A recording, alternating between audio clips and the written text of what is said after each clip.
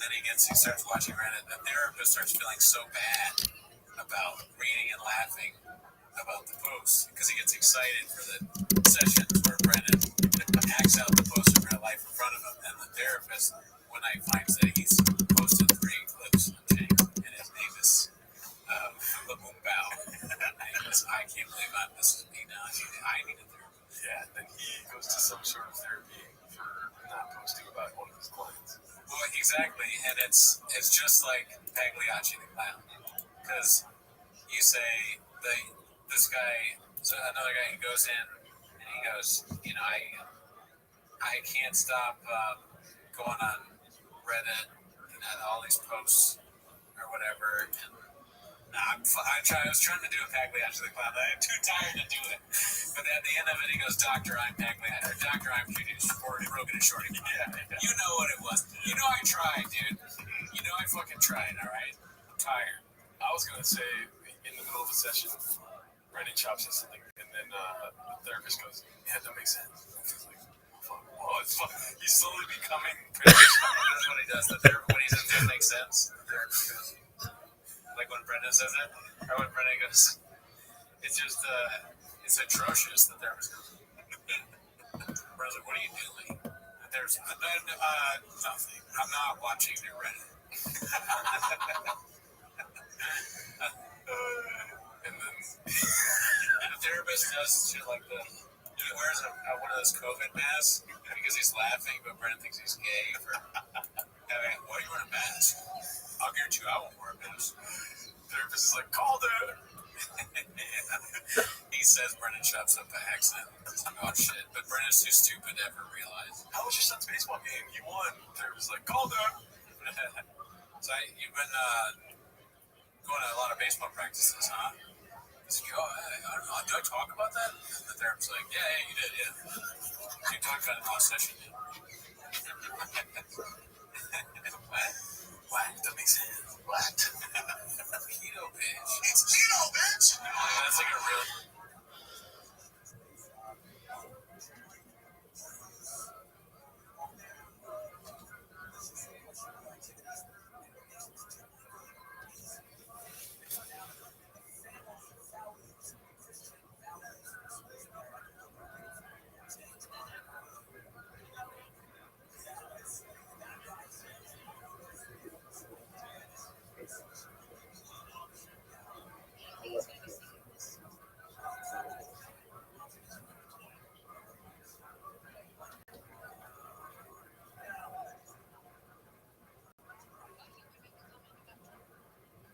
Pedro say good morning. Good morning.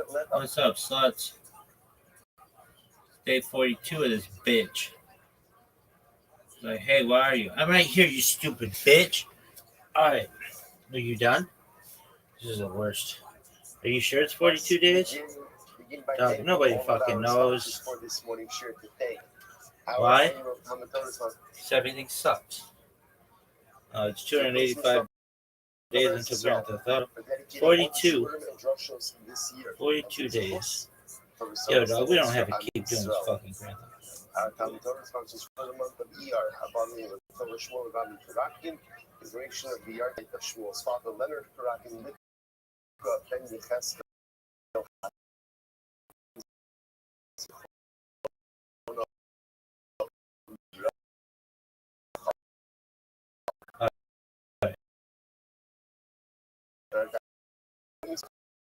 Just for today. In celebration of Mishnah Yomi's completing Mishnah. Alright, is that the end of your story? No. Shir to come and Akiva Kovacs and Yirtz Hashem for continued Hatzlach. There you go, folks. No one knows. No one really knows for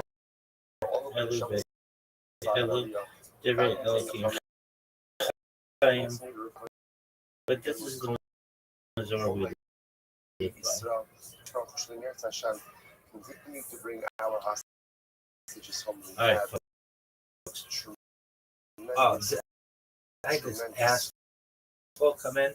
Fucking return to Klal Yisrael. I- Yesterday, held by the way rest more, of but our this should sucked. come home in Yirtzeh And Hashem. he came to the Discord and he was like, The call of I'm like, Ma'aseh how are you? Bein He's and like, you Jewish just tradition started the. serves for all the I'm like, oh, values. you just had finished class? Listen to And that he's like, Shabbos Kiyama. yeah. I'm like, Today, oh, do you do Moshe's Daf beautiful Yomi? daf ahead of He's us. like, Today's daf is no, I Base didn't 12. do that. We are picking up on Okay, I Aleph mean, on the base 11b, and we are picking Right. up Hari He's like, Kara. I really have a lot do you know of Yiddish?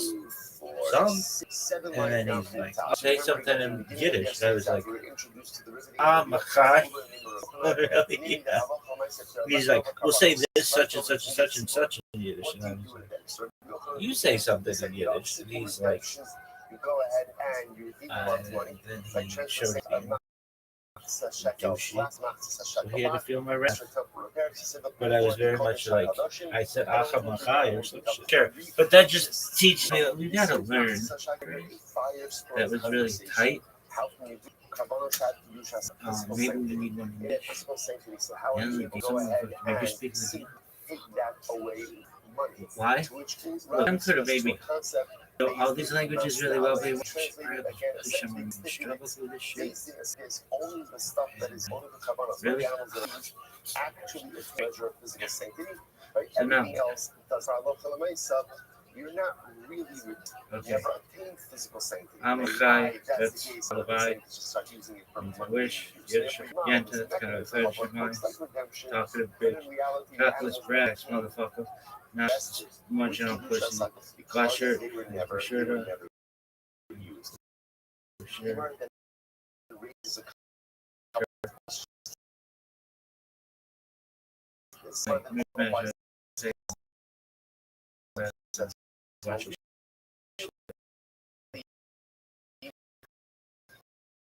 But nothing good, Masnali John. was only used in a shchiach case, in cases that are common, in cases that are Okay. common, and that's why again in the cases Okay. of lost carbonos, Good. which Baruch Hashem is good for you, Good. were uncommon occurrence. So because of the read days in Masnali doesn't apply. Good. That's what picking me up. Now the Gemara challenges this idea again.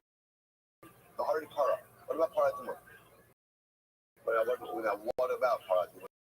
So watch this. So Paraduma, the Loshon Let's look that one up for a second, is an Tom. uncommon situation, right? Again, I remember that it's the whole type of Paraduma. Really? I mean, It's not I know that what it everything means, occurs, but so it's considered to be doesn't good, a you little know? shchiach, and yet the time you be learning Paraduma, this is very interesting. Para is alcohol so sheba.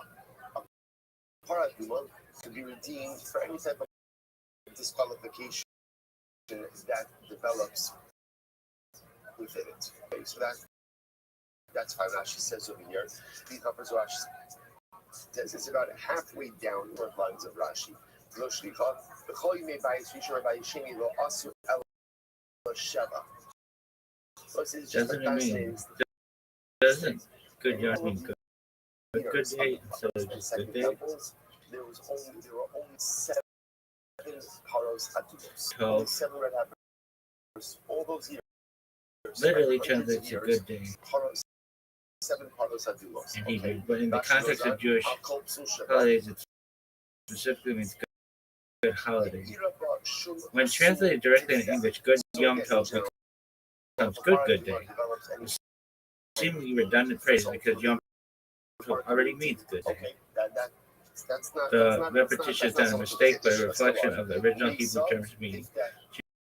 Yes, good Yom Tov means good. It just dies. In halacha l'maisa. There we go. If it was slaughter, And Rashi during points out Chol over here, Hamoed, good festival let's say it period. was slaughtered outside of its prescribed area. You could The greeting also is used for major What's holidays that such as first Passover, night, Sukkot, you can Shavuot, find the Rosh nicer Hashanah. para aduma. Yeah. And that's not a reference to Nah. Egos. That's like a Fine. reference, to again, you find, not more amicable Really? para aduma. Again, you find a better para, what's the halacha? If that you Thing. could redeem, you could redeem the old one and utilize What the new holidays one. do you say Shachar Chag Rabbi Sameach? Marachta. Now, once the para aduma has been shechted, right, once it's been shechted placed on the fire, ein la kediyah olamas. Ultimately, it does not have any kind of redemption. Now, I must say, was here just the thing with Rashi. What do you think there? Rashi's Rakai Marachta, the Hechshem Hara, the Makkah Habadahan. I will say, just as an Shavuot. aside, Paraduma was not up to the base of Mikdash. I wouldn't say necessarily. Where is Paraduma? Where is it offered up? Wait, what did I read that correctly? Now again, you can go to the site, you can go to the Paraduma now, it's a monastery, but you can see a site where Paraduma was offered up, and you can see exactly. You wouldn't say for Yom Kippur. Really, no, you say that we're saying where the Paraduma was offered up is directly it's like across from the this. entrance of the Beis Hamikdash. So you've been able to see Yeah, into the Beis Hamikdash from that's there. it. So That's part why of you the need me. So when it's the Gabi Marok, not the Beis Hamikdash. On the Paran Harazesi, where it would have been off that Rashi. He said, "Back home, how about the problem you have Rashi? Fine. In of the Alamas, Machashana says, "Perhaps Genai will not seal the food." So what is he in his Bryce up? Much you can redeem Passover, at any point in time, Shavuot. and for any reason, right? Dies, you can redeem it. You said As Hanukkah, well, but you can redeem it. not You really. find someone, you can redeem it. The Or only time you form redeem it is something pretty much once it's offered up on its designated pyre. On Harazesi, you no longer Yom offer it. You Kippur. no longer redeem it. And Rashi says, The big that's one why are it the doesn't three look nice. associates, three pilgrimage festivals. Passover, Shavuot, and Sukkot. It doesn't look nice. It's been offered up on its pyre. What are you going to do? You're going to redeem it now and use Really? it for a Yeah. barbecue? Like it doesn't make any sense. I was saying. Now, what do you see from here? Now, So not Rosh Hashanah. Paraduma has kedusha sargov, and yet again, it seems to be that you could redeem it for what? For any purpose. But I mean, For no any one's got purpose, flip out even on you. without developing a law. Really? Now, again, They shouldn't. this would have troubled us Okay, so much more Yom yesterday. Yom Kippur is Well, I good, should good say before day. yesterday. Now it troubles Really? me less. I think Because people I should say understand it's how a good, could this good day. happen? How can you Really? do Why? something Because that has or a get physical away is sanctity, good, good day. even if it doesn't have a motive? Neutral, but What's the mensch, problem? giant. Is Dude, the last what are number the all applies in a situation. Seducus, It's shria, where it's good. Freud, But this is an uncultured issue. Ishai, What's going on? Woman of No, Valor, it's fascinating. Shani, the Kachi Bedekabai. Wow, that's quite fascinating. You might say, no, you got They should just be like the not French word. It's Bedekabai. Mensch. Bedekabai is a deity that is associated with things that are there for Mensch? temple up. So what is that? Look at Rashi. It's Bedekabai. Iklomar, Shem's Bech, the college Neutral already. לפיכך נפטס במומום I'm old school. Alright, and then Gil, Viking family or some shit. Square, I mean Joshua Clark. It can't have this sanctity. Why? Well, it's going to be more. If it had this sanctity, then what? It would have to be offered up in the Beis Hamikdash. Like the fact that it's offered outside of the temple would seem to indicate that it's more financial sanctity, monetary sanctity. We'll call kedushas lamin, kedushas bekabas, This one. but not actual physical sanctity. Google me. Three confusing words yesterday. Hillel, that's the rabbi. Hillel. Items that possess Really? items that possess monetary sanctity. Phrase. That's a lower form of kedusha. Hillel. So for it makes sense that those can just be redeemed, just for Hillel. whatever reason. So the Marsiach, of that the case, that Paraduma is Kachin Kabayis, the Mesa Mishnata Tifteh.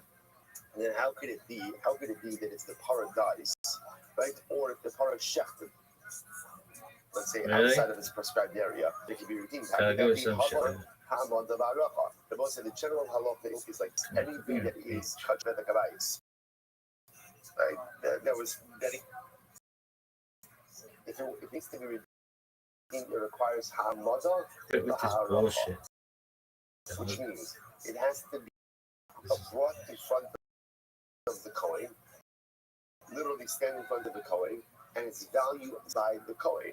If that's the paradigm is dead, you can no longer be it before the coin. If that's the case, then this is Kabbalah and coffee. Where's your coffee? If that's the case, then how can you redeem it? Which the US is not a problem. How money? Rabbi Shimon the Amar Kachin Mizbeach Hayukla. Oh, cool.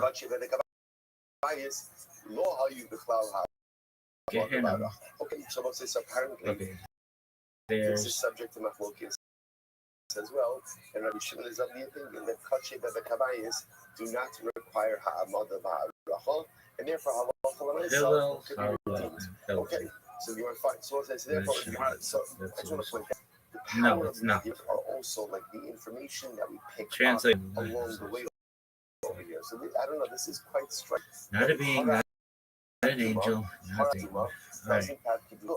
I don't know At the end of your fucking story. right? So what is there? One of the most powerful forms The we have rim. in Yiddishkeit, the ability to go out and Hallel, literally take praise away and two prayer. space, and the That's only way Psalms to take away 113 two to space 118. is Kiddush 119. So It is straight. that physical sanctity. Hillel So I just want to point out a tremendous also has is shining. That's more. Why Like Psalm 119 is the worst. Why It's not? Why the not? worst. Oh, I hate Because it. it's not offered up in the Do you? base It's Dutch. terrible. What do you see from here? Good Yonta. Good, To good. really attain Good day. the highest level of sanctity, Okay. you must Skoyak, embed yourself what is that? in the circumstances, Like, right? Holy surroundings. strength. It is not enough in life Like, just to do the right things. You have to put yourself in the right avirah. You have to put yourself in the right atmosphere. You know, we kind of, a lot of us in a lot of like, I May don't your want to say strength be there. self-dislike to think that as long as I'm doing the right thing, it doesn't All right, matter still. who I surround myself with. Right? Here we go, It doesn't matter who my folks. friends are. It doesn't matter who I hang out This is with. my white It web. doesn't matter the What activities I words engage in. confuse? Okay, Just they I'm don't strong confuse it. enough to They're just withstand okay. any They're of those strong. things. That's the Because fucking I'm doing the per right thing. I'm hill, doing the which right is thing. where Right? you live I'm in davening, Eastern I'm Europe. learning, I'm giving And study. is These the guys lake. are not the right influence. This city is not really The image of a shuttle I can is withstand influences. with Jewish And it's kind of and what it European, says. It's not like the way it shuttle, works. It's not the way it shuttle. works. No. Kiddush The has image of shtetl is synonymous with Jewish East European life. Shtetl is Yiddish for town. This refers to small pre-World War II towns in Eastern Europe, significant Yiddish-speaking population. Jews occupied a percentage of the shtetl, and the majority. They worked with entrepreneurs, carpenters, and water carriers, and Jewish life. Families lived in the shtetl for generations, forming close-knit communities. How the shtetl was born. The beginnings of Jewish life go back hundreds of years to before the 17th century, which saw the greatest growth of the shtetls. Formed in the territories of the old Polish Commonwealth, shtetls were originally estates of the landed nobility. Jews were encouraged to settle there to boost economic growth. Many of the settlers had come from Western and Central Poland, which were rife with anti-Semitism. Even after the disintegration of the estates, the Jews remained. What you'd see in a shtetl. In addition to humble hovels, gardens, and shops, the Jewish shtetl was distinguished by a number of special institutions. Shul, the synagogue, was a center of Jewish life. Men would gather in the synagogue in the morning and late and prayers, a Torah class, and a neighborhood chit-chat. Later, in a society where even the nobility was often illiterate, Jews stood the cheder, which means room, Hebrew, was a one schoolhouse where Jews would learn to read, study, Talmud, and Jewish law. Cheder. Right, so here's a shul in Poland.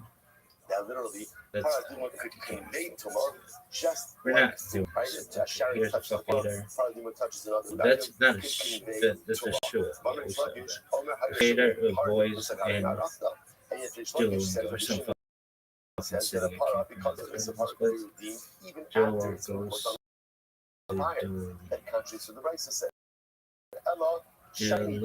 goes to Duolingo. Cheder for girls in Lascaruga. Has a little bit of a different That's setup. not even a fucking thing. Because it is Heck, incredibly heck, expensive. Caring for guests takes a central place in Jewish life. As such, many shtetls supported a heck of Hebrew for sacred place, where wayfarers and other indigents could find when in Beit Din Shibble.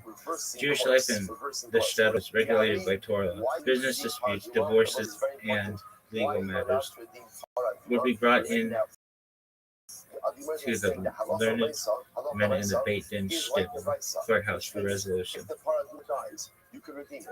If you find the next one, you could redeem it. If you find the nicer one, you could redeem it. Beit Midrash. While there's primarily a place of prayer, Midrash study hall was a place of serious scholars.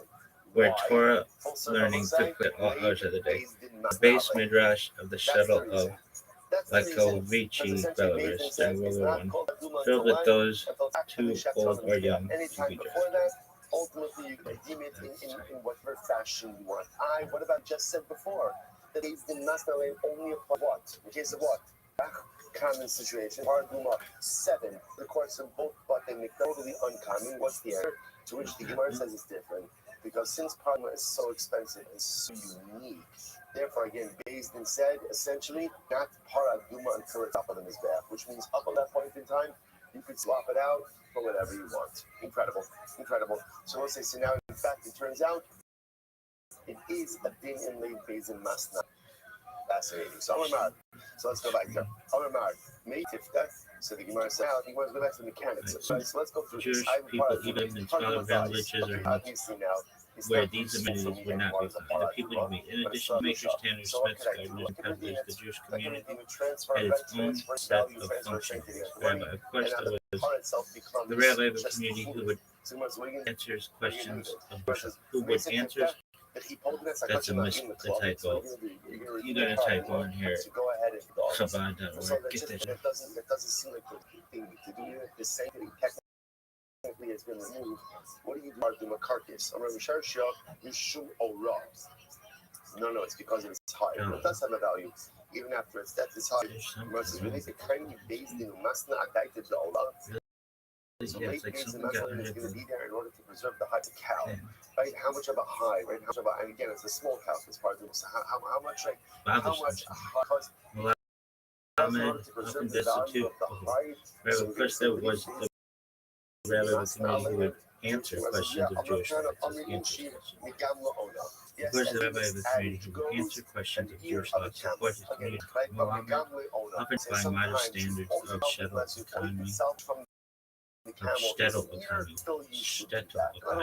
Muhammad taught children Torah and Cheder.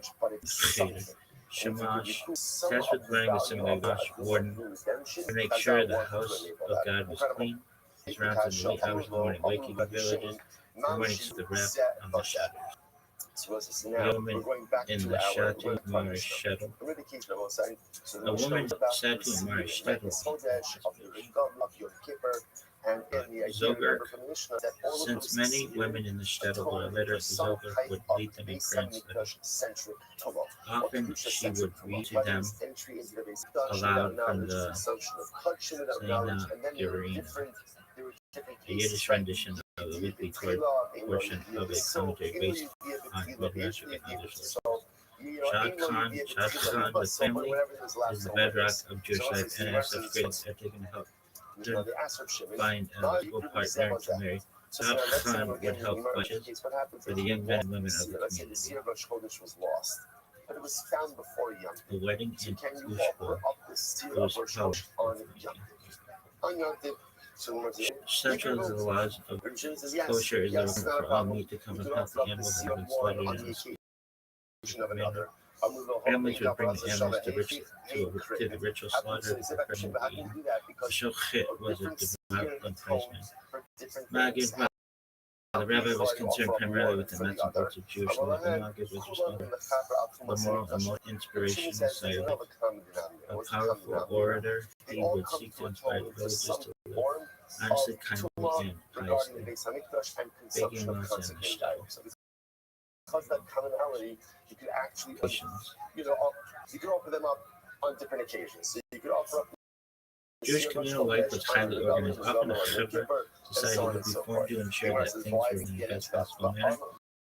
Some of the common chevras that were formed in the shul are still existent in Jewish custom. Haknasa Kala, poor brides and grooms get married. Chevra Kadisha, prepared the dead for burial.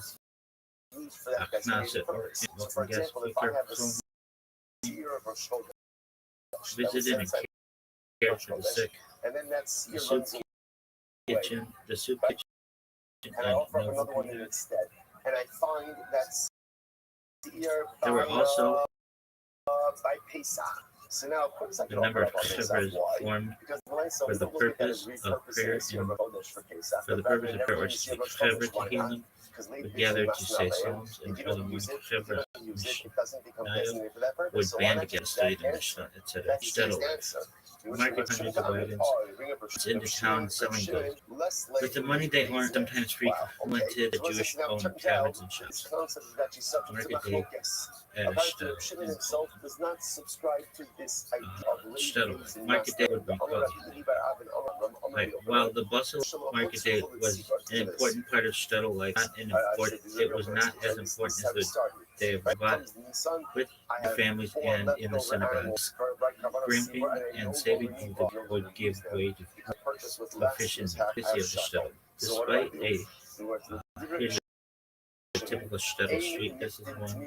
This one is in David, Florida, galleries picturing the town they must require well a and month in wonderful. order to head and be redeemed.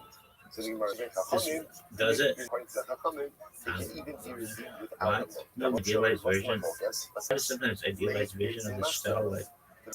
Roads were unpaved and widespread pogroms, attacks by the peasant population, or marauding Cossacks, devastating the shtetls across Central and Eastern Europe. Even the shtetl life was destroyed in the Holocaust.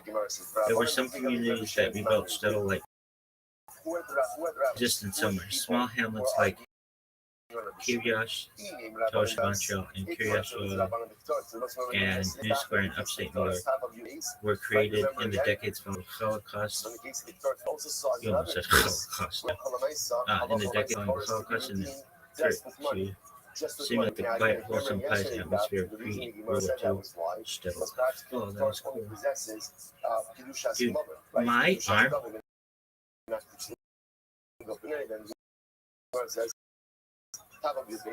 I don't know what it is, but it like cracks. I had this friend of mine, we'll just call him Greg Rajkowski. He go like this, and his fucking arm would crack. And then redeem. Back to Torres, there's no mum. So with no mum, what exactly option for redemption? Not straight out redemption. So which the Rabbanan Ella, Rabbanan the Do you think this thing is fucking permanently fixed? Who also said again that Yeah, Jesus they say from Paraduma that laid days in Masna. I believe it's There's way worse much than no, Duma Para shiny, Duma Para did that Mehal. That's what we just said before. Maybe Paraduma in general is treated differently. Why? Because it's so unique and so expensive. So you must say Ella Rabbanan the Amru Lo. Rather, it's we want to say it's the Rabbanan of Amru Lo. What is that Amru Lo? That's a reference back to the Mishnah. If you look at the top Rashi and Yez Medalef 12a, Rabbanan the Amru Lo, the Masnisi. The Haki Amru Holil the In Kaparasan Shah. Less I only see it at certain angles. It's interesting. So Alright, it's remember that's the cool. Rabbanan in Mishnah, right? Let's go back For to 25 minutes in this bit, I haven't studied with fucking let's just reestablish our facts. I have multiple seerim that essentially Wow. are offered up Really? on Rosh Chodesh, yeah, this is Regalim, turning Yom into Tovim, Yiddish. and Yom Kippur. All of those, what's the commonality between all of those three buckets of goats, right? Those three buckets of seerim Oh, we've got commonality. fucking the They're bullshit all today. offered up for some type of Really? tumor infraction regarding Yeah. entry into the Beis Hamikdash or consumption Oh, of there are a kosher. bunch of They these vary, fuckers. but that's what they all focus on. So, What happens if Kabbalic I notions see of here designated pervade for a Hasidic Chodesh, thought, but it developed a new approach to I Kabbalah, end up offering another one, and then I replacing find- esoteric and So Reb theosophical Shimon says, no focus problem. with Just successive use it for the next psychological internalization. The Therefore, rabbis, the Rabbanan only a said, minimalistic they're figures is given designated here. for different things. Founding Reb formative Shimon said, figures since they with all commentaries share of the commonality esoteric of Kabbalic Tumas Midrash, tradition, that's founding enough. East Now, European Rabbanan Hasidic. agree that it can be offered up, but for these, Alright, the we're gonna do Rabbanan say it can be food because use. leave With is order today? Masna. That's why it works. Because it turns out that when the Seir Rosh Chodesh was never offered up for Rosh Chodesh, it never attained that Rosh Chodesh sanctity. Therefore, once it's found, it can be used for the next. But you, Reb Shimon, who don't hold of late days in Masna, and Why why is do you your allow phone for not it? on? Reb Shimon says because Don't ask Holil, questions, kid. the Kabbalah Why? Shabbat. Reb No, Shimon it's says they cool. all have Just don't ask commonality. that question. So because that can be offered, I want to argue Reb Shimon. You might not even believe. So how do you know that it's affecting you that you know? Is your middle name Eliezer? Is in Masna land I'm not going to have to keep it. So again, what conversation exactly is it that's happening? I'm taking a look at Rashi. Rashi says over here, night and you, the Ka'amalei, you explain now in Kaparas and Shabbat Kapshinim, you shouldn't make based in Maslow, the Kamosi law. So again, on one side, I read the Shilling, who again, this means Rabbi Shilling, this is two dog. This means Rabbi Shilling, all of the other things in Maslow, the conversation is happening over here. God's telling you don't need to say, this only you put it to you, well, that means only based in Maslow, because I hold every based in Maslow, and look forward. I'm not to the house equally. This is why it's the severe of Rosh Chodesh is lost, for example, to be offered up by the government. I will be done according to you. The Amish law, who do not subscribe to the days in Yahweh, are my equal. How can you take this that was lost, let's say, by Rosh Chodesh, and use it for Golden Morning Giver? And my equal. So the Gemara says, Dilma, Ravineri. Maybe this conversation is something there. God needs to say. God tells me, this someone is indeed, I mean, according to the sense, because I hold it all in, have commonality in purpose. They're all used, Kabbalah and Shabbat means, they're all used to atone for some type of that's why you can see it for one occasion. It is for a different occasion. Error the big dog. I'm not sure, but according to you, why can it be why should be offered up? Error the Yochanan or the Yochanan is not done here. The Yochanan having the soda. The bigger that is shimmy niftin, the different Chachamim niftin.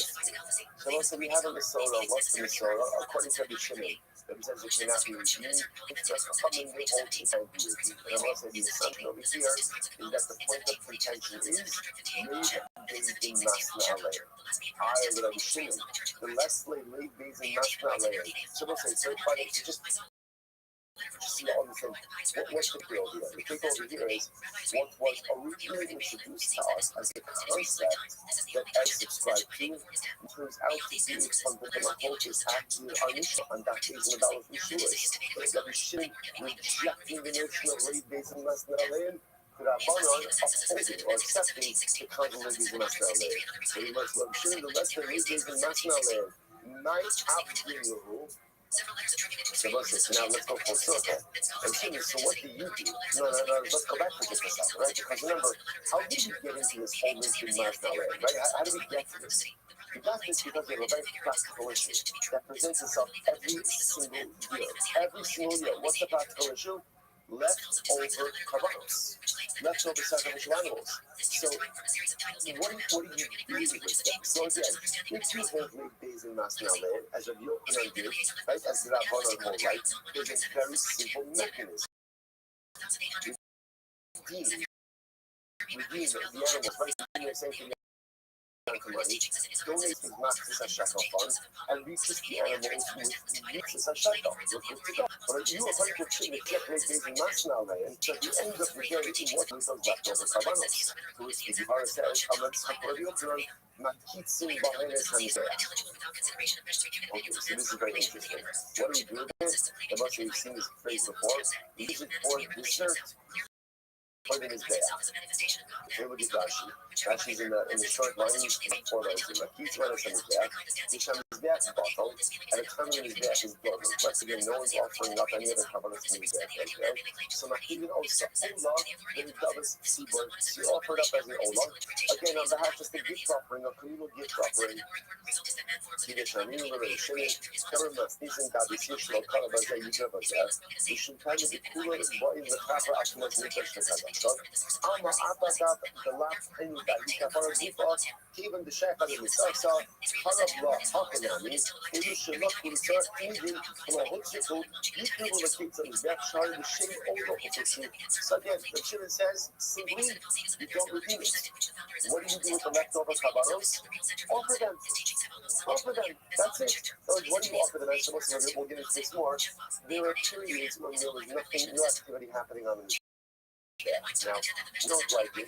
We don't like it when you're right? So what we do in those those moments where it's hard to believe that I was ever dormant. But again, what would they do in those moments where we were dormant? They have like a dessert fund, right? In the dessert fund, they would offer up just additional communal offerings. So those leftover animals would be used for the quote unquote mizbeach, or kayitz mizbeach, the dessert of the mizbeach. You must want to find out something just 2 minutes with Costco. Why not? Just like, so what? If there's not clearly on the mizbeach, leave it alone. So let's remember again, what's the whole goal drop in the mizbeach? The whole goal in the mizbeach is to serve as the bridge between heaven and earth. So part of a carbon is kibbutz coming close to HaKadosh Baruch Hu. And listen, the mizbeach itself serves as a model of avodas Hashem. What is the core principle of avodas Hashem? The core principle: never stop. Never stop. At the end of the day, a gift always has to be active. And this has to be spiritually dynamic. There's time for rest and relaxation, but even rest and relaxation, I'm still active. I'm still doing. I'm still accomplishing. So to have the mizbeach enjoyment with no carbon, with no purify, with no closeness, with no dynamic activity bridging heaven and earth, impossible. Impossible. You can't have that. That is it. Because again, the whole point is the mizbeach is to serve as the paradigm for our avodas Hashem. And in our avodas Hashem, constant movement, constant dynamic forward momentum. So according to Rabbi Shimon, we don't need to redeem the animals. Just What's your big thing with him? Just use them. That's it. Yeah. Let's go. I'm not finished with that. I'm going to try this. And interestingly enough, It didn't freak me out. It impacted a lot. this works well for the animals left over in the Lishkas Hatzlor. Because since they were already designated as communal offerings, so just offer them up as communal offerings. Not a big deal. Not a big deal. So the Gemara says, but even Rabbi Shimon would agree in the case of Seir Chatos. Let's say you have leftover Chatos animals. Leftover Chatos animals, those cannot be offered up as dessert for the Mizbeach, but rather, again, those would have to be redeemed. Rashi says over here, Mot Rabbi Shimon, actually Rashi right across. Mot Rabbi Shimon, the Seir Chatos, Shemittu Mishmas Halishka Shoshana Zu, when he's so struck, he goes, Seir Shalosh Chodesh Adar, Sha'aba Benimsa Benimsan, Shemit. You already call it over Tovas Sibor. So let's say this is very important. Let's say the Beis Hamikdash bought a seir, right? A sin offering of a seir, for seer purposes. What's an example of that? The sin offering of Rosh Chodesh, the seir of Rosh Chodesh, right? Again, remember we said this was Shabbos is that. Why is there a sin offering on Rosh Hashanah? Why is there a sin offering on Rosh Chodesh? Because Baruch Hu says, "Hevi alai kapara al shemi'atati es hayareach." Right, bring to me an atonement because I diminished the power of the moon. So let's say you designated that carbon, right, and ran away. So you ended up offering up another one in its stead, and then afterwards you find it. So now what happens? When do I find it? I find it after Rosh Chodesh Nisan. What's the problem? That's a sin offering that has been bought with last year's Machzis HaShekel. So I'm going to go say, even Rabbi Shimon agrees, that cannot be offered up on the Mizbeach. Bahari the Kitz on the Mizbeach, Modi Rishim Lakitz in the Bufol, the Karit, the Ola, Ella, the Dama, Shiyira, the Shiyuma, Nikach, the Dama, all the kinds of Zach. And we'll say, what's the reason for that? That can't be offered. Why not? Because we'll say that's a Chatas. That's a Chatas. So a chatas can only be offered up for a very specific reason as a chatas. The problem is if you have this chatas from last year's Machzis HaShekel and wasn't during that financial year, you can't use it. So in the case, you let the animal graze, develop a mold. Once it's done, then you redeem it. You can redeem it onto money. Use that money for an old. That's the point about this. You just understand because we're not going to go with this for a little bit. So again, Rabbi Shimon says the leftover animals that you have at the end of the fiscal year in the Lishkas HaTorah, that's easy. You don't need to redeem those. Just use those as dessert for everything's back. Why? Because those essentially was communal use. Just use them for Ola communal use. That's it. So that's an easy one, right? That's an easy fix. If you happen to have leftover kratos, that's a problem. That's a problem because that cannot just simply be put in his gap for dessert use because a chatos cannot be repurposed as an ola. But still, there's a remedy as well. What do you do with that? Let it graze, develop a mum, and redeem it, and use the money for Kate's on his back, from his back dessert. So the Gemara says as follows: Hashtahu Dinei Kara Ola, the Hashta Ola. Let's skip.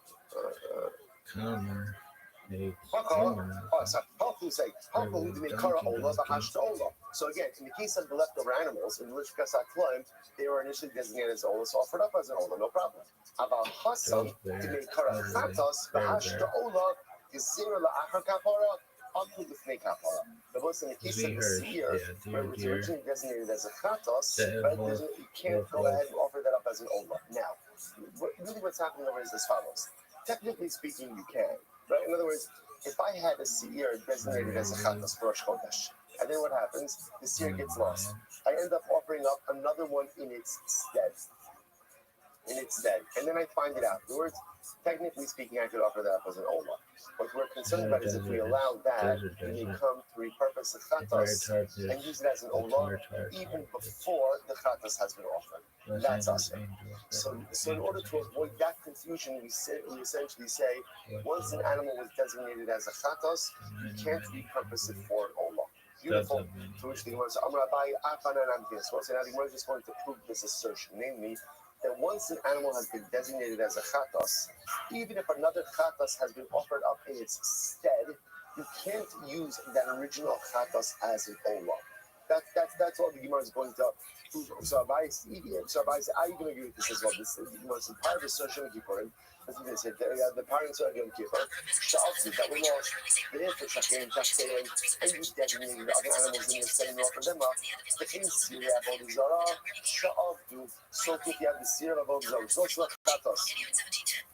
And you got lost. In the Shachim, Tachseim, and you went ahead and you offered up other Kabbalas instead. And then what happens afterwards? Right? So we'll say, then you find the original ones. Kuran Yamusu, Gibber Rabbi and he says, yes, let them all die. The Rosa Shuri Omer Omrin, no, you actually Stavu, Yinkaru, Yikul Janain, and Dava. Now, let it raise, develop a womb, redeem it, and then you can use the money for the double. Why?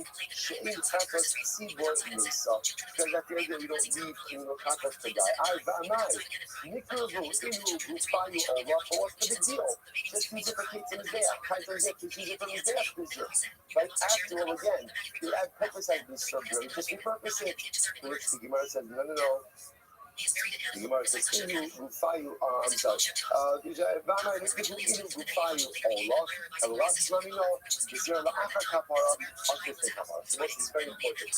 Everyone agrees that Halach L'Meisa, before the Chatas has been offered, a Chatas cannot be repurposed ultimately as an Ola.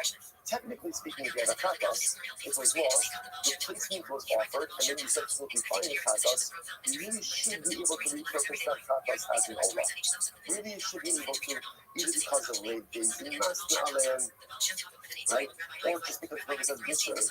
But the Mesa, we don't let you why? Because we're concerned if we let you do it after the Chatas has been offered, you may come to us, repurpose it even before. So therefore, essentially, there's a blanket halacha, no repurposing of a Chatas for an Ola. Good. Rava says, I also agree with this. After I'm saying enough, Bashim, you're actually stay.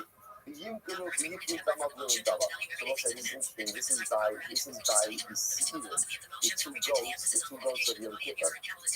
Right? If halacha l'maisa, if one of the goats is lost, you have to replace both of them. Right? So what do you do with the remaining goat? You let it graze, develop a moment, and then sell it off, and let the money be used for another.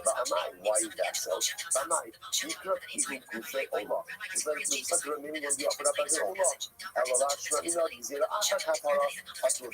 No, once an animal has been designated as a chatas, it cannot be repurposed as anything else. Rabbi I also agree with this. Asham Shamesu Baila. If you have an Asham, right? There's also another type of sin offering, and the owner dies. Oshnis Katu Baila, or the animal was lost, and the owner used a different animal to achieve atonement. You actually stay, and you got the Yikul Baila the double. Let the animal graze, develop a womb, and then redeem it, and use the money to purchase a double. The Gemara says, if Elazar Omer Yamos, if Elazar says, ultimately, stuck animal dies, and you show Omer Yavi the thumb of Ola. They'll use the proceeds and bring it over to the eye, the why not just offer up the animal itself? The Gemara says, because I do for Ola, a lot zero Africa para, take kapara, shmamina. So I'll say all of these are backing up this same basic idea. So again, just to understand what's happening over here before we turn the page. Right, so with time to spare. Right, so again, so remember what's happening over here.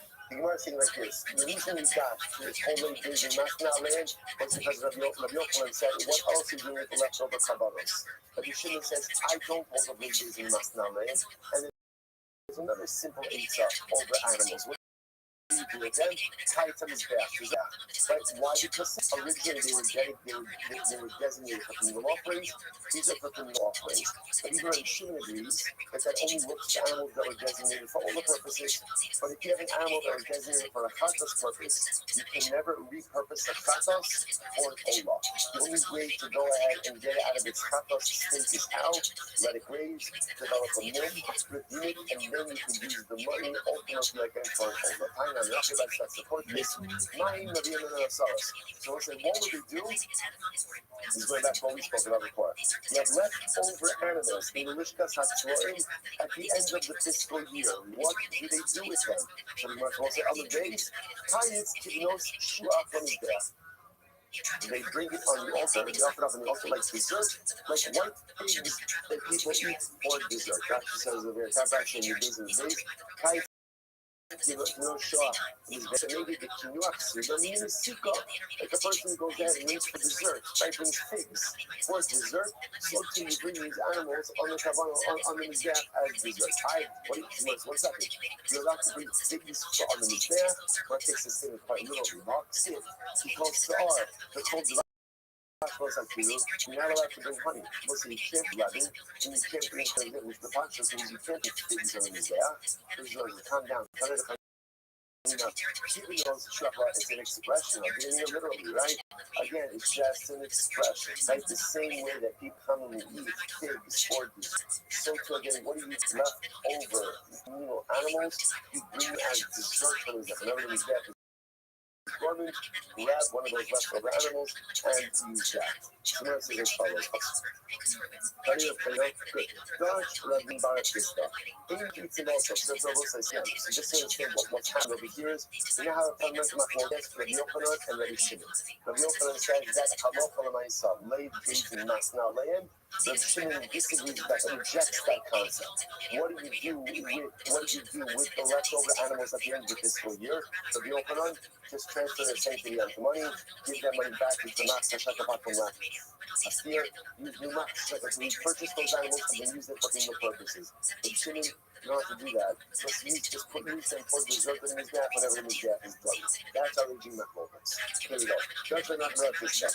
Ain't not beating the ola soul.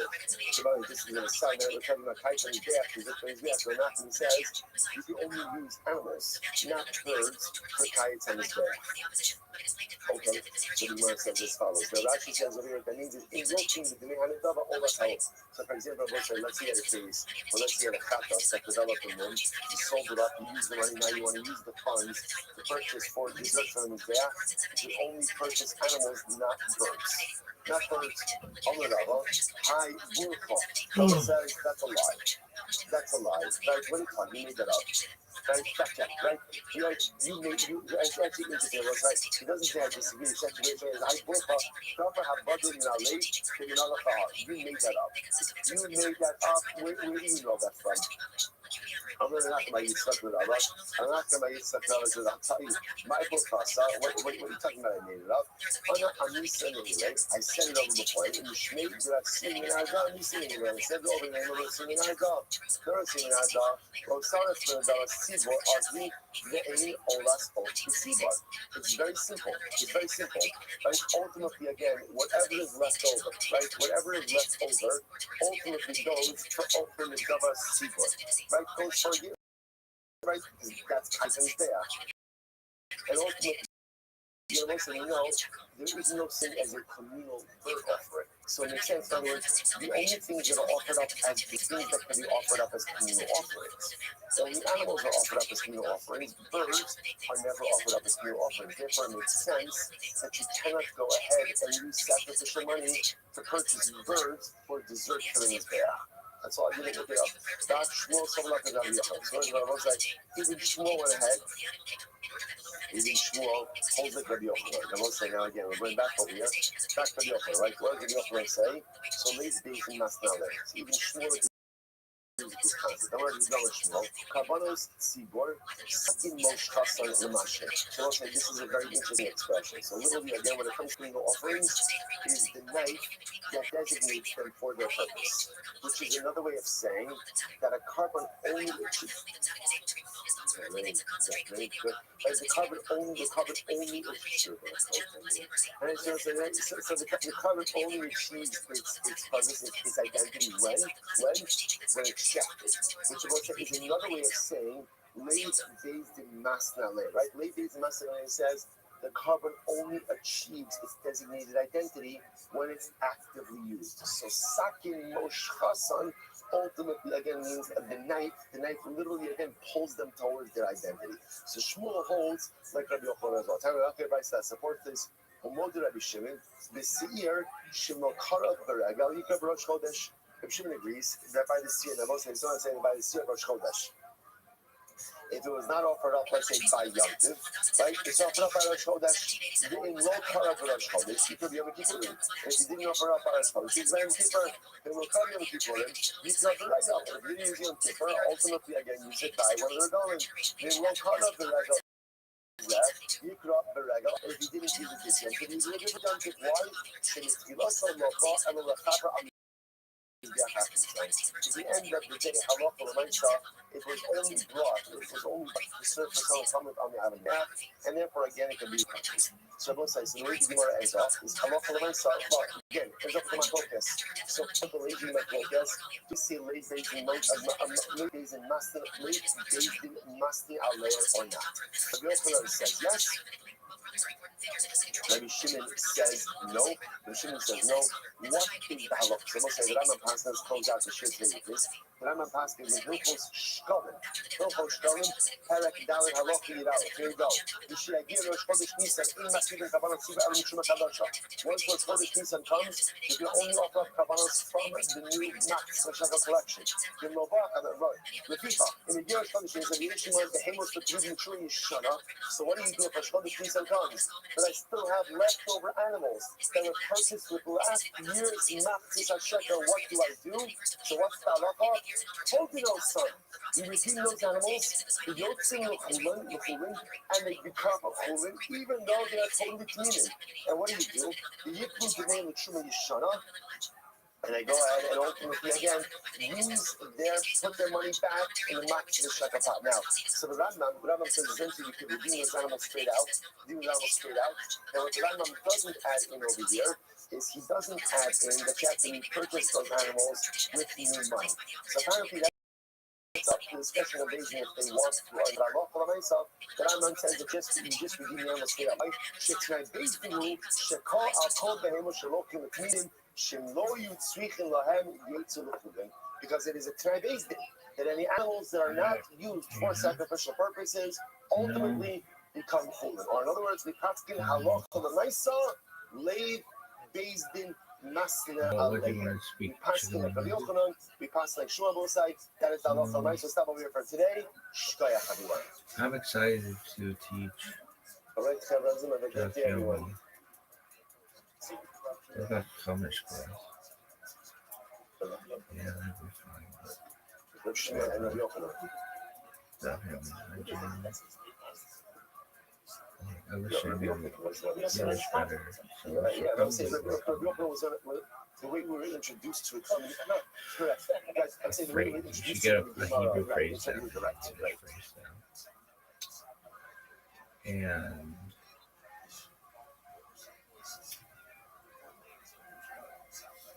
alright, so just get a fucking Yiddish phrase down.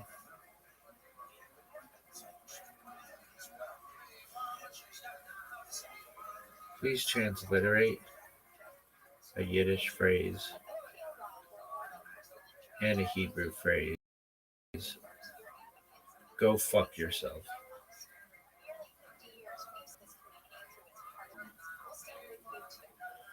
What is it?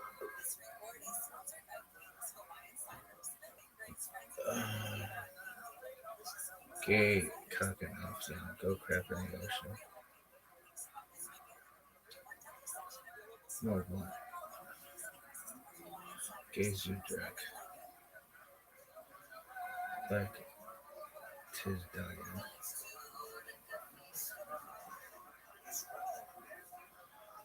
All right, Shalom, say good morning.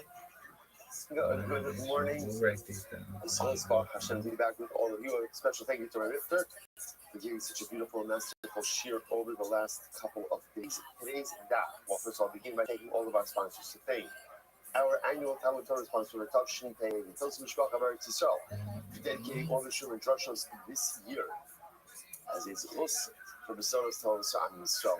Talmud Torah sponsors the month of ER Habavim Tova Shmuel Rabin. What do you feel good about Shmuel's father, Mr. Leonard Rapkin, Lipa Ben Yechaskel Hakoni Zichron Lebrach Yoker, and American Talmud Torah.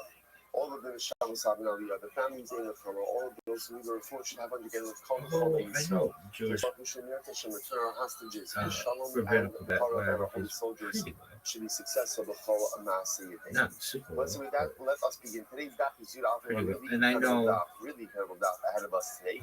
Today's daf is Yud Aleph.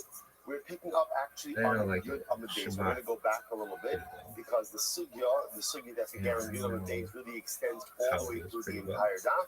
So let's make sure to get Nothing clarity perfect. I on know that. that We're going to shit take pretty this well. slow and methodically, and you are going to remember how beautiful, how incredible, how fun, how exciting, and how inspiring Shavuos Yeah, what's the truly is. funniest All a question of perspective, mindset, and what you hope to get out of it. So let's begin. So we're picking up 10b Yuna Beis Okay. Amar Ula Amar Rabbi Yochanan, Goddamn which is awesome. 2, 4, 6, 8, Bullshit, 10, bullshit. 12, 13 lines up from the bottom. All right, cool. Amar Ula Amar Rabbi Yochanan. All right, look, if you feel Okay, you mastered it already, you don't have to go back. It's Anything fine. else? I'm hearing some groans. Yeah, Okay, I'm yeah, gonna talk about you got it. Good. All right, good. I need to hear. So you want to say as follows. What about false messiahs? So listen in Rabbi Yochanan. Do you ever deal with them? So also, this is a very interesting case. And what do you think? The voltage as follows. Let's take a look at Rashi. Like I said, we're going to go through this slowly and methodically so that we're able to work up on this because this concept of Ula, or say Rabbi Yochanan, is going to be the one that is going to be subject of discussion today and tomorrow, all of today and part of tomorrow. So take a look at Rashi. Rashi is on the left-hand side, about 4 lines into the short do you think you're lines. mental issues? So we know how this is, right? Every You know, year one on the thing first that's really, of there's Nisan, been some news I remember won't go into, back but when I'm it's a very second Shkalim bothersome raised to the me. first of Nisan, they make an announcement. Yeah, What was the announcement for? I don't think it's an accurate reflection of But first of Judaism. Nisan, again, they would begin with the new collection. So the way it worked in the Islamic tradition, I'd essentially, like the to be able to financial year learn from began Judaism on the to first of Nisan. show the world So what would happen? what So we now you have believe. Shalach Kumimos Truma Alishka. Utnan, Yeah, in constant not Shisha some Tzvana bad Mukar, things, but Lishka something Shatwai. Okay, so what's the different happen? So they would always, obviously, they would purchase communal Sure. sacrifices from the Machzis Oh, Hashem, I the know. half shekel fund. I know Now, what I there want was to a look up. law. The law was you always Yoda, had give me like 6 sheep. I was going to say in the bullpen. 100 but it's the sheep of the pen, right? biggest They had secrets within remember, Judaism, one of like the fact that chambers in the Azor Kohanim Kohanim line which was might called be extinct, Mishkas like things that HaTzuvah. like no one Right, knows. if you That's look like at that really area, secret if and you cool, look at Mikdash, you or go down, not cool. you'll It's see the just out really of the secret, like courtyard. barely The courtyard known. had a major center Anyone area knows and this stuff. 4 side chambers. One of those side chambers was what's called Mishkas HaTzuvah. In Mishkas HaTzuvah points out over here, they Oh, just had does it really do 6 secrets? sheep ready for No. communal sacrifice. Okay, that's the background. Lineage Now what history for the happened? Kohanim line may not be verifiable anymore. The Davidic line is also unverifiable. Anyone claiming certainty is guessing. Tribal identity accepted by its basically gone. The Sanhedrin was never formally dissolved. It just stopped functioning. Smicha, classical ordination technically still exists in theory. Mashiach does not need miracles according to Rambam. A false Messiah can still be righteous, just wrong. Okay. Prophecy didn't end suddenly, it faded gradually. Women were prophets more often than men. That's interesting. Kings were not ideal. Monarchy is treated as a concession. So what happened? I've got. Now, generally, there were leftover sheep in the really Lishkas quickly. in the chamber of sheep. I very rarely you can't ever offer them. Why can't had you offer any them? Why not? private time Because with they my were rabbits. purchased with last year's machzis shekel. We always had people around us. This one time we were having breakfast together. So now the question is, at like a Rosh Hashanah. Sacrificial sheep And sitting in those lishkas hatzlaim. What do you do with them? I came downstairs from our hotel room early, and rabbits what does he say? I no problem. sat next to her. Redeem them. Just redeem them. Rabbi say, now we're going to say this is a shocking It statement. was interesting. Like it was a round table, and I could have sat across from her, way across the side, but I didn't. I sat next to her. And some type of lunch. Something I said to her, "There's a seat taken." From the sacrificial capacity in order to be able to she said something nice, like something shocking. You won't say it's it would be a shocking. pleasure to have you sit there, something like that. That you could just redeem this animal. Anyway, we were talking, and yeah, it was Rosh Hashanah. And I said to her, "How do you pronounce that?" And I pointed the word. What the process is. And because I know that there are multiple ways that people pronounce it, but I wanted to hear how she pronounced it. Sacrificial use And in she this said, current year. So how do you do this? Look at Rashi. if I were amongst Jews, I would say maybe Yom Kippur, but if it were a non-Jews, it might be Yom Kippur. And I was like, yeah, that's... So first thing you do is like this. I thought to myself, that's correct. And I said, four sheep. So first thing I do is I redeem them. Now what happens when you redeem something? What happens? Israel's going to be a monarchy. The sanctity transfers to the money. So now I have money invested with the sacrificial sanctity. She said, what do I do with the money? Do you mean that put because it into Mashiach? the residual of last year's machzis hashaka. Okay, because remember again, the sanctity of those animals is directly connected to last year's machzis hashaka. So I redeem the animals. Put that money into last year's residual machzis hashaka. What's done, by the way, like my husband with last, whatever is removed from last year's machzis hashaka? What's done with that? When I spoke with him the following Shabbat, temple upkeep. and Temple upkeep. Right? Specifically, I said, it was repairs for the Kodesh HaKadoshim. So, okay, so now I'm taking the animals, redeeming the sanctity as the money. Right? And the money I said, goes into Mashiach the pot the King, of right? last year's Maxis HaShakel. Any of that leftover money ultimately, again, is used for what we'll call Kodesh HaKadoshim. So is it going to be a monarchy okay, or good. theocracy? So far, so good. Now, what about now the sheep? Maybe, what's the status of the sheep? maybe the status of the sheep? Chulin. Can that happen? So now what do you do with the sheep? Watch this. I mean, like England has like a parliamentary system.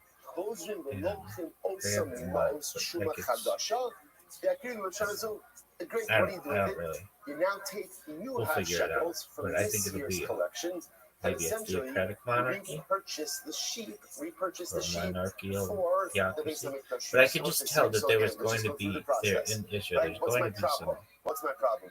That's not a general statement. I'm talking about over here. Perhaps. Right? In other words, Maybe what's my but problem here? My problem is I have leftover sheep that are invested with friction sanctity from last year's in that Maxis relationship. HaShakel. Maybe not. Though. I hope not. Past this current Do you await What do I Mashiach? do with Fuck it? yeah. Redeem them. Take Every money, single day I want to transfer turn on the sanctity of news and animals be onto like, the money then is put into last year's Mashiach, Maxis HaShakel pot. fine. That is used for Kodesh Okay, Kadoshim repairs. theology, Sheep are most now holy. people never Now hear. what I do is Judaism I read, never quote-unquote, defined not quote-unquote, a single really, official we afterlife purchase doctrine. those That sheep one I with find this interesting. year's Maxis Olam HaShakel, Haba and we're good does to not go. equal God We're good to Eden, go. does not And equal what's resurrection. amazing enough, remember Three the sheep different things. have never left the Lishkas Atlan, right? Remember again, all Gehenna of this is is done temporary for almost everyone. without them. Satan is not evil, he's a job description.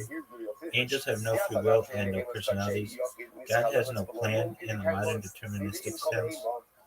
Free will creates divine uncertainty, radical idea, and classical types. God regrets things, explicitly stated. There is no Jewish doctrine of original sin. Being Jewish does not equal salvation advantage. Textual stuff people want to check. The Torah has textual variants.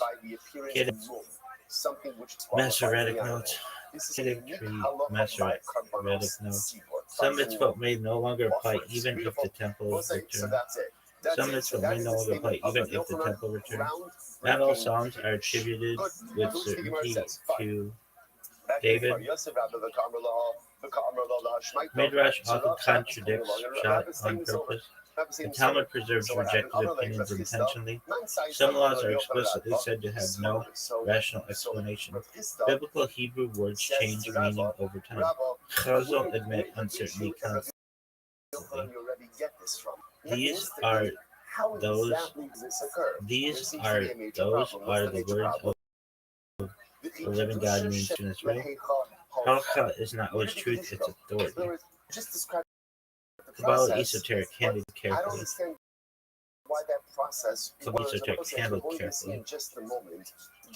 Kabbalah was never meant for mass study. The Zohar was controversial from day one. The Sphirot are not parts of God; they're models. Tzimtzum may be metaphorical, not literal. Souls can be recycled, guilt. Mainstream belief barely taught. Some souls are considered new, others ancient. Evil has no independent existence. Blessings are considered reality-shaping acts.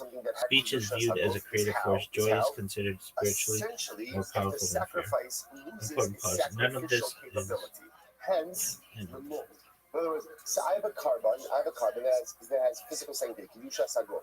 Now it has a mum. That mum precludes it from being offered up. That's my opening for redemption. But in general, you can't take away physical sanctity. Temple sacrifice, power, and uncomfortable. Animal sacrifices was never about God needing anything. It was about disciplining human violence and desire. Many prophets openly say God doesn't want sacrifices at all. That's interesting. The temple was never meant to be permanent in some rabbinic views. Prayer was a post-destruction emergency replacement, not plan A. The incense keterot was considered more powerful than prayer. The high priest entering the Holy of Holies might die. This wasn't metaphorical. The temple was also a political institution, not just spiritual. Priests were sometimes corrupt, explicitly described as such. The Urim to Thummim stopped working long before the temple fell. The entire essence of this item is kadosh. So Krista says, where did the kedusha go? It's very nice that you went ahead and you put forward this fantastic model of redemption. But practically, where did the kedusha go? That's what a mum to say. Now you understand. What's so beautiful and riveting about this Gemara is that the first time we actually understand like how this process divine oracle used by the high priest of ancient Israel to receive guidance from God, particularly in matters of national importance, such as warfare, leadership, decision, and allocation of land. The ark disappeared centuries before the destruction, likely hidden, not stolen. Human sacrifice is hinted at as once being practiced and violently rejected. The Torah may be arguing against earlier Israelite religion. Some mitzvot are explicitly reactions to pagan practice. Purity laws are not about hygiene or morality, they're symbolic boundaries. Tuma, impurity, does not equal sin. Dead bodies create impurity, not guilt. The temple system centralized power away from the tribes. The temple system centralized power away from tribes. Political movement. Pilgrimage festivals doubled as population control and unity enforcement. The Leviim were basically state functionaries. Music in the temple was legally mandated. Joy was compulsory. The temple economy was massive and sometimes exploitative.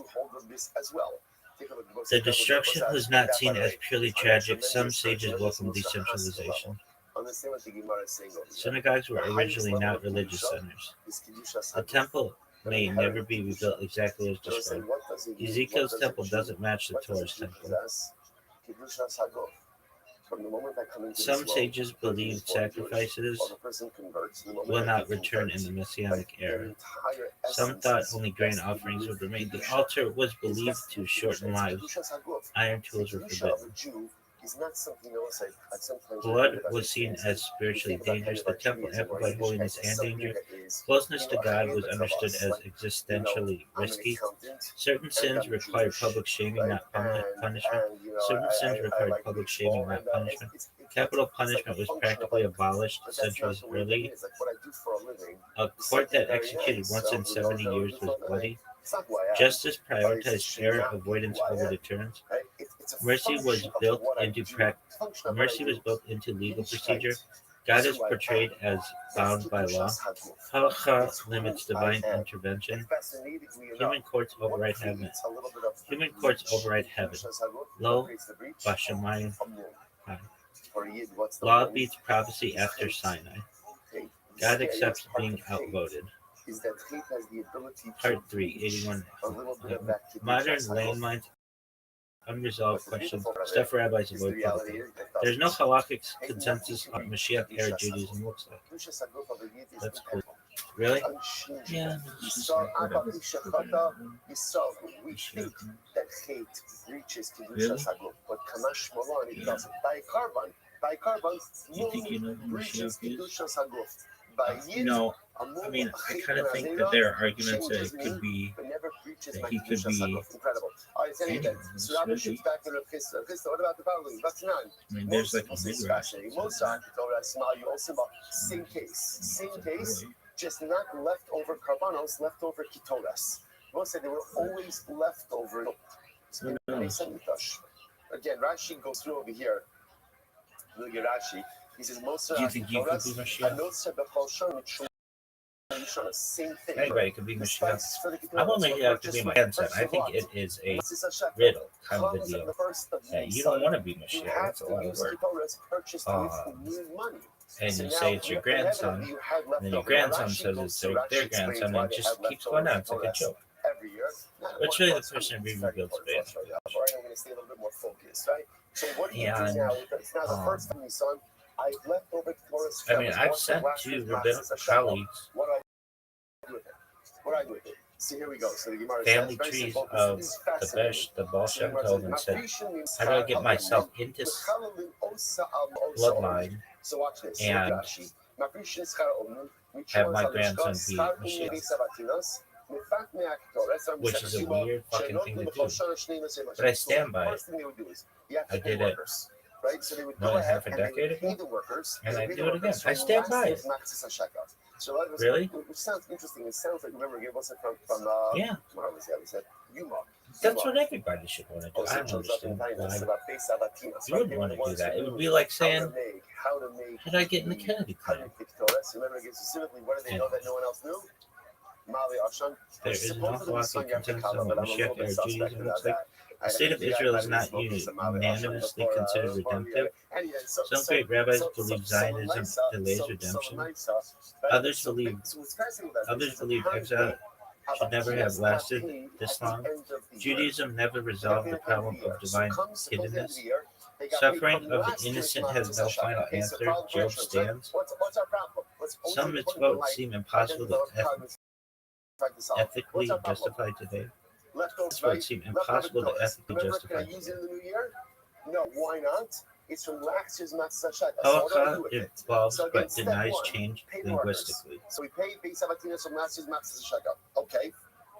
Now watch this. Mincha sometimes beats After we law, receive that money, which is next interesting. Communal stability often outweighs textual correctness, and I think that happens. Communal stability is so important. Women's roles were historically broader than later practice. Some exclusions are sociological, not theological. Some exclusions are sociological, not theological. Conversion standards have fluctuated widely. Ethnicity and religion were never clear. Ethnicity and religion were never cleanly separated. Judaism does not claim exclusive access to truth. Righteous non-Jews fully share in Olam Haba. The Torah was never meant to be self-interpreting. Contraction is a feature, not a bone. Contradiction is a feature, not a bone. Certainty is viewed with suspicion. Judaism optimizes for survival, not liberty. Judaism optimizes for survival, not liberty. The meta secret. Judaism isn't about knowing secrets inside unresolved tension without collapsing. That's why. Remember what we just understand what we're trying to do. It's not a scheme. It's very Cool. true. What We're very won't a transparent about what rabbi we're trying to generally do. say from We're the trying to pulpit? go ahead. We I have mean, a like problem. Because we 50 have things. leftover sanctified items from last year's Matzah Shechel, which Look we at this can't use this athleticism. year.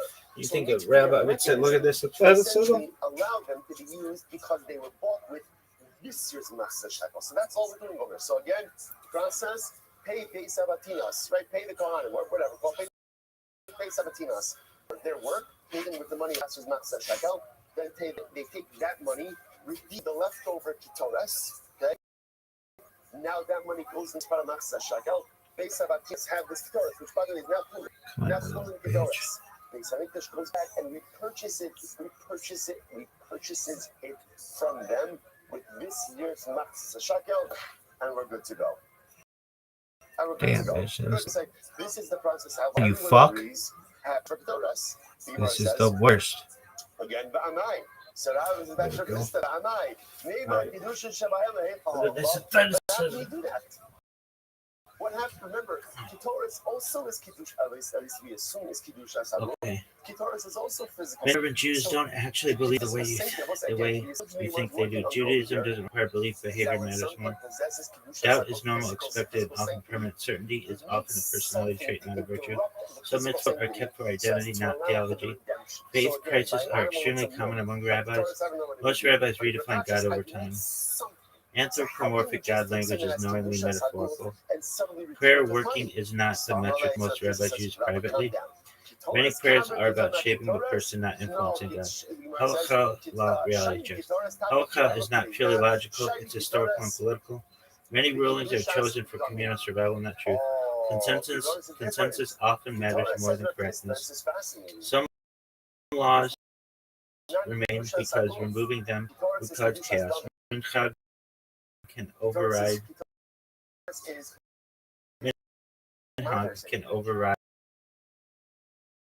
law more than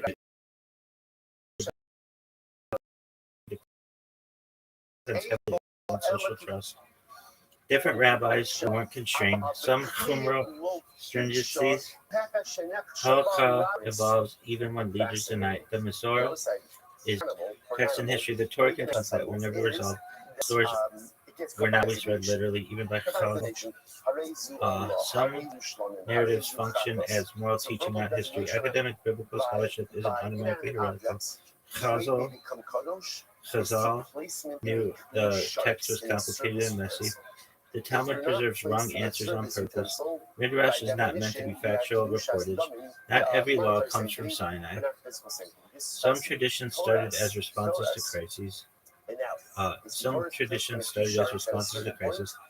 Judaism absorbed and reacted against surrounding cultures constantly. Community and power. Shuls are social institutions before they are theological. Keeping people in matters more than ideology. Money affects decisions anyone admits. Oh yeah, it's so true. So shockingly true. Lay leadership often has more power than rabbis. That's absolutely true as well. Shockingly true. People don't want truth, they want reassurance. Sermons are good to avoid destabilizing listeners. Not every question should be answered publicly. Some people are better off with simple faith. Unity is often prioritized over intellectual honesty. I agree. Rabbis self-censor constantly. Modern discomfort. Some mitzvot conflict with modern moral instinct. Some mitzvot conflict with modern moral intuitions. There's no clean solution to that tension. Not all suffering has meaning. The Holocaust shattered many classical theologies. Redemption timelines failed repeatedly. Messianism is spiritually dangerous if mishandled. Israel theology is deeply unresolved.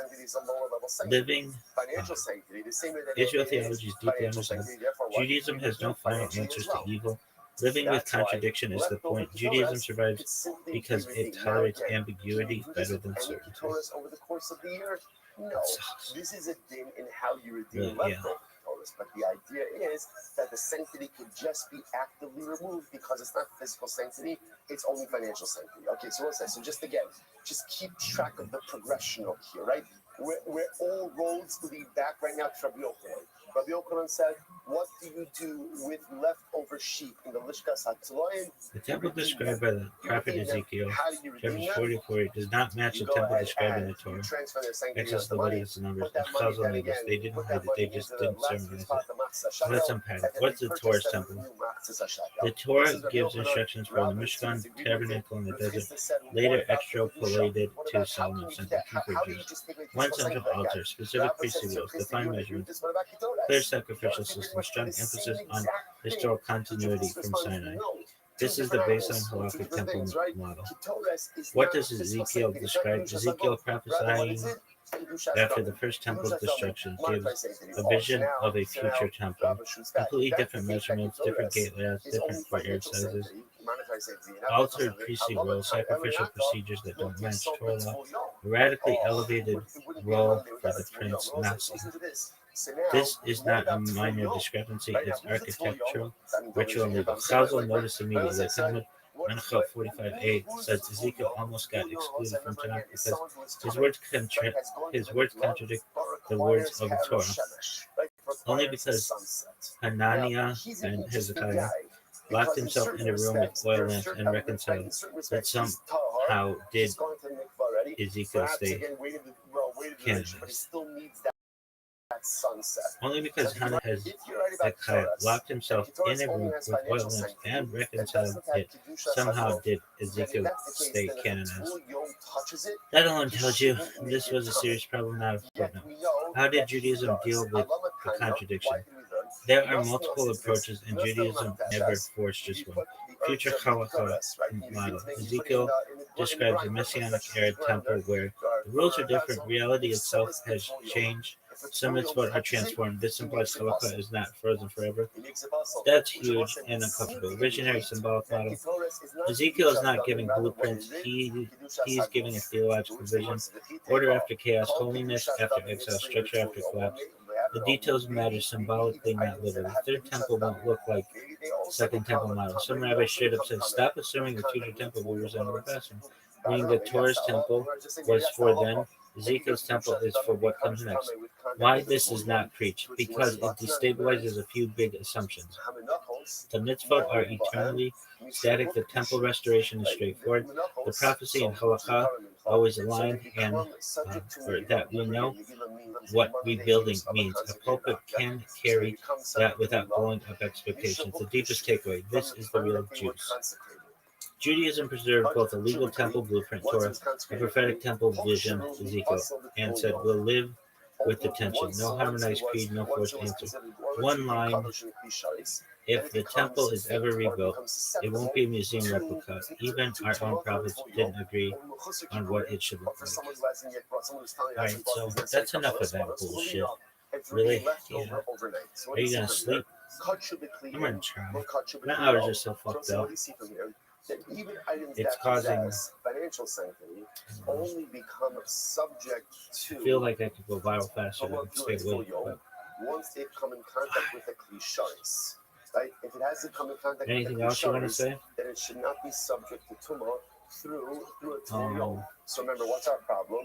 Our problem is that we just said before that if the Tvul Yom touches Ketores, the Ketores ultimately becomes tamei, which would seem to indicate to us then that what? That Ketores is not simply Kedushas Damim, rather it must be something else. Elamai, Kedushas Hagufi.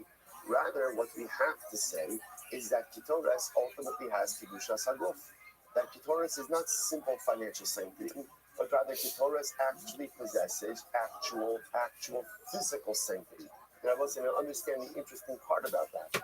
Even now, what we're suggesting is that Ketores has physical sanctity, even though what? Oh, what about? It's never been in a Kisharis, never been in a service utensil. So it must be that the act of putting the Ketores into the Machtashas, right? The act of putting the Ketores into the grinder. Why doesn't Chabad celebrate the New Year for the trees that much? But if that's the case, so let's say so there's like a lot of moving pieces over here. If indeed, Ketores has Kedushas Haguf, then ultimately it should become possible with Lina. What's Lina? Lina ultimately means being left overnight. Chabad doesn't downplay Tu B'Shvat, it reframes it. Less fruit platter mysticism, more inner work and avoda. Here's the Chabad logic. So, happy Tu B'Shvat a little later. Tu B'Shvat. Okay, Chabad is very wary of folk Kabbalah. Tu B'Shvat, as we know it today, big fruit spreads, mystical Seder, Ari-based symbolism. That comes mostly from Sfat, era Kabbalah, and later Mitzvah. Chabad's approach: don't perform mysticism, understand it. So instead of ritualizing symbols, Chabad translates into psychology and service of God. Tree equals human being. Chabad leans hard on Ki Ha'adam et Chaseda. A person is a tree, so Tu B'Shvat becomes about roots, faith, trunk, discipline, roots, faith, Muna, trunk, discipline, Kabbalah, all branches, intellect, fruits equals mitzvot that affect others. That work isn't seasonal, it's daily. Chabad prioritizes what changes behavior. Chabad does the practice make someone more Jewish tomorrow? Fruit symbolism doesn't always do that. So you'll see Chabad's focus on learning a ma'amar, giving tzedakah, strengthening Torah study, practical mitzvah, not a big mystical event. The Rebbe doesn't talk. The Rebbe did talk about Tu B'Shvat just differently. The Lubavitcher Rebbe spoke about Tu B'Shvat a lot, but framed it as growth takes time, invisible development matters, consistency, bursts of inspiration. Very Chabad, very unflashy. Chabad avoids over-celebrating non-biblical holidays. Tu B'Shvat isn't a Yom Tov Chag Azman Cherub. Chabad is cautious about inflating minhag to obligation. What Chabad actually does on Tu B'Shvat typically eat fruit, especially from Eretz Israel, say the Paracha with Kavan, Nesecha, or Ma'amar. Talk about growth and chinuch. Emphasize helping another Jew bear fruit. Quiet, intentional, no spectacle. Chabad doesn't celebrate Tu B'Shvat less, it celebrates it inwardly. Less fruit mysticism, more personal growth. What are the 5 new years of Judaism? There's Tu B'Shvat, there's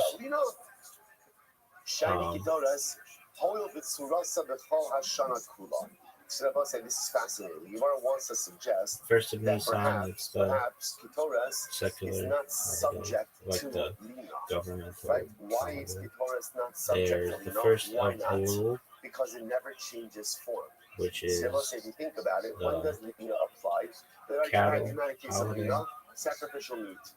There's Rosh Hashanah, Meat out overnight. which What is happens? the It religious changes. holiday, Like, it New looks Year. different. It looks different. So What what I'm else? suggesting is that perhaps Lina only applies to things which look different if left out.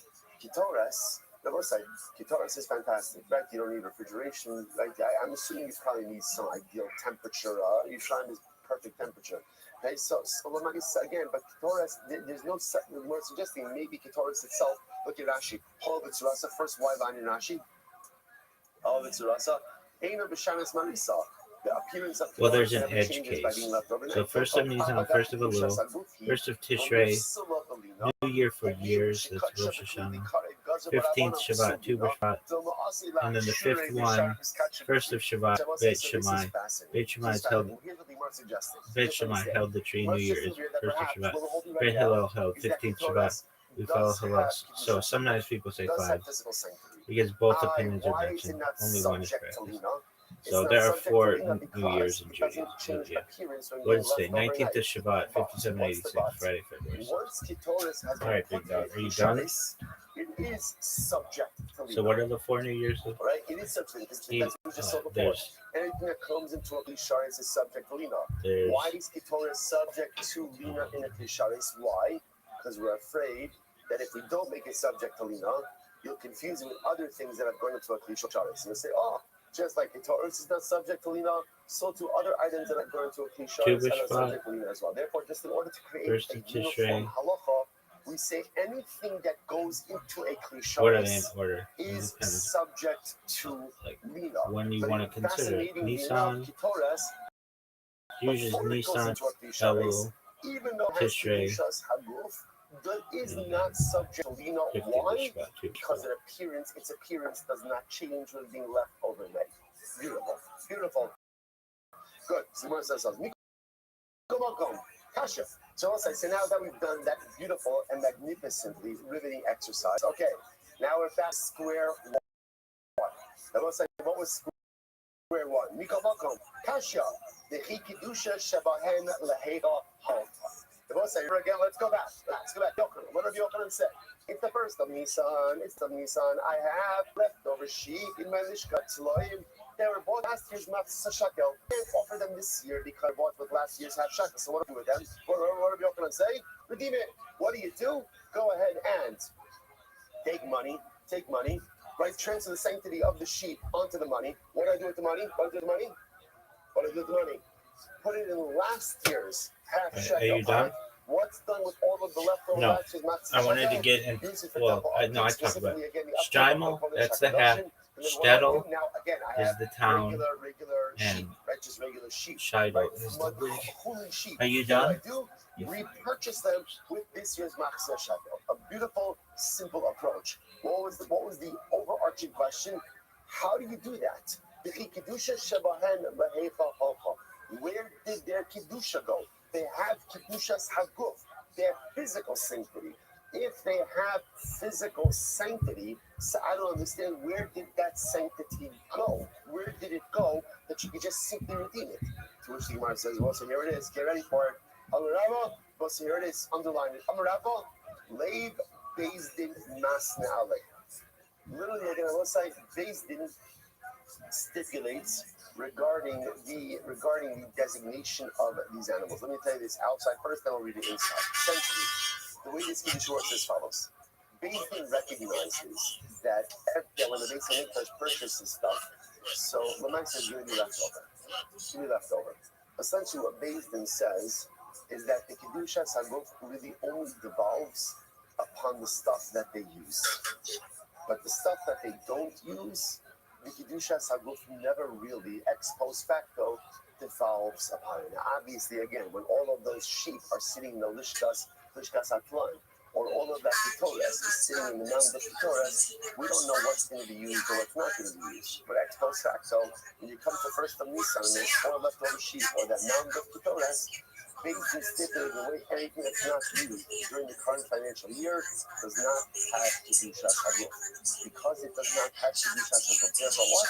It can be easily refused. Beautiful. I wasn't thinking now let's see this. Literally translated, Beis Din Masna Ale. So literally again, the heart of Beis Din makes a tnai. I think Beis Din makes a condition about these items. Look at Rashi.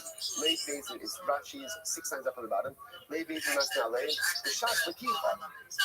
The time that these items are purchased. When we're talking about Ketoras, when we're talking about sheep. So on sheep right now. So when we're touching Kedusha Saguf, Ella had 3 things of Lashana. B'chol midi d'tzibor nostim Beis Din lei. Shabbos says, so remember again, this has to do with journals. From Asian, the Jewish court, Sanhedrin, Chazal, has control over monetary matters of Klal Yisrael, which is actually quite fascinating, because what it sounds like is we always assume that was the case for us regular people. Apparently, the concept even of like Hefker days and Hefker is apparently over temple. I love this. Finances as well. It's an finances as well.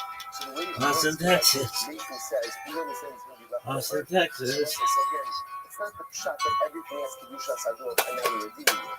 It's because our structure is only Austin, Texas. Oh, it's so funny. Anything left over. Never had Kedusha Sador. If it never had Kedusha Sador, then what? They don't redeem it at all. That's why you can't go. Because remember again, we're sitting in the base on the Kesh. That's going to look very strange if you just take sheep that just live the last thing of Rish Kasat Koren, and now suddenly you're there and you're making a barbecue. Right? That's not going to be that. So you have to undergo some mechanism, ultimately of redemption, but just understand, we start to have problems when you're doing something that has physical sanctity without the emergence of a limb or anything else. Kamash Malon, Leib Beis Din Masna, that's kind of how it works. The way it works is, Beis Din says, only what you use has Kedusha Saguf. What you don't use never has Kedusha Saguf to begin with. That's absolutely incredible. The Rashi ends up in the Cholidi the Tzibor, knows the Beis Din lay. Any matter concerning the Tzibor, Beis Din, he says, it's actually a very funny, a very beautiful phrase. And the Cholidi the Tzibor, anything concerning the Gans Klal Yisrael, knows the Beis Din lay. Beis Din took their heart. when engagement is concerned regarding all community matters, and therefore halacha l'maisa again, it said only what you use has to be shasaguf, what you don't use does not have to be shasaguf. That is loud. So let's say this is lava. So this is lava now we're interpreting Rabbi Yochanan. Incredible. And the Gemara says, what's not really the man. And if the Chazal said, if you need it, you need it. Remember to read the sheep. Or whatever's left over, you can just simply redeem it with money. And you get to go. Incredible. So the Gemara says as follows. If that's the case, I'm going to evaluate. The Hamadu Za'amar, Fixpish Zachar Medama, to publish Kedusha Sagir. But Abai Ziyada, but I was explaining the problem that you only said that there's even no such thing as being Makish and animal for financial savings. You said that a local myself, Rashi's example is if you're Makish an iron, like if you take a ram and you say, I hereby Makish this ram for its financial savings, the animal essentially automatically applies to this assembly. But whenever you consecrate an animal consecration always results in Kedusha Sagir. So I don't understand. Once these sheep are designated, how do you avoid them being vested with Kedusha Sagir? Well, Kasha, Haza Amar L'Dmei Allah, Haza Amar L'Dmei Allah. Everything is in how you phrase it. You get early access of the show on Patreon. Everything is actually this Rashi, by the way, is on the base. If you just turn on the base for just a moment, you see that top Rashi is still on the dollar. Hard on the Gemara, the army uncovered Kedusha Sagir, the Dama, the Hadi, the Dama, right? Yeah. When you designate the animal, you say that this animal should be for Allah, which is what the animal is fit for. That animal is automatically vested with Kedusha Sagir. But Allah for myself, let's say you say this animal should be for yourself. I'm not saying the suffering is a wine migration. So what does that mean? It means you're vesting the animal with financial sanctity and not with physical sanctity. So halacha l'maisa, you can see that you can designate those on a personal level. If you want to designate an animal with financial sanctity and not physical sanctity, you have to designate it for something other than carbonic purpose, like misafra. Misafra is a purpose from wine. But again, here, Dave's getting nasty all around, and essentially Dave's instructions that once again, what you're going to use has physical sanctity, or if you're not going to use only has financial sanctity. Incredible. Back to it. So these cases are just incredible. Listen to this. You have your power of this fire is going to become this is right? So remember, these are your kavanas from Yom Kippur. So power of Yom Kippur. Shafted, they got lost. They lost. Can you imagine somebody losing their jobs, right? Someone's getting fired. Right? So they lost the kavanos of Yom Kippur. Okay, but no problem. They didn't push Achim and Kaptein. Right? Find another. Listen, by the way, just in all seriousness, can you imagine that moment in the basement of Josh? Right? It's Yom Kippur. Like, okay, hey, Uncle, can you get the pie and sell it? Right? And that moment when they realized that they lost it. Like, can you imagine it? Listen, there's such a tremendous social hospital. What happens after that moment is probably like a pop what does it mean? What do we do? What's next? What is telling us? And then what do they do afterwards? Then what do they do? Right? You just get a replacement. Once in life, there are often problems that present themselves that seem tremendously overwhelming and scary, and it's easy to get paralyzed by the challenges of life. What do you do when faced with a challenge in life? Create and orchestrate and choreograph a solution. Don't get paralyzed by the problem. Be solution-oriented in your life approach. So yeah, they lost the kavanos of Yom Kippur. It's traumatic reading it. Like, Yom Kippur, you lost the kavanos. Okay, there's a problem. Find the solution. Then what happens? So they go ahead and they separate out the kavanos. Fine, no problem. On the base, the thing is, Siri Avodah shout out to, right? Similar again, once you have Siri Avodah right? Which were again a seer that was these are the kavanos that are. That says over here. Sibot shechatu ba'avodah ba'araz. This is all of the Shem B'chata. So it's like these are the kavanos Klal Yisrael, through the instruction of David, accidentally worshipped Avodah Zarah. Okay, so what happened? Same thing. They had these kavanas designated, and then it was lost. And what happens? And halacha l'meisa, they went ahead and they separated out new kavanas. The most saying the part that's not written over there. What happens? Then they find the old ones. So after Yom Kippur, they find the lost harvester. After they offer up the carbon by Avodah Zarah, they find the one that was lost. So what do you do with these found animals? What do you do with them? So the Gemara says, "Come on, you need to the Yehuda." Yehuda says, "You have to let them die." The lost animals that were now found, you let them die. Rashi says, "They're full of musu." So the don't see how to go. You stand by and you must see the cover the leg outside. You do the leg out. How about eight England will be against the Golden Shanabal? So every lecture of having a distribution. What about the musu giving traffic solutions? So Yehuda said, "Simply is very good with these kavanas because you can't leave them for next Yom Kippur because if you leave the next Yom Kippur, you already aged out, right? Because the sacrifice of Yom Kippur has to be under a year old." So there's nothing to do with them. Same thing for Avodah Zarah. Our covenant has already been used. So Yehuda says you have to just let the animals die. Because Allah Shimon no, you don't actually stop it. No, let them grow until they develop a month. The Yikuru, sell them. The Yikuru in the Bible. And ultimately again, use the money. In other words, let them develop a month because they have to use us again. Let them develop a month, sell it off,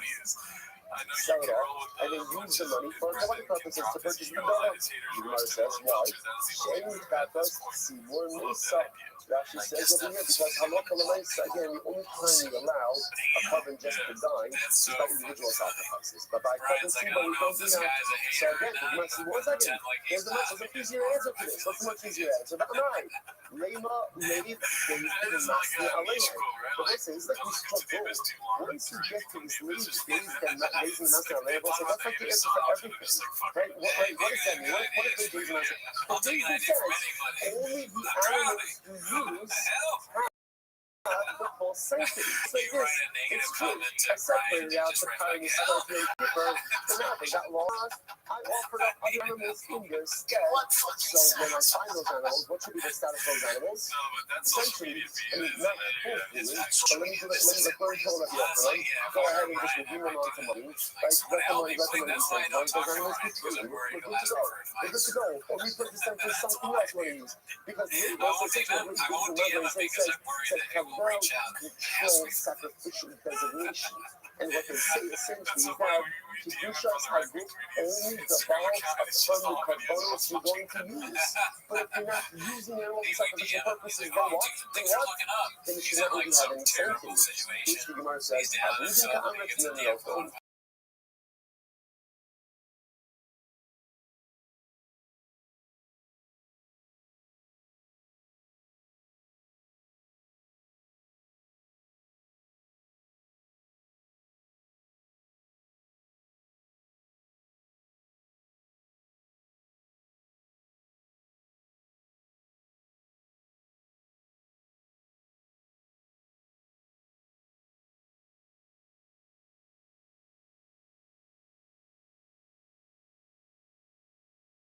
this whole baking thing, we don't get into that. Instead, again, either we go ahead and punch and use let it die, or punch goes over shitting, let it graze until it develops. And then we do it like a manufacturing develop. Okay, so do like this. So this is actually very interesting. Very interesting to see is that this concept of late date and not is only applied to normative cases. But what we'll call to exception cases, it's not applied. Much is really paradigmation. But not paradigm. Was is great. Literally everybody's coming to the party today, right? We've got Jim Kippur, we've got Paradigma, we've got Torah, we've got Jewish gospel, everything. So that Paradigma is considered to be an uncommon scenario. And we'll say, you know what we're going to do? We're going to stop over here. We'll say, now, again, as I go from the beginning, we're going slow and steady.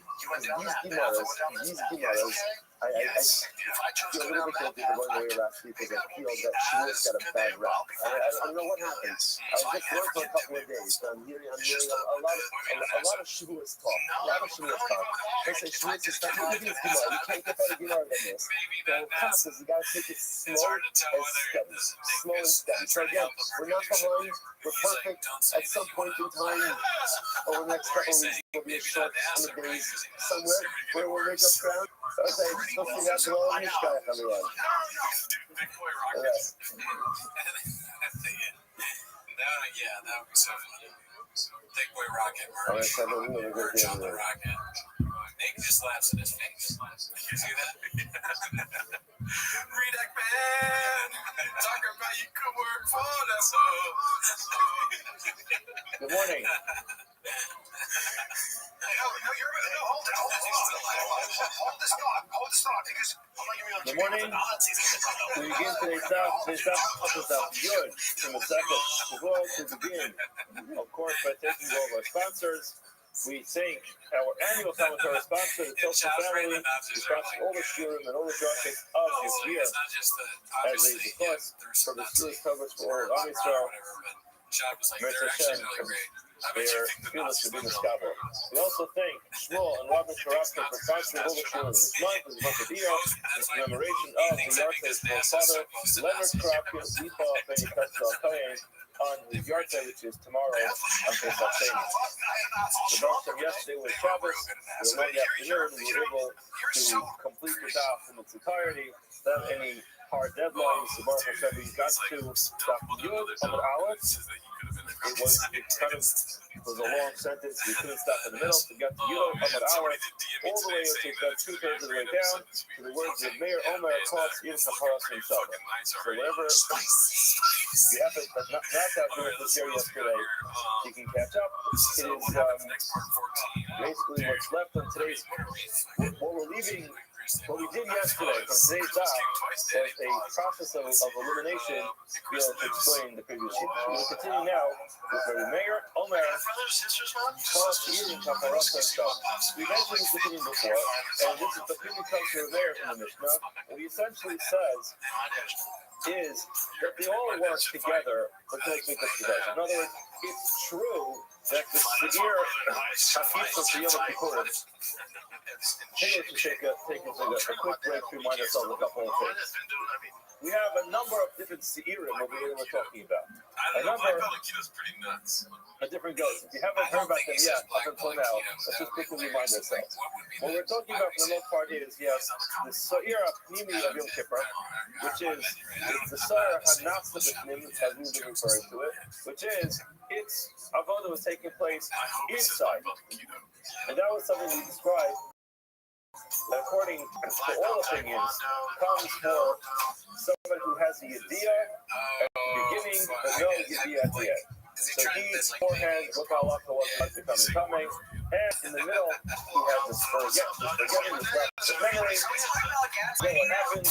He eats something which is tough. He eats the carbon while he's coming with groceries to the mikvah, and then he doesn't ever find out about it. In other words, the last memory stays with him. After the Sawyer, after the Pnim goes to the birthday. Then we have another one, which happens on Yom Kippur, which is the Sarah Pizza. This is not the Sarah Nafsa Pnim. This is done probably outside, and that is something to a big focus when it comes to do. But everyone is of the opinion that it works for a person who does not know about it at the end, the beginning, but knows about it at the end. So everybody agrees. It will come to a point for a person who did not know anything about Torah before he acted in the Torah, and then at the end, he found out, he's like, oh, I didn't realize I was coming, or I know that while someone can go to the mikvah, to these karbanos, and then he finds out about it at the end. And then we have Seirim with Haragal. We have the Seirim that are brought on Yom Kippur, and there again, we have, for the most part, everyone's going to agree that works for somebody who we told him yesterday, the person who's completely neglected. In other words, he does not know at the beginning it's a problem with Torah, he does not know about it at the end, he violates the Torah, he doesn't find out about it ever. So the Seirim are Haragal come to atone for that person. And then we have Seirim Rosh Hashanah. We have the goats that are brought on Rosh Hashanah.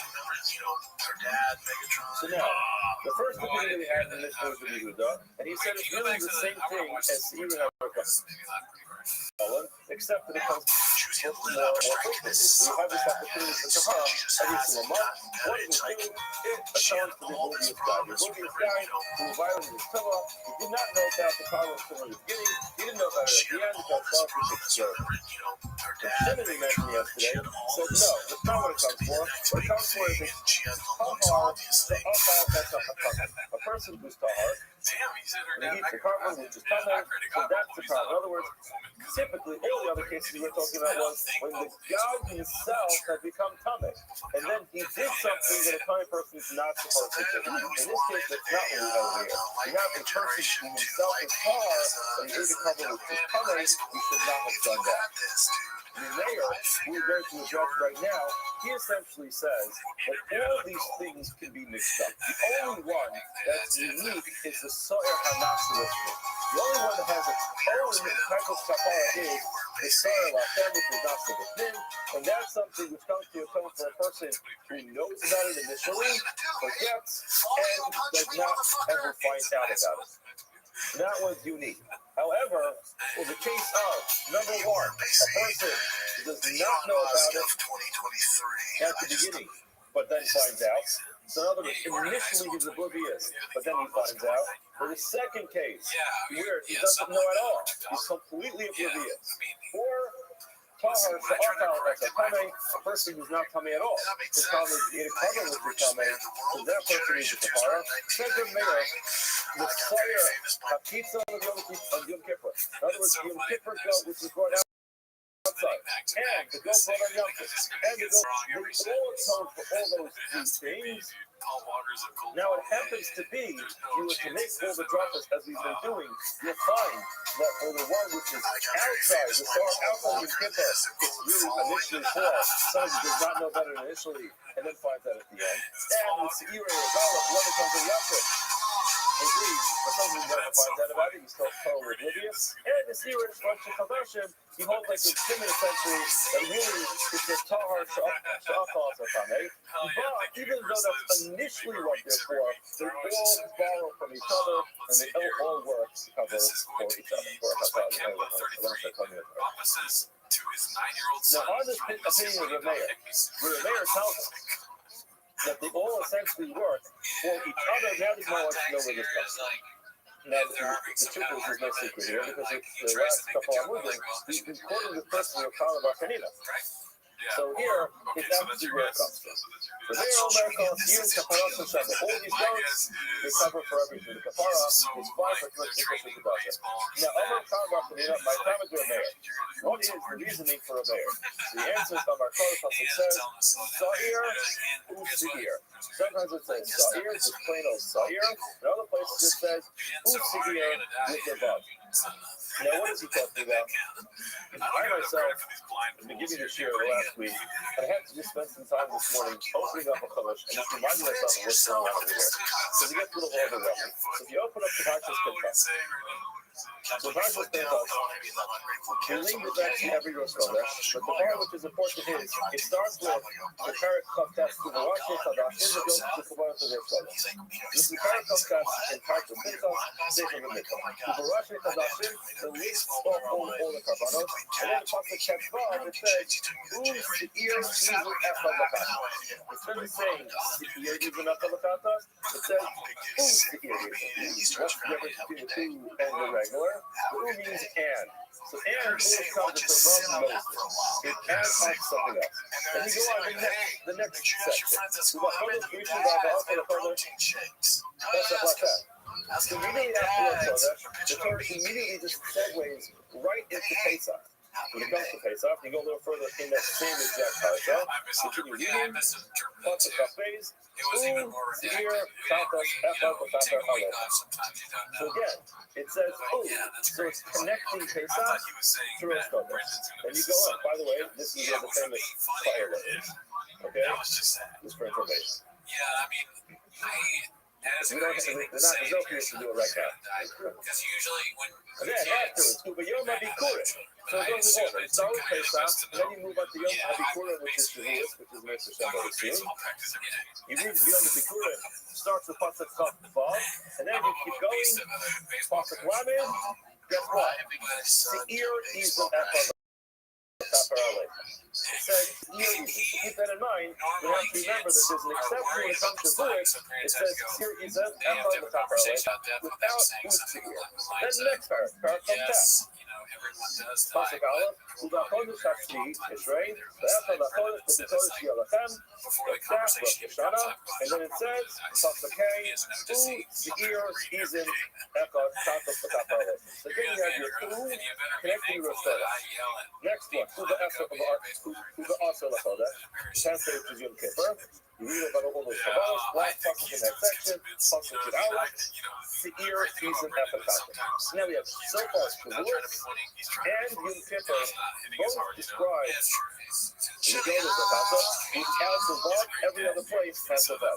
Yes, the Vachamim used to also Yom Chodesh Hashvi on the 15th day, which is Sukkot, and then it goes through every single day, pasuk Tezayin, Seir Izim Echad L'Kaper.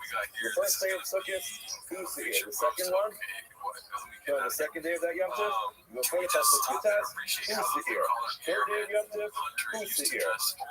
Fourth day, pasuk Hey, Seir.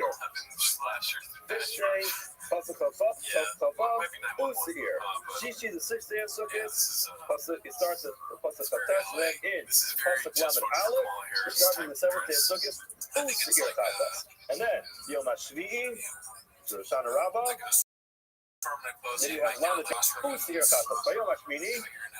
Then you have Shmini Ataras, which is pasuk Lamed Hey, 12 couple of Sukkot to Lamed Tes, Seir. Basically, you have all the way from Pesach through Shmini Atzeres, all the cases it says Seir Chatas have done. The food is not necessary, except for Shavuot, say Seir, and Kippur does not say Seir. No, Tama Bartanina is saying, my time is the mayor on my cross, Seir. It says Seir, but it adds on the extra word, the extra letter of love.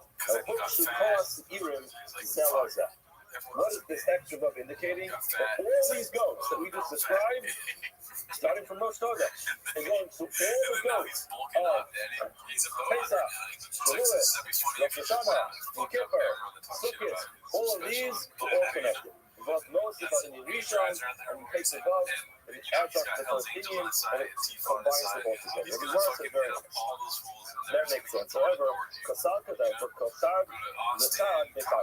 it seems like what we're saying is you start with Rosh Chodesh and you build up from Rosh Chodesh to Pesach, and then Pesach to Shavuot, and then Shavuot will connect to Rosh Hashanah, then to Yom Kippur. Rashi goes through all this very methodically. If you look at Rashi's this first line, he says, "Shall Pesach Hasama L'Rosh Chodesh," and there's the first one in the parsha of Rosh Chodesh. So what will we connect? We connect Pesach to Rosh Chodesh.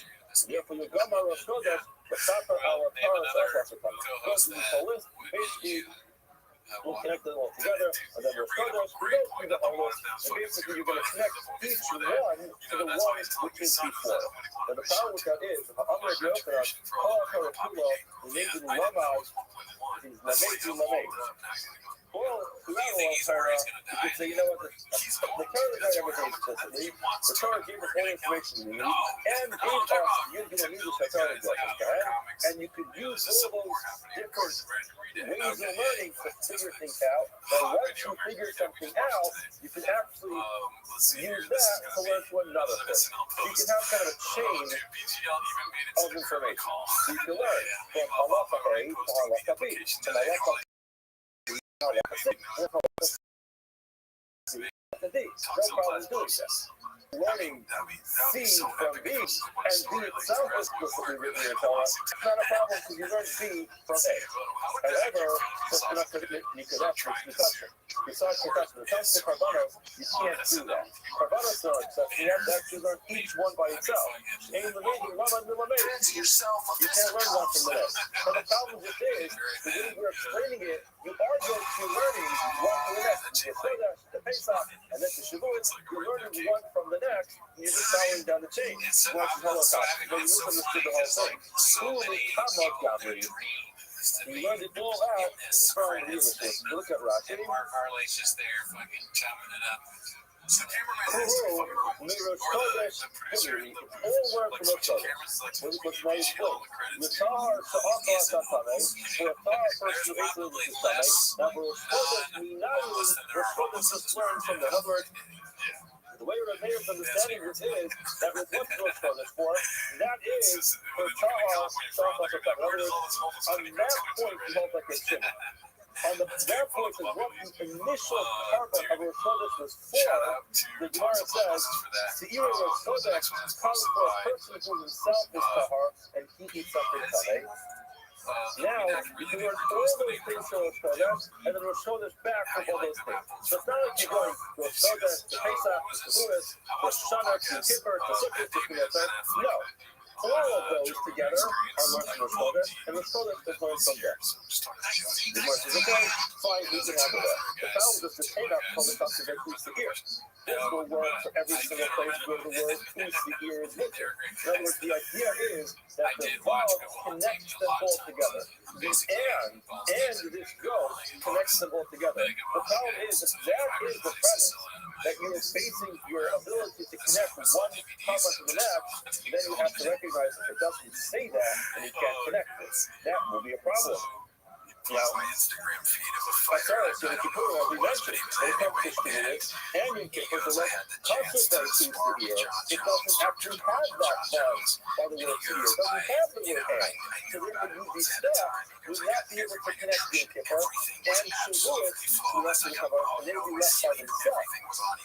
Now, if we did say this another, if we said each one connected to the one before us, that's not a problem, because you can still connect each one to the next. But if the ones that don't say each year, like Shavuos, and Yom Kippur, you can still say Yom Kippur will be connected to Sukkot, and Shavuos can be connected to Rosh Hashanah. The problem is this, now that we say that the four left together as it's connected by virtue of the hands, if it doesn't say hands, you lost it. You know what? You're right. That's not where it comes from. That's not where Mary was living. I like the song, the pasuk says, "In the castle of San This is exactly it's in the same exact part. The last pasuk in the Torah, after listing all of these kavanos together, it ends up as follows: Ela tasu Hashem v'moadechem. This is what you should do on your moed, your set times.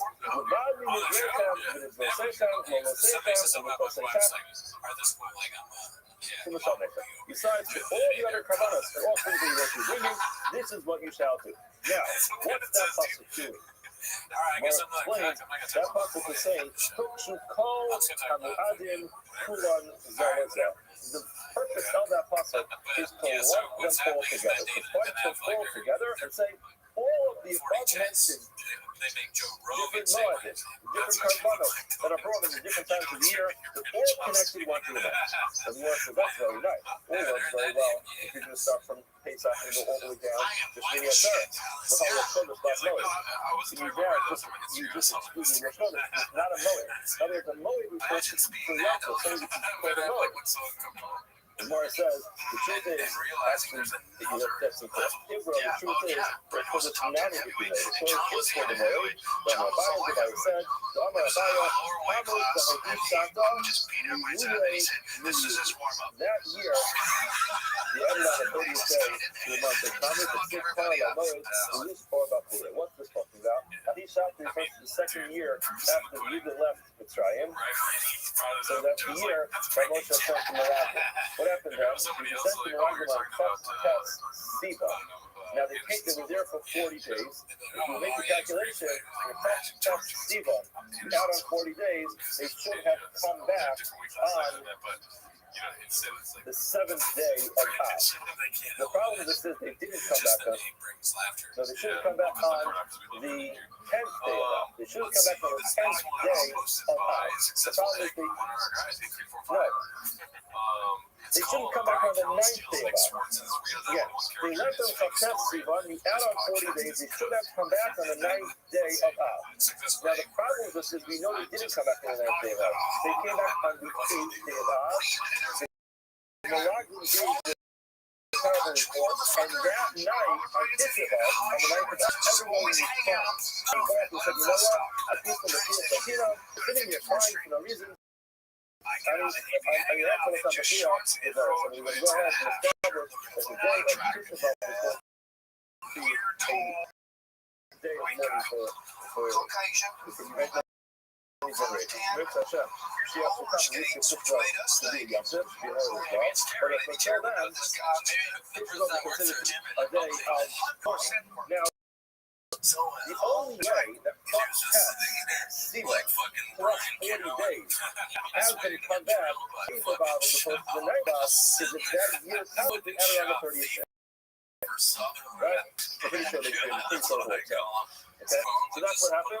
So what's this pasuk talking about? This pasuk is here lamenting the fact Kara Alai Mishpa Bakira. In other words, we call Alai Moed is referring to so that's Mishpa Bakira ultimately destroyed the again, just a reference that he referenced an extra Rosh Chodesh. We called it a Moed. We just see that he called Rosh Chodesh a Moed. So incorrect. He told Rosh Chodesh is not considered Moed, it is considered Moed. Raya is from Yirmiyah, and he said Kara al Moed, and he was referring to Rosh.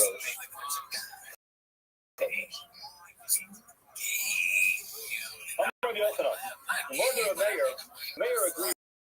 The Sarah Massive in the Matapa, Kapara Son, in the Matapa Kapara. We mentioned this earlier, but we don't. Says that Sarah not with him stands alone. In other words, the Sarah not across the land that service outside, the youngest goats, and the service goats, all those, they have their initial thing that they're there for, but ultimately it's on for all three. The only one that's an exception is the Sarah not with him. That one's by itself. That one is known for, as we said, the idea of Akila. The person knows about it initially, he violates the Sunnah, and he never finds it. That one stands alone. So he explains, Kaparatsan, that one does not serve for the other types of the other cases that we mentioned. Kaparatsan, and it's out there, the Eno, Masapa, Kaparat. That one only actually the time for one day. And the Sapa Kaparatsa, the other one, the Koda, the Yamtit, outside one, and the Sapa Kaparatsa. That one is that particular Kapara, Zulu, Hey, Alakam, Tashana, this will only come once a year, and that is with our trauma of the Sarah Hafsin on Yom Kippur. So again, to know better initially, and then forget the whole thing, you only have one opportunity to Kapara, and on the after you want to the outcome of the same thing. So very clear. To aid, but you deal with it, the complete person is completely oblivious. That's number one.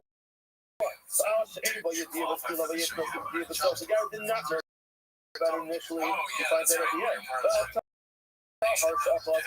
That's the other case. The person who himself is star, somebody would just come all of those. See where he was going, see about his production, so not to go. That's the other good for the same. You were good there. However, you were quickly, you low, how sorry I'm not the thing. Shira, that was our tail. We come from outside, Shira. It's the car was remotely working together. He's always bunching together. The goats on outside the kipper, the goats on the left, and the goat which is up on we'll go back to this. Hey, every single one.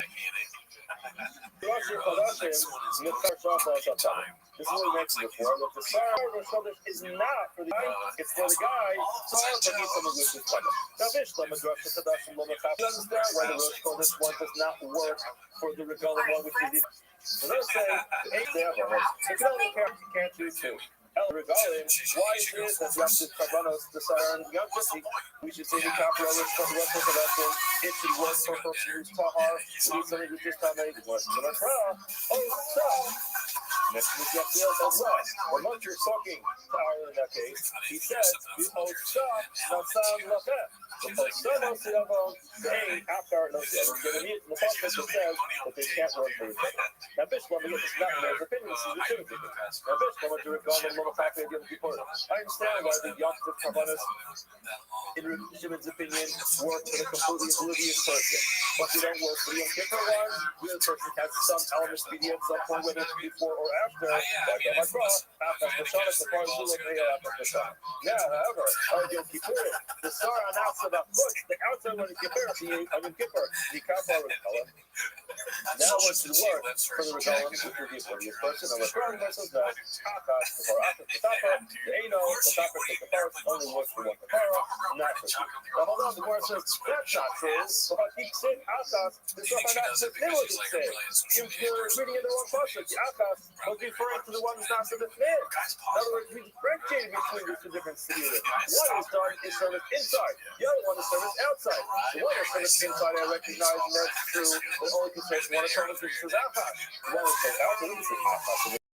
Here, where it says, Amakra, Novad, Yudah Leveis, Tata Sakipurim, it says over there, Novad Tata Sakipurim, and since it says Novad Tata Sakipurim, he loves them all together.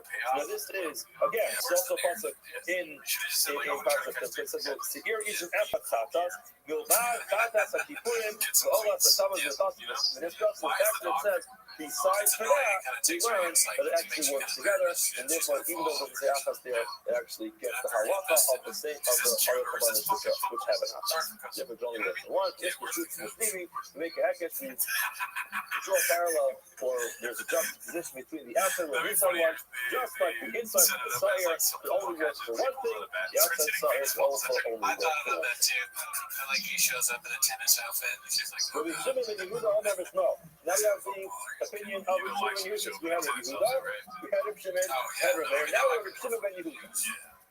What did he say? So he says the following. This one's posted by Handsome. He agrees with everybody, as we mentioned, that the Sayer Hatzmimi, the Saranat of the Fnins of Yom Kippur, that's the guy who knows initially and then forgets afterwards.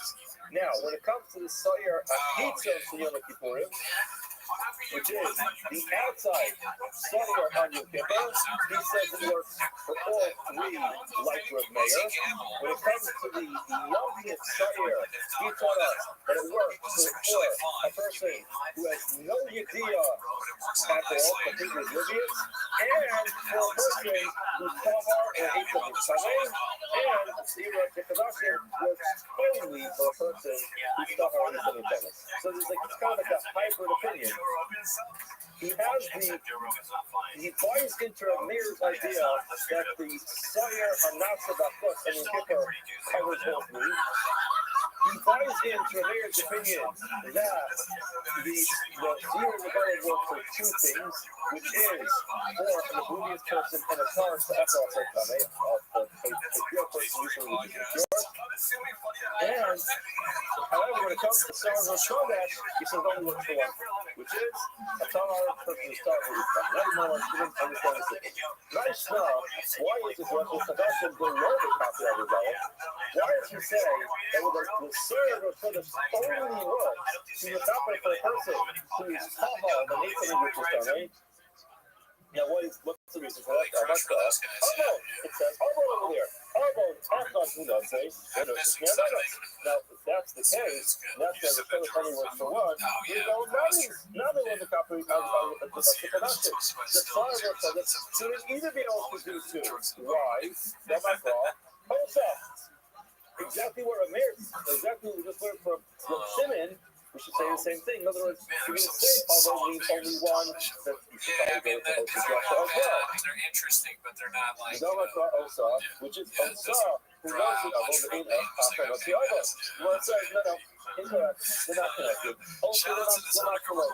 There's no problem with Osa. In other words, Osa is just saying you are terms because of stuff.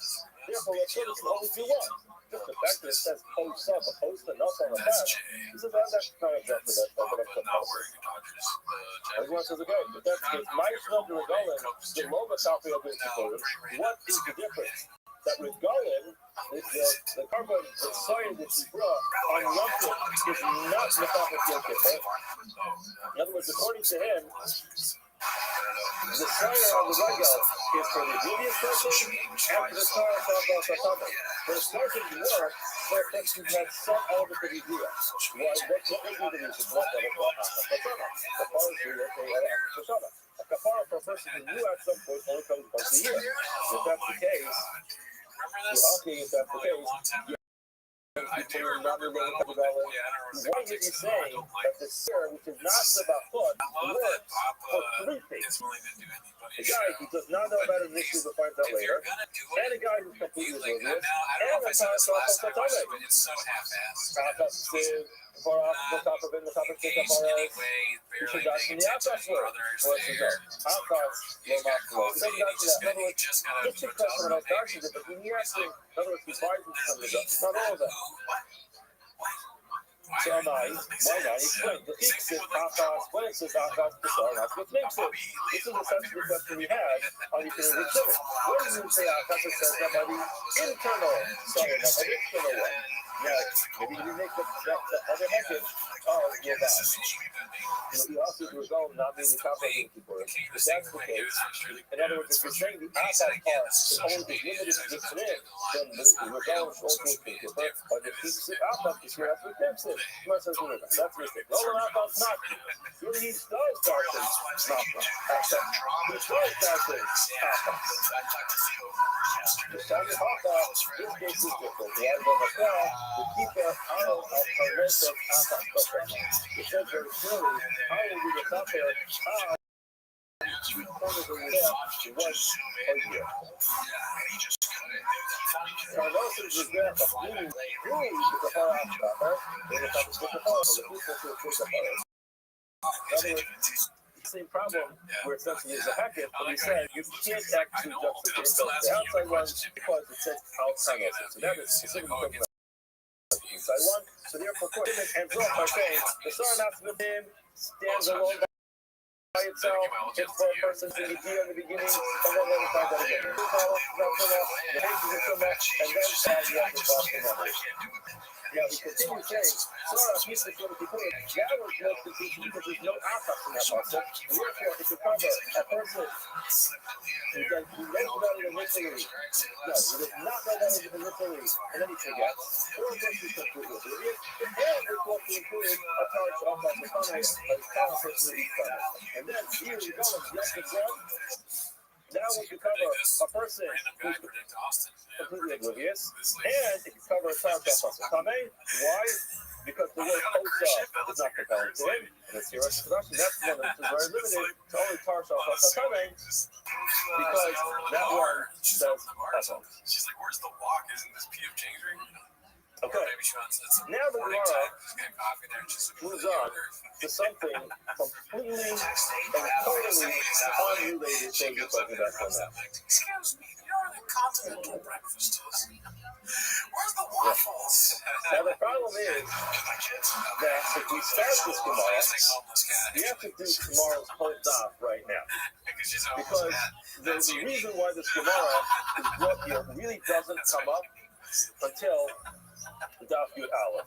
Gemara brings in this whole Gemara just mentioning to that. So I don't want to leave over so much of the Yammer. It's not my style. So I'm going to start it. We'll get our feet wet, but we'll have to continue tomorrow with this reminding us of this Gemara. How else does this follow? There are two ways the person can donate something to the base. And you have something which becomes Kedusha Stamim.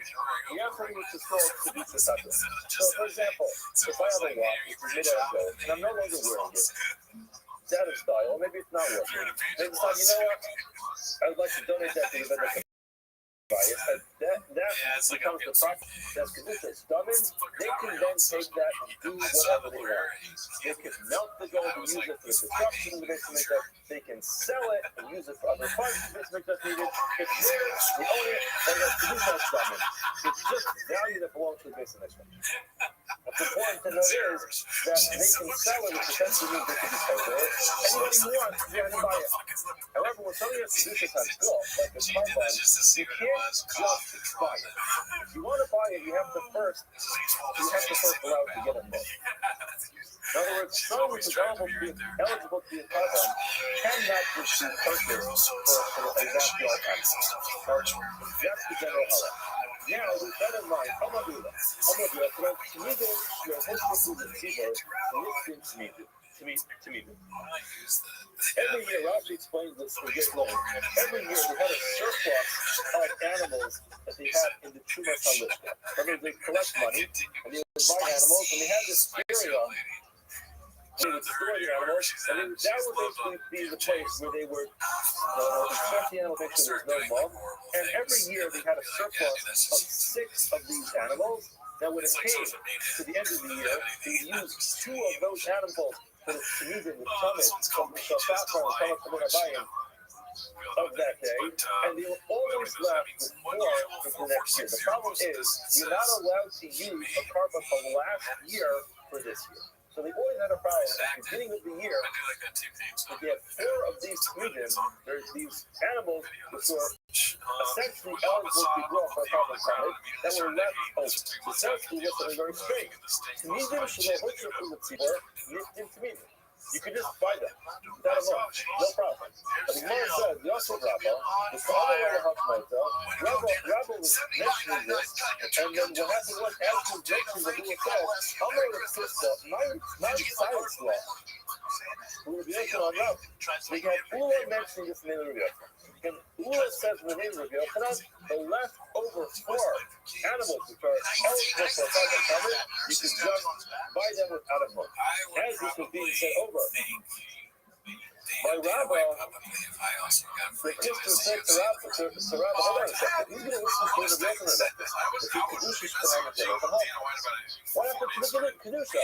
This is a carbon that has Kedusha's Hakguf on it, and therefore, you can't just buy it. That's Kedusha. You can't just allow it to be your backyard animal and eat it for a barbecue one day. That's not... Okay, you have to get a book first. I'm going to lay top, no Shinsbrook, no lower meaning to suspend it, or double negative over here. In other words, don't we agree that we don't say that, but non, having learned in the Mishnah, Moshe HaKetara, Mahayu Osaba, so similarly, they had when it came to these different spices that we use for the Ketaras, they always had some extra. What do they do with that? They just did their history. Now, there was this family called based out of Kinas. They were the only ones who knew how to properly make the Ketara. So now, there's a whole mission about doing this. Because you know, what they were doing is, they would separate this payment for this based out Kinas. They would redeem the leftover Ketaras onto that money. But most of also give that money to this family, to make up Kinas. Ketara as their wage. Now, what would happen is the Chosrim will look to Osa, the Truma Chada. They would then go ahead and buy it back from them with the new class. In other words, instead of selling it off to the street, it would be designed into the Ketara. Just put it on the market, everybody could go buy it. They would sell it to the base of Kinas, and then they would rebuy it. Now, according to you, why was that necessary? Maybe Kedusha should have had how can you just sell it? It has Kedusha. How can you just go ahead and sell it? Now, Amalei said to me, asking about Ketara. Ketara is shiny. Ketara is different. Why is Ketara different? How can we dollar? The Kedusha is Ketara is different because they're not a Kedusha Sajah, rather it's just Kedusha Sajah. Now, when we stop here in the middle of the sentence, because it really continues on for a long time, the Mark now just be grappling back and forth to figure out whether it's Kedusha Stomach or Kedusha Sajah, and ultimately, we're going to come back and back.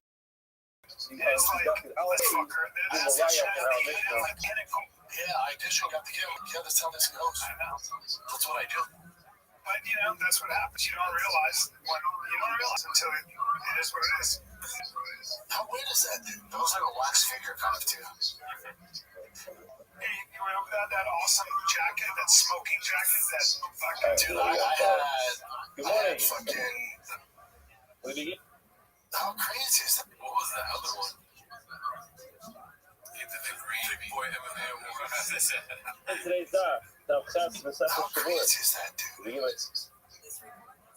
mean, it was as big as it gets, and you're like, and that drove me crazy. I never told you the option for another 3 years. I turned it down. The oldest of the year as a support for the Torah for Amisrael. We also thank Paul and Robin Korotkin for stopping the oldest also of just the month. kind of like, I used to lose my mind with that. I was like, yeah, I'll take it, whatever. Leonard Korotkin, But then again, to be fair, you've always been, you were more ambitious, right? You wanted bigger things, but you don't realize that that's as big as it gets. It's a question of you making it that huge. You know what I'm saying? So, we are in the middle of a discussion over here. Yeah, and I was on. We want to cut off that carbon Oh, very funny. can be Mechaper. The Sora and Nasa seem to be Mechaper for various different tumas. And the tuma that we're describing is where a person has the idea beforehand. He knows that he's not supposed to become Tameh. Like you said, it's different. He knows that if he becomes Tameh, he's not supposed to walk into the Mikdash. But he touched him. And at the end, after he does that, he has to, he becomes Tameh, he walks into the Mikdash, and he touch him, and then afterwards he realizes. So he has the idea in the beginning, he knows better initially, he knows that if this happens, he's not supposed to walk in. He's sanctuary, he's not supposed to be Karbanos, and then he has a lapse of memory in the middle, he eats the carbon, he walks into the Beit HaMikdash, and afterwards, it hits him, and oh my gosh, I made a mistake, it's done this, and after that is Didn't know we started, but it's all good. Of course, we were talking, and honestly, I feel that energy. And I feel the energy, and your energy is great, man. Both you guys came hot, and I'm ready. I'm ready to have those arrows for weird other guys or headphones. and kind of wait in the top there to take away all these students until he actually brings them up. Baseball team. That was the discussion. There was a problem in the Gemara. Yeah, they get some We mentioned that there's other cases of money. Tuma I paid for this kid play travel that ball. perhaps this carbon should actually go ahead and show us the power. There are other cases which are referred to in the Torah as Tuma, even though there's not the last case of ritual impurity, but they have a reference to the Torah as Tuma. We thought that perhaps this carbon also could be a kapara for that. What was that? It was Gili Arias, Shifal Daman, and Avodah Zarah. Gili Arias is immoral behaviors, Shifal Daman, murdering, and Avodah Zarah, idol worship. So that perhaps this carbon was actually served as a kapara for that. Yes, yes, yes, energy inside me. It was hot. the more I went through this, hold on a second. Sure, we went through this very quickly, but to go in 5 lines and 6 lines from about an hour, quickly we'll run through it again. The Gemara says, you know, Zion is raised, 6 lines from about an hour, Yesh Yizrin Zeh, Lahavi Dino Tumo. Tumas Avodah Zarah, Tumas Gil Arayis, Tumas Gil Chasamen. We now have to figure out what these things are to do. And the obvious premise the Gemara is going on is that if these cases are punishable in another way, then obviously there's no kapara. So the first thing we put to death in cases that penalty for one of these things, then clearly this carbon is not going to consider the someone for that. The other side of it is that if there is the ability to bring a carbon I don't know why. I mean, they must on just its be own for it, then this carbon is not necessary, or it doesn't work. So like here, we made a pitch yesterday, as we pitch AS, so it's not carbon. Has to be a teta similar to a faith. Teta is something which is done intentionally. A faith is something which is done unintentionally. And the idea was, just like something which is done intentionally can't bring a carbon. So this carbon is going to come to a town for another scenario where you can't bring a carbon. So what would that be? That would be a case where, as we described, we don't know about it at the end. So here, in this case, we're trying to figure out what would be the case of Gili Arayis, 57 of Avodah Zarah, where there is no death penalty, and there's no way to recover. So looking for it, the Gemara says, It could be their favorite show. Avodah Zarah, Nevada, maybe he doesn't. What's the case? You want to leave the maze, we can tell that we intentionally went ahead and Avodah Zarah, we engaged in auto worship intentionally, know that to engage in auto worship. and he went ahead and did it. Mostly hold on, so about the photos. That's punishable by death. Person who actually goes ahead, shows them the photo. Punishable by death. Of course, this public is not going to be kicked off all of it. Even so, you even have by mistake, by particle, but a made carbon. So again, the necessity of this carbon is just irrelevant. Morris says no. Second is the amazing little astroturf. Talk about a case where he did it intentionally, but there is a loophole that he's not going to be fired for, so he won't be put to death. Why? Because there was no one. Yeah, it's just so Or also so, another case where he did it. A mistake blows you out the legs. You know, another one he didn't know before. Now afterwards, one of those things that came up, that would be a case for you. All right, now, the more chapter testament of an hour, again, just looking at this, you are right, not only if you don't know. When it comes to the immoral behaviors, what's the case? Even maybe he intentionally went ahead and engaged in this behavior, knowing that it was forbidden. This is about Capello. The guy's subject to the death penalty. Even so, again, if it happens on mistake, on a carbon, when we carbon, so again, this carbon becomes irrelevant. Marcel was talking about this. The amazing is intentionally the last. Because again, the loophole here is done intentionally, but you're not getting a house for all. You're not getting a warning. If you're not getting a warning, you cannot be punished with the death penalty. Other cases, the showgate is acting as younger leg and is missing one of the necessary knowledge. And similarly, to the Stalin case where he murdered somebody. Tell me, what's the case that you tell me? Even amazing is if he intentionally went ahead and murdered somebody, by the payload, he sentenced to death penalty, he killed somebody. Even showgate, if it was an accidental death, by God, yes, so again, we might find that there's just a carbon that is brought on his behalf, just as an atonement. Yes, but Ari Mikkel, we learned about this. Where it says it could be the mazes, the last one, same thing. He didn't intentionally act as a warning. But the showgate, what they did by mistake, was Yadale, and he didn't know about it, he doesn't necessarily do it. Now, another suggestion is to kind of promote blood and ghosts in a case where a person is not subject to ghosts. You mentioned it. There are a number of cases in which it wouldn't be relevant to this case. There's that loophole where they help with the action for going down. In those cases, that would probably potentially be relevant. However, it's not.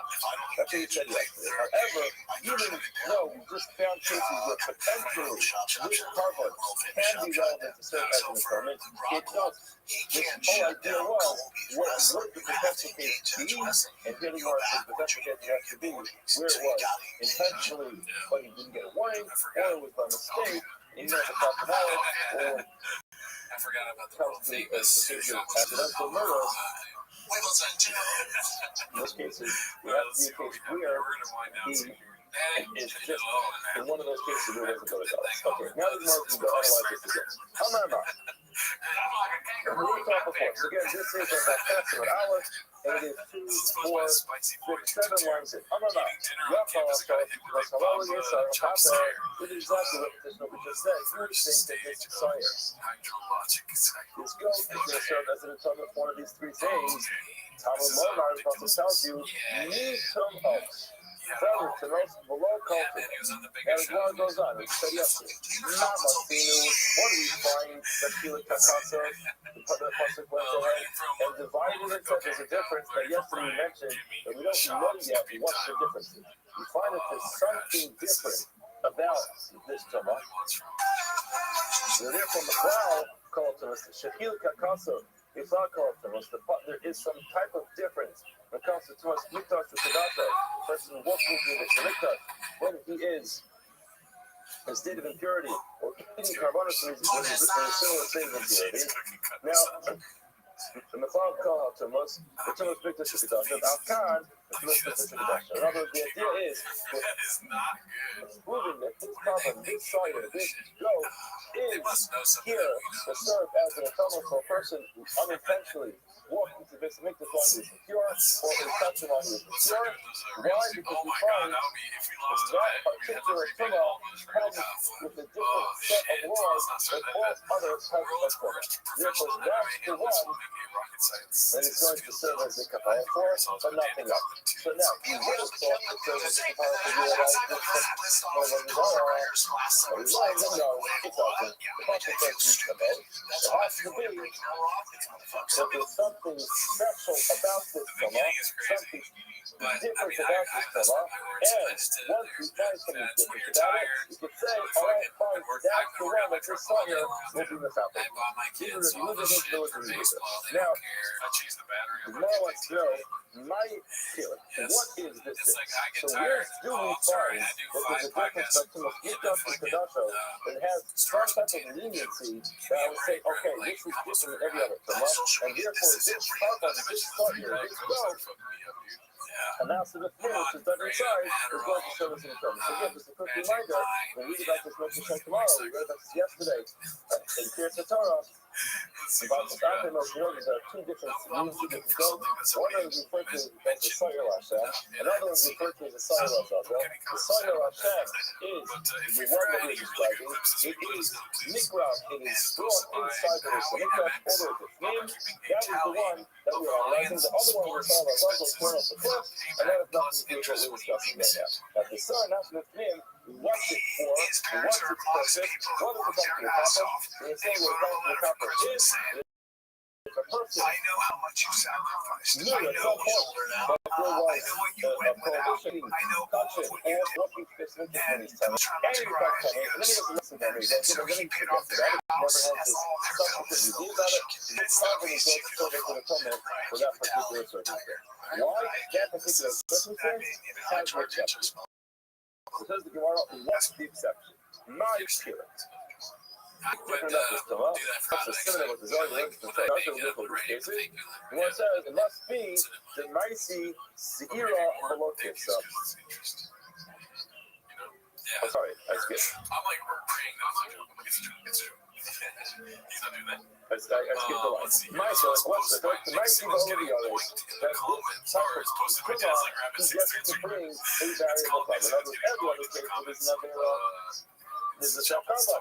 This is what you got to do. You have to be a carbon. You have to be a tatas. It doesn't have a sliding scale depending on a person's finances. But this type of killing, yes, it does have a sliding scale. Therefore, find for leniency here already. Once you find the leniency, you might say, okay, this type of killer has leniency, and therefore this Sawyer can go ahead and be the carbon for it. Marshall, hold on. The difference is when we look at all these cases, we look at the immaculate. Well, what is our working? The difference is the Gemara has this limit. The nice hero of all kids. So without that, it's also the carbon to bring a saw here. Although Malok kids and not a sheep. So we find that there is a difference when it comes to other desire. So that's what we find the difference when it comes to cannot switch up with Kadasha. You could also find the different type of desire which brings a fire and not a sheep. On the Kahana, I'm not a silly Lahaka coming. No, you missed something very important. We're not just looking for a difference. There are differences, of course. We need a difference which is more. If you find a difference which is lenient, that would serve as an indication that this should be the case where there should be an extra form of a what's that? Now it's really see that your problem depends on your financial status. However, the fact that you have to read a sawyer and not a sheep. So Anan, see what the heart will come in the high, carrot, but this is why the shortage of goats price is going to go up and we have no choice of paying more expensive one. In terms of what that is, actually a silly happener, that makes it more difficult, and therefore that's not what we're looking for. We're trying to find something which is more reasonable. Again, if you're able to lose either a goat or a sheep, you go to the animal market, you find the cheapest one, you can buy someone you want. But if you have a specification, you can only go, you have to pay whatever it costs to go. To see if it has the effect Okay, on this. so it must not be that this sawyer, Hanasa the Finn, how far are you in? is going to work so for far, others as well. my jobs. Versus a Yolanda. But maybe it comes to serve for a Yolanda. So there's one listening. Let's say the woman can give birth before Yom Kippur. And now she's supposed to be in the carpet. But anyways, that's not why they're Her here. process No, that's not at all. I think they're coming much from her simpler. and Tahara after she has the baby, it's to bring the carpet. Now, what if she has maybe right before Yom Kippur? She can get a chance to do it. Now the Kohen goes ahead and brings things just starting off with him. Perhaps that works, and she doesn't have to go bring a comment afterwards. Mark says that what the third is, it might see Olivier is here. She also has seen Olivier. Now it's important to note that she doesn't really bring the same type of Olivier, but there is an ability to bring birds over there. So therefore, more important to cover Olivier. Omar Apochia will below the call to making a big history. we're thinking about, in our cases, where someone does something wrong. So this thought here, it says very clearly, it comes to serve as a kapara, l'kol, kaptosa. Look at the buttons used to say that. L'kol kaptosa, or an avera. This woman didn't do anything wrong. It's wrong. Maybe when she did, she had a baby. So there's a killer, there's an impurity that happens over there. She's bringing a carbon as a way of cleaning up from her tumor. And then what that tumor is the whole destruction. Why she comes coming from the baby, there's no destruction of it to some extent. This is the that. The bottom line is, what she's doing a cover for is not pushing up here. She's doing a cover to get rid of all of her thermal. So therefore, it can't be relevant to her. This whole carbon is not relevant to her, and therefore it wouldn't work. And the warrant says, hold on a second. I understand that the woman didn't use an affair by having a baby. However, you have to remember, you're still by your time. The other, you're led this tsunami protest that a woman who gives birth also does have some effect over there, likely in a what you call it, more meat. Tomorrow tells us in the second Liga that what the area that she did when she gave birth, it's so difficult and so painful and so overwhelming that she makes a measure right there. She will right then and there that she's never going to be really helping again. She's just going to do more things. Just too painful, difficult to deal with. And obviously, in that moment, you can understand why she's saying that. But then again, women are much more mature than men. And afterwards, when it passes, they say, you know what, it was painful, it was difficult. But look, I have a baby over here. I love my child, and therefore she goes back on the shua, and she goes ahead and she gets back with her husband, and she has more things. So, it was like a big avera. But ultimately, you want to find some type of avera that her carbon is coming for. It's coming because she made this shivura at that time, saying she never have to baby ever again, or she never be with her husband ever again. Now this carbon is coming to atone for that sin that she had for making a false shivura.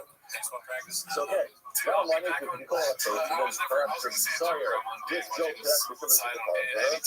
Michael Miller, Martha was Shimon with Kaimei. You're forgetting that Shimon is the same person who told us something else. Word is, Omar, you make Komo, whom Mufra. You have to do that for this, and you get back to this again. So, Shimon's of the opinion that you don't need to have this difference. Shimon says, if you look at it, it says very clearly, you need to oath the name you need to oath translates from the to oath of the name itself. That means some of them, yes, but not all of them. So you didn't have to make this process to actually find some type of difference or some type of leniency in the types of Torah. He just said it's only one that it works for. It only works for one, and therefore he says what is that? But not any other case you could potentially describe as an available. Okay, fine. Next one. Let's say perhaps this sorrow not the sin comes to atone for the Torah. And we're both the same thing. He's a Torah, he's a leper. What happens if the Limachol Kakasa? It comes for an Avera. But what we call Kalasa, again, Torah is this type of impurity. So that's what this carbon coming for. We mentioned it's coming to atone for a sin, for an Avera. Something done wrong. This person had Torah. It's a Torah. Therefore, we don't need this for it. Versus, hold on, we're still about Afrani. Of course, we're still about Afrani. Amar. Asiva Dvarim, Nagayin Bayim, we learned that Nagayin actually do come from doing an Avera. And therefore, perhaps according to him, maybe the Tsar is coming to atone for those things. What if so those things? You want everything, there's a whole list includes washing hearts, stomach, to ourselves, speaking, evil speech, gossip, murder. Again, it's just because the murder is the person has the atonement by himself. Another atonement to itself, again, this mention this perception murder, basically a shavua in vanity, a shavua that makes no sense. The Arayas, Kashavua, holiness, different things, Gezel, Tarazayim, Sigmas, the Sarat comes for all these kinds of things. So what do you mean that Sarat is just a form of impurity and it's not a form of punishment for Avera? Of course it is. It's not weird. You made a mistake. Well, it says, twist hard enough. Davar Shimon Bar Negoim Bayim, right there, name it. What's it Hakam Nigia, as to say Nig'e, the Akapale. The Karba is the Rivika. Yes, the Rubber, yes. The Nega, the Taras, comes to a total of Avera. But when he's done with the Taras, you got to compare to the Avera. Otherwise, the Avera has already been wiped away. The Karba he's bringing is not here for those Avera. The Taras is out of the Avera. Once he gets the Taras, he goes to the Karba, now he's free. Now he's good to go. No more Avera. Why? Man, it's so much worse. Yeah, the other guy do it for you. The Karba would be bring the Kabbalah into the Kahal, which is actually remove the Tumah. And therefore, it would not be relevant to this case because this case we'll be talking about in Pesach, some type of Avera, not the Tumah. Okay, but even out here. Maybe another Tameh, maybe it could be for another. Another is not allowed to become Tameh. And maybe that's what it comes for. He wants to kill it for Naisi Terry and Meyena. He brings either dogs with some types of turtles off the birds. He brings those things. Again, that's definitely leniency. He brings that instead of bringing a Karmasakos, which is an animal, he gets to bring birds. Perhaps that's the difference that we find in tell you that this Saya actually comes to serve as a Kapara for that person. And Lakoshia was called Kasatsim Lakoshia. It says the call Kasatsim, the lower Koshia. So therefore that comes to exclude the case of the Nazir. You see Rashi, the Koshia, when he says, he might see Nazir carbon, when Mesa alone is Jewish Tyra. He's coming for the Tyra, but not for the case. He just wrapped up and brings the fucking breath. The festival, Lord Shiloh is here, doesn't have the carbon, so this is much more relevant for the viewer and not for the case of some time. Okay.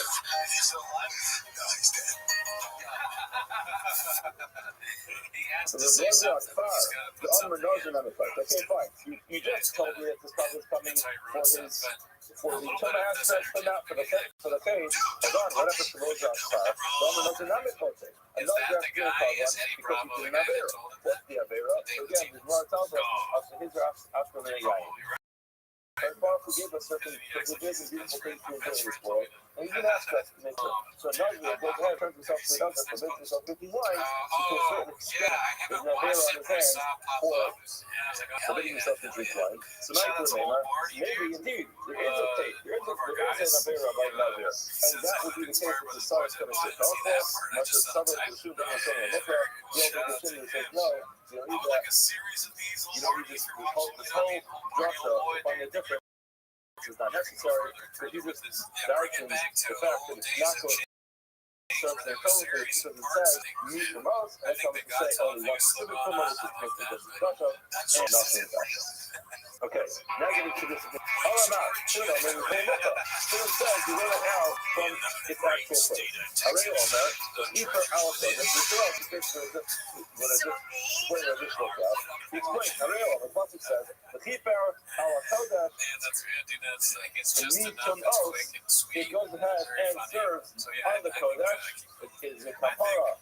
In the Kodesh, inside the sanctuary, meat from us, the service of atonement for some of the Tumas, which means you change meat from us. Oh, it's not Kodesh. In other words, the idea is it serves as a Tumah from the Kodesh. So again, the way he explains this is, it says very clearly the Pasuk itself, if you read it and understand it, what is it saying? It's saying the keeper of Kodesh, the soyer, this goat, Hanat Rifnin, which is going to be brought inside, it is Mishtaper, it serves as an atonement, Mishum Aros, from its Tumah. Which Tumah is that the more explains? Which Tumah for Kodesh. In other words, we just got finished explaining that the first opinion understood that it's just some random single Tumah that it atones. And therefore you have a list. The Kedash is it going to be a Kavod Zara, Yipastanim, Yirayas.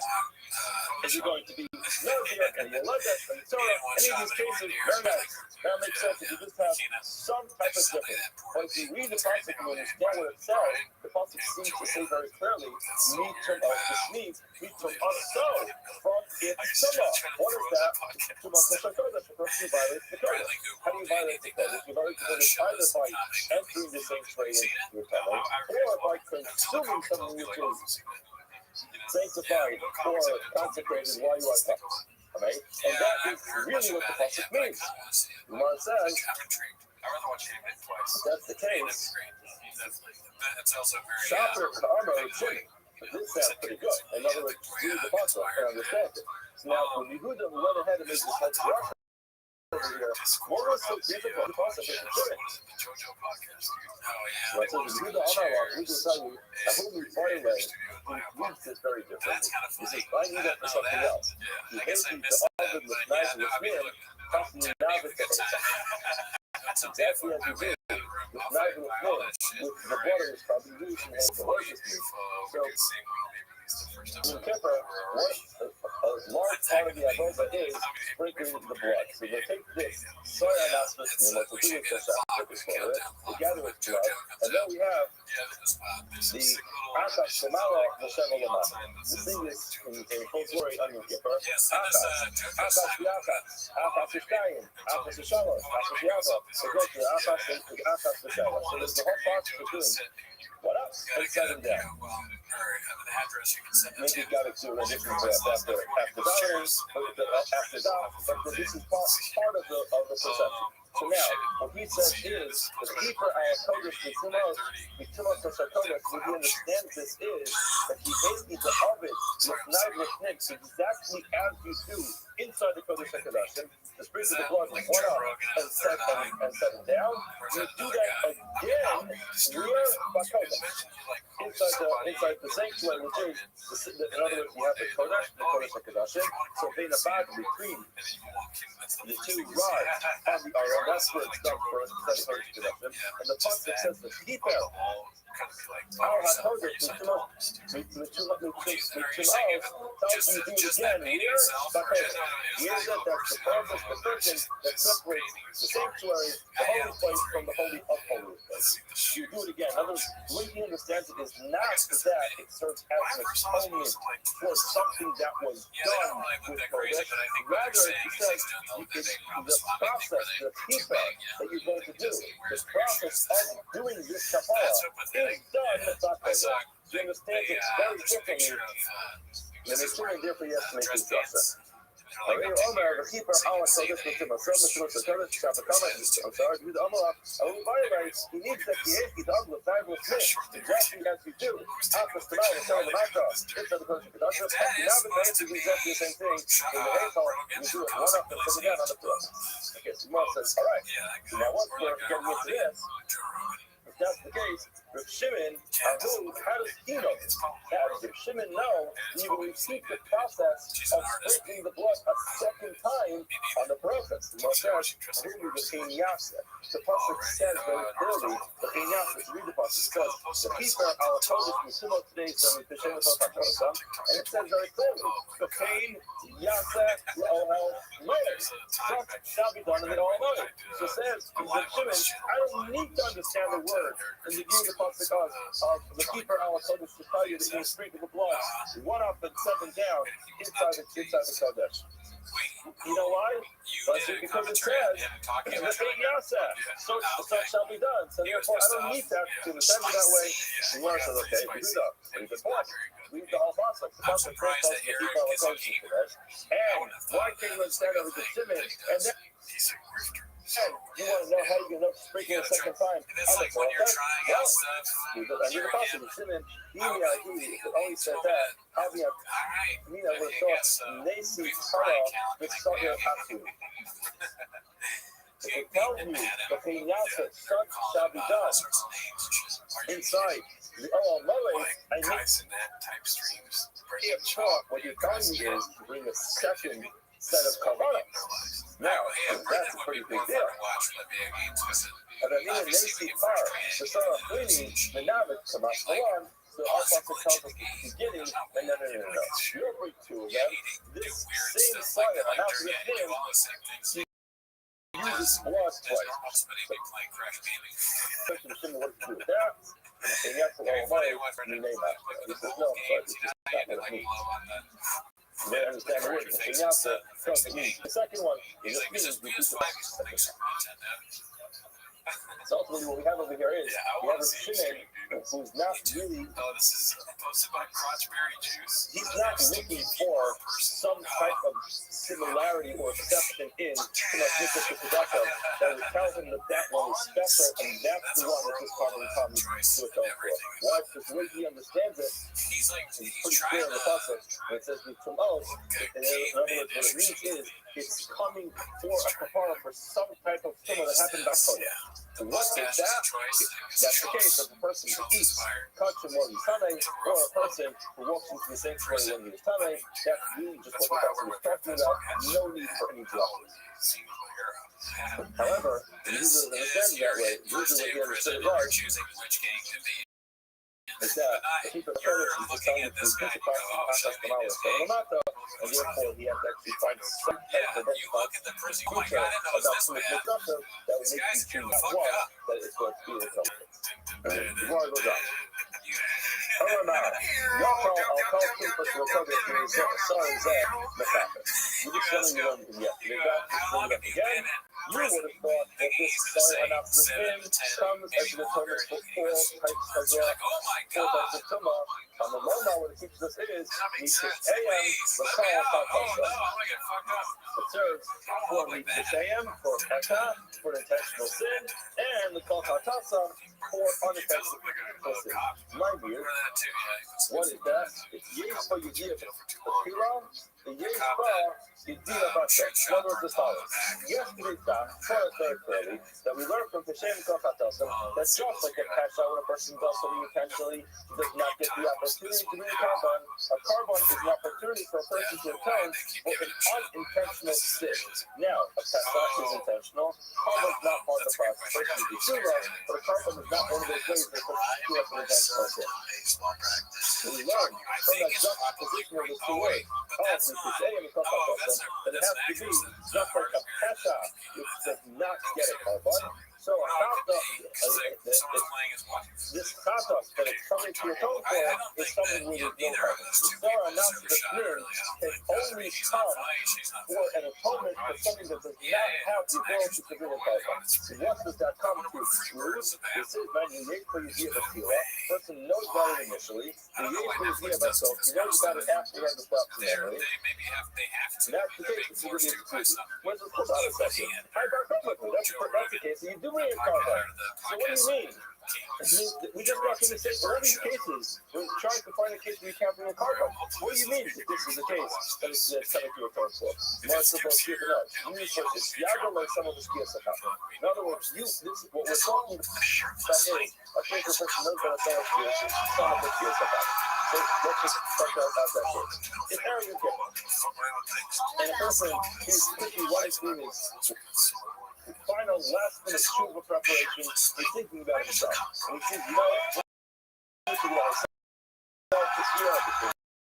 Coming, and I do this, do that, because the next year, Zaka, they say, you know, well, it's coming, a carbon. Now he finally has his last idea. He's like, hold on a second, I want to read a carbon. But like, things are a little busy right now, sir. It's arrogant kipple. Lots of things are going on here. He doesn't have enough time to read a carbon. So then what happens? The kipper breaks into effect, brings the Sar Hashem, which is an announcement thing. Perhaps that fire exempted. Maybe it'll be open the month. Maybe after the kipper, before building his sukkah, does not have to go out and bring his carbon to atone for his Avera. Because you kipper is Makafer. Where it says, I would have thought that as the rising, then Nibley, Samas 1. I would have thought that he doesn't have to bring another carbon now, Samas 1, but no, it doesn't work. The carbon, sorry, I'm not the thing.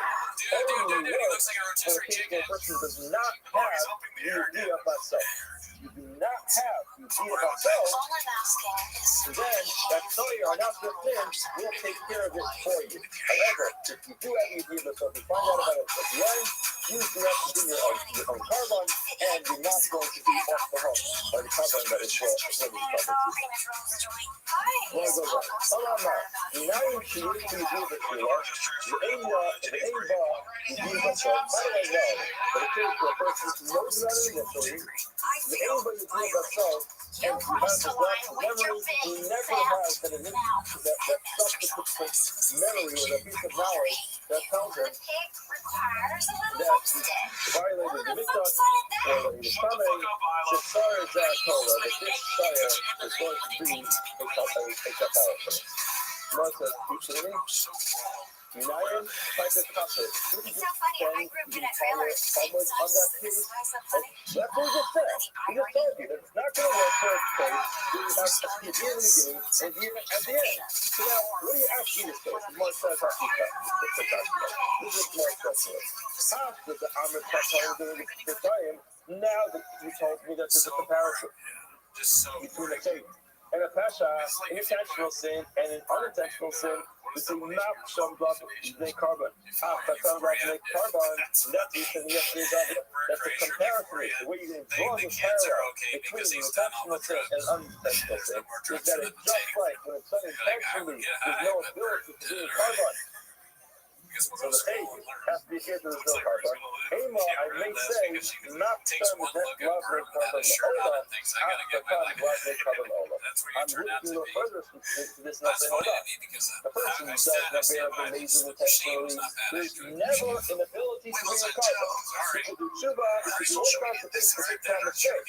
However, carbon is not on the table. Carbon is never going to be relevant for a person who doesn't avail of intention. So I would have thought maybe I have to stress that over to say that was true the case where a person knows initially that he's not supposed to see, touch him, or walk into this and make this one stomach. He walks in the middle by mistake, and then he never finds out, never finds out about it afterwards. Now, the problem with it is, that's not a case where you can never be a topic. You know why? It's been 20 years from now, he finally he has like the pissing and hold on a second. I just realized in my timeline, I violated my Torah. I ate kachim. When I went to the base mikvah. Maybe that's not a case that could be shown by the star not Restream. So this is not perfectly comparable to a case of intentional sin. Intentional sin never gets new carbon. This one potentially carrying carbon as soon as you find out about it. Maybe this topic is not going to serve you for that. If they let Remind you, so what would be the case then? Elusia, the Tila, he does not know initially that there's a problem with eating. Kachim or walking to the base of mikvah when he's done it, he is by the himself. But afterwards, he did find out about it. So he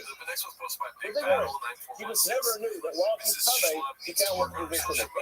He never knew that while he's coming, he can't eat kachim. So what does he do? He shows up at a kachim party, his friend, the bonus woman, invites him to Toga, he sits down to eat it, and he's enjoying it. And afterwards, he's so inspired, and he enjoys the documentary share afterwards. He's like, oh man, I just found out. Or is it yesterday? Was that okay? However, so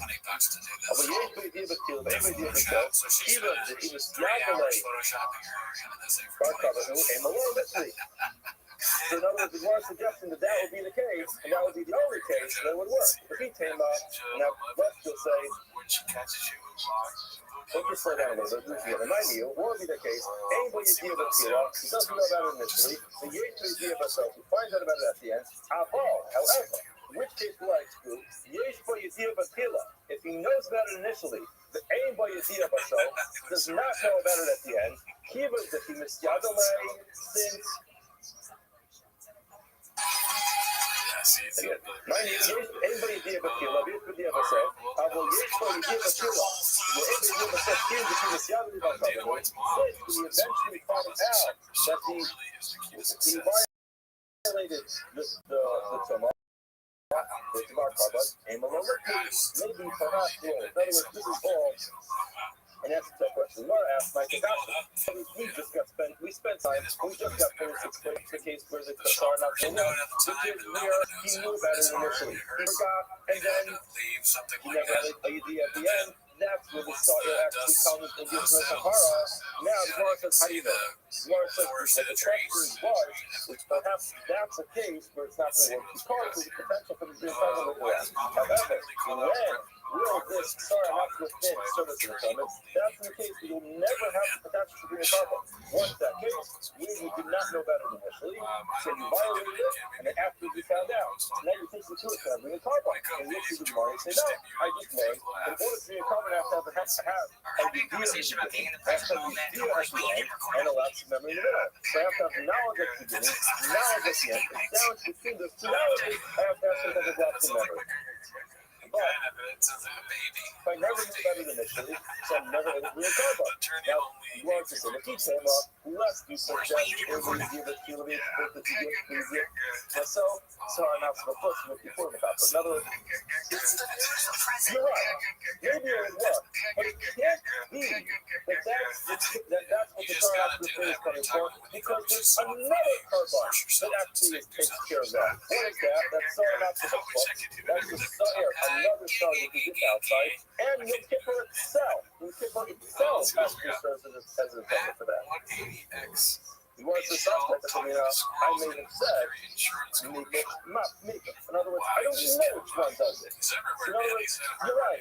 There's a Saranat of the pit, and the Saranat of the foot. You have the go which is service inside, and the go with the serve outside. I don't know which one serves for which particular there.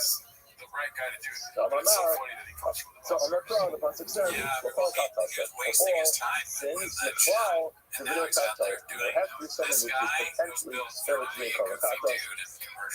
And therefore, I'm not going to do that. The Lord says, okay, fine. Now we everything right up. The son out with thing is for a case where a person knew about it, the beginning, unlocked the memory, never found out about it afterwards. The son out with the person did not know about it initially, and he violates the Torah, and he finds out about it afterwards. That's the son out with the foot, and you'll get her to be Machaper for that. The new interns meet Malik or Well, this explains the last, how we know that it's really Rashi, the third scene line of Rashi, the Kotasa, Love to sit, you to say to make Kotasa, Loma to say, Akshel Kuba Tasha, any bar carbon, Yitla love Akshel Kotasa. In other words, he has to be right now with small Kotasa. In other words, that's not going to work with all Kotasa since it says, since it does not say you say and who made Kotasa, it says look all Kotasa, and that obviously is referring to the case where there was a Yediyah in the beginning. Okay, now the Gemara says, when this topic of hard to work, why is it hard to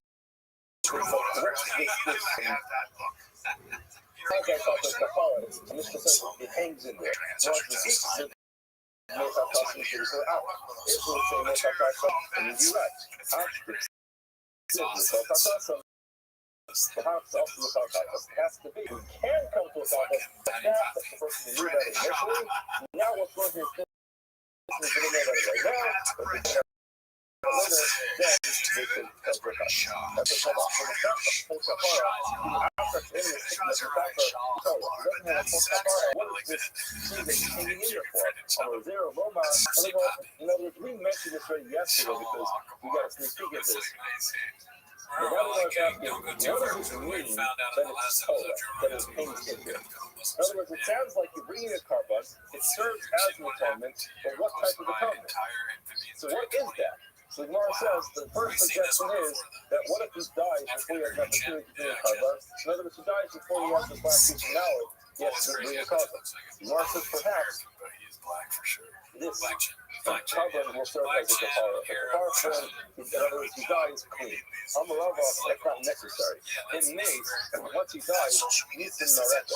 What needs to die is death itself is an atonement. Death is a cleanser.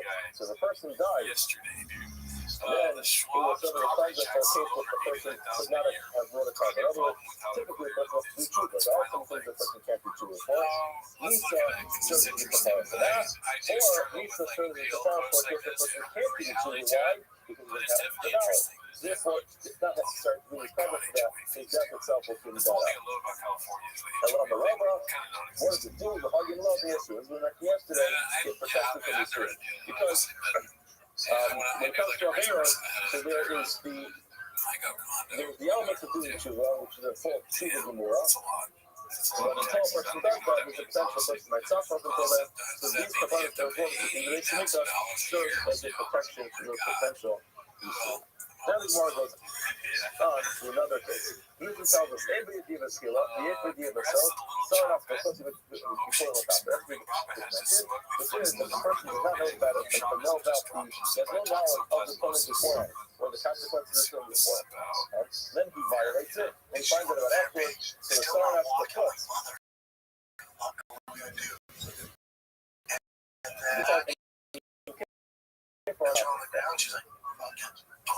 Take a look at this. It's putting gets that up, and mismatch will go through the effort. Just to remind us what Jesus says. Mishnah tells us, anybody who's about Tila does not know that initially, but anybody about self, starting off the first before the Kaper, this will be the Gemara, can never for it says in the Pasuk, Muvar Tata Takipurim, besides the Takipurim, Amar Zema Kaper, Zema Kaper. What this one is the Kaper, it's the other one is the Kaper as well. In other words, not really just like the inside one, in the Kaper, El of the Shape Vidya, in the Kaper, El of the Shape Vidya, it's some type of Vidya. In other words, the inside here serves for someone as Vidya at the beginning, but no Vidya at the end. The outside one serves for a similar capacity, but where's the Vidya? Vidya is at the end as opposed to the beginning. The words of the outside.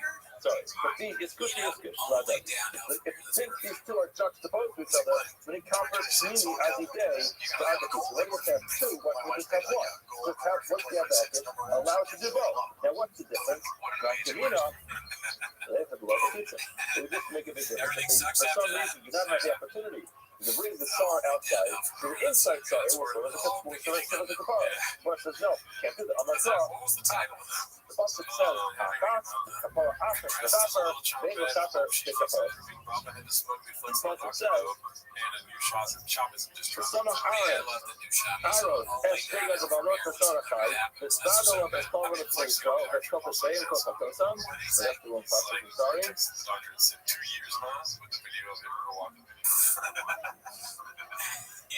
Keeper Arrow, Karnos, Akas, Sashana, Nidana Katas, that the Purim, Akas, the Shah. According to notes, Akas, twice in the Pasuk. That's the rule that the Pasuk said, Keeper Arrow, Karnos, Akas, the Shana once a year, Nidana Katas, the Purim, Akas, the Shana. So the Akas, the extra Akas, tells you that it works for one, but not for Akas, for us, the Kappa, then the Kappa, take the power. Once this is fine, that's the case. Then we'll do the other way around. The copper pizza now do that. Once we start out the back was for the case of inside which is you give a tila, hella, and then no you give at the end. So am I the other steaming? And what's the other inside? It's much less happening in the world, right? The tumor, the era is that was that. That would work if there was the tumor that happened in between. In other words, there's a guy who's there on his kipper, and he's coming, and he walks in. I'm like, sir, it's your kipper. And we just put the car off. Now you missed it. Now that we have this, we've already seen the cover earlier. Again, actually, you can't say this because the whole idea is that he has no idea. But I'm just saying it's the case. The Gemara says, Amar Kra Akas Bashana Kapara Zu Lo Tehei Ella Akas Bashana. This Kapara only happens once a year. Again, the additional word Akas tells you it only happens once a year. More we design no further. If you smell the Amar, hey the idea, the kid is the idea of itself. That's all. It's the first to be small. We have this earlier because we don't have that idea of the kid. And he says even the idea of space travel when you want in school as a child is not necessary. adversary. It was a improv $5. So according to him, Dharma ain't going to give us two give us self back. So starting off the books on my Matata. Listen, we're starting off the books with the external circuit, the external outskirts, so not know about it initially. Then he violates it, and then eventually finds out that was Entry tickets only $5. the sign up for what business home in. What do you need that for? It's $2. Pretty small. What do you think Looks you like say a bigger about car. that size right here? That they're. You want to say the nine Matapper? What's it do the Matapper for? I'll say anybody do a little bit, According to him, the candidate works okay. Must be a person with absolutely no knowledge of it. Not before, not afterwards. It must be no. That's not necessary. Because how you go, you're a production Matapper. That is really taken care of. For see what this about him. It's taken care of by the jokes that are brought on the Yom Tov and on the Soda. He wants to sell it for me.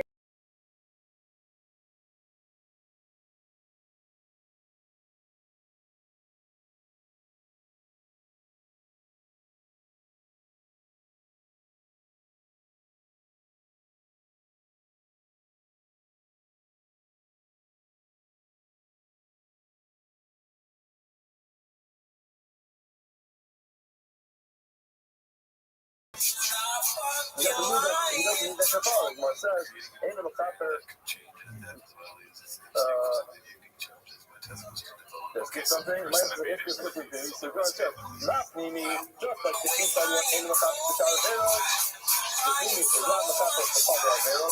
Other points for the pizza and Copper to Taravero is only going to be Matapper for tasteless introduction. In other words, he has various different cases of justice. You be a Kila, you be a Basal, no you be a Kila, no you be a Basal, not in the beginning, not in the end, all have to do in the relative to the successor. That's just that, as the Telger has to be in the concept, in the parsha of the successor. If it's in that, to be a Kabbalah. If it's not, then it is not. The website have a wonderful shot. I listened to that as a kid, I was like, didn't even think about it. Yeah. Well, I feel a pump coming through, and he's like, he's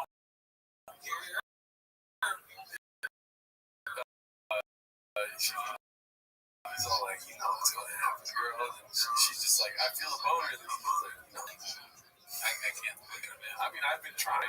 Oh, really? Like, that's why I've been listening to it nonstop. But I tried one R&B song, and it was very hard. That's true. The R&B stuff is difficult. If you want to try it, or if you want to listen to it, it's on the Patreon. It's Hey Mr. DJ. But I had a rough time doing that, and I gave up halfway because I couldn't hit a note. Yeah, boy, well, I ain't getting Tiger Thick is calling.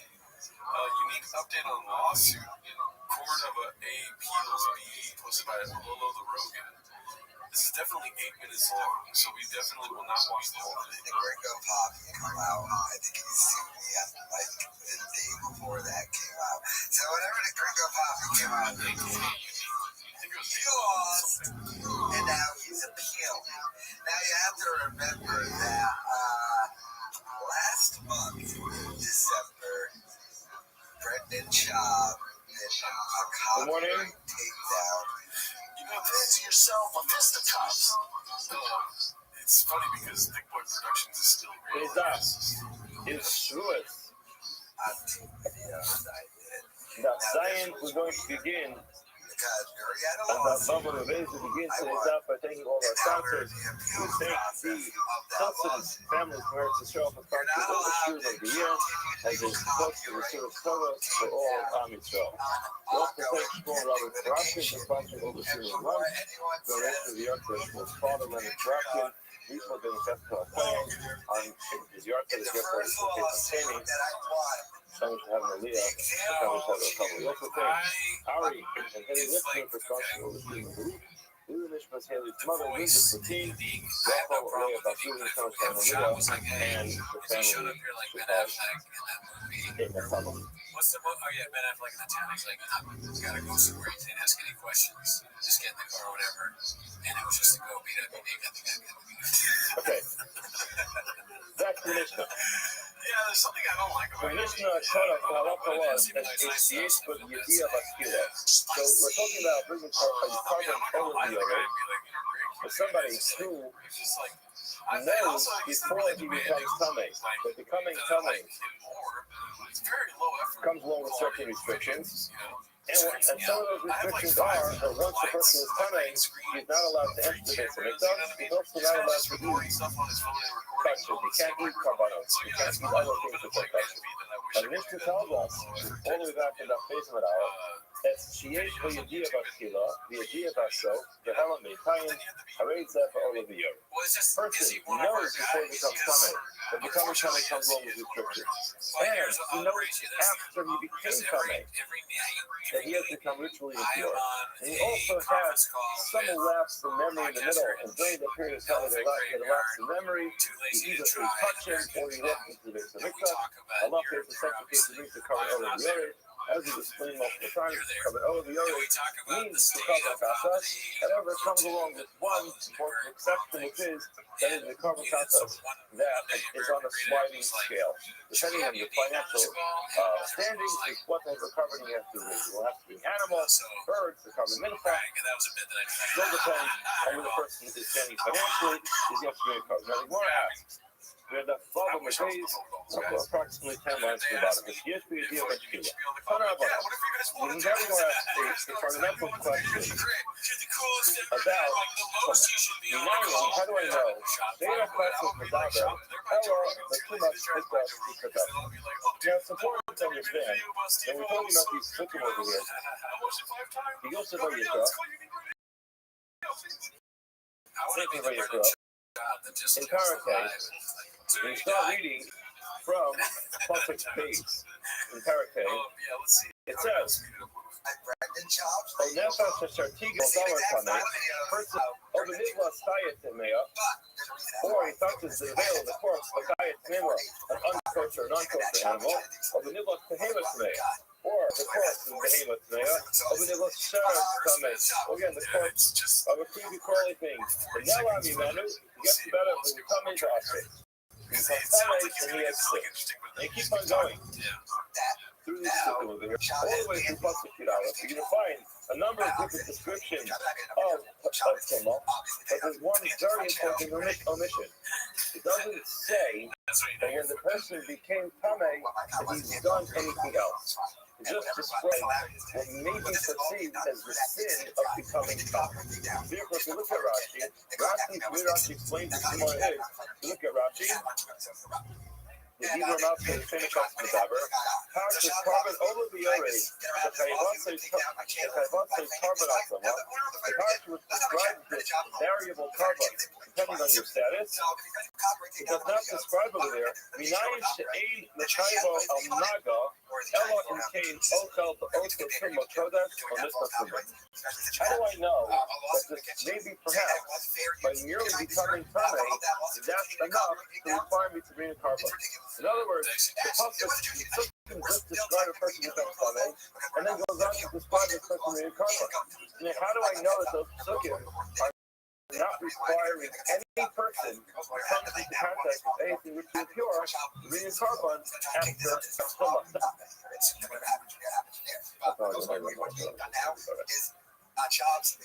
That is a major pivot. And the Rishonim actually deal with this. Rashi deals with it and most of others because we don't find anywhere, unless you're a Kohen, becoming tamei to a person, to a dead body, or if it happens to be during the time of a wheel or regal that a person becomes tamei, we don't find anywhere in the Torah that it says it's forbidden to become tamei. Maybe it's just doesn't want to be tamei because they don't want to be ritually pure. But the idea, the notion that a person wants to be a carbon over the urine is the concept. Just because they touched the dead animal, something which is a major novelty, they can even think that. Now, it's not true. You don't have to be a carbon. The fact that you think about that is also a good thing. Rashi nevertheless understands that's what the Gemara means. The Gemara means that perhaps one would think that just by merely becoming tamei, that is enough to require the person to read a carbon. Now, says the Gemara, Minayin, how do I know that that's not true? And the only time a person must read a carbon is if while they are tamei, they walk into the base of mikveh, or while they are tamei, they eat kachim. That's the Gemara's question. Minayin, Janek also the Daber, hell of a tumas mikveh shikadash. Why? Says the dinner. It's one of these things which I could figure out from a logical inference. I could figure it out for myself. Now, why? Oil is here. On the Shaltama, the Chayiv carbon al Tama, because the Torah warned us when it came to certain parts of Tama. There's a warning. So it tells us. There's a warning, and there's also a carbon. Where's the warning? The warning of carbon. And the dying earlier, dying without children, is describing when a person does this thing to Mazik. So we have a warning in the case where a person intentionally goes ahead while he is coming, goes ahead and eats kachim. The same thing would be true if a person also goes ahead and the carbon obligates the person to bring the sacrifice when it's fast day. So they say that follows. Just like when there is a warning and a punishment of courage. When it comes to Tumah, the only time you find that there is a punishment of courage is only when a person violates certain sorts of What does that mean? He either enters the sanctuary when he is tamei, or he eats custom when he's tamei. So that's the only place there's going to be a tiyakaris. There's no tiyakaris for a person touching a dead animal, a dead rodent. So now everybody knows there's no tiyakaris for that. So therefore, if you understand, the person intentionally touching a dead rodent, there's no tiyakaris. The tiyakaris only gets the person subsequently then goes ahead, enters the base of mikdash. Or eat kachim, that's when you keep our so it's saying, when it comes to mistakes, other times, okay, being this on mistakes, you won't be a part of it, or here, but obligation to bring a carbon, unless what happened was that he entered the base of mikdash, or ate it. It's not simply going to be an obligation to bring a carbon. Every time a person touches the corpse of a dead animal, which is therefore, the time covered, I'll kill a lokai, all right, seems pretty straightforward. You can figure this out by yourself and compare the obligation or the punishment of courage to the obligation to read a carbon, just like the obligation or here, the punishment of courage only goes. This person goes ahead and comes to the base of mikdash or eats kachim while he's tamei intentionally. So the side of that where unintentional. That the real carbon only if he walks into the mikdash or you touch him, not to be becoming that. Okay, we want to say, well, we can accept that. We can accept, and everyone now accepts that there's no obligation whatsoever to bring a carbon just by merely becoming carbon. If that's the case, how do I know wings I would have done that would obligate me to bring a carbon? You're assuming that if a person becomes tamei, the only two actions that require him to bring a carbon is either eating kachim, eating some sacrifices, or walking into the base of mikdash. Okay, fine. Maybe it's for something else. You know, there's the Uma, perhaps Shuma. Maybe it's something like Shuma. The Kohen's allowed to eat Shuma, but he's not only Shuma when he's coming. Maybe he'll be left to bring this carbon if he eats Shuma while he's coming. Why? There's a warning about eating. There's a warning and a punishment of miscedation, which is different than curry. It means dying early, but doesn't come along with an anxiety to do with children. So now, perhaps in that case, I would say that's the case we have to do cover over the other. When a Kohen eats trua while he is coming, in that case he has to be covered over the other. If he knew that he knew beforehand that he's not allowed to. In other words, he knew in advance that if the first time he can't eat truma, then he came to me, then he has a lapse in memory. He forgot. So what did he do? He ate truma, and then he's like, oh man, I can't believe it. I don't ate truma, and I'm coming. Maybe that's the case we have to be covered over the earth. And it's not talking about the case where he eats kachim, like for the sacrificial offering, or when he looks at the base of the gut. Mara says that that's not going to work. Why? Because lo ashtachanavon misa the chayv aleh carbon.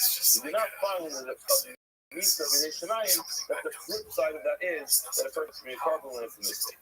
Mara says, really? Is that really true? Ema honey may cover kavura. It's true that you don't find a person with degree in carbon Sure, complex, but he's also which is not a sliding scale carbon. It's not variable. It's set. And anyone who has to be in carbon contrast has to bring exactly the same carbon contrast. Have all oleviorate may see maybe he should actually have to be in carbon oleviorate, variable carbon oleviorate. Right. You will never bring a carbon contrast in a case where you know for sure. Sorry, we know this here needs to be tonight, but maybe old carbon oleviorate should have that a lesser dispensation depending on your finances, how much you're going to have to do. Maybe in that case, you will have to do it in the terms of tonight. Now, what's the rationale to say this? You need to have just like we find that Shmias Kol for this precise. Shmias Kol is the worst Shmias Kol against the same in this sector. Shmias Kol is when a person takes his oath, he does not know Avis. Because the possible part that says the person is obligated to take Avis before witness, before the testimony in a particular case if they know it. Now, first to take the oath, they don't any knowledge of a particular circumstance. But Shmias Kol, and what's the the person does that intentionally. But every video I go, all right, I'm gonna fuck this guy. Looking at news at all. It's still a Kabbalah. It's carbon oleviorate. No matter if they have their homosexuality. The same is true. Muscles or like a little nerd or fat. Again, when a person violates an office, you won't do something. Or if it's for a second, he I don't want to get to this whole discussion right now, but what essentially what he does is he swears falsely, whether it's amazing, intentionally, or unintentionally. In that case, he finds, even though there's no current or Medusa, still there is a current on the Medusa. We find from Oleviorate can be used. The word says no. On my club, it's very important to remember this. On my club, the person says very clearly, actually, you got the Tuma Sodom, Tuma Sodom, Tuma Stra. Now, we find that many times in the text, the specification of Ba, limit to exclude what? Truma. So therefore, in other words, you're right. Logically, it can be that we would exclude the case of even Truma. Sorry, I said that wrong. Logically, what you can say is that the here, carbon oleviorate, bringing this variable sacrifice, would be for a Kohen who ate Truma while he was Tameh by mistake. However, the word Ba in the Pasuk tells you we're going to exclude that case. So therefore, when we find that a person brings a carbon oleviorate, this variable carbon, that's when he knew in advance that Tameh restricts him from walking into the base of Mikdash or partaking in the meal of two sacrifices. Now, he became Tameh. And then he forgot that he was Tameh, or he forgot that it's also for doing these things. He did it, walked into the Mikdash, or he ate a carbon, and then after he's like, oh man, I just remembered I'm not allowed to do that. I just recognized I'm not supposed to walk into the Mikdash, or I'm not supposed to eat this carbon. And now he's going to be covered over the other. That's the case of covered over the other. How about the exact same case? What was the error that he made? The error was that he ate Truma. In that case, logically, yes, he's however, the process of Bob tells you no carbon oleviorate when a person mistakenly eats Truma while he is covered. Now the Gemara goes on and says, okay, since it says Ba, which is an exclusive, and how do you know what to exclude? Aim up Ba to the mixed up. A little side related carbon oleviorate. How do you know that Ba, the extra word Ba in the process is excluding where a person's error is that he ate Truma? Maybe Ba is telling you that if a person walks into the base of Mikdash, a carbon oleviorate is not sufficient.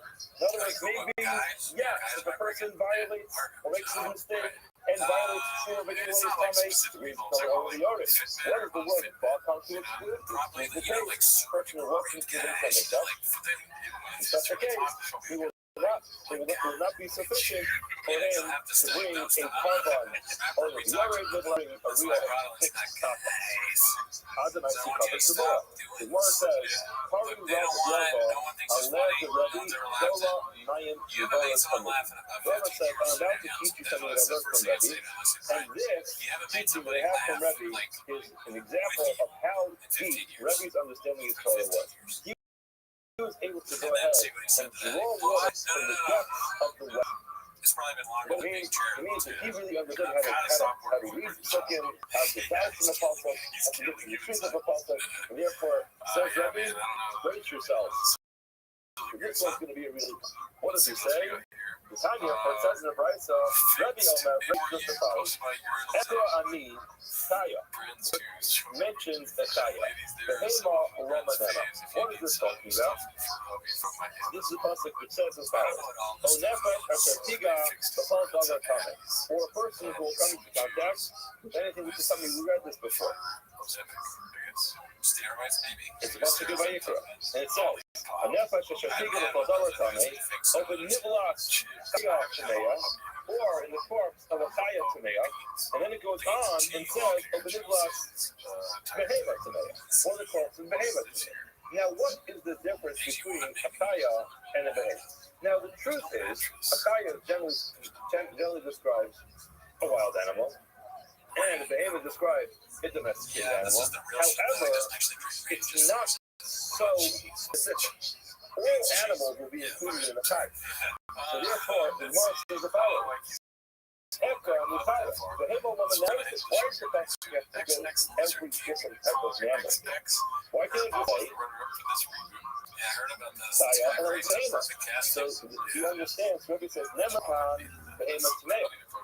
Now that it says Behema, Nemakan in this pasuk Behema Tameo. Nemar Lehalon, and it says later on, Behema Tameo. What's that pasuk talking about? Read that pasuk. That pasuk is in Vayikra, Parak Zion, pasuk Kaf Aleph.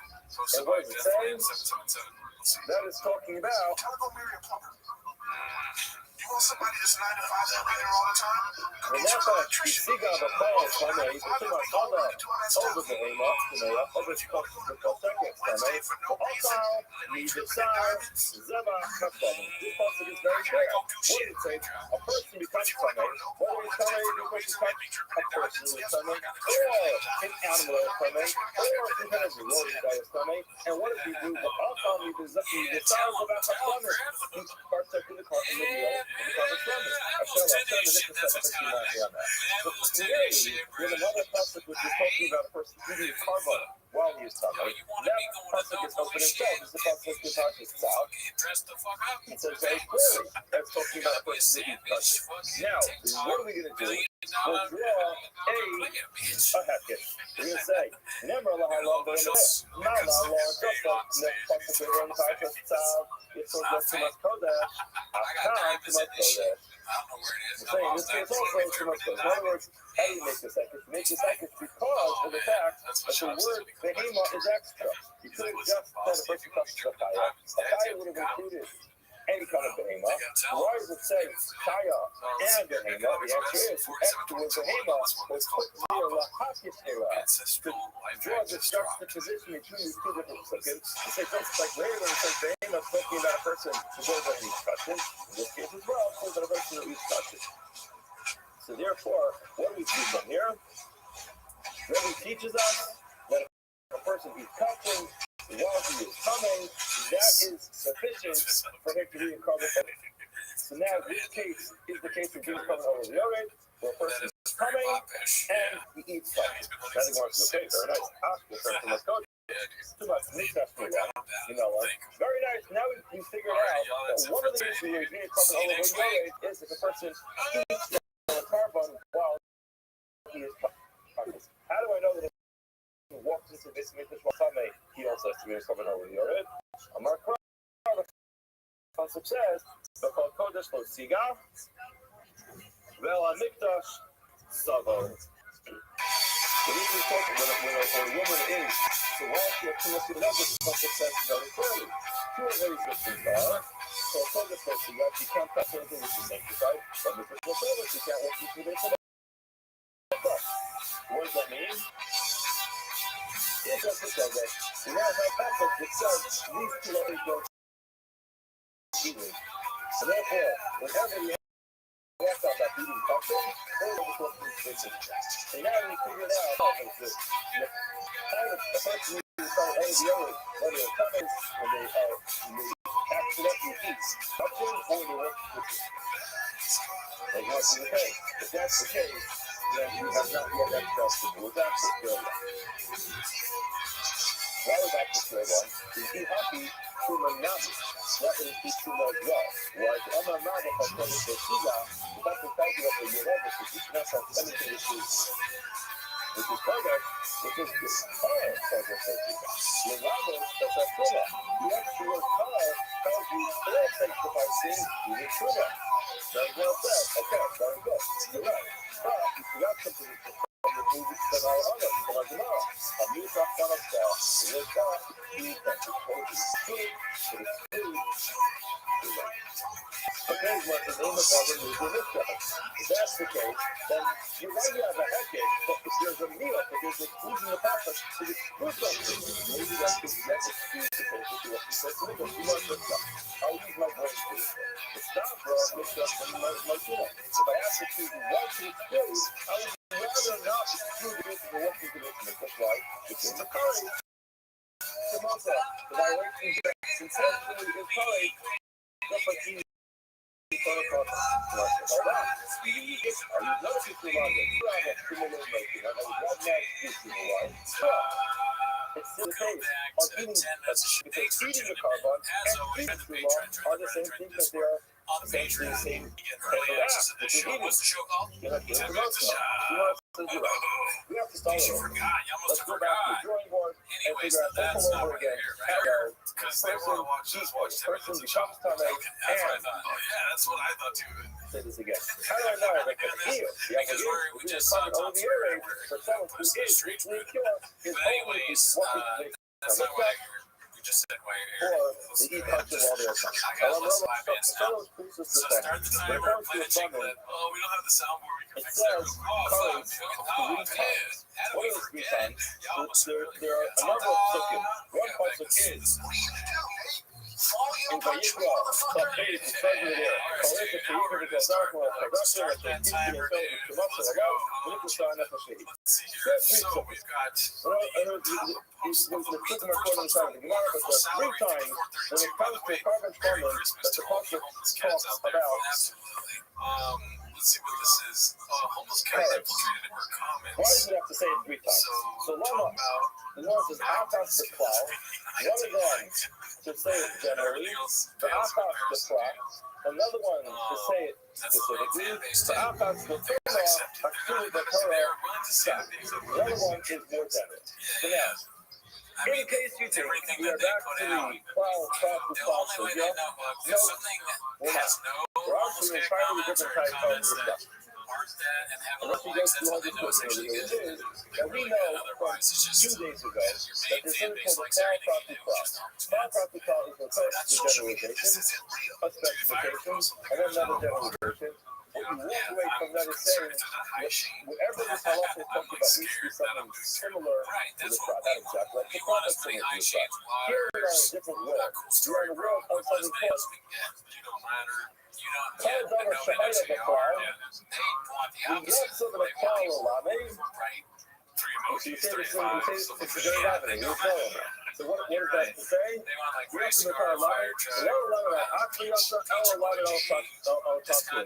What this means basically is a different type of mechanism, which is you have a generalization and then a specification. What you're going to say is the specification is not limiting it to one page, but it's describing the generalization. It's different than a cloud process cloud.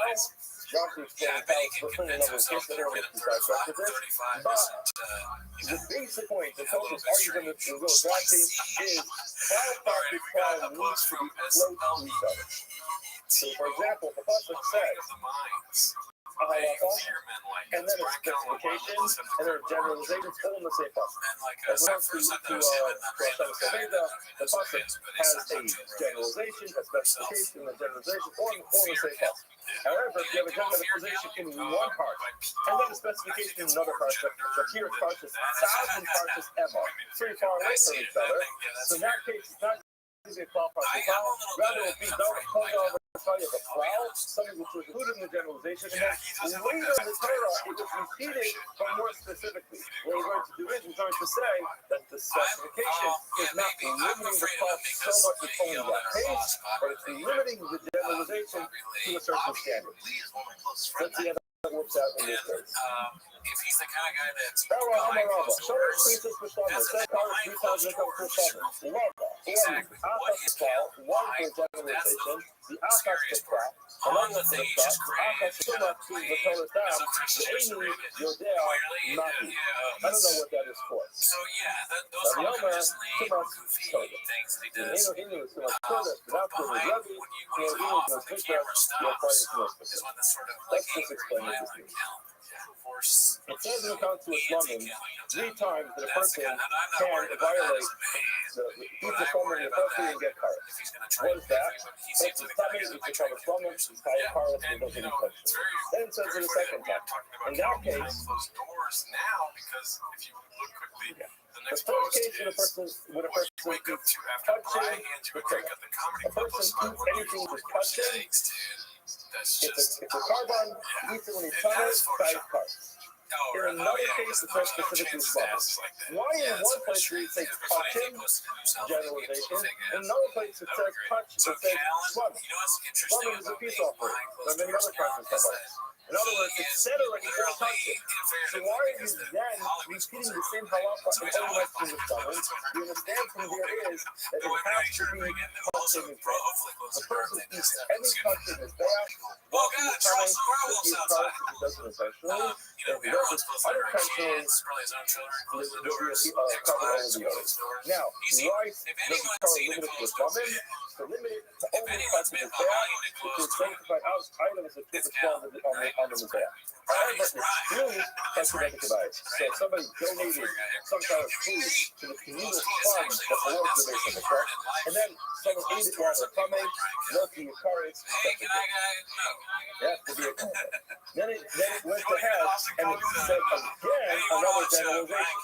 So now I'm a little confused. And the generalizations include anything which is sanctified or anything which is consecrated. As a specification of something which says it has to be something which is dedicated to the Mizbeach, and not everything which is consecrated to the fun of the sanctuary. And then again, I have another one which again opens it up to all touches. So now what's the third one doing? I don't know. Maybe they are not. So how do I know? What I'm going to say is, this refers to cases too much. The name of English is too much. Now, I don't need to tell me too much code to even something which is sanctified. Why not? Because I already know that. When English was that's going to work. Remember, it talked to me earlier from this brilliant package that he made to explain. Together, from a split apply it to the connector. So this is the concept of the English name. The concept tells you something you know, it must be telling you by another. Okay, so now it points to Rebbe, I now know how we are the sources of the person. It's coming, yet we come over the other, always becomes art with the either he's touching or he wasn't business. That's not the When we buy it, it's going to we need that remark to keep moving over. So it creases the stomach. One of them says, creases 3 times by your stomach. Why? After the power, which is just as we generally. After the pride. And one of them to limit it only to this bad, with no intention, but not to just the general form. The outcast was violent to female and the father. The other pieces mean that the third one teaches us that there are some things that ain't in the color. For example, wood. A person eats wood from the base of the now, but what's the halal? This is one of the taste good, but what's the halal? The person now has to recover all the wood. So you have to have that to exclude that. It really is, but it's not very good. I mean, no, that means that the third one will include that case. You are have 2 side cards to that. Now, hold on. We'll assume it's on the phone. Anytime I have a card, now, you might say that. That's one of the things. You're not 5 cards for it. Anytime other cars in the shrimp come on. That's true, it's not very separated. So for him, the third one will include a first piece of kata, which is going to be where the albergo is done from the inside and the inside is there. The software there, I mean, how do you call? How about the shrimp call? Any kind of there, piece of fun, any kind of shrimp pigo, and there's some terminology on the kaya. It's bad, but I don't necessarily Bottom line is, there's two things you can include. Either a person eating wood from the back, or a person eating from a carbon kata, which is serviced on the inside of his back. One of those two. If you're a well person, you'll say it's about eating the wood. If you're a considerate person, you'll say it's about a carbon, which is serviced inside his back. Either way, you have something to improve from that. And that's not slums in the fire. So you're asking the so we're kind of in trouble over here because we don't know if this is including the purpose of concept. Maybe it's including these other things. I mean, my mind, explain the right off. So, similar to performance. You're right. We're not focusing on the word colors, but it says there, no, we're focusing on the word color. Why do you have to say come up? We're not. I'm breathing in fumes right now. In other words, we'll repeat the draft the same way. That's correct. That's a generalization of come up, it's specification of come up, or the generalization of come up. And that includes focus on the How to survive. It's a free high. Glass half full. So, I mean, as understood, the summer level, again, go through the half of the fall, the generalization, yes, the crowd, and what the movie for a couple of seven. The 70 seconds of that, half of the summer, up to the parent stopping the draft, one of them is for general single segment type of program. Now, you know, I'm like, now, I'm going to say that the overall size to the focus, that's the person who eats something which is Kodesh all the summer, that we're really eating the Kodesh. And if you don't need that to teach you that up to Kodesh, wow, you're not able to meet the Rabbi, because you learned it from Rabbi earlier on the Rabbi. You know, let's make that the fire professional work with the waste on it. Gemara says, but behind them we violate. We need that. In other words, the word tumah is not extra. You need it. That is the way we look at Torah. With the revolt, that's not tumah. In other words, to look like Rabbi. The person won't read without that word. What's it talking about? You know what the word then why you buy cars? What happened over here? Circumstance. Different stuff. You can't use it for anything. Versus, all right, back to the drawing board. Alam Rava, Akia, Tabafo, Tomaso. Where do we know that a person who is Tame has to be in a car park only if they eat, touch it, or work this condition? We have it it says over here, that is part of the for myself. It's this hostile, and it says over here that this is our person who works with this. So I'm going to to myself out. He's coming with someone who is over. Not all work with Victor. Just like in that case, it's the first person who works with Victor. When you are coming, in this case, still not Victor. It's still not Victor. You must look at it. So there's other storage units where people are solved this whole thing. One effect. Storage wars. So now, you remember the whole movie we talked about this word back? Levelly. So why do I need the word to exclude truth? In other words, we're so busy saying this. That's so fine with me. Like, I don't really care if it's a storage wars. I watch a lot of it. But then you just hear it in the background. And a person eats true when he's coming. Who wants to be on this one? So we needed the word claw to exclude. Now, if you're learning this halacha from the Torah of myself, so why would you have taught that true halacha? It's not included in this word, it's not part of this.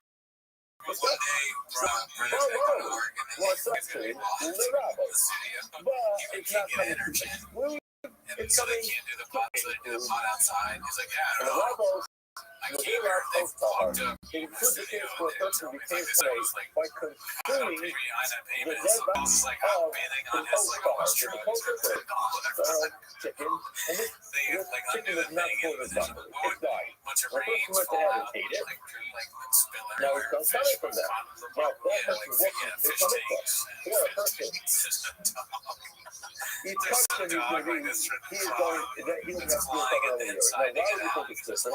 Because this is a different type of pillow. Upper pillow pretty much was not the only person touching. So simply touching, in other words, that pillow is a little more strict because it's so strict, it's just simply touching it makes you cover. And this, in the Vela, the person only becomes tummy when it passes through what's called the base of wheel and it's smaller. So therefore you think that's a lighter kind of pillow, and therefore once you become all of the other. So If you work that's kind of funny, like the other people as far as your like tells you, yes, even that gets into carbon out of yours.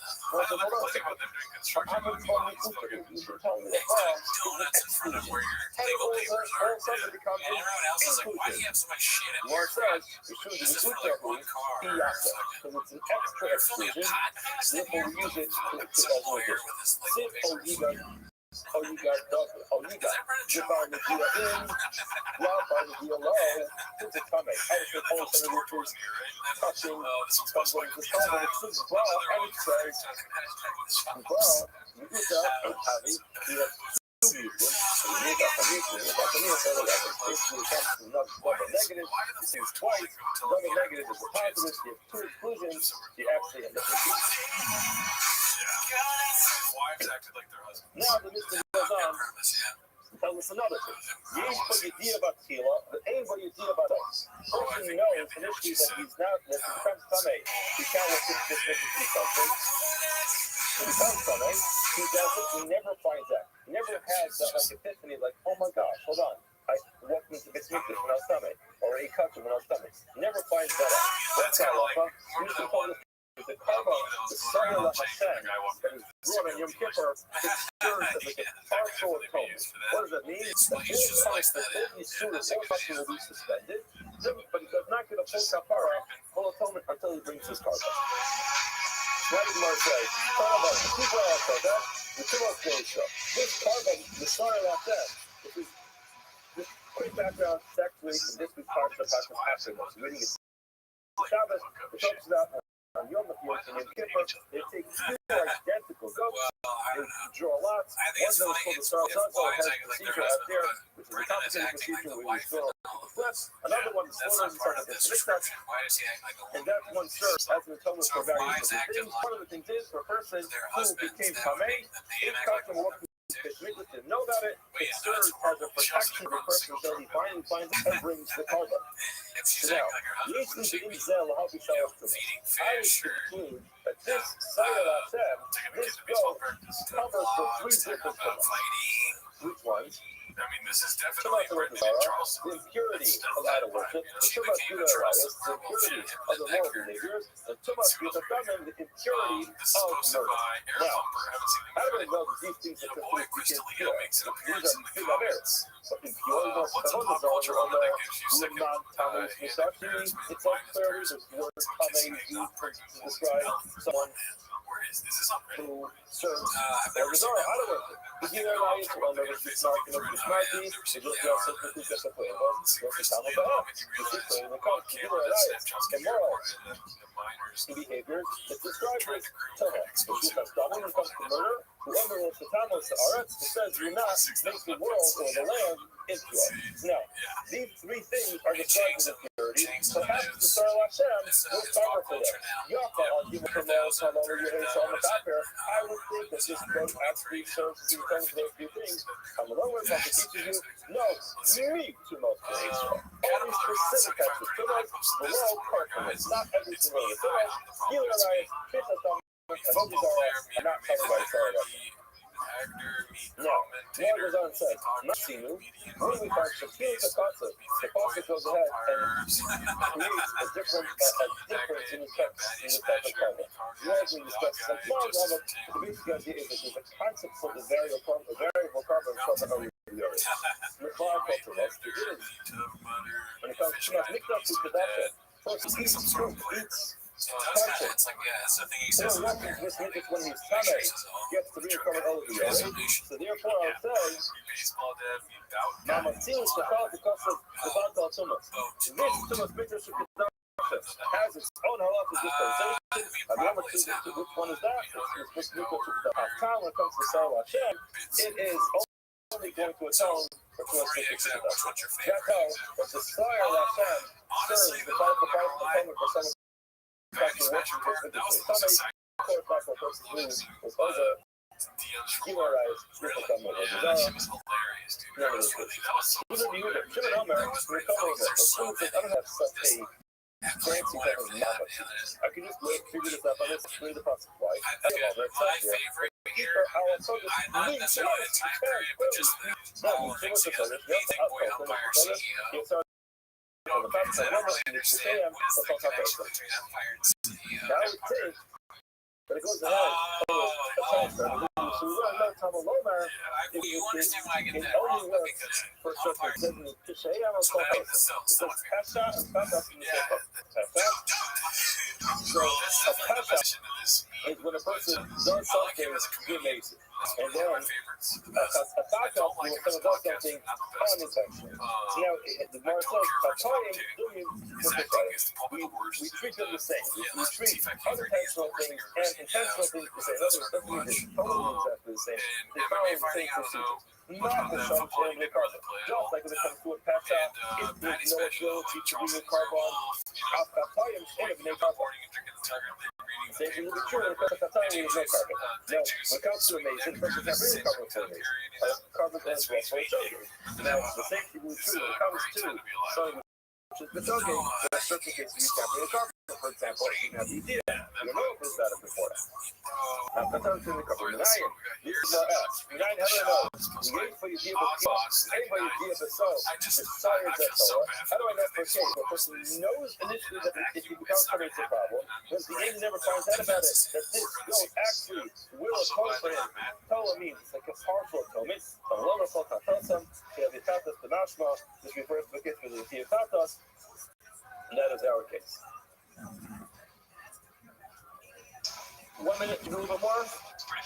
Let's go. Alright, here's the beans that Lahari Kimmel Phillips. I would have included three different Phillips. Phillips was a dark, look to the right, look to the comments. So now we're going to have how about the Zara history? What type of Zara do you think this will actually help? Information is for the person who wanted to bring information intentionally back to Taylor. None of Carbon's working with this person. He is hired Misa. He can show you if you by mistake the bar chemicals. Let me read Carbon. What's this for? What it says, the main will ask today. So that we didn't intentionally, but we didn't have the qualifications for these persons with the death, you were going to start getting it. Next one. Whoever said you, mistakes and that you calculate, you know that. You realize the same thing. Now what they do is about COVID. He served his immoral behavior intentionally by Visa. He can show you if it was by mistake or carbon will be carbon. But the same thing, to raise the essentially will activate one. The show you calculate, you know that. It's done the same case. The same question. If you don't want to get these made, if we just have to tell somebody, like, we can have it that. Even so, you can tell somebody mistakes. We just don't know how to stop it. Expect what to do. You can show you, transparency, let's learn about how to look at. And it says, because I think they for me, they didn't get warning to get for. Trying to step the circuit, like, you know about it, you know, you relax, and can act, so you tell it, and get somebody. And you know that you tell somebody who's facing out.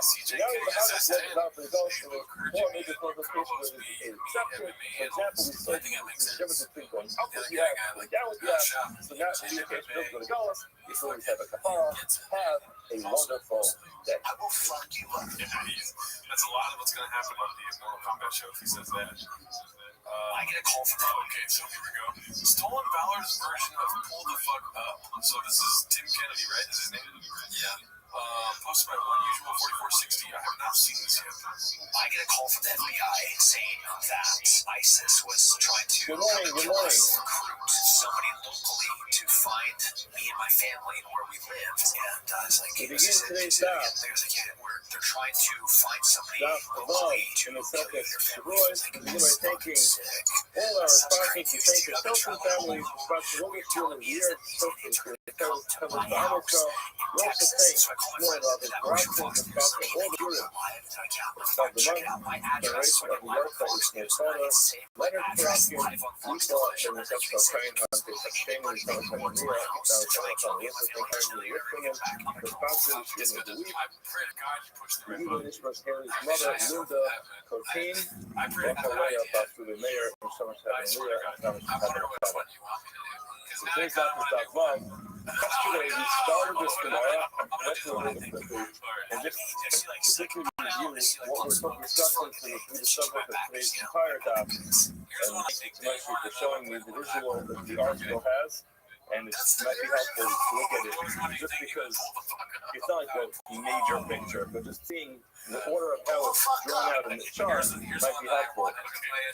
You have Bakaras on the top, Seis comes next, then you have lime, and you have egg membrane. So the Gemara described yesterday that you have, just to quickly see inside again, we'll go back to that's basically halfway down the end of the thing. Yeah, no, that's crazy. You wouldn't do that if you didn't want to. Gemara says, our next mentions that when it comes to the Maros, the views, and various different types of Nagayim, the different leprosies or the spots that someone can get, it's 2 issues for. So you have Bakaras, which is all the way at the top. What is that? It's Alpha Shakalas, the really bright white, which is like snow. So again, in this picture, that there's in the article, you have that at the top. And then you have the next one, Neo Law, the secondary one to that one is the Sida Heto. It's like the line of the sanctuary. Now, what that means is that each secondary one is line, but it's not the second brightest color. It's the secondary to the Baharas. You have snow all the way up to the top, and then you skip a step, you go to line, and then you have after you have Alrighty, so Seis, Ketzemer Lavan, Seis, which is the other one which is mentioned in the Torah is white wool. And then the Allah, the secondary one to that one is the condensa, it's like the membrane of the edge. So again, the way that the chart looks, is you have Baharas at the top, which is the most bright. You have egg membrane at the bottom, which gets white. And then you have in the middle, there's the 8, which is the wolves. And then you have line, which is number 3. So now, interestingly, the Av, the main category of each one, is going to be separated from its Toga, its second one, by the other Av. So again, just to speak this out, you have at the top, the Av of Baharas. And then under that, you have the Av of the Ace. And then you're going to have the Toga of line, which comes next. And then you're going to have the Toga of the egg membrane, which comes next. Now, what the problem was yesterday is, according to the Kiva, you know. Why are you using your kid's gift? 2, is that safe for a kid? 3. What Kiva taught us is Zula Malamisu. In order to combine them, because the halacha is for a nega tzara to be considered tamei, it needs to be the size of the grits. What's that practically? The way we deal with this when it comes to nida, it's a bit in grits for ice, is not the size of the penny. Let's just say a penny size. The spot needs to be the size of the penny. What if it's not? What if you have one spot with 2 different shades, and the 2 different shades are from 2 different, we'll make up the whole spot. So one spot, let's just say perfectly symmetrical and perfectly round. Now, half of it is going to be one shade of white, the other one's going to be the other shade of white. So every Akiva, you can only combine them if there's 2 shades of white which follow each other in this color. So now the problem is, according to Akiva, you can only combine Gifts that you're going to give your kids. What if they see the live and they know they're on social media? Wool, and then line with wool, and then egg membrane with line. That's the only way you can do it. However, the problem with that is that we cross over into different types of Nagaya. You have 2 problems. Number 1, it has to go in the order of the color scheme.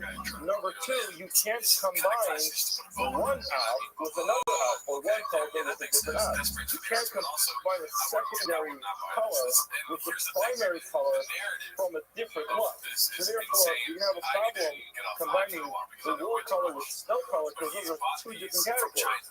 You have category A, which is snow. Category B, which is water, so they can't be combined.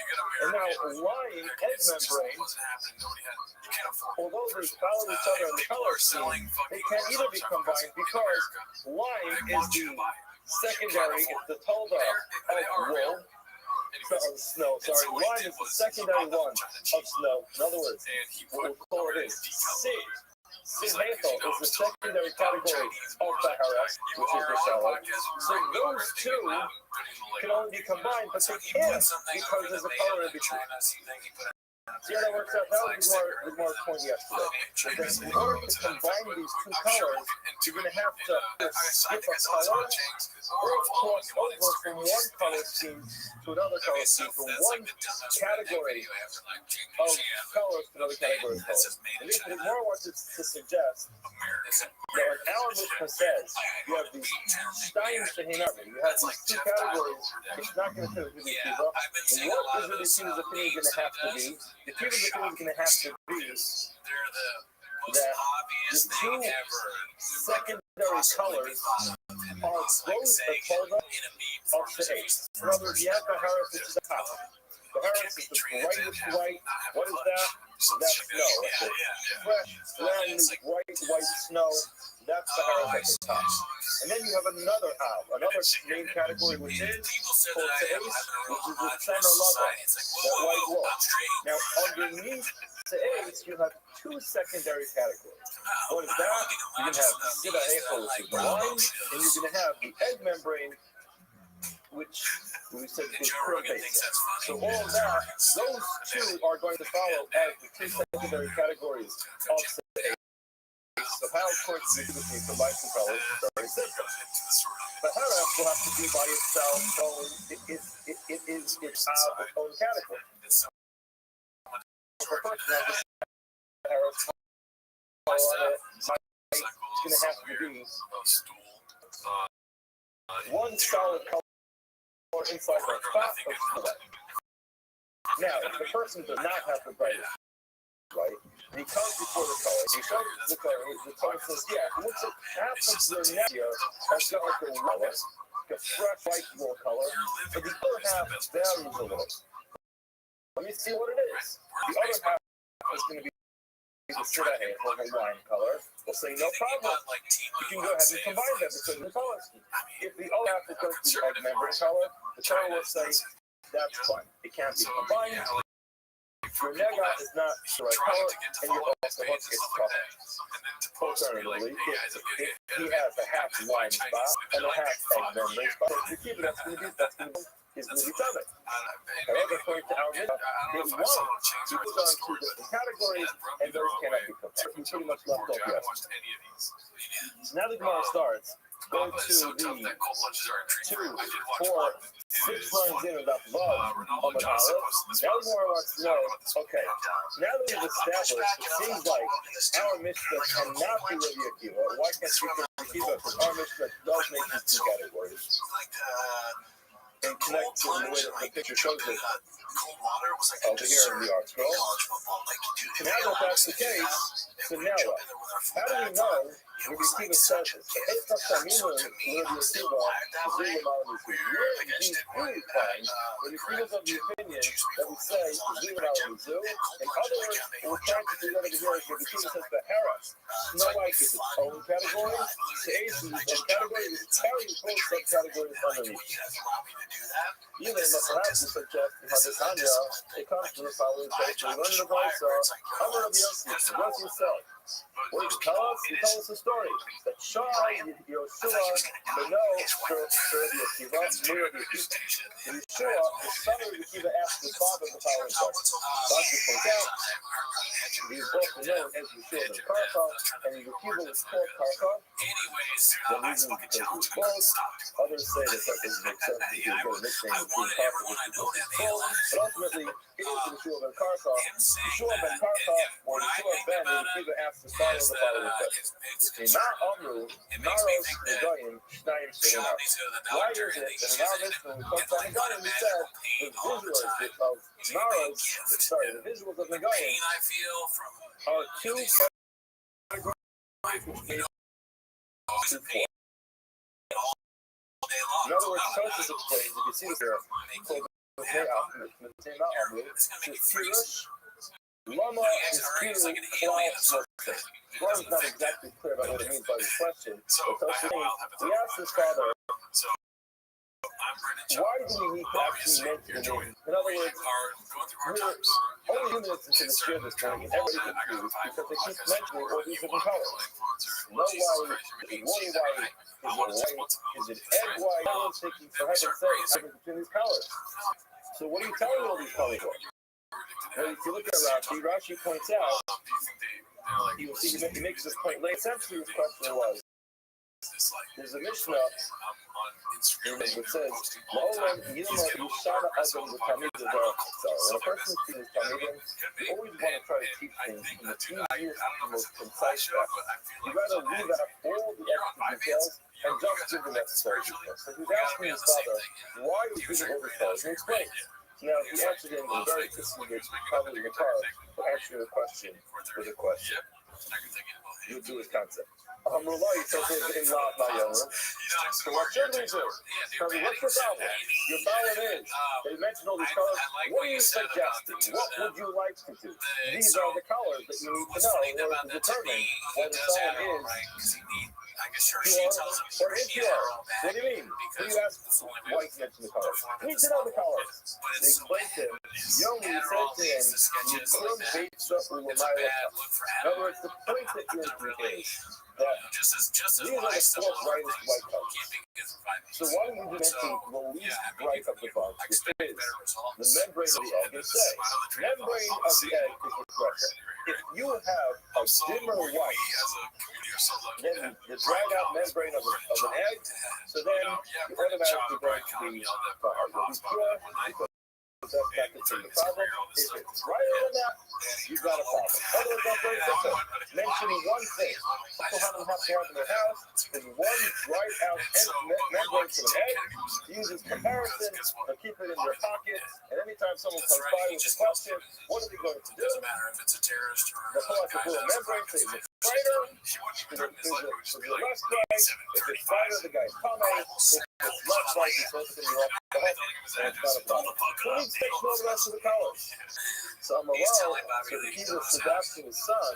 Well, Loma, we need to mention all these different colors to teach us that it starts in Zeh and Zeh. To tell us the colors that can be combined one with the other. In other words, if I just told you this red color, that's potentially white enough, or I would not know the categories of which ones can be combined with the others. So Amalal, they said, okay, fine, I get that down. However, the Yomi, why doesn't he say, that you start with the membrane of the egg, and say anything more bright than that is going to be impure? So you start from that and that. So add that line in. Big deal. Again, we're trying to keep our students in the easiest possible way. Say, one is confused to be called for us is a problem. If it's as bright as the membrane of the egg, or brighter, it's going to be coming, and guess what? You can combine all those bright colors together with each other. Malori said to him, you know why he tells us all the colors? The reason why he tells us all the colors is to teach us colors, Eino Baki Lahem, Rishmosan, Rishmosayan, Eino Roa Esanagah. We need to teach something else, which is, you should be getting involved in this process of checking the colors, you don't know the colors. There are certain things you have to know, in order to talk to these Now the truth is that this is subject to somewhat of a debate. I don't want to get into it right now because Allah believes the Torah doesn't be what we can. The halacha actually is, but the Torah doesn't know the halacha. We know that the Safar Tamei declaration is made by the Torah, but some Kohanim just didn't know it. What would they do? They would employ a professional mega checker to work with them. And they would stand there. The Kohen would basically just sit in his seat, and the mega checker would examine it. You'd have this, just say, dermatologist who worked for the Kohen, and he looked at it and he'd say, yeah, Mr. Kohen, this was a problem. And he's tummy. The Kohen would say, tummy, then move on. But ultimately, the bottom line is, what it means to say is, if odds of making it to McCulling is going to rely on his own checking. He has to make sure to know the various McCulling facilities. Now, here's the main point of Marmot. When his son, Yeshua, was suggesting what he could have said from egg membrane and us, it was going to be a problem. Now, if he knew his father's opinion was similar to ours, which is, there are two different categories. There's category 1, which is egg membrane and up, and category 2, there's category 2, which is egg membrane and up, and category 1 is lime and up. He should have said to his father that, just right in the Mishnah, just two different categories, egg membrane and lime and up. Just say that, everything will be clear. Now, if you sit here for a mile or more comma, you didn't say this. So it must be that the low on my legs, since he didn't suggest to his father, and he should just write it simply in the Mishnah, that there are two categories. One of them is from egg membrane and up is tame, from lime and up is tame, and you can combine each category with each other. Obviously, he didn't say that because that wasn't his opinion. In other words, the point that we're trying to make over here is that according to the Akiva, you're going to have Baharas, which is snow at the top, and then you have Se'es, which is going to be the wool, and then beneath Se'es you have lime and egg membrane. Now, since he only said egg membrane and up, it must be for some reason his father grouped all that together. Because if he didn't group that together, it would be inaccurate to say you could combine everything together. And the fact that he suggested you see egg membrane, which includes lime, which includes wool, and he said you could combine all those together, it must have been that was Yeshiv's opinion. The Yeshiv's opinion was you could combine egg membrane, lime, and wool together. Now, because if that wasn't true, he would have said egg membrane and up can be combined, lime and up can be combined because they're two different categories. The fact that he didn't say that must be, but he didn't know that. So, with the low, I'm not going to dispute the receiver that I'm approved by this perspective. It must be the four of them can be combined with 8 because they're also categories of 6. And where it says no, that's not right. No, but perhaps. Parents can call this out. In other words, we're creating a conversation over here between the father and son. Now, maybe the father and son conversation that we have is not 100%. 100%. Really, with all the information that's said. He just was asking his father, why not make it simple? Maybe indeed we did not mention.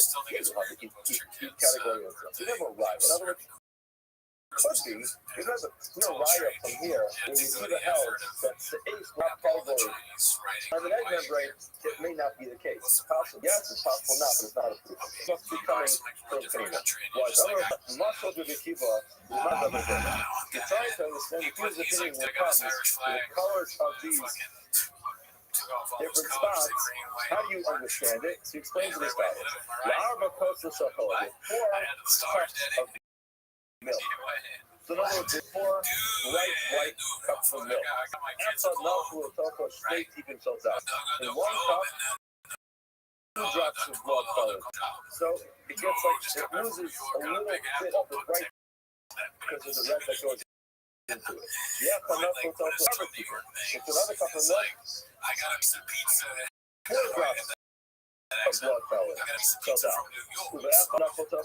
Shmona, another one, 8 drops of color. That's enough for total stain in the honor of faith of the people. The last one, or 16 drops of blood color there. Now what happens? This is the full cup of blood, and it's only a minimal, it's the full cup of milk, and it's only a minimal amount of blood that's going in there. Now it says, Shatulan, all of these cups, Maros Lovane, they're all still going to have a very, they're still going to be white. They're still going to have a white color to it. Ella Zella Malamisa, it's going to be like a little bit of like a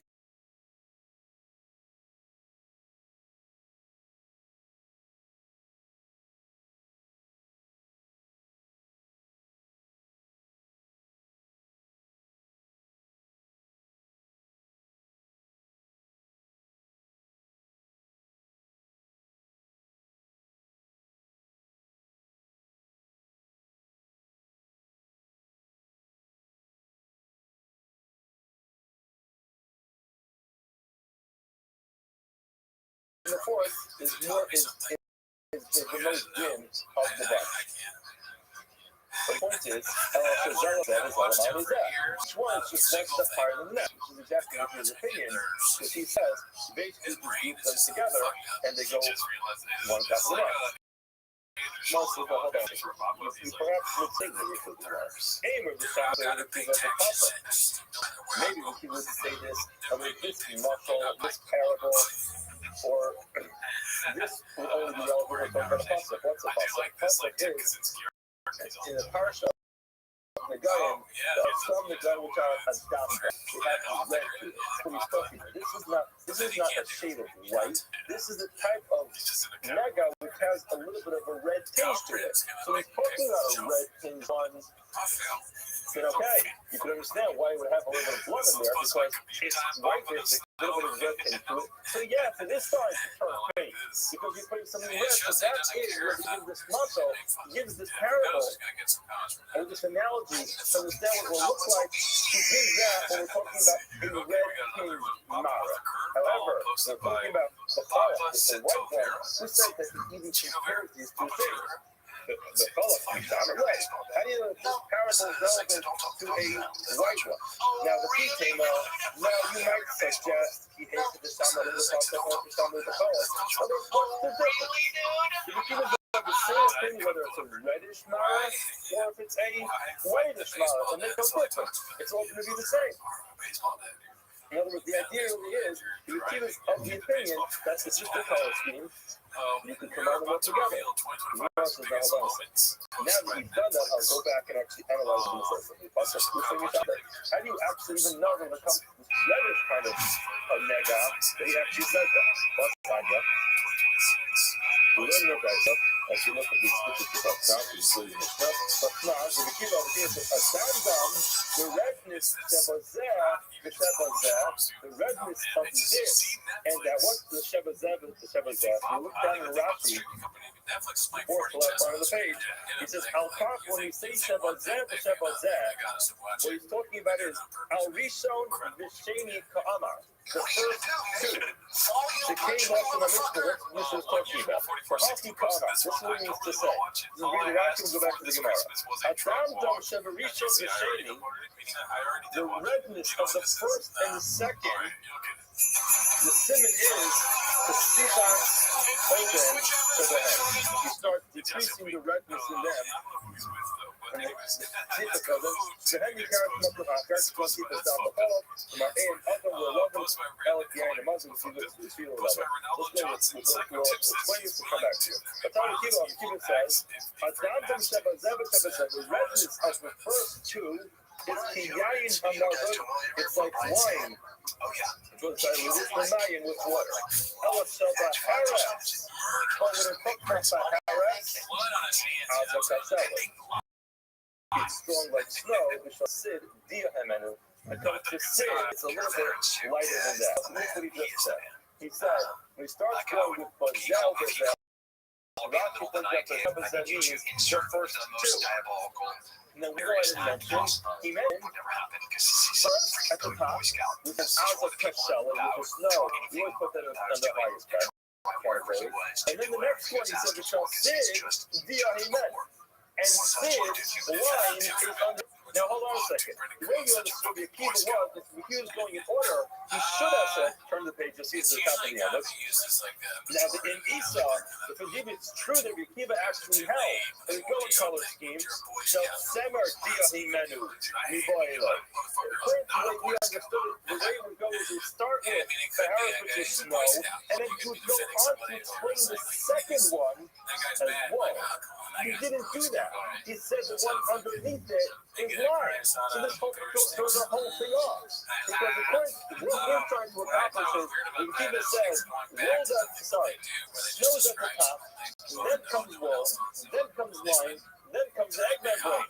Now the first thing just now got thrown up because the Akiva himself, when it comes to this puzzle, actually stops us off by saying snow, and then skips a step and goes to sid, to wine. Which is exactly the opposite of what we're trying to accomplish. For the beginning. Where it says, I'm ready, the second line, the bottom of it is, Kevin That's Stan, really man, what he meant. he's But fucking Tanya, great. as it said I in would do Dr. anything Omer, for Kevin low Stan. This one time I saw him Kiva in Denver, shall sit diachim. And it's not and the I that thought Kiva meant to say that she'll go Sid out is with the Dale, next like word more to like more that dim. part, but Ella that shall was Kevin stammer crazy. diachim. He meant to say Yeah, what? and I took you outside Okay, that time. so Yeah, here's this is where you great. have a riot. In He's other a words, great guy. you're getting Anyway, thrown off from the staff, and so when I it get came my to this address hustle, out so in you case get any the stuff. fucking No, terrorists that's not what lights, he meant to actually say. Lying, so there, he meant to say what? So yeah, the keeping of the opinion, you have the Harris at the top, and you have Ace, and then you have the two subcategories that follow that, so the line of the egg member, and then you're going to say, just like you said when it comes to the pop-up, which is a Mara that has a little bit of redness in it. I hope you try and Same thing will be true when you have a Mara which has no redness, just that the white starts to get a little more thin as we go along the color. All right, let's see And this. everyone goes What on. do we got here? We know the Harris Alpha. How do we know that the Harris, the Pasuk says, the Harris is the brightest color? You want to answer? Sorry, you know the Harris Alpha. I'm over Abaya, I'm a Kra. In the Harris, Levana, He's the one of the Harris Levana. The Pasuk says, if he's going to have this Harris, this is white, and North of Levana, means she is the white. She is white. And what? When the Pasuk explains that something is like the quintessential white, so what this is the Harris is going to be the whitest of white. Okay, tell me about it.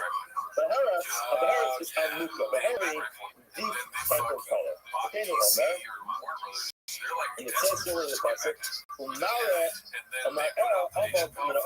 its view is deeper than this. I think it's pronounced its Mara is deeper than the skin. You see, the Harris is going to be deep. What does that mean? It's deep. Well, explain. Kamara Sama Pa'amuka Minatzeh. Sometimes if you have the sun, which is by a lot of shade, what happens is it will look like the sun, even though it's uniform. It's exactly the same place. Again, but it's not necessarily the sun and whatever is in the same place. But you have some type of light, which is exactly the same place as the shade. But the light will look like we're in because the shade is darker around it, and the light looks much deeper. You know what I mean? It's so bright when you have something which is so bright next to something which is dark. What's brighter will look like the recess behind. That's why we call it deep. Kamara, Sage. So when it comes to Sage, what does that mean? So just remember, the Bible says that a person, Yevar Sage, Osapaka, Ozaharas. You know, when you're reading that passage for the very first time, what you'll think is there's three different colors of a Negatzara.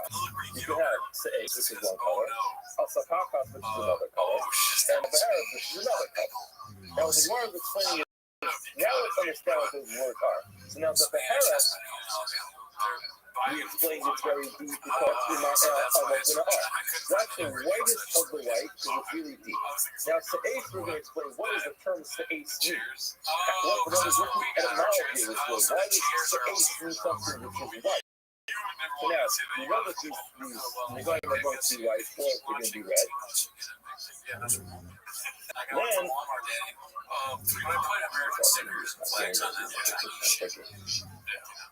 Then, when it comes to Sa'ace, sorry. 3.1 stars, great reviews. Sa'ace ain't Sa'ace eligible. Sa'ace means it's fire. Okay, so Omer, Al-Bal, Ha-Haram, Haram. So why is Sa'ace called Sa'ace? Because it's a more dim light. So now the dimmer the light, the closer it's going to pour you. Again, I don't know enough about this. I'm not an artist. But apparently that's how it works. The dimmer the white is, the closer it's going to look to you. So therefore, Sa'ace refers to a whiter than white, to a white that's whiter. And the Gemara brings a raya that that's what it means. I'll call Haram Haramim, referring to mountains and hills and valleys, Makol and Bay, Hamis Su'od. What I look for, if we're talking about elevated surfaces, if we're talking about Hamis Su'od, the same thing as Sa'ace. So therefore, the Sa'ace color is going to be a color That's more dim, which looks more close. Sapakas. Now we understand what Sapakas was in the public. That makes us view of Arthur's 8 of Sapakas for Barrett. So what does Sapakas mean? Well, so 8 Sapakas are a story. The word Sapakas always means a secondary category. Hey, Omer. I said, I will kill you. I had a gun. Omer Sabini, no. Plus it says, this is the whole discussion where the Navi was talking about where Kala was talking about and he said that the Kohanim was making the Sabbath, and then he said everyone was going to want to be a secondary category for that. So the Sabbath that he means is a secondary. We have the H and Bahar, which are the two primary mega powers, and the Sabakas could say, now after our tail was the H, and possibly Barbasar is the H of Sabakas or Bahar. So I know that this and the secondary category. How do I know secondary category? By the way, according to Akiva, there is only secondary category to say. You have Paris on its own, and then you have two secondary categories. But now, according to the Rabbanan, how do I know that the Hera is? It's now I call it as a secondary category. So after fail the safe, fail the Hera, no, and zero, never the one of the safe, never one of the Hera. That's why when it comes to safe, it says why when it comes to Hera. Now the one on more of its eight, needs to say, just like the white race that comes along with the eight part of the secondary category, after the one on more. You for Taylor and it says right, it can still have a secondary category. And they must need to tell us. And the reason we learned, Hato attacks the Sapakas, makes the ace, Libahara. The Pasuk took the word, Hato attacks the Sapakas, makes ace, Libahara. The word Sapakas was inserted between the words ace and Libahara. No one will teach you to change its fail as ace. Just like in the secondary category, it's the age category of Arab. In other words, two different ways of understanding. You get, yes, following students of Hakana, that you have two categories, which is the age of Arab, and just an Arab language, snow, and woe.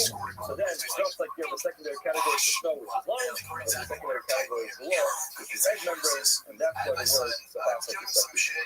Okay, now we want to go to the illustrations. That is an example of how we know what it is. Say, it's 10-11. Say is like white wall. Mike 10-11. What's this white wall that we're talking about? Amar Bibi, Amar Ravasi, selling Ravasi, then Nafim, the clean wall, then Yavah, on the very first day of his birth. The Kavnin Bo Milas. That they for Milas. Now, Kashmir, I'm not sure if it's translated, but I don't know where it's called from the baby. Whatever the word is called from the baby, very soft word. Look at Rashi. Rashi explains this is what would happen. Rashi is the first skinny one we have. He says, lesson of a Kalim, Yosef Kukunos, and then he explains, Kach, Kushanora Kevas.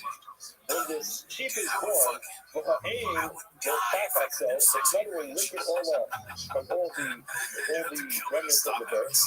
Aim summer nucky also young. And the world is never going to be as clean as that day. Because it's an animal. It spends time in the dirt. Therefore, it gets very dirty. On that day, after the animal is born, its mother will lick it up, clean up all the wool, and on that day, the wool will be the brightest and the cleanest and the softest. Now, the Harotsilat, Neo Lamilas, first one is created for Milas, for this type of material. Also, Mekeva, Na'ata Ar, Umekabno, they make like this type of leather jacket they put on top of this little sheet. The top of it they tie it on, so you carry, and you start coming to cook the Yemen, and that will then be covered. So that's the day of the animal will be born, its mother will clean it up, and they protect it, and like, you see like these dogs wearing like these little whipper coats. So I guess they had this whipper coat that they put on top of this sheep, and when the wool was ready to be sheared, they shear it off, and that was a very high quality special wool that they used. That's the summer that we're talking about, that's the wool that we're discussing over there, that was very, very well. I'm going to say, yeah, Masha drop Banan, when I go done. Remember in the Chachamim, we have these skipped categories. When you mention number of times, we're not going to do it again. So what's the mouthful for that? The Trey Malfi, the two kings who will Trey and Farfi into two incumbent ministers or governors. In other words, different levels of government office. So Malfa says that, Lamala Malfa says that, this king is higher than the other king. The Parfa says that, Lamala Parfa says that. And I guess the governor or the minister is going to be higher than that. And he's going to say, hold on a second. How does Lamala Mizah? Is that how Mizah? That's the key. In other words, you think of it like this. You have let's see what it is. think of like a supreme type of government. And you have here in the United States. You have the federal government, and you have state governments, you have the local government. So let's just say you have like the president and the vice president, and you have a governor and a lieutenant governor. So now what Morris says is you have this king is higher than that king, and then this minister is higher than that minister. So essentially what you have is president, governor, vice president, lieutenant governor. That's the way the Mark explains it. And the Mark says, but that's not the way it's supposed to be. That's not what we're trying to point out. We're trying to point something else out. The Mark explains more now. Let me explain this again. And the Malfa says that, Lamala mi parki dinapse. The Malfa says that, Lamala mi parki dinapse. What happens is you have the king is higher than the secondary minister. So you have the president is higher than the vice president. But the vice president is still in a more supreme position than the governor because he's part of the federal government. So you have the president, vice president, governor, lieutenant governor. So each one is going to be in its own category, but that's up to that. Morris wants to point out that each one is going to wind up exactly how it works out. He was thrown out by his own because he was peeing all over the place. Persians sometimes have that kind of problem. Because about as far as you can get from doesn't really match governor or president. It's not going to really work. Because we're still talking about two different states. That's the idea. Because the way I'm explaining it, still can only go in that category. You have president, vice president, governor, and then lieutenant governor. It's still not that. So that's not going to work. So that's the first. Next one. But I'm going to go Malcolm al-Kappa. We feel it where it's various different positions in government. You have a Malcolm King al-Kappa as another form of the government. We feel like it was the head of the army. What she says.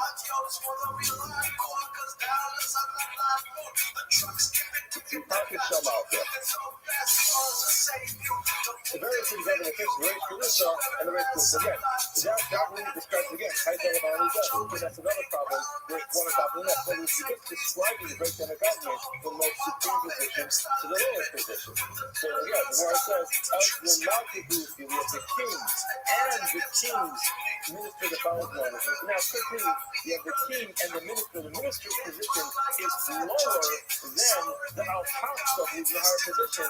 But also the way that they travel is that the king will travel together with his minister, even though that minister, I guess we do like the press secretary. You have the president and the press secretary. The press secretary is very, from a governor's perspective, lower than the governor of the state. Press secretary can be power. However, when they travel together, therefore it doesn't look like that. Remember, on my relative name, Shavar Malka, you have Shavar, who is the king of the Slovakians is the Persian king, and then the Kesa, which is the Roman king. So I'm aware of Papa Rava. If Papa Rava, how many I Papa? You're talking about a Persian king and a Roman king. Which one is better? On the way you said to him, before you Papa, and you live in the forest, you're sitting in the church and eating, you have no idea what's going on. In other words, where are you? What planet do you live on that you don't know that the Roman king is much stronger than the Persian king? As we are about to explain, the reason why this interaction happened is because since you mentioned Ramalka first, which is the Persian king, and he lived, the Chapa lived under the Roman king, he didn't want to, God forbid, be accused of not recognizing that the Roman king was going to be way bigger, therefore we have to clarify that point. Otherwise, the first Ikaki, another of the living in the forest, look at how big he looks, king of the Mount Sagidon, and look at this one is bigger, the king says the Pasuk for Total, Kol Ara, which is Bishka, which is another of the described that the Roman king is going to be stronger. Other of Yochanan says the Jew Remy, that this refers to Remy, which is Roman Kayadas, in other words, the evil Roman dictatorship. Shetiba Yak B'Chalaela, its jurisdiction runs out throughout the whole world. Tell them to so you know, I'm going to give one more example for these colors, which is Yom Gelima to Omar B'Shafke. You have this wool garment, and it got rubbed out, and Sadina the kiss of B'Shafke, this wool garment, and it got rubbed out. Because the way this works is, the wool garment is very white when it starts off, and then it gets rubbed out, it's less white. And then you have the linen garment, which is quite bright white when it's smooth, when it gets hot, it goes down. So, in other words, it will skip the category. The white is too well, but when it gets rubbed out, it becomes pretty, it loses a lot of its brightness. And then the linen, which is pretty bright when it's smooth, and when it gets rubbed out, it's going to be at the bottom, because it loses brightness. These are describing the colors you see them on. They'll stop here. Welcome back to 10 Minutes to Shop. Thanks for tuning in. As always, join the Patreon, join the Reddit, join the Discord. On the Patreon, you get early access of the show. But that is not why you're here, Daddy. They're here to watch 10 Minutes to Shop. So let's go ahead and start the timer. Alrighty, dude. As you can tell, I'm not Mr. Whole Foods. Good morning. I'm an asshole. I was just gonna say I'm ready to fucking name the waters, dude. Oh, shit, we begin today's style. Oh, yeah, dude. That has. Thank you for taking over sponsors. Thank our annual comical sponsors for the show. As it is, of course, to the service for Army Show. Also, thank our sponsor for the month of the year. We thank Dr. Snow and Robin Grafton, sponsoring all the children, all the doctors, and the updates. My father, Leonard Crafton, Lee Pascos, my parents, the website is on Facebook. Say hallelujah, Spanish to heaven and power. That's your thing. We also thank Ari and Little Listeners for sponsoring the week of learning English with Haley's mother, Linda King.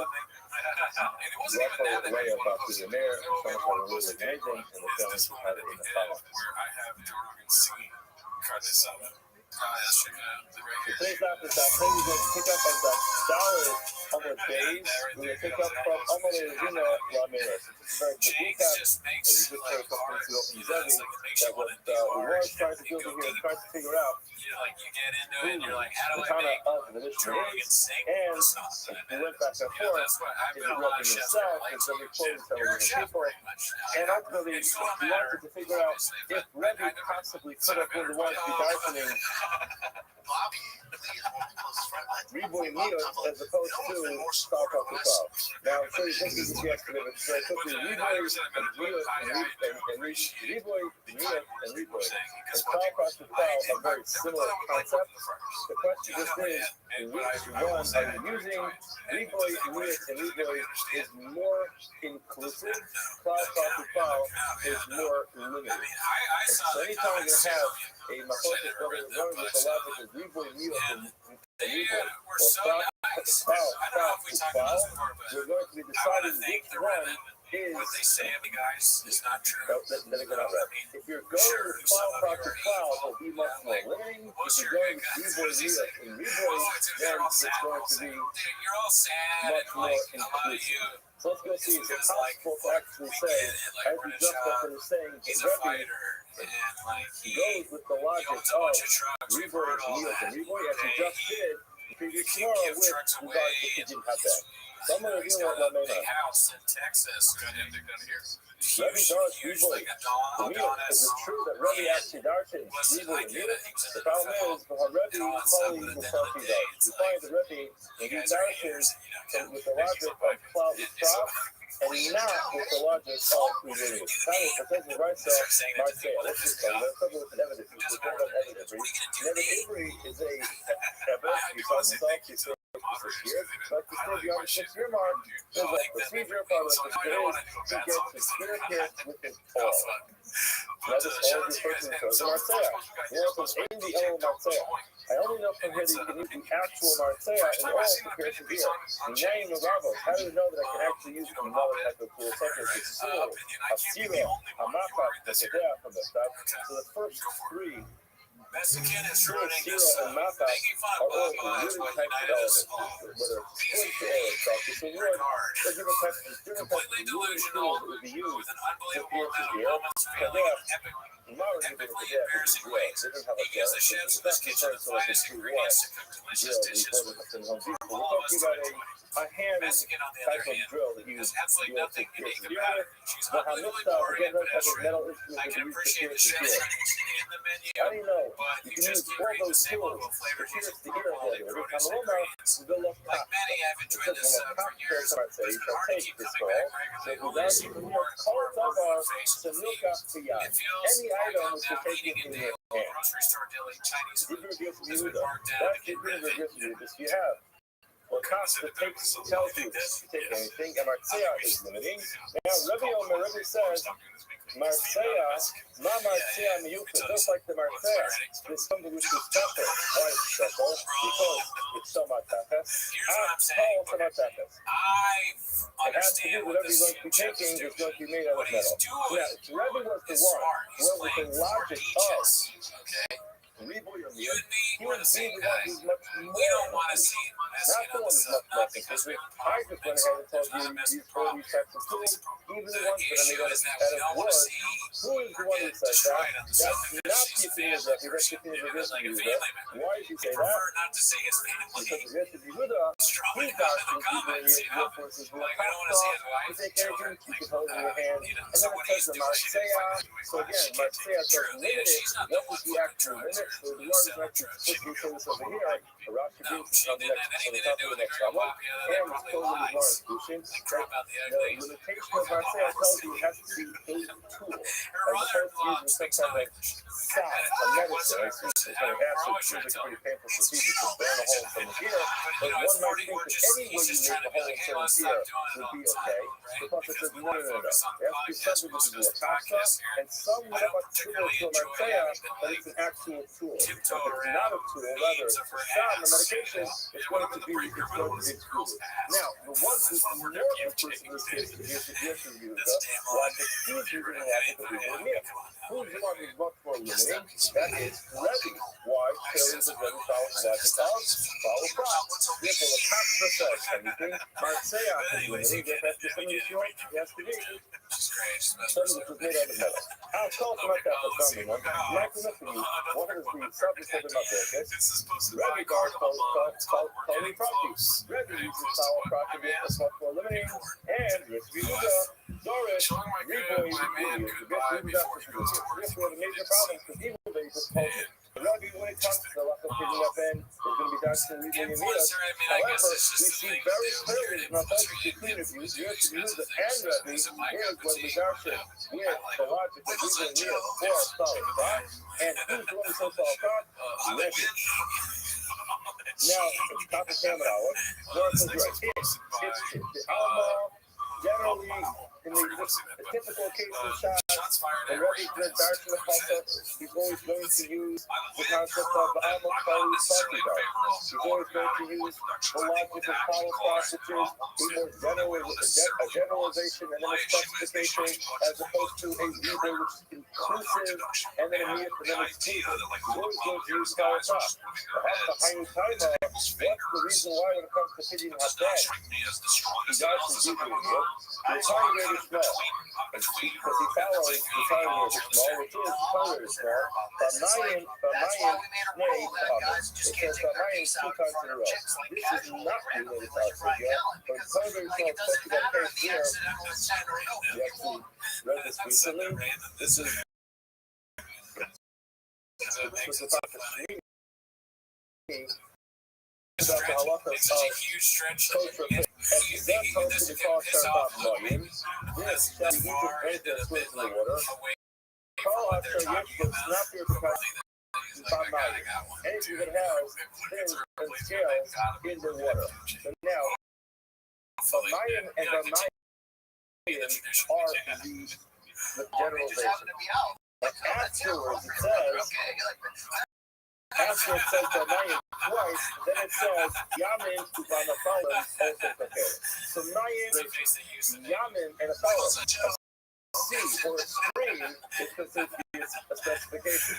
The problem is that instead of it being a flap and then a flap specification and then it says it would be the Mayan, so it has both falling together and then afterward it has the flap.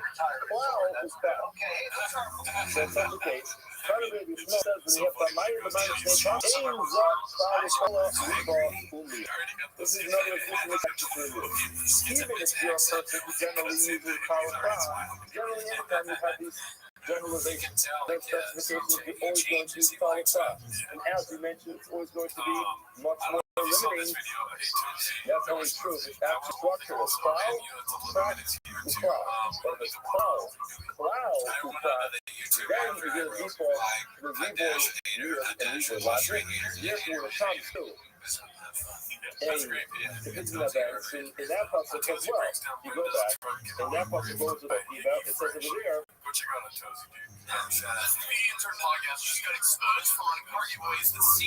It says the Gino. You go from there.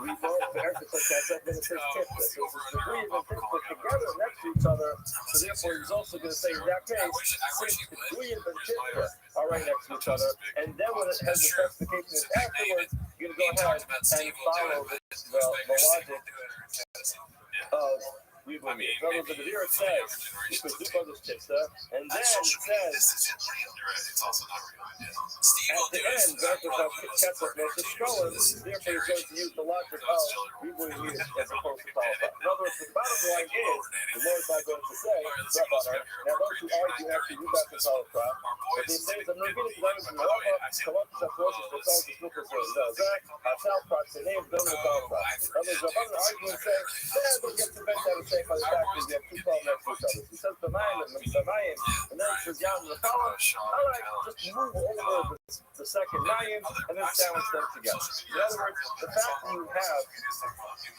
forward, foul, and then back, it doesn't make a difference because the order is not as important. However, the problem is, it seems like Rebbe, who did use Weebly Meal, he must have been following time very small.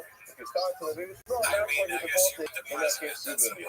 But now the problem is, Hafsidon is what the power prop is. The bottom line is, what you're telling me is, Rebbe died from power prop, not Weebly Meal, barring the exception that he will start from Weebly Meal only when you have plow, and prop. But if you have plow, prop, and prop, it's going to go before that, and plow, prop, and prop. So now the problem is, the whole idea was we want to use Rebbe and Rebbe himself to go up over and say he's darkly Weebly Meal and not plow, prop, and that's how he can include all the Shavuot stories, all the of the this is just have to say that he doesn't use the power prop. Now, he cannot use the power prop.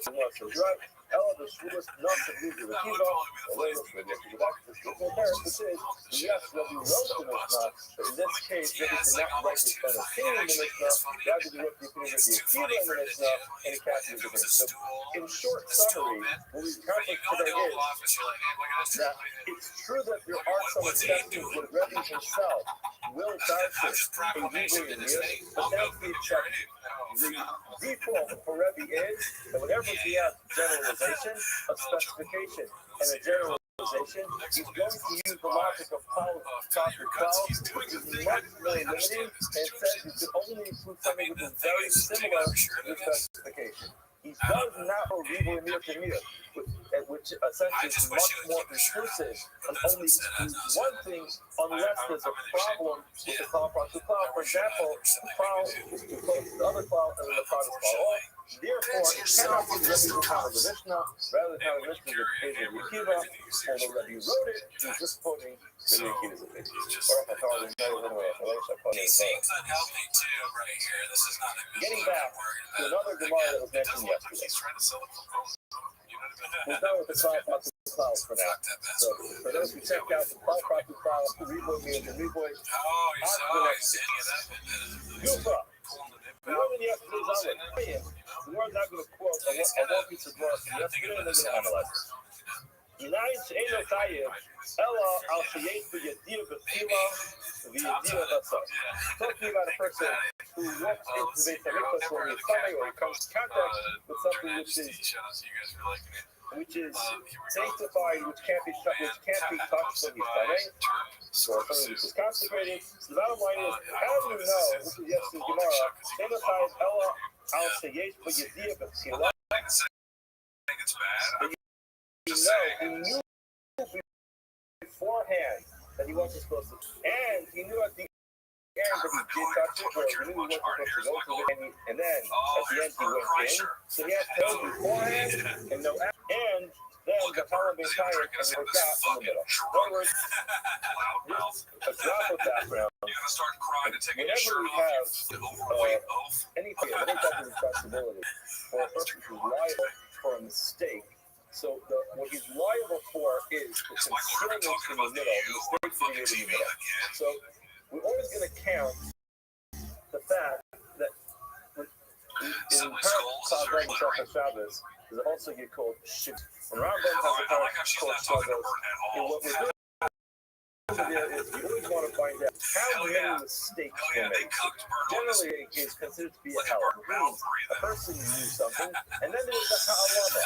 There was a temporary lapse in his mind from not knowing what happened. Now, the halama could either be that the person forgot the halama, or that the person forgot the specific circumstance. So a person could have forgotten that it's also for a person who's coming for consideration stuff, or a person could have forgotten that he is coming. That's considered to be a halama. Now, halama, by definition, always means that there was something that he and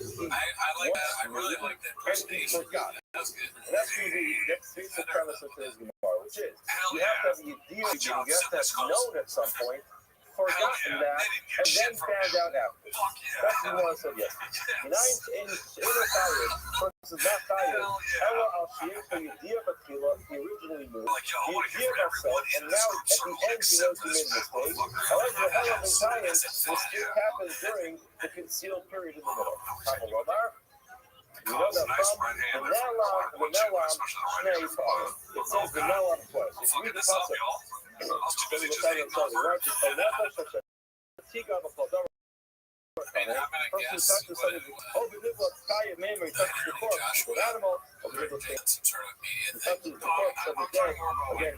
impure animal, sheriff coming, and now he forgot about it, who comes tonight, and now he forgot to be touched, who is coming back. Now you can come and touch this impure animal. Next, oh, he got a tumas adam, he touches an impure person, the call to Masa Shayis, and now Laminan. Yes, he touches the person, becomes coming, and then now Laminan gets touched. There's 2 times in consecutive sukkin where it says the Nelam Nenu, he forgot about it. Therefore, what's the Nelam Nenu is coming? Even if the Kiva says, since it says the Nelam Nenu is coming, we learn from this you have to have known about it, and then forgotten about it, and then known about it again.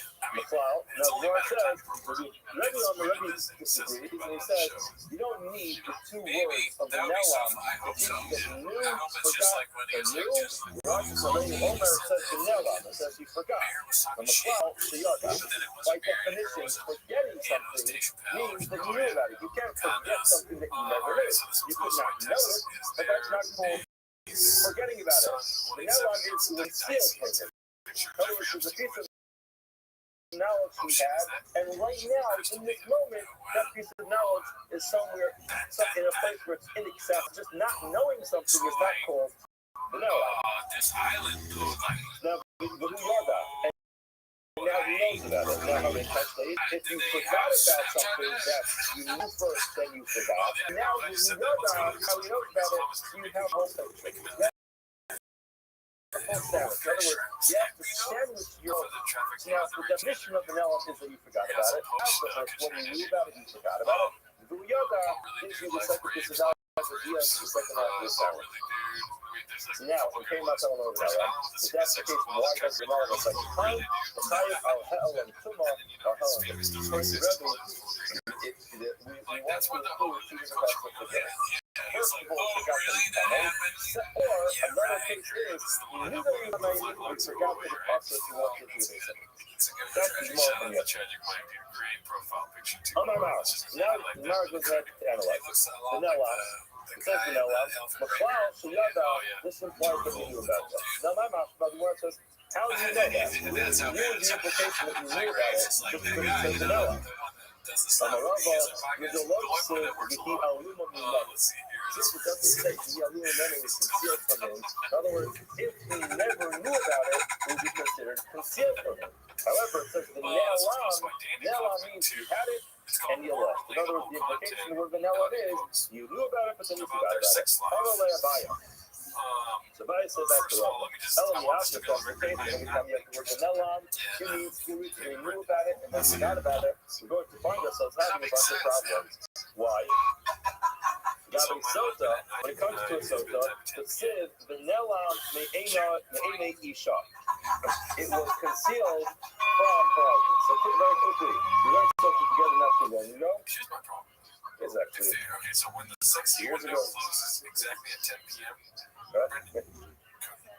Yeah. So a quick review. What is Sota? Sota is a woman who allegedly engaged in inappropriate behavior with another person. She's a married woman, and her husband accuses her of engaging in a man. So he warns her not to seclude herself with that man. That's what she goes ahead and she secludes herself again with that man. And there's all discussion with her parent, whether they're agent, the aid involved. The whole discussion, the bottom line is, if she conceals herself from this person, there's a process that she's brought down to the base of and they ask her tons of questions, she makes shemulas, and ultimately, if at the end of the story, she continues to deny it, the husband continues to insist on his side of the story, then there's a text that happens with the main Sota, they write to the part of the Sota, they erase it, they put it to water, she drinks it. Now, if she is innocent, she gets to those wonderful brothels. If she is guilty, the opposite is true, and she dies at the end of the process. Now, the Gemara says over here, It's not 60 times. says the Ne'alam H is concealed from the eyes of her husband, the plow, to have the other Meikar. To tell me the Ne'alam that she was concealed means that he knew about it. In other words, he has absolute knowledge that she engaged in this extramarital affair with this man. So now he forgot that. Now hold on a second, that means he knew about it. According to our logic, Ne'alam means he knew about it. McLeod started to have a younger Meikara. Now, the other Meikara, he bought to Lamaya, the small practice going to work. The Talmud, but Tani, we're going to buy so, the Nikah HaIshmi of them, the man will be clean from all sin. Now, Isha Ha'im Tisavana, if she is indeed guilty of engaging this extramarital affair, Savana carried the sin.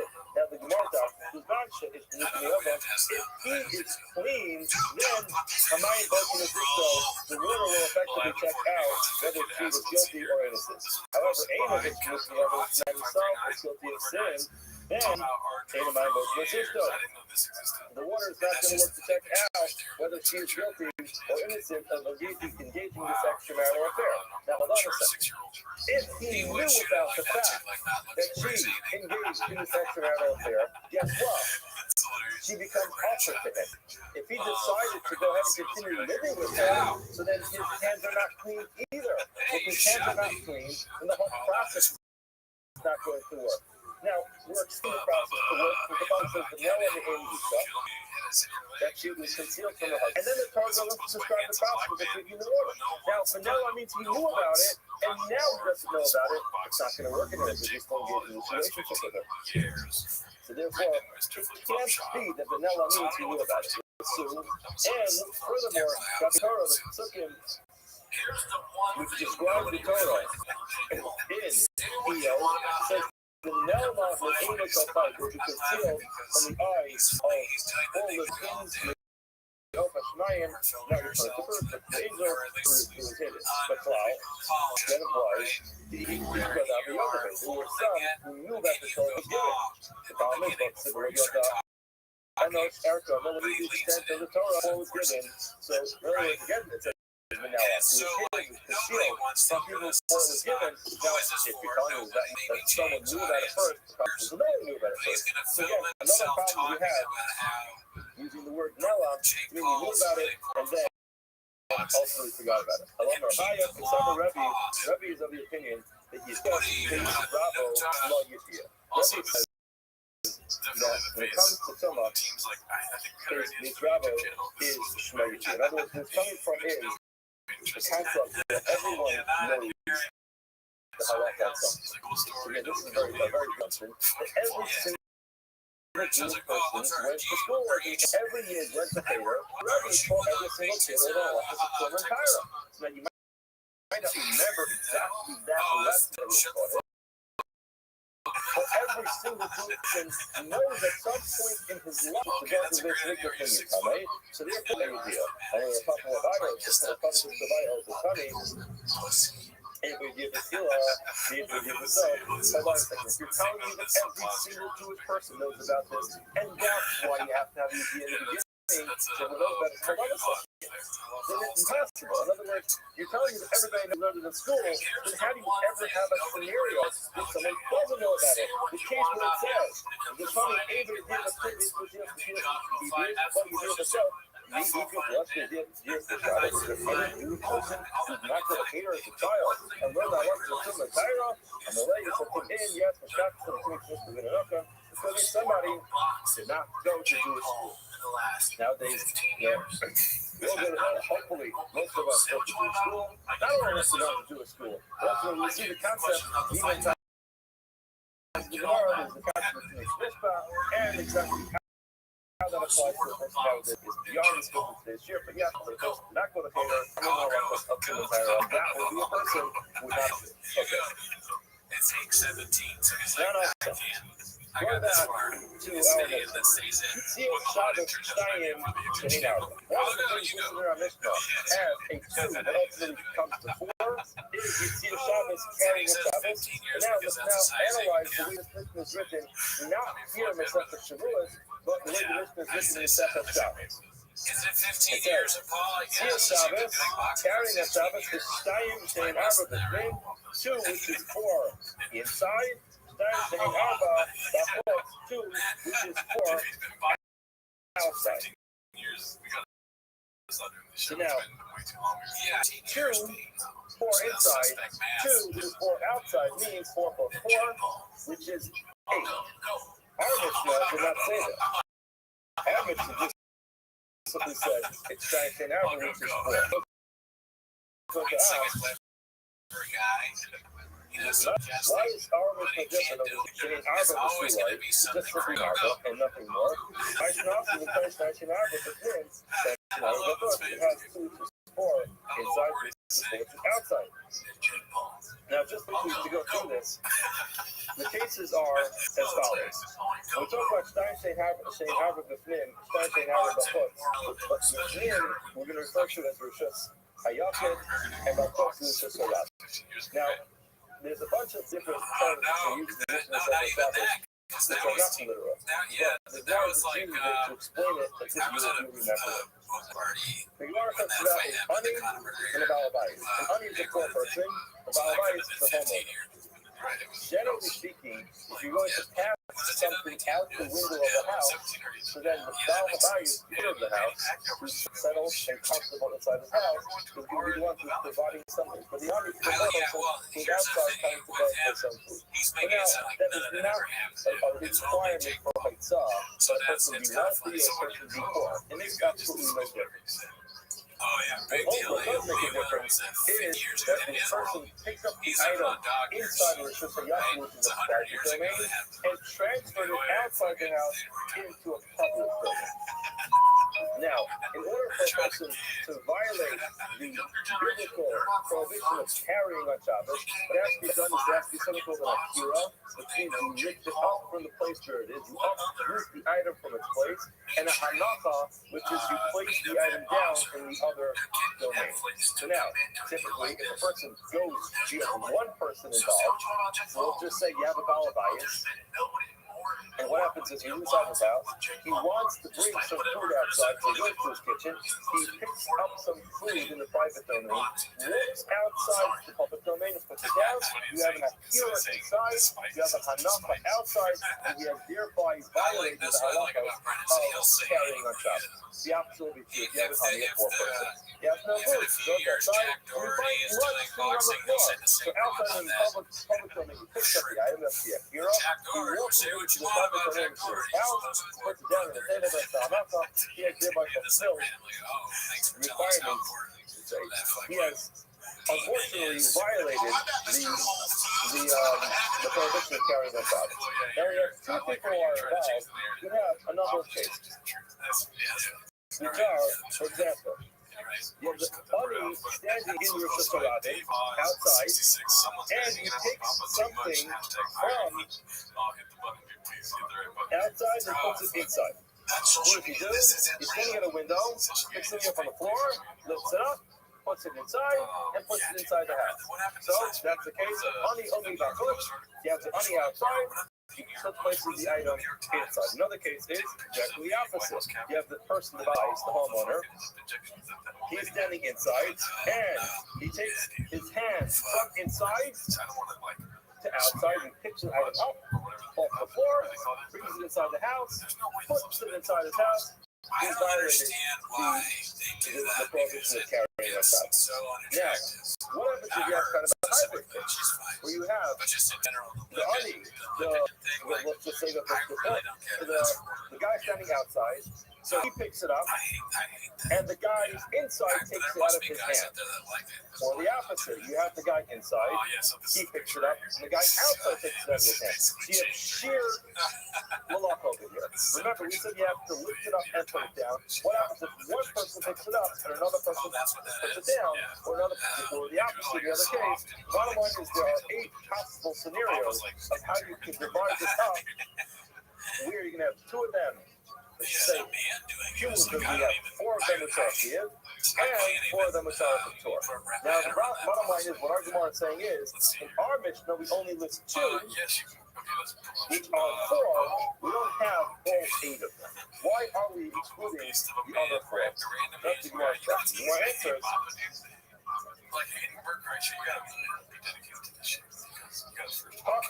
nice not to sound astonishing. I will assume nice not to sound astonishing. I will also think such an error.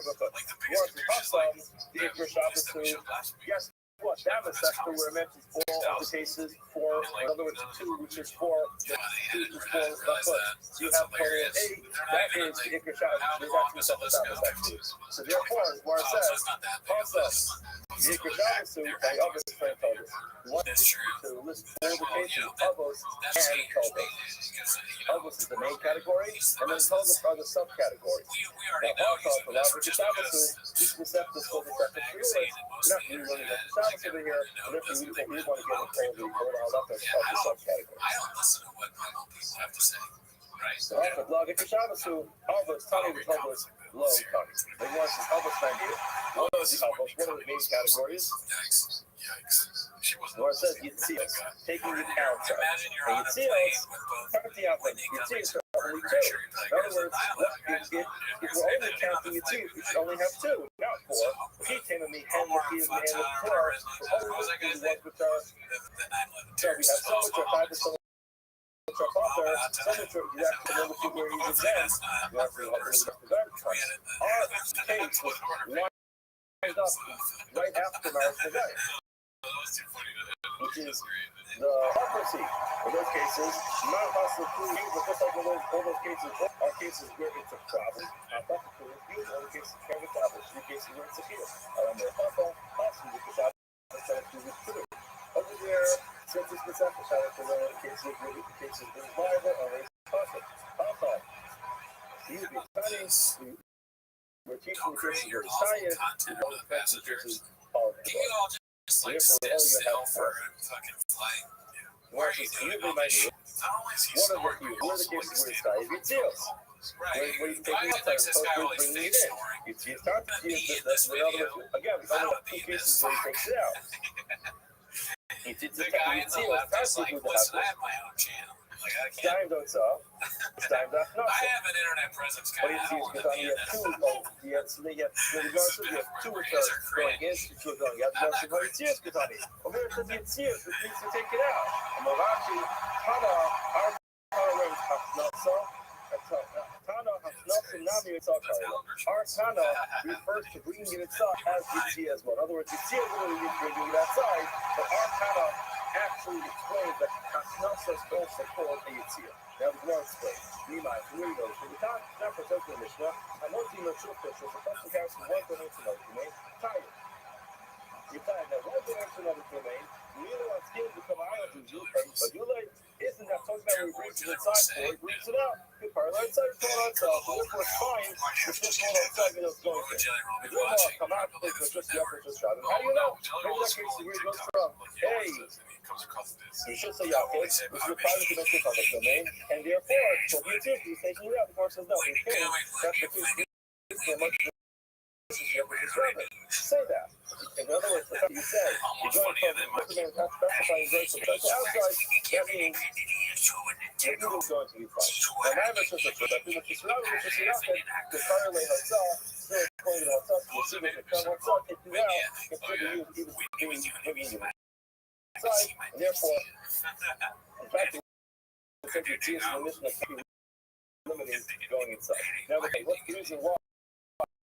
We call going inside, going outside. The Lord says, kind of called to a state from the Como hotel, any section we got of a place to the place, it's considered to do that. Now, these two things very quickly, I'm seeing that we're really short of time. We still have a lot to do today, so we'll get it done. But the concept of why it's considered a hotel is because, just in general, why is carrying from one place to the next is the Hamalach on Shabbos. So all the longest of Hamalach on Shabbos, you're going to have to be able to describe something significant that was done. So, for example, when it comes to the source cooking, you always have to identify what changed in the item. That's a big discussion, whether or not, or how there could be a key of the official that the cooking when it comes to water. There is, it's prohibited to cook water on Shabbos. So the question is, a lot of you should deal with why. What is the significant change in water just changing its temperature? And there's a lot of discussion about that. When it comes to anyone in the office, you always want to find out what is it that changed significantly about this item to make this qualify as one of the prohibited acts. Now, when it comes to Hotzah, what did you do? All you did is you picked something up, moved it from point A to point B. The answer to that is that every item only has its use if it's in the right place at the right time. If the item is in the wrong place at the wrong time, so it becomes useless. If a person showed up to Daf Yomi, left their Gemara at home, so then they can't use it. The Gemara is essentially useless for them because it's not here. You show up to work without your computer, so the fact is, you have your computer. You tell your boss, I have it, don't worry about it, got my computer. But it's useless, you can't use it.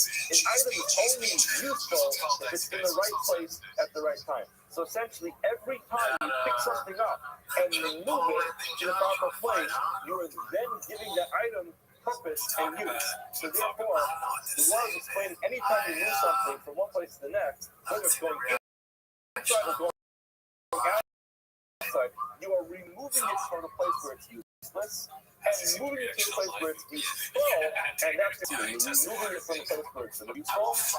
Just like earlier today. Person is in construction, shows up to a construction site. You have his drill. Says, don't worry, I have my drill. It's in the back of it's in my garage. It's useless. It doesn't help us in your garage. You have to relocate it from your garage and bring it to the place where you need it. And now it's able to fulfill its Therefore, represented to be a Yitzhak. I'm going to be my first on the day, which actually makes sense. With this as well, the coming for Tzad Yitzhak Sabbath saying, I thought the fish that shows the hits, you can find that actually, if you go back to the Sabbath tablets, you'll find it's all those cases Yitzhak, all those cases Yitzhak. The first case that it actually gives was a case of bringing something inside. So therefore, we see this return Yitzhak Masa going out and going in are interchangeable. It's coming up. Rav Amaron said, Shuyas Katani, Shuyas Shaza. In other words, Rav don't think it doesn't necessarily mean take it out. It just means there are different domains for Shabbos. Again, exactly, it's not specifically just like Rav talking about, but he just settles it by saying just consider restrictions. Okay, let's move up to Maris Nagayim. Maris Nagayim, Shnayim Shein Arba. Our Mishnah said that there are Maris Nagayim, there are two, which are four. What does that mean? Not awesome. We learned elsewhere in the Sunday. Marriage is on expansion. I think two different words in Torah which describe the way a nega looks. Just learned it in the chart. The Torah, we just learned it. The Pasuk says, Is that what he said? and the year of all the sorrows of the Papa Obahara. First we'll have on his signature age for Obahara. One of those things. We'll define those two. But and Bahara are the two different colors of this Papa Nega. Sapapa is a subcategory. So you have Seis, Bahara for the main category. Sapapa tells you the subcategory. Let's see what that is. Bahara That's your is guess, you stupid goon. It is the whitest of the white. It's white like snow. That's what it sounds like. What's the subcategory of that one? It's sit out here. It's like the line This that co-host, they use that's what the inside kind the of air of the sanctuary. producers are Brennan, they have $2 billion and he plays off like it's a joke. He doesn't care. Shia law, what's the subcategory of that? It's so funny to have this much, like the membrane of an egg. this many shows, Cell, this much but this is, when you break an egg, you'll notice money, inside the egg cell power, is and a all light that. little membrane. You care this little Try about this what at you home do. with an egg breakfast this morning. If you take that membrane out and you leave it to dry, He you'll doesn't see give it a dry fuck. in a very white color. He truly So does not care. But that It's is amazing. the Sometimes you lowest just gotta sit category back and of be like, white. wow, In other words, that's the lightest white is snow. And the non-brightest white, I'm not trying to say that, but the least brightest white is the membrane of the egg. Now, anything which is less white than the membrane of the egg is called bohak, as the Pasuk describes it. Bohak is not white enough and it is tahar. So these four categories. I'll just explain very quickly. The zoo, and he's not even enabled on the zoo You because have they're fixing what snow. train clothes anymore. So he's Whiteness is wool, lime, the snow, God damn it. wool, lime, egg. Now it's listed in our Gemara differently because you They have make snow, $2 million. and then the subcategory of that That's is how they have lime, the thing over and then you have the next category which is I stand by wool, what and I said. subcategory of Joshua that faces a is going to be the egg. Again, the two in the Torah are going to be the two Why? brightest, and then each category is going to be underneath. Essentially, you have snow, wool, lime, egg, but it's listed as snow in the subcategory of that is lime. Then you have wool in the subcategory of that is going to be the egg. It's very important for the Gemara to remember that order. Omer Penina says, nine Tana Maris Nagayim. Who's the Tana of this Maris Nagayim? It can't be directly with Kiva, can't be with Kiva. What here is Kiva, it is here with Kiva. Kiva's Amar Zul Mar Mizil, Zul Mar Mizil, came to heart to Sid Hechel Yisai. He says that whenever the colors go exactly as I told you, in other words, so all the brightness is going to be snow, wool, lime, egg, and that's how it goes. What happens is you have a problem combining the colors. Why?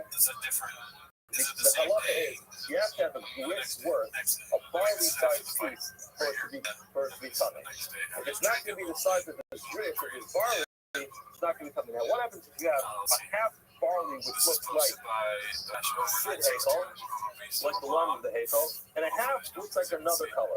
So technically it should be able to be combined. However, there's a problem. We're going to explain right now why it's not going to work. Which one can you combine this Sid Hakel with? You want to combine it with Beharas. The problem is Ikas Adifa. As we explained, Beharas is the snow. Ace is the world.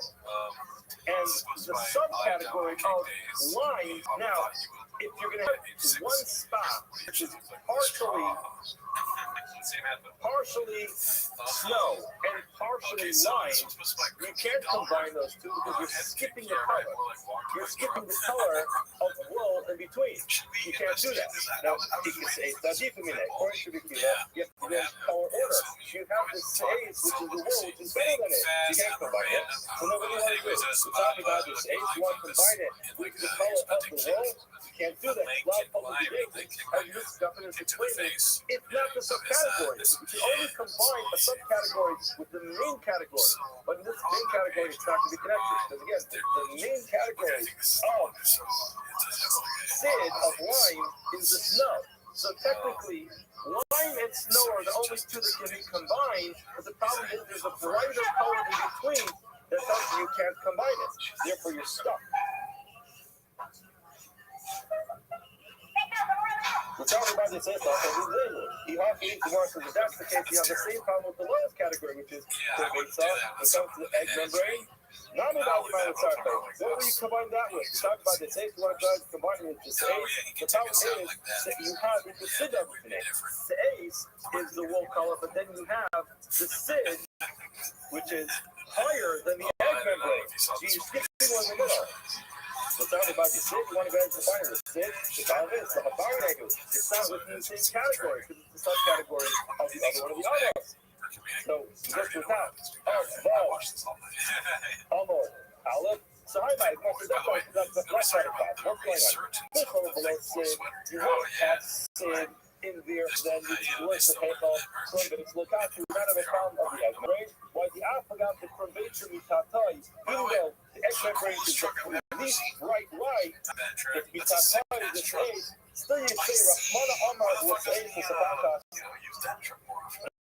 So that's is filled with today. But God, you will not communicate. In other words, if you only had those three, you only had the snow, the world, and the curvature, you can say, listen, the pasuk said there's something called the Sabaka, which means that she's a lower category. What is work for him is I forgot to announce when they do El Sidhefa Kasha, or Sidhefa is going to be a problem because that already gives you an issue with combining it, and therefore El Machbarsa, therefore basic or write it out. That's this look, the Kiva can't be with our Mishnah, follow the king of the Kiva, to stop here. Have a wonderful day.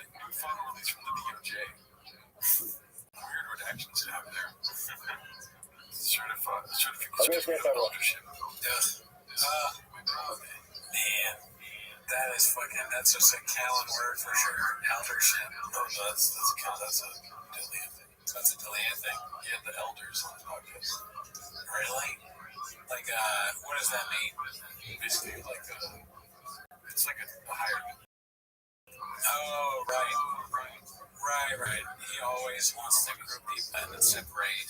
All right, those say good morning. Let us begin by taking all of our sponsors for this morning. Today, our commentaries on our annual commentaries with Tosin Mishpat of Eretz. So, we're dedicating all the Shemit Roshos this year as a zichus for the service of all of Israel. Our commentaries up here have all been with the Shmuel Rabbi Krakin, with the architect of Shmuel's father, Mr. Leonard Krakin, Ben Yechatz, the Lakonis of Rafa. And our week of learning sponsors, Ari and Yuli lifting the evil Yishmat, his mother, Rachel, Leah, Bas, Judah, Mayor, and Zikon, the Rafi of the mother. All that is coming to all of the Shams, Pavia, and the family goes for us.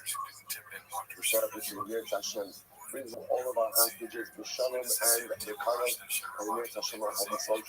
To be successful, the whole Maaseh Hanigos.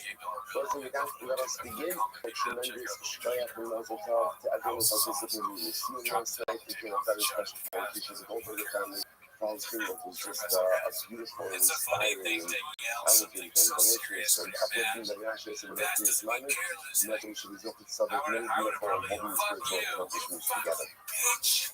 But in that, let us be today, that is that's our really fascinating that ahead of us today. We are picking up in Yetz Hashem on the bottom of Gimel Abayim. Because anyway, yesterday, 2 lines up from the bottom.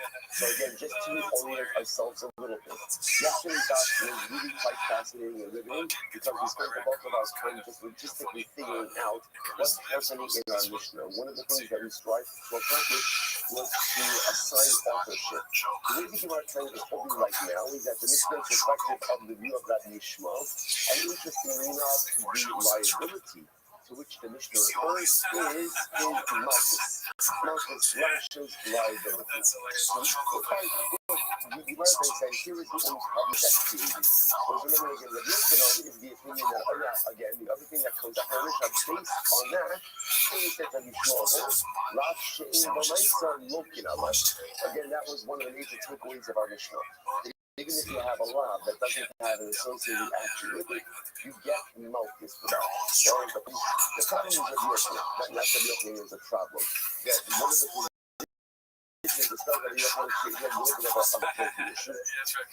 So Yochanan holds that's our law is like a stone Mishnah, which means our Mishnah is a stone Mishnah without attribution, which means that according to our Mishnah, based on that,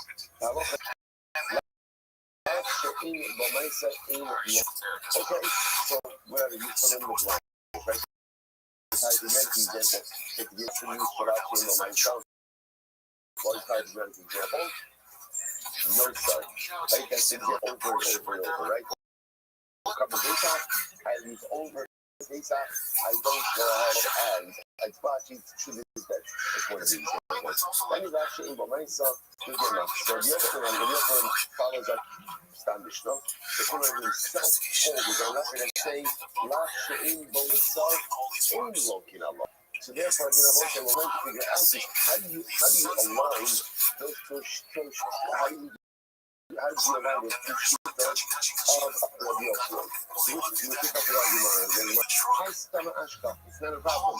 Rabbi Yochanan himself found another Mishnah, and that Mishnah supports this approach of La She'in B'Main Lokin Allah. Okay, what's the Mishnah about? Shvur Shelo, people do Shvur Shelo V'Achla. So it's in the goes and says like this: two Shvuras, I swear that I will not keep this loaf. I swear that I won't eat it. Now again, we're actually, if you notice over here, we're going to do this case here at Hashem. On Aleph. So now a couple of weeks from now, we're going to get to this case. So we're not going to delve into the shvur, into the seeds of this case, because remember, these are duplicative shvurs, but the way shvurs work, we'll see it. There's a whole discussion about shvur, how shvur, can one shvur develop on another shvur. We're not going to get there now. The point over here is, I'm making what appears to be two shvurs on the same loaf. Two shvurs on the same loaf. So I swear I'm not going to eat this loaf. I swear I'm not going to eat it. Okay, and what happens? I eat it. Okay, I eat it. Sometimes no matter how many precautions you take not to eat something, you just end up eating it. So I say, let's talk about tacos down and down. I'm only tired once. Now what the check it really Rashi? Rashi says, I love Shmuel and Shilma, yes, so okay, it's just some of the mechanics over here. Because send me that first Shmuel, which was Shmuel Shema Okatini, I swear I won't close. Once I made that Shmuel, Shema, won't because prohibited to me. So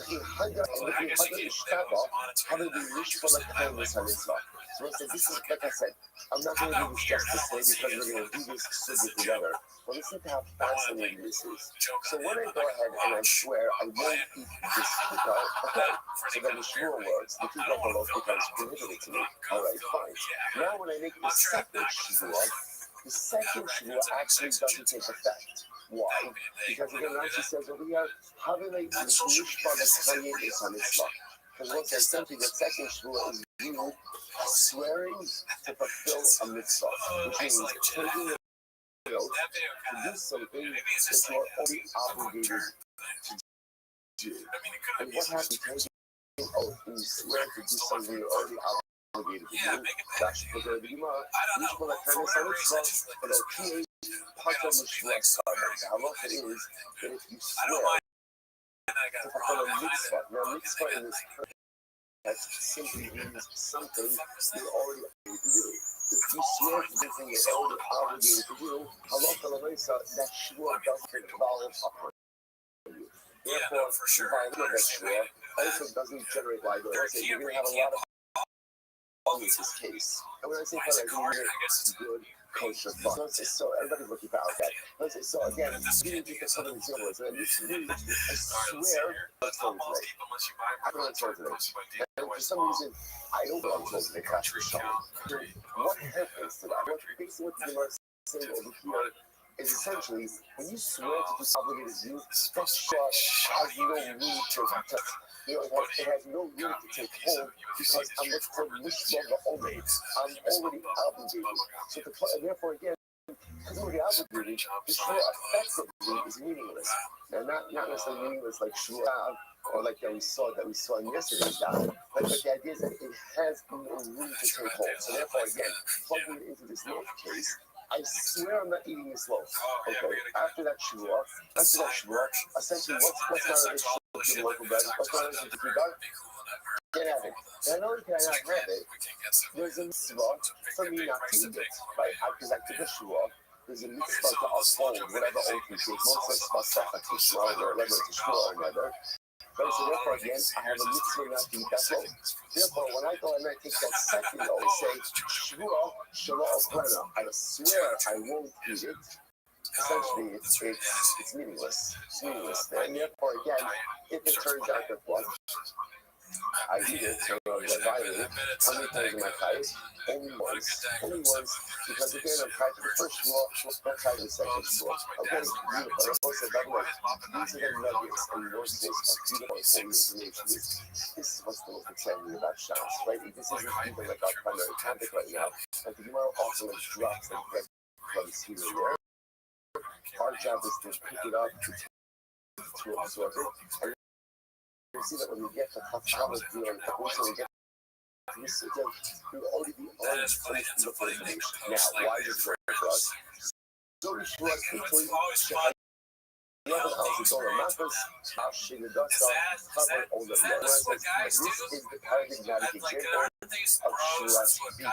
Remember again, Shuras B2 is the Shua, remember, we didn't really do too much delving into Shuras because we really spent the bulk of the mission dealing with the Matara.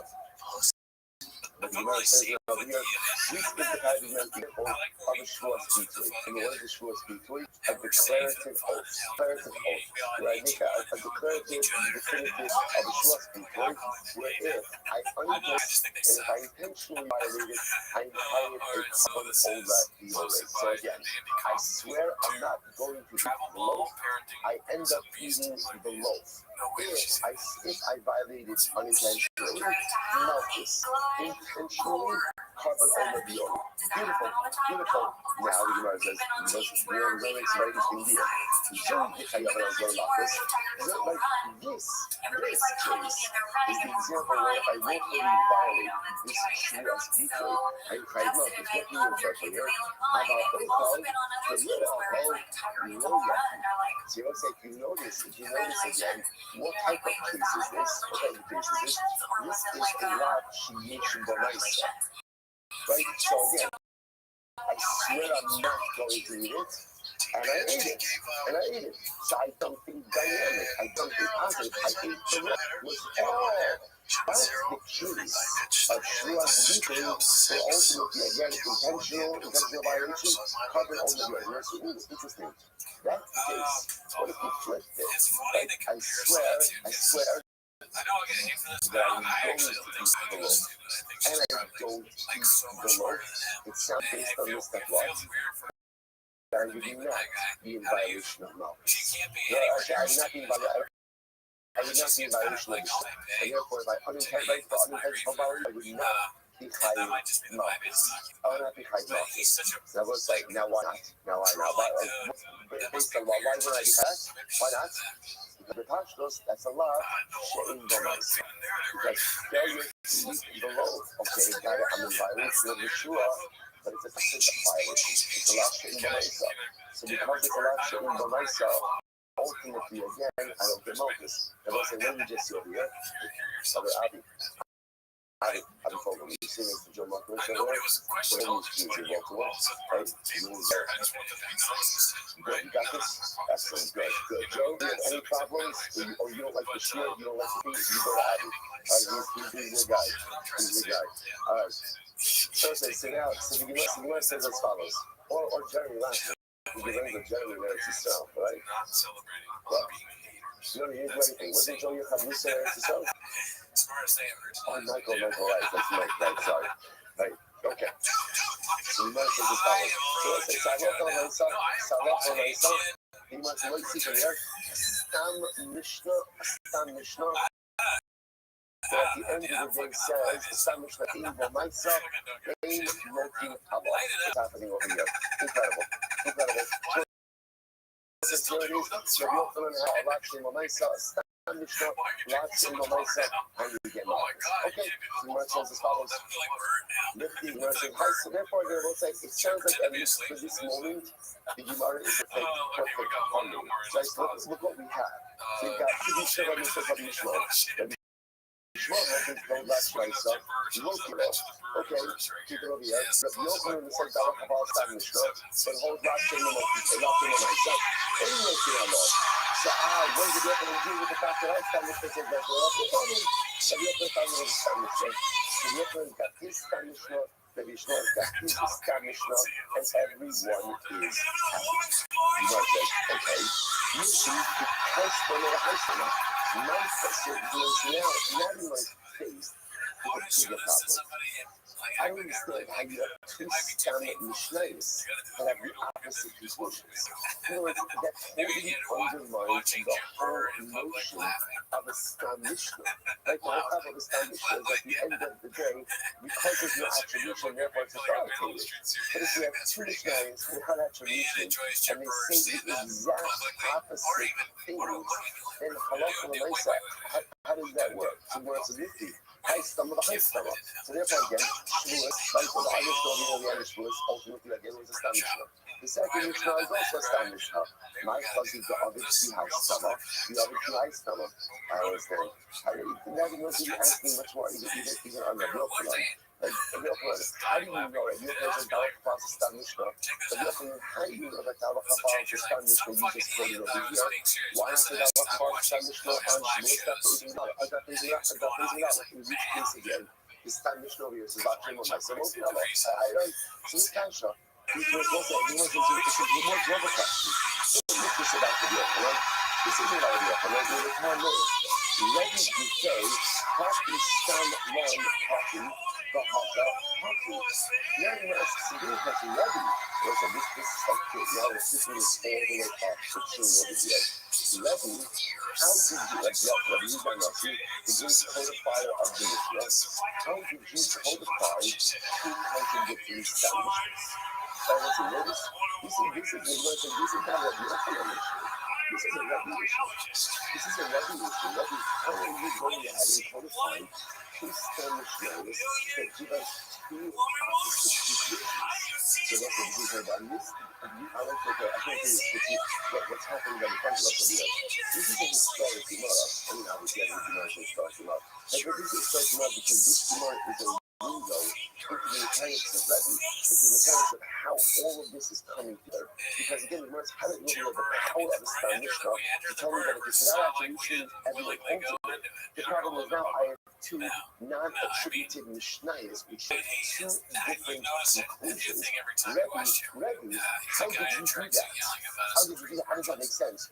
Two words I get ready for it. I want Mekara Saban, last time my son like that. The stomach is all the susma, which is what happened. This is what I originally Rebbe thought that halacha was.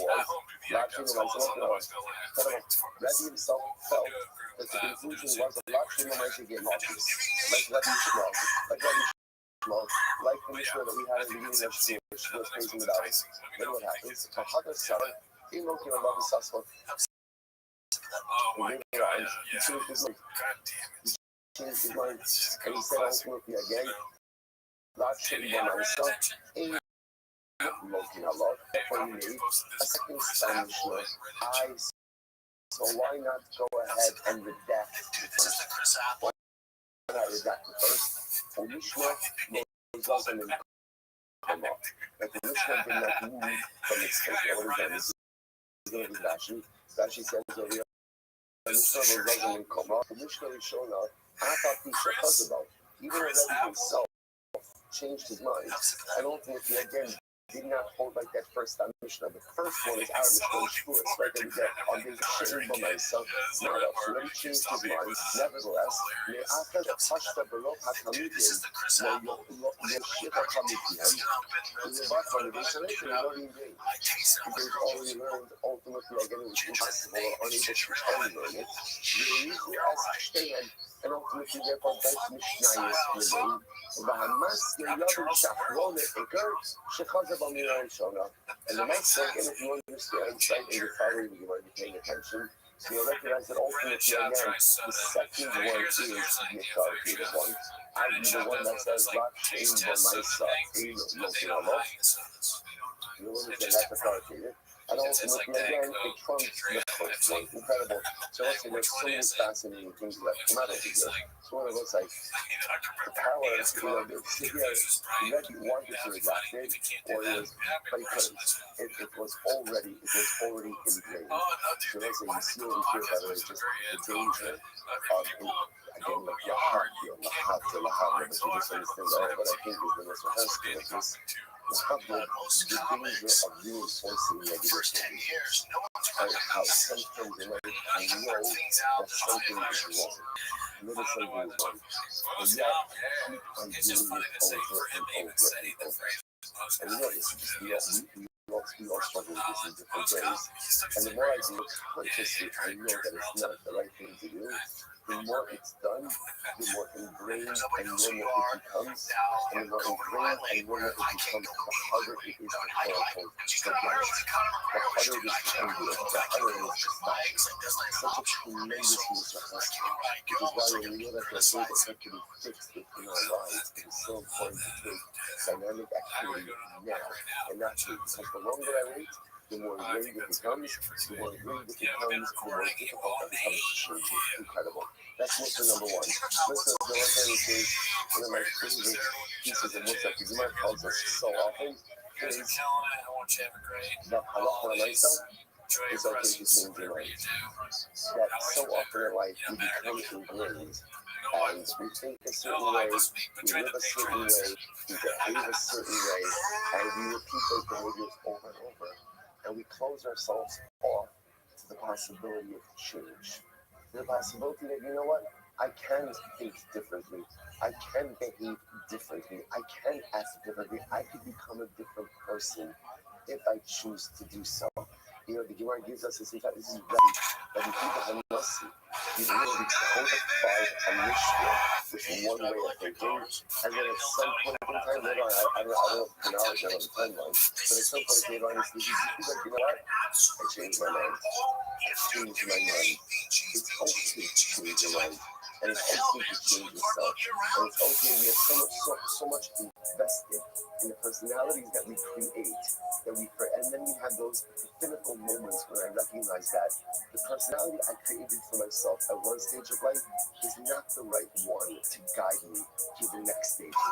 But we're so invested in it that we can't find the courage to change. If Rebbe can do it, so can we. Let's go back there. So as Americans, they're going to be showing off. So now, let's round out the picture. So now what we've done is as follows. Now we've established our Mishnah as, according to Rabbi Yishmael, right, which meant two things. Number one, Lach she'in b'maisa is working on love. But what it also did was as follows. Remember, in order to make the Mishnah fit with Rabbi Yishmael, it also has to be talking about what? Malchus and not a carbon, right? Because you remember again, the issue we had the issue we had with Rabbi Shmuel is that Rabbi Shmuel was going to say that by a shmua, but once futurely, you're not chayiv for future shmuas, you're only chayiv for past tense shmuas. The way you probably use the Kiddush Shtim with the Mishnah, the way you reconcile that is to say, like Rabbi Shmuel says, you're not chayiv a chaba, you're not chayiv over the Yoreh for future shmuas, but you're chayiv malchus. Okay? So now we established the Mishnah as ultimately Rabbi Shmuel, and ultimately again the punishment that we're doing over here is malchus. So the Gemara says, so that's the case. Now if you give Shmuel over malchus, malos nizar my malchus. Here's the issue. What malchus do you have by Taras? I understand malchus by the other case. What malchus? How do you come up with a malchus case? What can you do by Taras that will make you rival to malchus? So the code takes Taras and Kavi Avin on the right. So it's like to be a case of where a person cuts off his blemish. Like I have something on my skin, and again, I'm not sure, is it Taras, is it not Taras, and I cut it off. That act of Taras, when you look in and of itself, is a lot. So you know, I said, I'm not the Avin, I'm not sure if you like, come up with Shinema, Yishamar, and Baal, Inu Sasa. Whenever you see the Lashon of Yishamar and Al, that's wording that says there's a lot. So what's this? The Torah says, Yishamar Benegat Taras, which literally means be careful with Taras. What does it mean be careful with Taras? You guys understanding over here to me? If you have a Taras lesion, or I say, if you have a lesion that may be Taras, or it is Taras, you may not cut it off. You might think that, like, I'm just going to go to my local plastic surgeon for, laser Taras removal, right? So I'm not going to say that's what you should do, like, so. You're not allowed to do Taras, and if I give you lots of jets, Hadjit, but doing so, ultimately, again, would be Malchus, okay? Yitzias Shabbos, my Malchus, Siva. So he says, what about Yitzias Shabbos? Now, again, one second. In order to make this whole attribution of the Mishnah work referring to the Shmuel, you need to come up with Malchus in all of the cases, not just by Shmuels. Right? So again, so I've got Malchus by Taras. What Malchus can you come up with in the case of Shabbos? Right? And we're going to look at case of Shabbos, case of Pesach. Two cases of maybe I will go with Shabbos. Between that case and maybe I can describe this to also. So what's the Malchus in that case? So you might say, I don't understand. Last Shemita last house is like things different. This is Nisha. Right? This is a lot. But ultimately, it's potentially punishable by death penalty. The call Rosh Hashanah, as far as he says, basically, the general rule is that any law that is punishable by such basing generally does not get Malchus. So what the Malchus is by Shabbos, to which the Gemara says, you should happy to move Nino. The Amar Lav, Shnita, last part, he says, looking at law, fascinating, who knew that you should have himself that even a law that is punishable by a Nisa's case, so subject to Malchus. So, by the way, you begin to see, it's fascinating to see that Yishmael has a lot of these very interesting shifts, like Lav, Shein, B'Maisa, Looking at law. Lav, Shnita, last part, Nisa's case, it's right, it's a law that is punishable by a death penalty, looking. Okay, fascinating. So once again, Gemara says, interestingly enough, if you were not able to go and answer all these questions, what would you say? Kaima, Rabbi Akiva, you would have said to Rabbi Akiva. And that's a long problem. Remember, according to why did you shift it to Rabbi Akiva? That Akiva holds a halacha l'maisa. There's too much things. So we go, what was Rabbi Akiva's issue? That Akiva said, only by believing in the case of Elam Tumah, only the case where you go ahead and you forget that you're coming and then enter into the Mikdash or consume Kodesh. That Akiva said there is no case of what? Forgetting Kodesh or forgetting the Mikdash, and ultimately again becoming liable like that. So therefore again the Mishnah comes on Akiva. Now the Gemara says, so it's not for the fact that we're able to align the Mishnah like Rabbi Shmuel with Rabbi Akiva. There's the problem, Kashi or Yutios. That's not true. It's not true because again, remember, how can you align the Mishnah like Rabbi Akiva? You just mentioned that the Akiva only holds a Ha'elam Torah. He doesn't hold the Ha'elam Mikdash V'Kadasha. First thing was Rav Amrit, Rabbi Shmuel Ulam Malchus, Rabbi Akiva none Ulam Malchus. Now, it's the same thing. The same way that you said it to Mishnah. So let's remember again.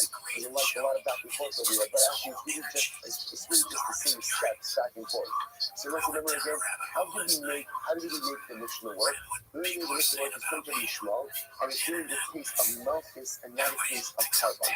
That's what you're going to be Shmuel holds that Shmuel is usually only carried for past tense, not carried for future. You say, oh, he's not private karma. The even Shmuel would agree that if you make a shras into a future tense, you're chayiv malchus. You're chayiv malchus. So why can't you say the same thing about Yakiva, by Tuma? That Yakiva holds that ultimately then you're chayiv karma in a case of Tuma, where there's a lack of awareness about the Tuma itself. But even in a case where you forgot about the Mishnah, you forgot about Kodesh, you would agree that's what the Chinese chayiv malchus. The son of Mishnah that he gives is malchus. You have to guess what he says. So if you learn your malchus, here's the problem. You have to that's the case. That's the case, by the way. But the whole is just talking about malchus. That's what we're talking about over here. Yudios, why does it say, why does it use the lesson ultimately again of Yudios? It should say instead what? Yudia, that notion of like lapse of awareness seems much more important when you're dealing with carbonic liability. But at the end of the day, I'm dealing over here with Malchus, which is a warning. You know, it's Alokasya, Snai, Yudios, Vahasios. Okay, the way to read the Mishnah is not just Yudios, but Yudios, Vahasios. All right, be healthy. Stein, Shane, Arba, 13 to have you. That's the court cases. It's just the cases, as we mentioned before. Rashi says earlier, the last Rashi, last short line, Rashi is 13 to have you. Malchus indicated as a Tuma, Vakodia, or as a Tuma Bahamikdash. The time who eats the Malchus, we call it Shema. We call that the Malchus Lamikdash. So the words of the video two cases, right? We're going to only try for Malchus, that's I really have asked myself, own Robert's for the Tuma. So in the court cases, which was the Sue achieved from the idea that the self to have love based on love of a Malchus, my evidence. Even though they're also just the Mishnah structure, right? The Mishnah case of Tuma. The Mishnah says there was awareness in the beginning, then there was a lack of awareness, then there was awareness at the end. And it's like, what does Malchus have to do with lapses of awareness? Right? Malchus is very simple. How do you get Malchus? How do you get Malchus? If I do something wrong, you get the warning about some act and you still do it. That's it. That's it. That's the totality. There's no lapses, there's no this, there's no hell. That's all the show. That's all wording. And wording is what we use by carbonic liability. Which the Gemara says. Already Malchus my right? The Sue, Hare Zeba over the Oleg. Furthermore, okay, it's important to understand the Mishnah does make explicit mention of a carbon over the Oleg. Right, so to go and set up all of these cases like this seems to be a little bit disingenuous to the actual text of the Mishnah. Which the verse is like, so let's say, well, we are about to do a warning. Well, not a total warning. Again. Essentially, what we just happened right in front of our eyes, we worked so hard over the course of yesterday's daf, the beginning of today's daf, to up the Mishnah in a transition of Rabbi Yishmael. That we can develop in that Talmudic Pesach. Right? And we're trying to introduce Rabbi Akiva. To really understand the Gemara when he says, in essence, it doesn't refer to either of them. Because according to Rabbi Akiva, the only way to make the Mishnah work in place those opinions is how to the Mishnah to go ahead and set it up that is doing Malchus. The problem is the Mishnah doesn't really read that. The Mishnah really is focused on carbonic liability, at least in the case of Tuman Tala, for sure. And certainly it sounds like that's true also. So therefore, it really doesn't work. So therefore, what's our new pivot? Those are, by the way, if you learn this what's our principle in this also. Sometimes, this is what we are trying to do. In this fascinating Gemara is trying to go ahead and fit the Mishnah into a particular opinion, as opposed to going ahead and fitting an opinion into the Mishnah. So let's say, we do this all the time in life, right? In other words, I have a certain opinion, I have a certain mahalik, and I try to fit reality into my opinion. Right? Sometimes it works, but more often it doesn't, especially if my opinion is wrong. Right? So people spend a lot of time trying to go ahead and kind of conform the reality to fit their own ideas, visions, instead of taking a step back and trying to understand what the reality is, and then forming my opinion and understanding based on objective reality. that's what just happened over here. Gemara tried so hard to fit everything into the positions of Rabbi Shmuel and Rabbi Akiva, but it turns out that neither of them really worked for the whole Mishnah. Therefore, here we go. I love Rabbi Yosef. The Yosef here it is. Rabbi Yosef says today, Rebbe.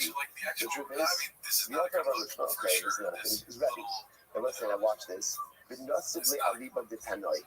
Rebbe is actually adopting different opinions for different topics. Here we go. The Yedios, Nosiv Rabbi Shmuel. When it comes to Yedios Hatama, like Rabbi Shmuel. But Rabbi Shmuel holds that there are two cases of Tuma liability. What are the two cases? Either when you forget, I forget that I'm Tameh, and I enter into the Mikdash, or consume Kodesh, or I remember that I'm Tameh, but I forget that it's in the Mikdash, or I forget that ultimately I'm consuming Kodesh. That's Rabbi Shmuel. That's the two cases that are for. And the Shuras, when it comes to Shuras, Nasiv Letzim Akiva. Ultimately, I don't hold that Rabbi Akiva. Let's say what Rabbi Akiva holds. Rabbi Akiva holds that Shuras Bitui is what? For future tense and past tense. Beautiful. Because the Mishnah does not work solely according to one of those opinions. So what does Rebbe do? Rebbe is accepting different opinions for different cases. So in the case of Tumah, he'll hold it Rabbi Shmuel, it's beautiful. And in the case of Shmuel, he'll hold it Rabbi Akiva. Incredible. I'm reading this way that I'm going to do that. So I said this one, I'm going to go down, but I'm going to be looking at Rabbi Nosson, Aliba D'Tanoi, the Reino Sirale, and the Rabbi.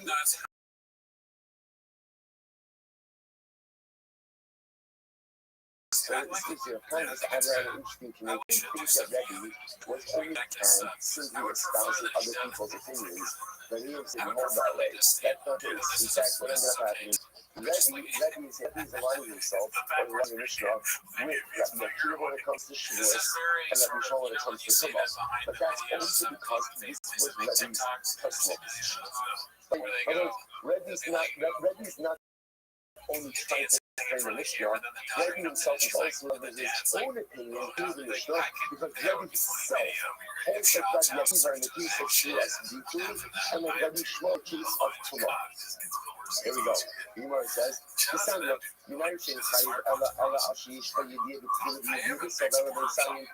you know that in the case of Tumah, you're only chayiv to cover all of your ways? If there was Tumah awareness in the beginning, then you forgot that you were telling. Forgot that you were telling. Oh, by the way, I will say, when I said forgot that you were telling, or remember that you were telling, and being into the Mishnah, how do I know that in the case of Tumah liability, for covering all of your ways, there's awareness, lapse of awareness, and then secondary awareness afterwards? How do I know that that's the case of carbonic liability? The Ne'alam Shnei Tam Rabbi Akiva. Rabbi Akiva is in source of the Ne'alam twice. One twice. Rabbi says, no, you don't even need that. You know, sorry, you don't need that brush. I'll tell you why. Hareku Omer, the Pasuk says in the days, Hareku Omer, the Ne'alam. So the Pasuk says, the Ne'alam. Maybe again, it was forgotten. Now, what does this mean? Miklal Biyoda, right? Obviously, in order to forget something, what has to happen? What has to first happen? You first have to know it. So Rebbe said like this: the person talking about someone who knew that they were coming, and then they forgot their Tumah. Right? So therefore, he was like, the word for Ne'elam itself indicates to me that I knew something at a certain point. I knew, then I forgot. Who Yada, but then the pasuk also says Who Yada, and who knew. So if you notice by the way what's happening over here, awareness is really mentioned twice, right? So the first thing with Ne'elam, and we forgot, that means he realized. And then the pasuk also says he knew. He knew. So we must say details. There's two awarenesses over here. Two awarenesses over here. Okay, not Hamomar, the Ne'elam. So ultimately, again, if there are two awarenesses over here, then why does the person need to indicate? Does the person need to say, forgot twice, the Ne'elam was forgotten from you twice? L'chayiv, I'll have a Tumah, I'll have a Mishkash. Beautiful. The teacher says that there's two different types of lapses that can generate Tumah liability. What are the two lapses? Either case number one, I forgot that I was coming. I knew that I was coming. I forgot that I was coming. During that lapse of awareness, I did one of two things. Either A, underneath the base of the Dutch or being Sassoon country. Then afterwards, what happened? I remember. I remember that I was coming up, I was coming over the way. And then there's a second base. What's the second base? I remember that I was coming. Never forgot that I was coming. I forgot. That I was entering into the Mikdash. I forgot that I was consuming Kodesh. And therefore, again, afterwards, I remembered what it is that I do. So Lord says, therefore, what do you see from here? These are the two pieces of blood. Now, this is Rebbe himself. Like this is Rebbe himself. But this is putting together the Rebbe finds a Kana. Like the Rebbe finds a Kana, all right, a long time. Ultimately, who holds this same way? Who was the Kana who held this way? This is Rebbe Akiva. Like Rebbe Akiva held this way. And therefore, like, all of Kana is coming along and saying this. When Yosef made it sound, a Rebbe set up the Mishnah, and we're saying that the Mishnah, Rebbe found this way who held differently. The Torah is just saying, by the way, just understand, it's not just that Rebbe found other Tanas. These other Tanas also hold that Rebbe himself holds. So Rebbe, his own personal shita was well in the case of Tumah, for liability both for forgetting the Tama status, as well as forgetting that it was Mikdash or Kodesh. Incredible. So again, what about the case of Shmuel? Remember we said before, this is the case of Shmuel. Who is he all like? Rabbi Akiva. But by Shmuel's detour, his Chayiv both is what? Whether the Shmuel is in future tense, right? Or Shalom, or past tense, Achalti, Shalom, Achalti. Now, Rav Kahana is suggesting that he himself holds that way as well. Where do you see that? Shavuos is the time of the actual knowledge, and where do you see that Rebbe, right there, because Rebbe spoke over the as well. Svarah, ultimately, again, it's a Svarah. Okay? Apparently, it starts, what does that mean? Usually, I think that Ashkaz is a different version. Ashki, if you just have a look at Mishmor, Mishmor, have a look at Yakiva, Minawan. Svarah, it's a Svarah. It's a Svarah that means so old this way, that by Shua's detour, the Chayiv not only against the past tense Shuas, but also the future tense. Now, what does that mean? It's a Svarah. So we must, Rabbi Akiva might kind of come a Chayiv Shabbat. So we'll say, why does Rabbi Akiva hold a Chayiv for past tense Shmuel? Why is that? The Darish, okay, so as I get into this, we're going to see that, now, here's what's interesting. Here's, based on the way the Gemara is going now, and again, this is also in Rav Mishnah, that the paradigmatic case of Shua's victory is actually future-oriented. Right? The paradigmatic case, right, of a declarative Shua is, I will eat, I swear I will eat, or I swear I will eat. Okay? The drasha is there, because remember, that's how the Mishnah explains. Stein Shin Arba, two biblical paradigmatic cases, Shua's victory for future-oriented Shuas, which then yielded the second to which for us, past tense. Right? Shua Sha'achal, Shua Sha'achalti. Now watch this. Where did Rabbi Akiva get all of this from? He dashes this is really exciting because remember this gets to the core of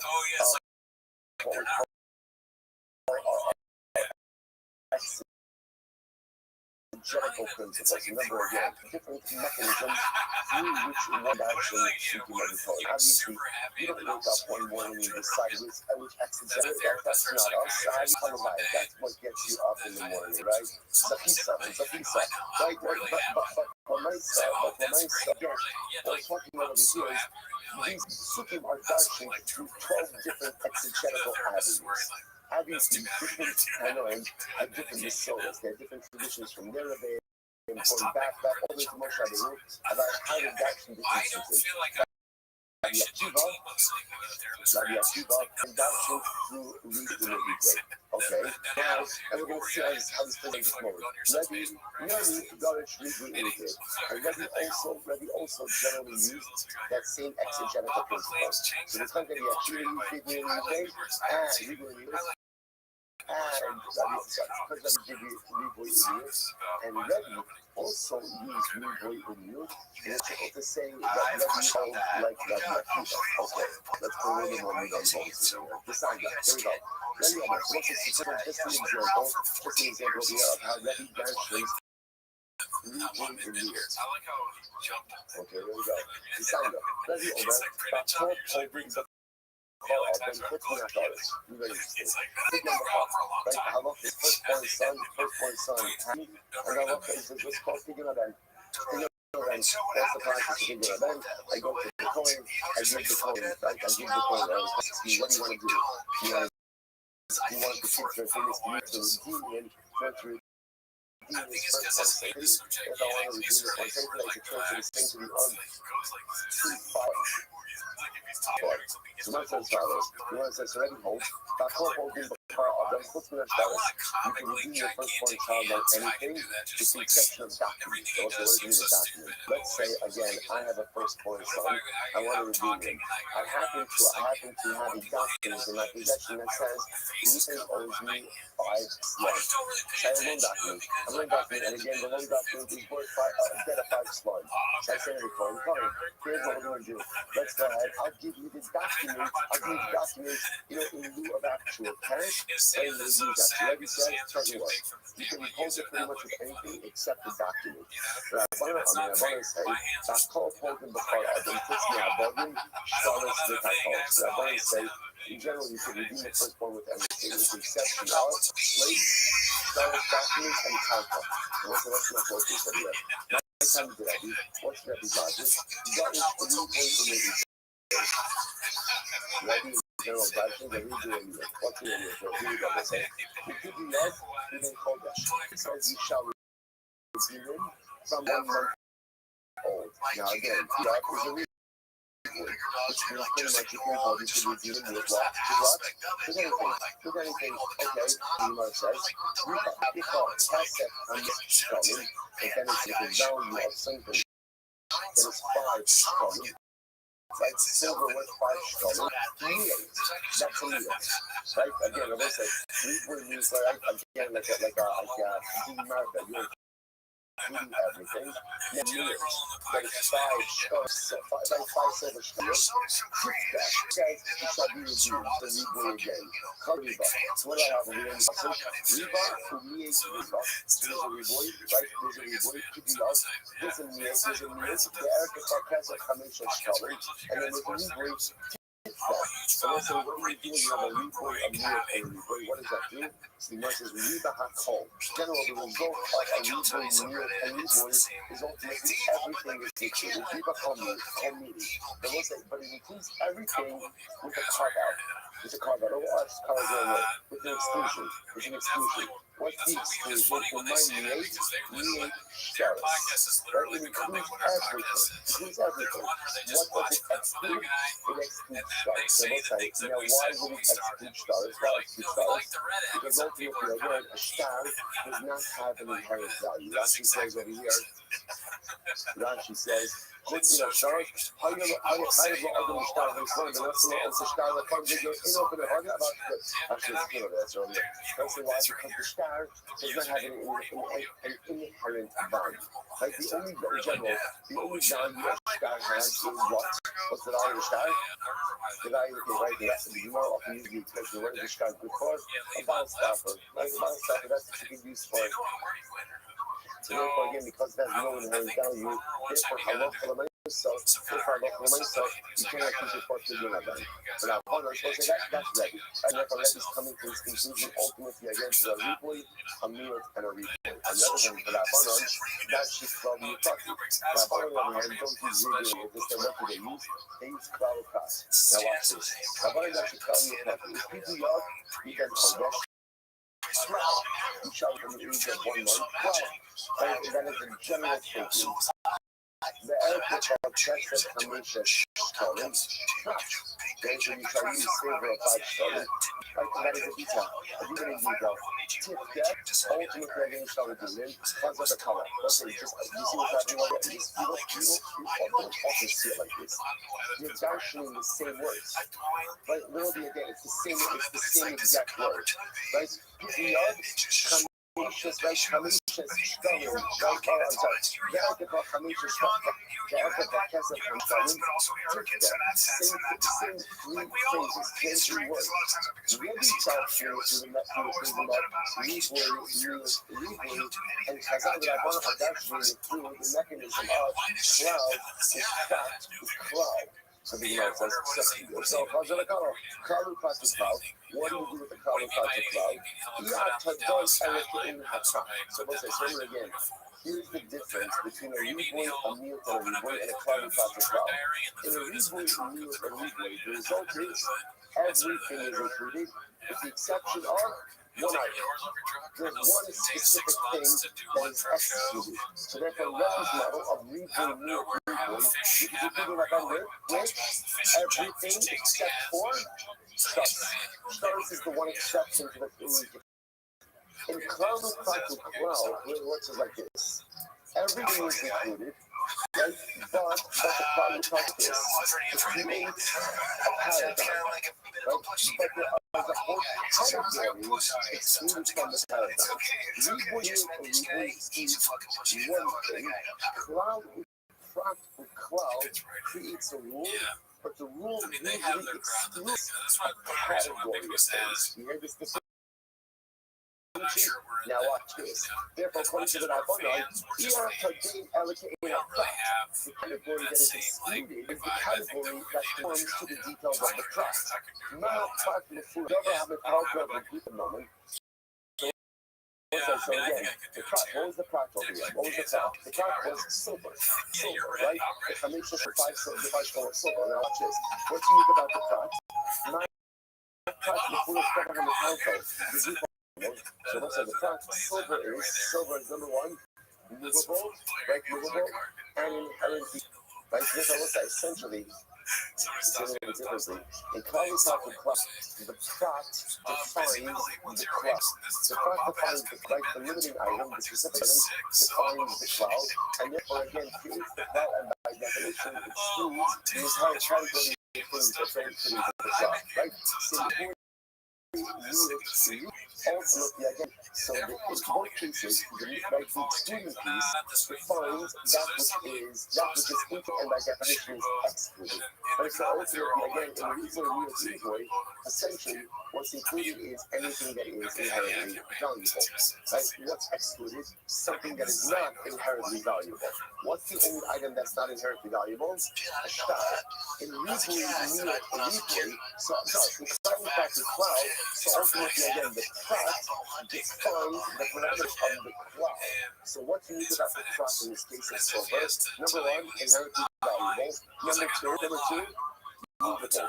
So therefore, what is that? It's incredible. Therefore, again, so if you can use anything that is inherently valuable and ultimately movable. What does that come to? What does that exclude? Yatsu Karko, She'in Metalfully.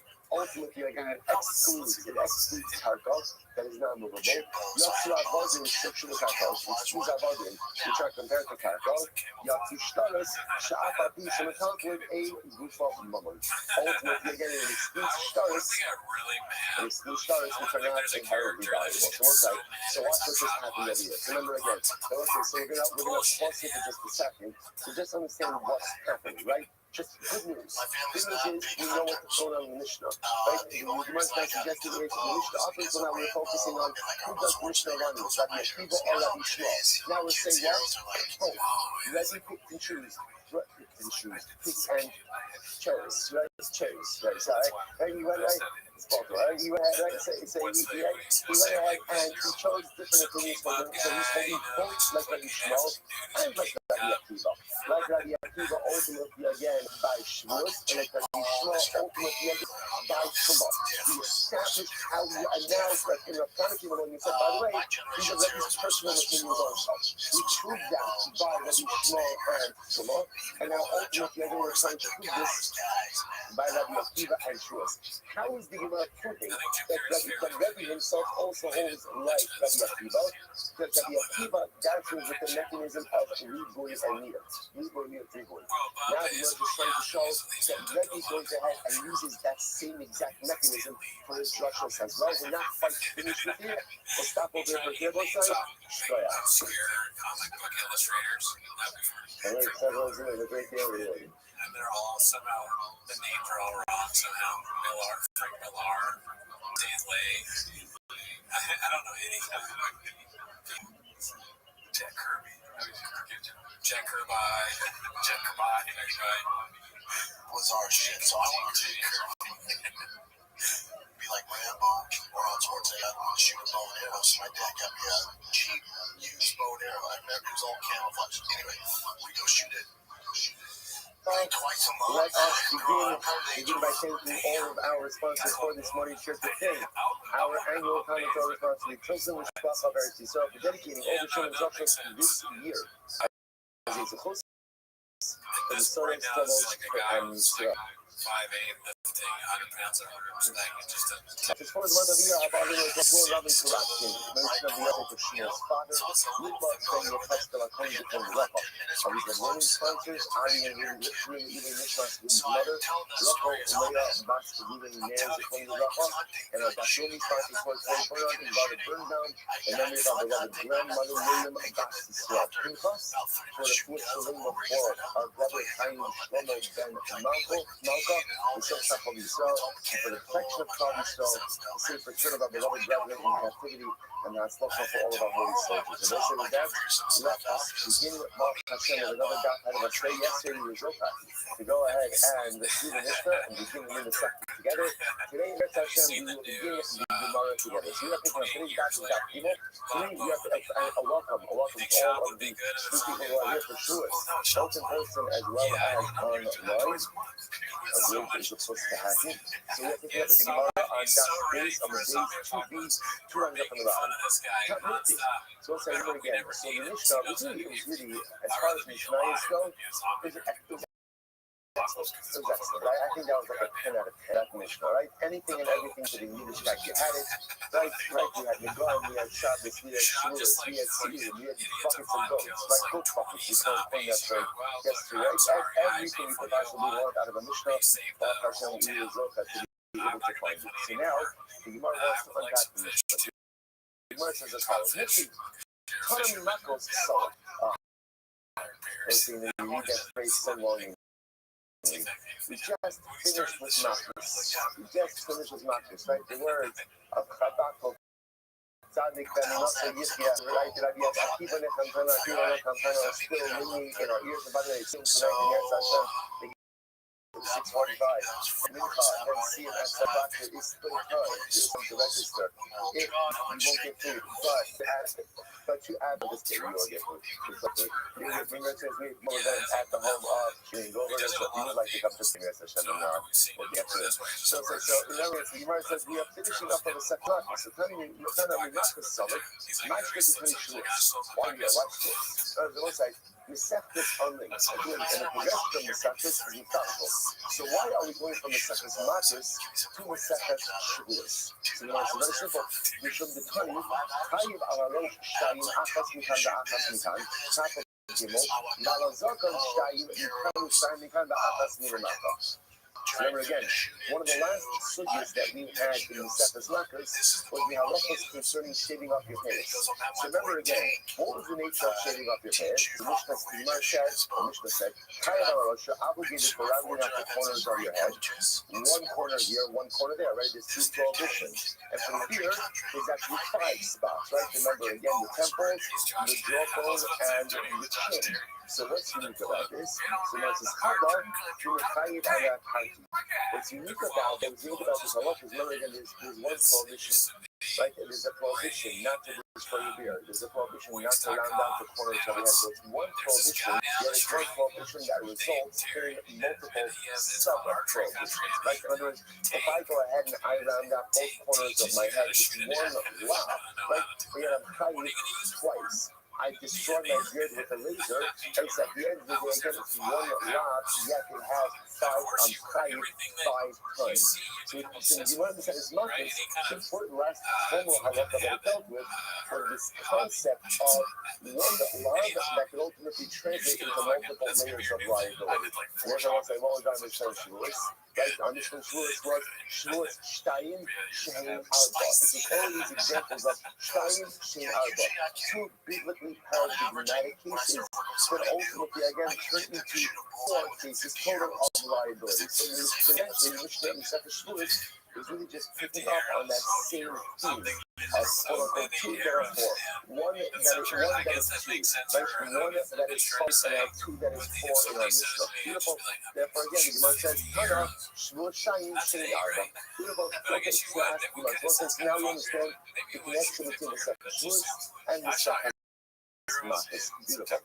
Mashna Haha, the turn of the Kulu, the Mashna got Shabbos, the minus the go at the local religious. Let's just remember that in our Mishnah, we have three examples of Shtayim Shein Arba. Two biblically paradigmatic cases that ultimately again birth two additional cases as well. Right? Case number one was Shavuos, right? Case number two was Yedias HaTorah, ritual purity, impurity, which we spoke about again, we'll talk about today, ritual impurity. And then number three was Shabbos, which are important cases. And number four was Nigor Taras. So here's what's interesting. Here, obviously, in the second Shavuos, we're talking about all four cases. Yet, interestingly enough, the Gemara says, when it comes to the second Shabbos, and by the Mishnayos of the Nigor Taras, it only quotes the Shabbos and repeats quotes the case of Shabbos, and by Taras, it only the cases of Taras. It was actually just because like a textual question. Here by Shavuos, we quote all of the cases of Shtayim Shein Arba, and yet in those other places, specifically by Shabbos and by Taras, Shabbos only quotes the case by doesn't quote the three cases. Taras, the case by Nigor, only quotes the case by Taras, the other three cases. Okay, so that was the question. I'll tell you, on the Shavuos Yedias HaTorah, the Gabi Dodi Ksidim, the Daniel Ahadodi the Kodia, Tani Lehu Gabi Adodi. Let's listen to this. Out of the four, there are two of them that have some level of overlap. What are the two cases of overlap? The case of oats and Tumah. Oats and Tumah both have the same overlap. I have some overlap. How so? Number one, they are written next to each other in the Torah. So that's number one. Right? They're juxtaposed scripturally. And number two, they both share the same liability of a carbon overlay. Remember, you know what this means is that the carbon overlay is the unique offering that is dependent on your financial station in life. On one carbon, an usher, but a different carbon. That carbon applies to both cases of Shavuos and Tumah. So because number one, they are scripturally juxtaposed, and because number one, and number two, they share the same carbonic liability, therefore again they're mentioned together. Now, so that's why in the second Shavuos, we're automatically going to also include Tumah, because again, scriptural juxtaposition and shared carbonic liability. Once we're mentioning two, then what? Once we're mentioning two, the Gemara says, by the Tani Kuru. Once he's mentioned three out of the four cases of Shtayim Shein Arba, then what? Then you might as well go ahead and mention the other two. That's the style. So I guess so just understand so far. Now, number one, I understand why Shavuos comes to Matis. Because Matis ends the case of one that results in multiple layers of liability. So Shavuos picks up with the case of Shtayim Shein Arba, two biblically paradigmatic cases get additional to. That's the version. And number two, why are all four mentioned here, yet in other circumstances only written? Because once we mention Shavuos, once we mention Tumah, becomes double scripturally and carbonically. One thing, two, and ultimately what? You might as well mention the other two as well. Beautiful. Beautiful. You went to this part. I want to say, it's a tremendous social principle in this also. In a series of, I would think it would have been once I mentioned three, to mention the fourth. But it's like, once you mention two, I don't know, you can go either way on that. There's a tremendous social house that has out a trying to keep us around talking with someone about doing the second Shavuos. The person did knock us with us. And then I said, oh, you continue with Shavuos. Like, no. I said, why not? I said, because I was just going to do Marcus. I said, but why not? Like, no, I'm not gonna do it. This reminds me of those stupid videos that they I post on promise you, Twitter if you can give me a compelling reason why you're not it's going always to like do something this, about banging your I'll leave you wife. alone. Like forever, right? There's a joke in there. I'll leave you alone. I saw one was so bad. The guy's trying to call her wife's vaginas on the phone or something. What Hey, is I that? haven't talked to you in a while. You can tell me I'm learning 14 other minutes after this. I don't have time for sure. All right, fine. I'm driving 15 carpools. I don't know, like, but just like, no. Yeah, for sure. At least use a proper mistake. It's number one, right? Okay, no, it's not some type of glut. I'm not doing it. Why? There are so many beautiful opportunities that present themselves in life. Now, sometimes you can't take advantage of all of them. That's the nature of life. If I have a legitimate reason not to take advantage of an opportunity, of course, no one can take advantage of it. It's so often, right? It's just like, it's just like, no, I'm not doing it. If I come along and say, well, why not? You already have 2 cases, let's just do 4. You finish practice, why not just do it? You finish this, why not do it?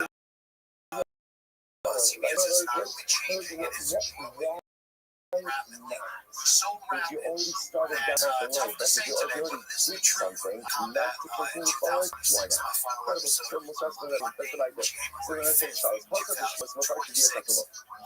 So then I think, so today is a lot about understanding the framework of the Mishnah.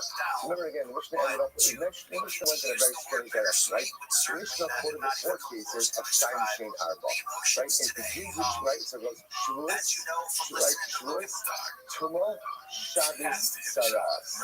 Then the rest of the Mishnah was about what? That's the Mishnah was about what? It's become such a I'll give you a hint. We did it yesterday, right? The entire show was just the Mishnah, right? So that's the Mishnah was about Tumah. I hope so. Oh my god. I hope they both. I just So found out it's a fun thing, right? So the rest of the Mishnah was about Tumah. So the Gemara says, I don't think stylistically that doesn't make sense. on CBS. If the heading is Shavuos, right, and then the chapter is Shavuos, you mention Shavuos, and then literally the rest of the Mishnah, which was a very long Mishnah, it was a block Mishnah, the rest of the Mishnah was Tumah. What's the shot? What's the shot? This is very interesting. You might say, Pasuk is supposed to be the course. I don't understand. You open with Shavuos, but then you went ahead and spent the rest of the time on Tumah, for which we want to be very interesting. I did the Zitra Milai. Pasuk Shalom. The other 20 Shavuos didn't issue the life. So stylistically, the says like this. Actually, fascinatingly enough, the laws of Tumah, at least in this regard, of the Shine Shane, like this type of liability, is relatively succinct, right? But it's relatively succinct. Versus the laws of Shavuos are much more complex. Therefore, the Gemara made a conscious decision to essentially let's finish the laws of Tumah. We mentioned some of the first laws of Tumah because they're more self-contained. After you finish that, then we'll launch a more rough conversation about Shavuos. The Shavuot says also tremendous mitzvahs that you think about it, because in life, there are different ways that a person should approach accomplishments. Like we all want to accomplish something, and yet we all set for ourselves objectives and goals. So in general, there's this type of tension I think that we often encounter about what type of objectives and goals should I set for myself.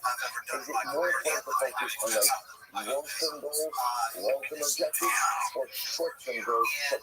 Should I put my energies in a time where I have to get my life ultimately, get myself ultimately?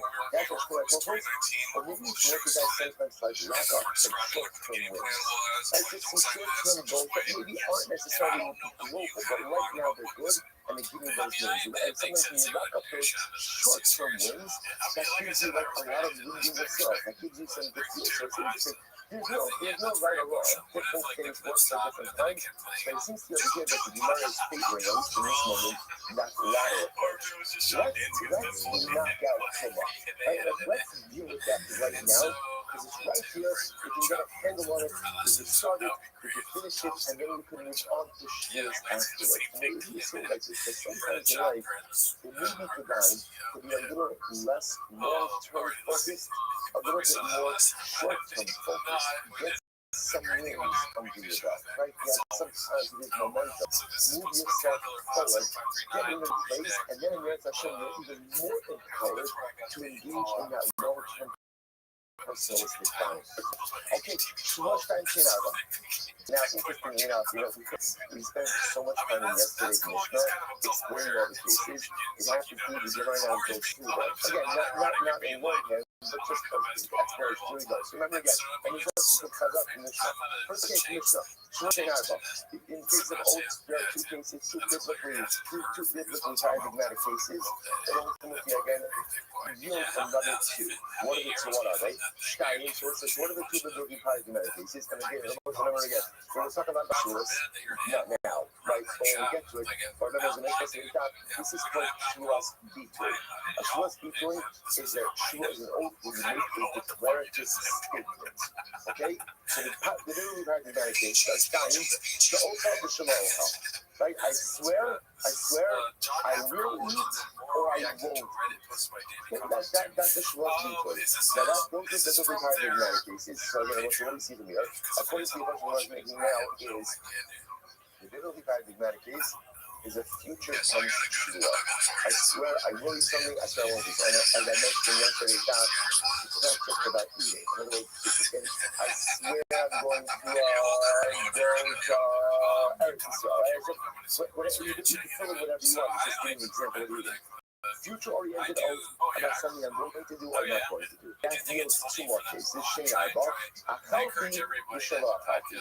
And the two additional cases, right? The two additional cases are same oath, same plus deeply, but past tense. I swear I didn't eat something. I swear I didn't eat something. Okay, that's the case. That's the case of Shein Arbach. Next, you hear us like a much when it comes to Tumah awareness. There are two together for. So the biblically paradigmatic case is Shtayim Yedias Tumas Kodesh. Shtayim Yedias Tumas Kodesh. Yedias Tumas Mikdash. So what are the biblically paradigmatic cases? So let's say some over here is like this. The biblically paradigmatic cases are, I forgot that I was coming. Right? Again, remember what says the sun yesterday's Mishnah. We're not going through all the cases again. In order to be chayav a carbon over the Yored, what do you need? You need awareness of your tumah at some point in the beginning, right? When you contract it, let's say.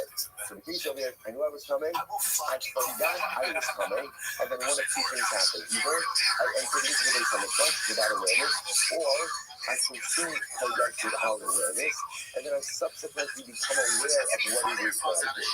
Okay? So therefore the biblically paradigmatic case is where the lapse of awareness was about the tumah. I knew that I was coming. I forgot what I was coming. I ate kodesh. I entered into the mikdash. That yields two more cases. Shein Arbach, kodesh and mikdash. What are the two additional cases? The two additional cases was I didn't forget that I was coming. I knew that I was coming. What did I forget? I forgot that I was walking into the mikdash, and I forgot that I was going ahead and consuming kodesh. Good. Those are the two cases. Those are the four cases. Next. You feel Shabbos, starting to know that. You think the Shabbos from Shah, if you transfer an object from one domain to another, our two cases are really four. What are the two primary cases? Shtayim, Hoshah Da'ani, Hoshah Balabayis. So let's remember again, we mentioned all today with Chazar. The biblically paradigmatic cases of Hoshah are what? Transferring an item from a Shus HaYapid to a Shus HaRabid. That's how it works. And I want to point out why is that the biblically paradigmatic case. Remember again, Omolokos and Shabbos come from where? The Mishkan. Where was Hoshah done in the Mishkan potentially? The removal of the crutch and the removal of the boards from the wagons, right, into the camp. The wagons themselves were a Rishus Hayafid, and removing them would be into Rishus Hayafid. The biblically paradigmatic case of Hoshah is still not. You can use items from the Shiradim to the Shiradim, right? Case number one, collecting the house, takes the item in the house, and he goes ahead and case number two, house, the guy getting in the Shiradim, puts the Shiradim, lets the animals out. So those are the two paradigmatic cases. then you two more cases, same eyeball. Most of the only that's most of the bottom line. The two additional cases are what? Are transferring it from Rishus Halabim to Rishus Hayachid. And that occurs in one of two ways. The guy in Rishus Halabim takes the object from Rishus Halabim, puts it inside Rishus Hayachid, or the guy from Rishus Hayachid extends his hand into Rishus Halabim, takes the object and puts it into his domain. Beautiful, beautiful. Now let's go. That's the four cases. Merit Megoy, Strength and Arba. Are two cases that are really four cases.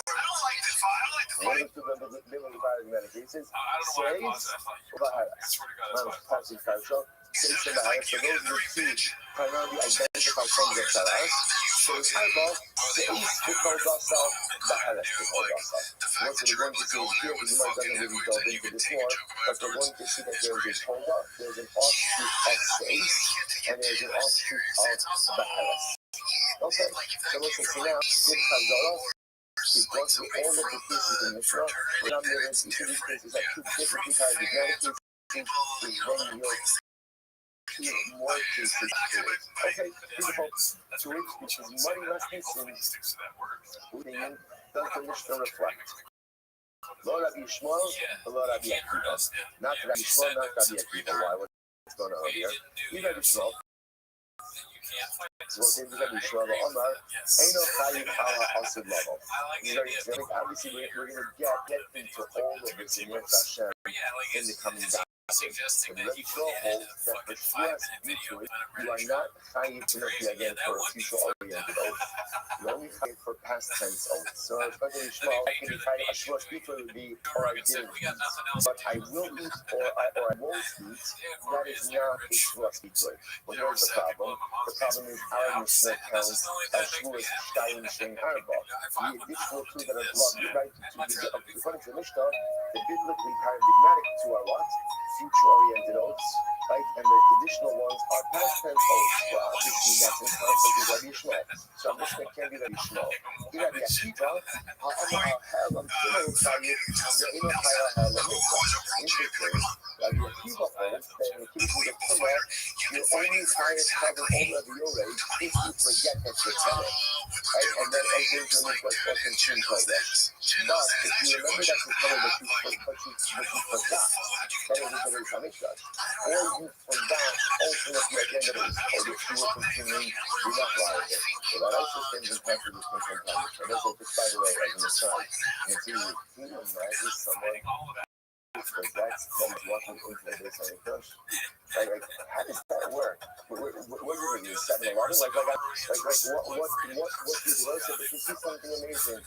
You see that at the end of the day, at a certain point, novelty wears off.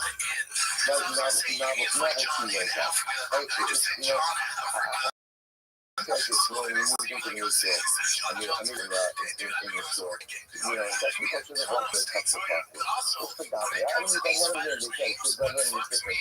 So you go, like, you go into Davi, and you only use that tool, that doesn't be credit for Davi. You don't walk into Davi with a cup of coffee.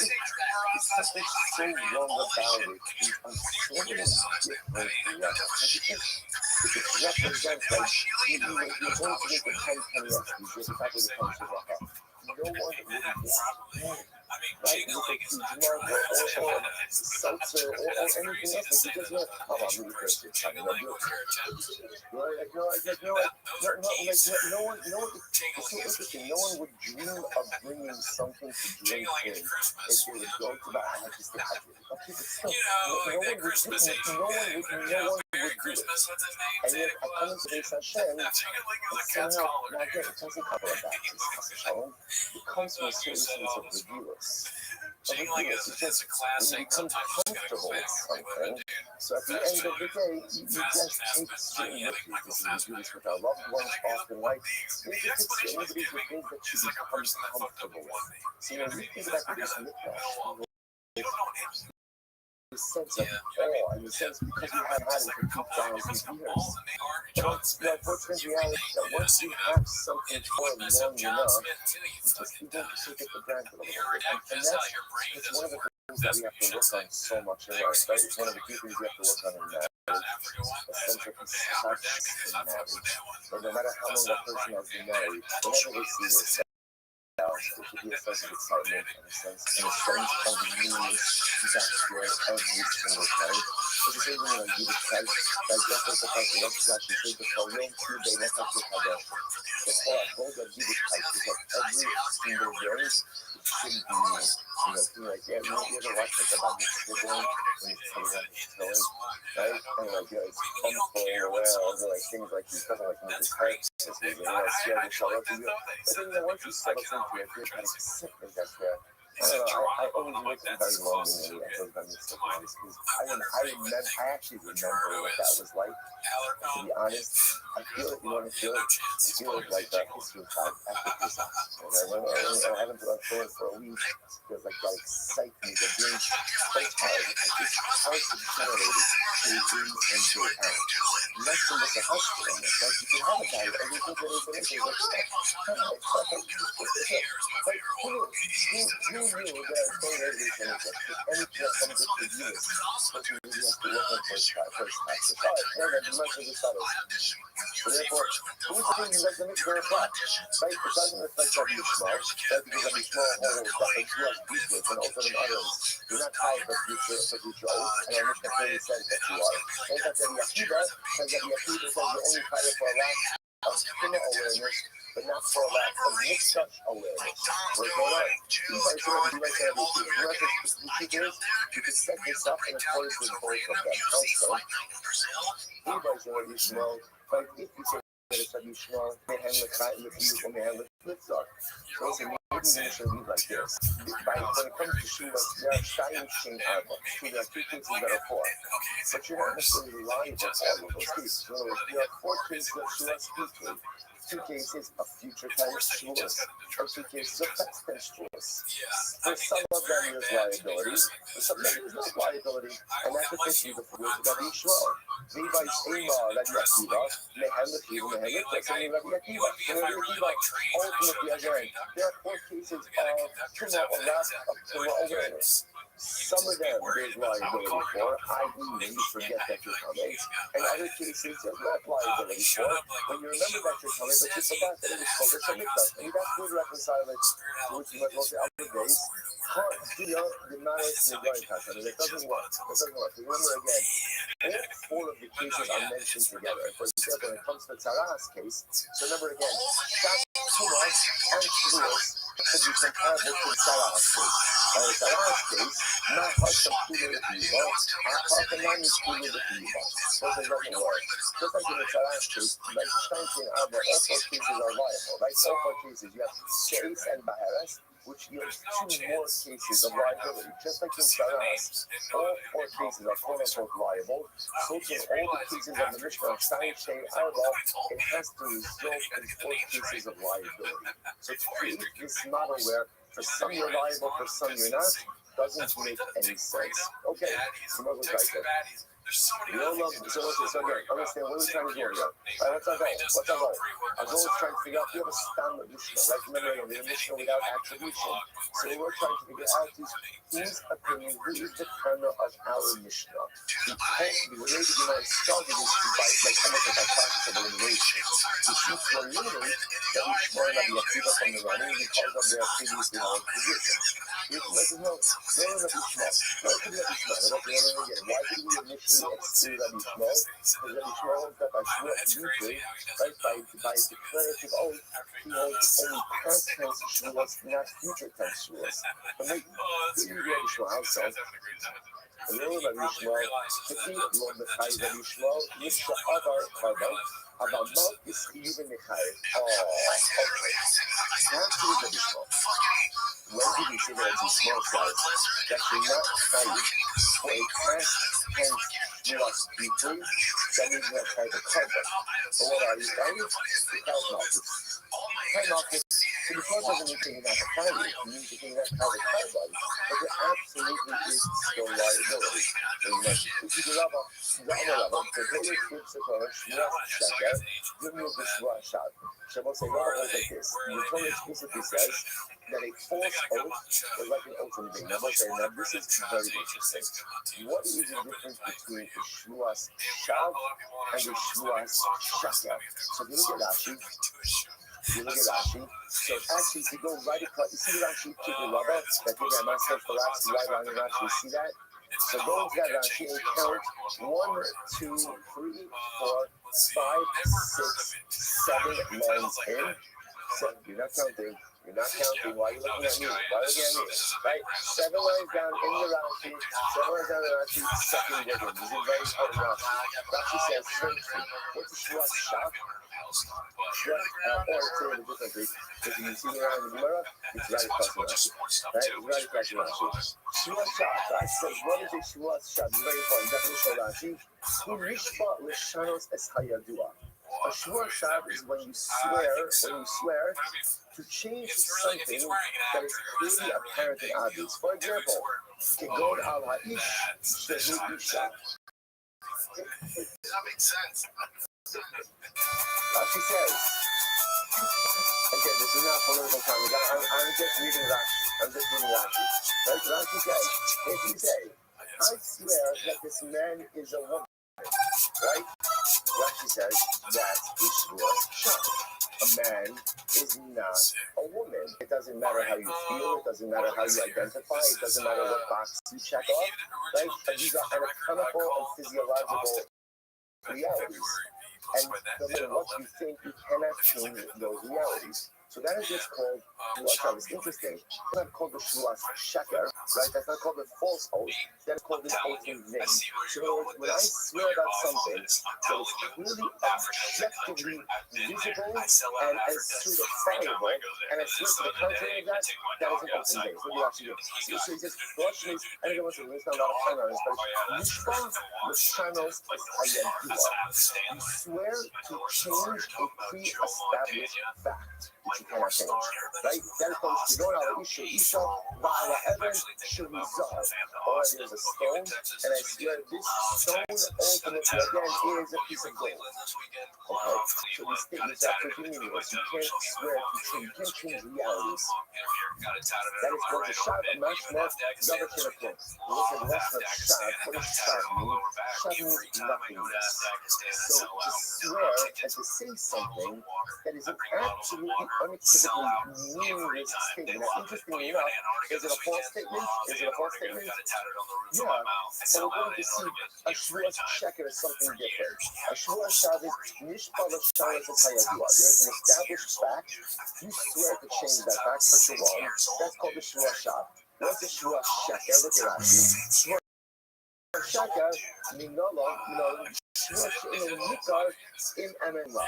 But we'll say Shmuas Sheker is a case where someone takes an oath, and at the time they take the oath, I have no doubt if they're swearing about true or not. Right? I swear, Ruben entrusted with me his computer to watch. I swear I did not misappropriate it. I don't know. Did you? That's such a passage like a Shmuas or something. But you know what I'm saying? He may be lying. He may not be lying. I swear I paid my debt.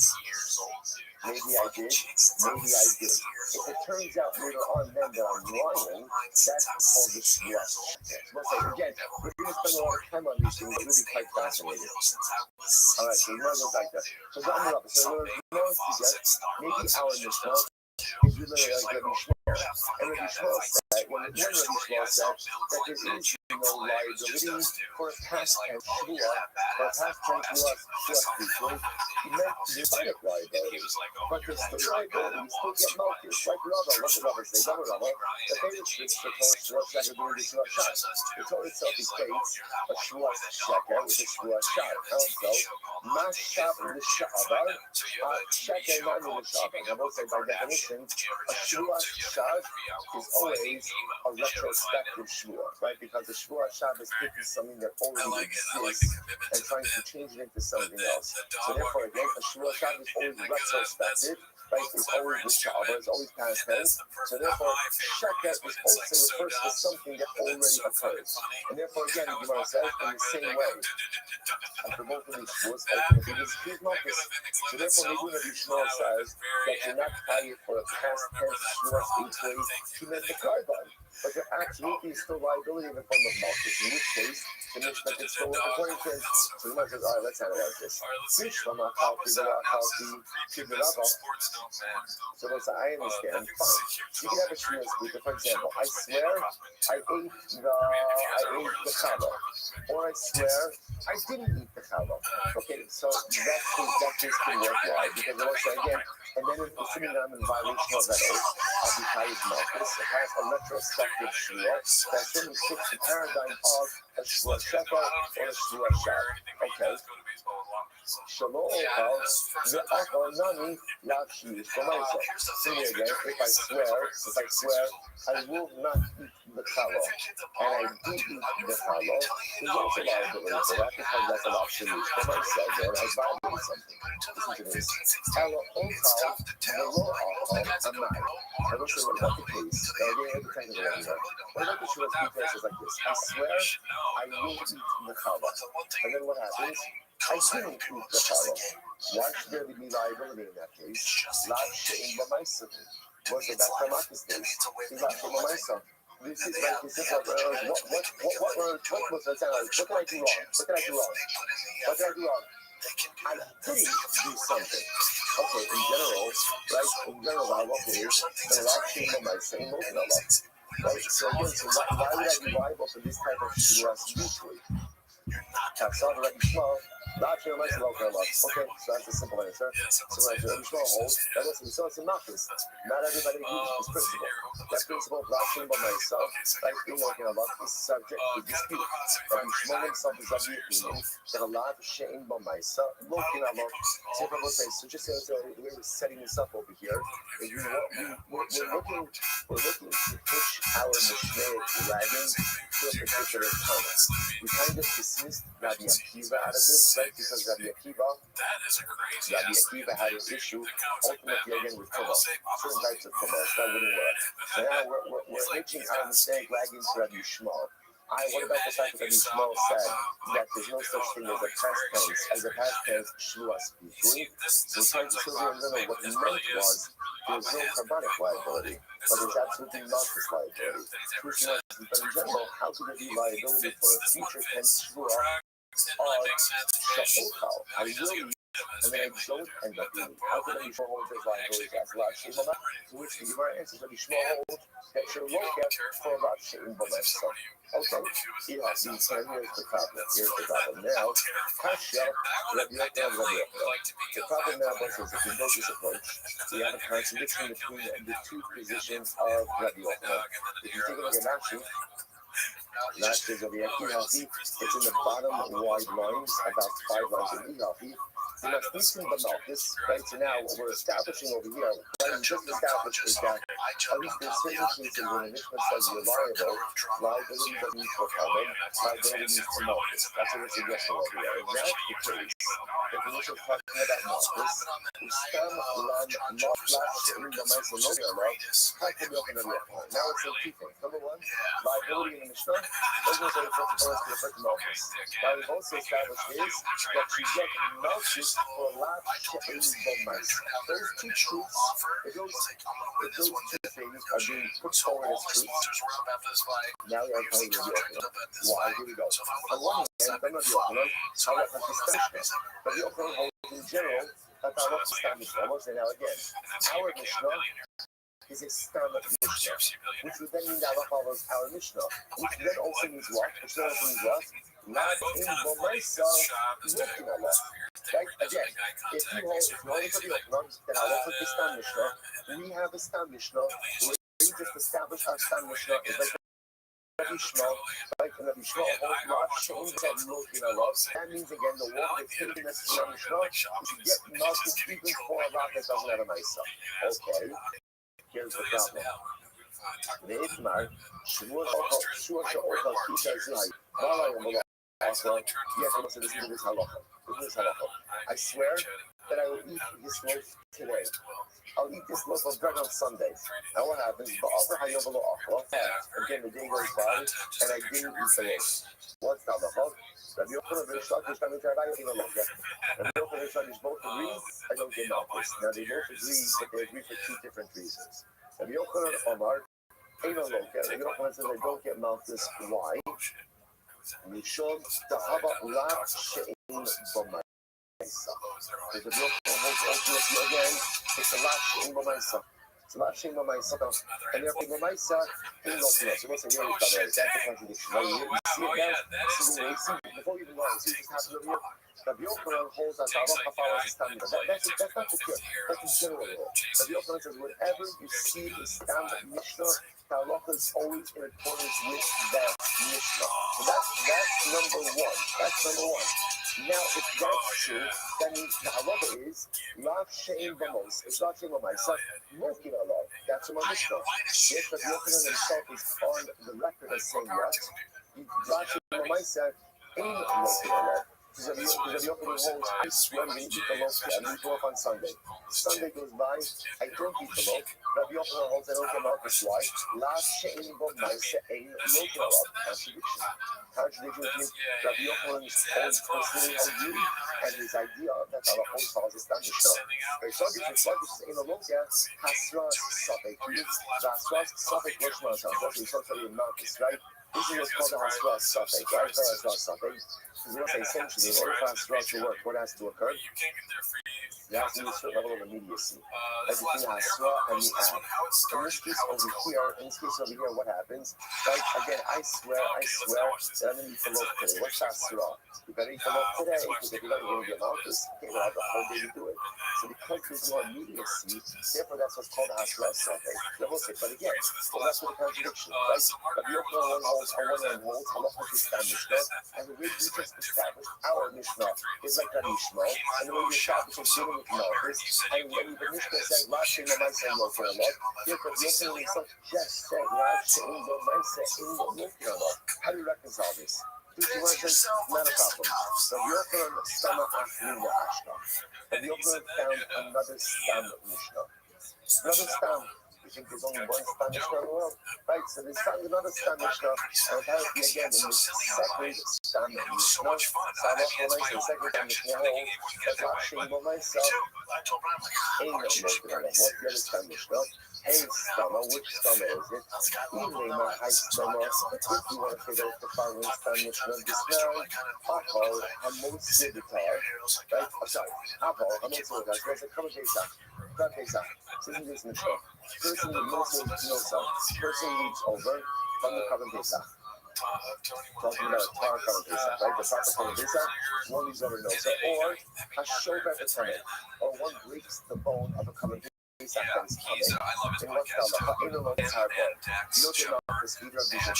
Now why not?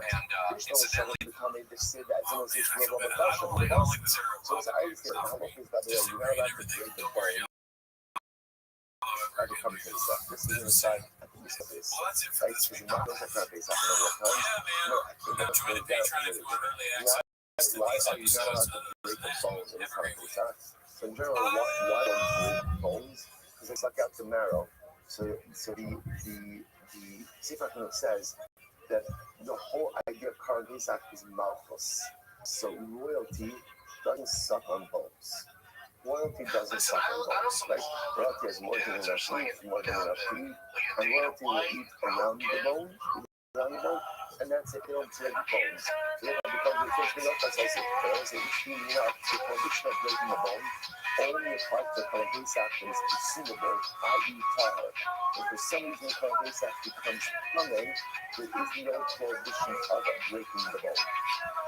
Okay, the Dutch one also, but I don't see the tahor my timer. And I said, ultimately, if you leave over, like if you leave over no side. Why is there no Malchus? Again, you're not supposed to be moving with our base up. If you do so, ultimately, again, why are there no Malchus? My time out. Ladin Shunda. Ladin Shunda. Havilat Shunda myself. If I love Shunda myself, ain't no Kinabah. Oh, what's the answer? The answer must be because leaving over will say is the last in the nice, right? I mean, what's that? The act of leaving over is what? It's inaction. I didn't eat everything. What's that? Remember, how do you have leftovers? Right? You have leftovers is you didn't consume something. So this is a last in the nice. And what is that? What is the Mishnah say? What does the Mishnah say? You know the Malchus. So again, the Yochanan has another stand of Mishnah that he aligns this personal position. Right? Rabbi Yochanan himself is on record as saying, you don't get Malchus for a large in the myself. And now this gives us another stand Mishnah that backs that up. Again, is there another stand Mishnah? That contradicts that? That's true. Rabbi Yochanan does have another stand Mishnah that aligns with this particular position. So the Gemara says, and we mind that Yaakov the Amalatim of my saying okay, Allah. Then Rabbi Yehuda Mishum Gebaha Kasov Litin Asay Akamosase. So what's the answer in 1 second? And how do we know that ultimately again that it's a Yaakov who holds that Alachim nice son, you don't get off the son. Perhaps still know that he needed to. Perhaps he wished to Rabbi Yehuda and Mishum Gebaha Kasov Litin Asay Akamosase. And the only reason ultimately again it's not going to get Marcus in this case is why? Because we will say it's a lot of Hanika class A, like the Marcus says. But why is there a lot of Hanika class A? Because the Torah says whatever is left over, what do you do? Burn it. That's how you don't get Marcus. So you might say, oh, not lucky. But were it not for the fact that it's a lot of Hanika class A, right? When after the fact that it's what we said to be remedied by the Council of Hazard Samaritan, you would get Marcus for it. Which shows you that what? You do get Marcus even for a lot of shit in the myself. The Sanya, because we learned both the sin and our focus, the Torah said, do not sleep over anything until the morning. But no sermon or advocate, but it's disruptive. And if you need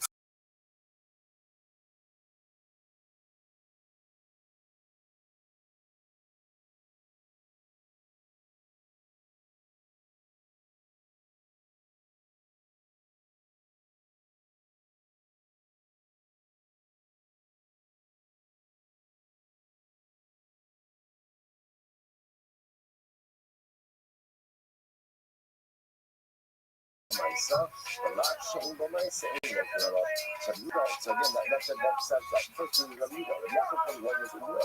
The reason you don't get Malchus is not because it's a lot of that I say. Right? The reason you don't get Malchus is why? Because it's a lot shame by myself. Say that one second. Just to highlight where we are in this moment. Like where we are in this moment. Because we're going to actually cross with it in a second. Like where are we up to? So we're up to the following place. Right? So remember, we're trying to figure out attribution of our Mishnah. He's really narrowed it down and said off the bat, it can't follow scripture. Rabbi Akiva is small. Rabbi Akiva, because again, Rabbi Akiva only holds there's only a lapse of awareness of Tumah that makes you tie the carbon, but a lapse of what we'll call a lapse of locational awareness, right? Or a lapse of consumption awareness, that's not going to generate Tumah liability. So that kind of knocks on your view out, leaves Rabbi Shmuel. Now, originally, when he said Rabbi Shmuel is not going to work, why? Because Rabbi Shmuel holds that you're not covered over the Yoreh for future-oriented Shvuas people. First people, and this Mishnah says you are liable. To which you want to answer is no. That is all you have a carbon, but ultimately, again, you are tied. You are going to be tied. You are going to be tied from. And therefore, again, the Mishnah is talking about a case, ultimately, again, not just of carbonic liability, but of Malchus liability. Now, interestingly enough, the reason why this brought up an interesting case is because how can you Malchus in the case of I swear I will eat and I didn't end up eating. After all, again, isn't that a lot of shit in myself? To which the answers that the small holds, you get for a lot of shit in myself. Okay, so the biggest point that was now it's like a Bishmo and a Bishmo about Malchus and you get Malchus for a lot of shit in myself. The problem is now that triggered whole other story. What's going to trigger? Because that means that our which is established now, hustings to get Malchus for a lot sharing Boman. Here's the problem. Rabbi Yochanan, right? Rabbi Yochanan holds that the Mishnah Halacha is the Stam Mishnah. If you see things in the Halacha, Halacha falls on Mishnah, which is you get Malchus for a lot sharing Boman. What was the problem? Rabbi Yochanan holds that you don't get Malchus for not sharing my mind. So how do you reconcile the personal position of Rabbi Yochanan with the Rabbi Yochanan who holds that you only hold up the standards the Gemara did was Rabbi Yochanan has a different Mishnah that we are left with. And that standard ultimately says you don't get Malchus for not sharing my mind. What's the problem? The problem is we just effectively deconstructed that second Stam Mishnah. We effectively deconstructed it, which can lead us back to our original question, or our question, which is how do you reconcile Rabbi Yochanan's statement that the Halacha Stam Mishnah, which in our context now means you get Malchus for Alav Shein Mamaisa, which Rabbi Yochanan personally held position that Alav Shein Mamaisa ain't looking at us. So I said this is where we're stopping. And now again, that's why I just want to show you how the next line picks up. When we put them on, hello, hi, Stama Ashra. We're going to see the next stage in this journey is that Yochanan himself actually found another Stam Mishnah. So I just want to tell you, it's going to be okay. It's going to be okay, right? And I promise you, it's going to work it out. I see that someone's going to a little existential angst over here. It's going to be okay. We're going to work it out. Again, we're saying, like a lot of things in life, we're not working it out today. I know the problem is going to get solved. Can't necessarily solve it on the thing that I want. That's what's going to be in my life. So rest assured, go with confidence that I'm here to come tomorrow. We're going to work it out. Today I'm going to have to live with a little bit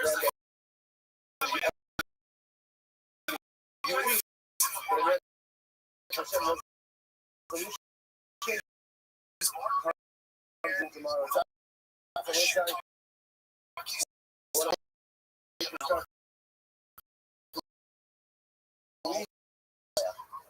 You guys aren't going to condone this. Behind a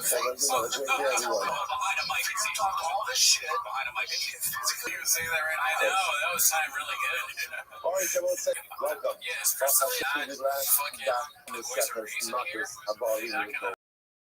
Overwhelmingly beautiful, exciting responses for this morning shit. Our annual commentary response to Christmas. Dedicated all the children and drugs this year as is close to the result of us and Israel. Our responses for the month of Iyar. Shmuel Rabbi Karaki, patron of the United States of Shmuel's father, Leonard Karaki, Lupa Ben Yechaska Hakon Shmuel Rafa. All the living sponsors and living listening to the Mishmash Leila Bas Living Ben Rafa. And our afternoon sponsors for today, Becca, Penny, Shane, and Reese, in honor of Daddy and Daisy and everyone else continuing to set us up. So beautiful. Mom comes Daddy, Mom comes Daisy, Mom comes Mark, and so really, this makes it sound like he wants to fuck me up. Appreciate the important fact that our learning on those around us. Obviously, we recognize the impact that our learning has on us. That's how Shem, when the Mishpacha sees that their father gets no positive and runs away and gives up husband speech and comes over in the morning and is dedicated, look at effect that it has on children and grandchildren came out of this thing. So really beautiful. Also, of course, we dedicate our last afternoon to listening and just have to give himself and everything, bringing home the Shalom and the Karb and the sense of all these soldiers. They will be successful in the Kamna and say in the day and we saw Earth Israel's work and let's show them back to their families to Shalom and the Karb. But with that, let us begin a lot to do today. It's up, down, turn our last back on this episode. We are picking up at the Mara and Kapkilis 23B. Let's go. I'm going to be open up. I'm going to look at it already. And audio friends were holiday. We can see that. Whatever so if a person is high courage and you get Malchus, so the Malchus absolved of the courage. So it's a dramatic statement. So we know it's starting to be used. I don't know what about that. I'm going to this Indian shouting people. And I was just very good at it. Very, very good guys. Most of the Halachi is more says here. There is no difference between Shabbos Yeah, I and think Kippur. that's Meaning both crazy Shabbos for and Shop Kippur to say for sure. have severe punishment. What's the There was a fundamental crowd in front of distinction? him. Oh, Shabbos, if you violate Shabbos, it's Misa in a yeah, patient. dude. And if you violate Yom Kippur, ultimately it's Kares. So the Gemara says, Misa. Now, if it's true that Malchus actually takes care of Kares, right? If every single time you hide Kares, you also get Malchus. Or you get Malchus, so Malchus doesn't absorb your Kares. If that's the case, Gemara says, the other move. Then every Kares is also called Bidi Adam, right? Because every Kares is getting Malchus. Malchus is administered Bidi Adam. If that's the case, then Yom Kippur should be Bidi Adam just like Shabbos is. So much of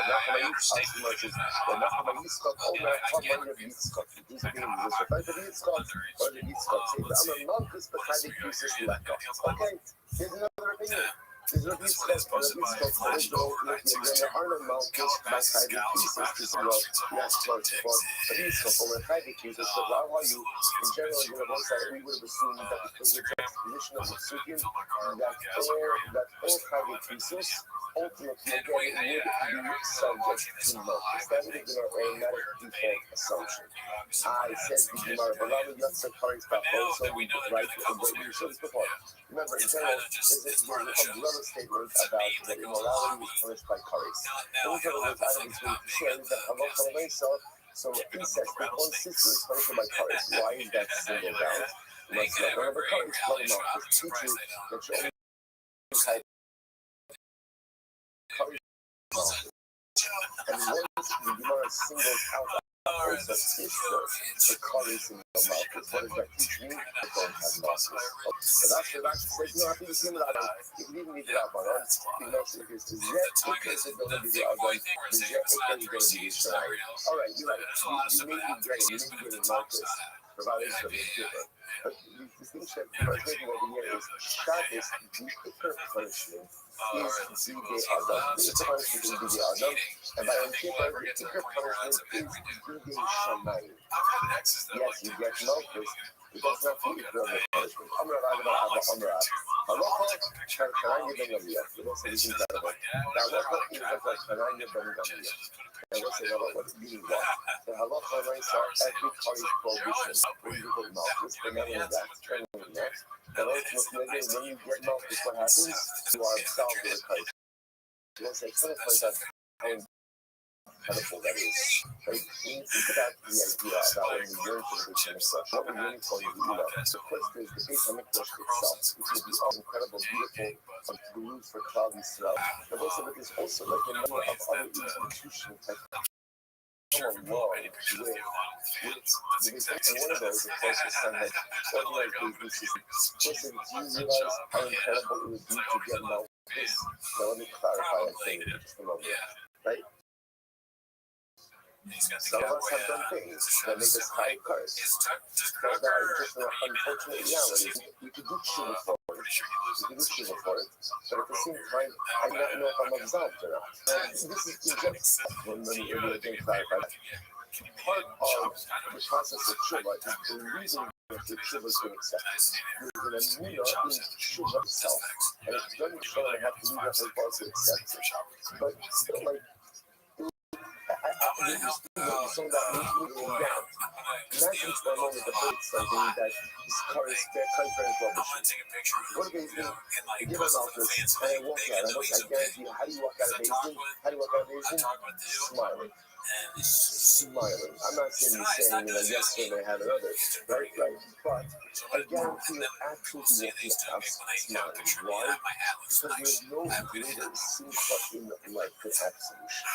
There is no greater simcha in life than forgiveness. The same way when we walk out of Yom Kippur, you're exhausted, but you're smiling, you're smiling, because I know that that's Malchus. So it's just imagine that.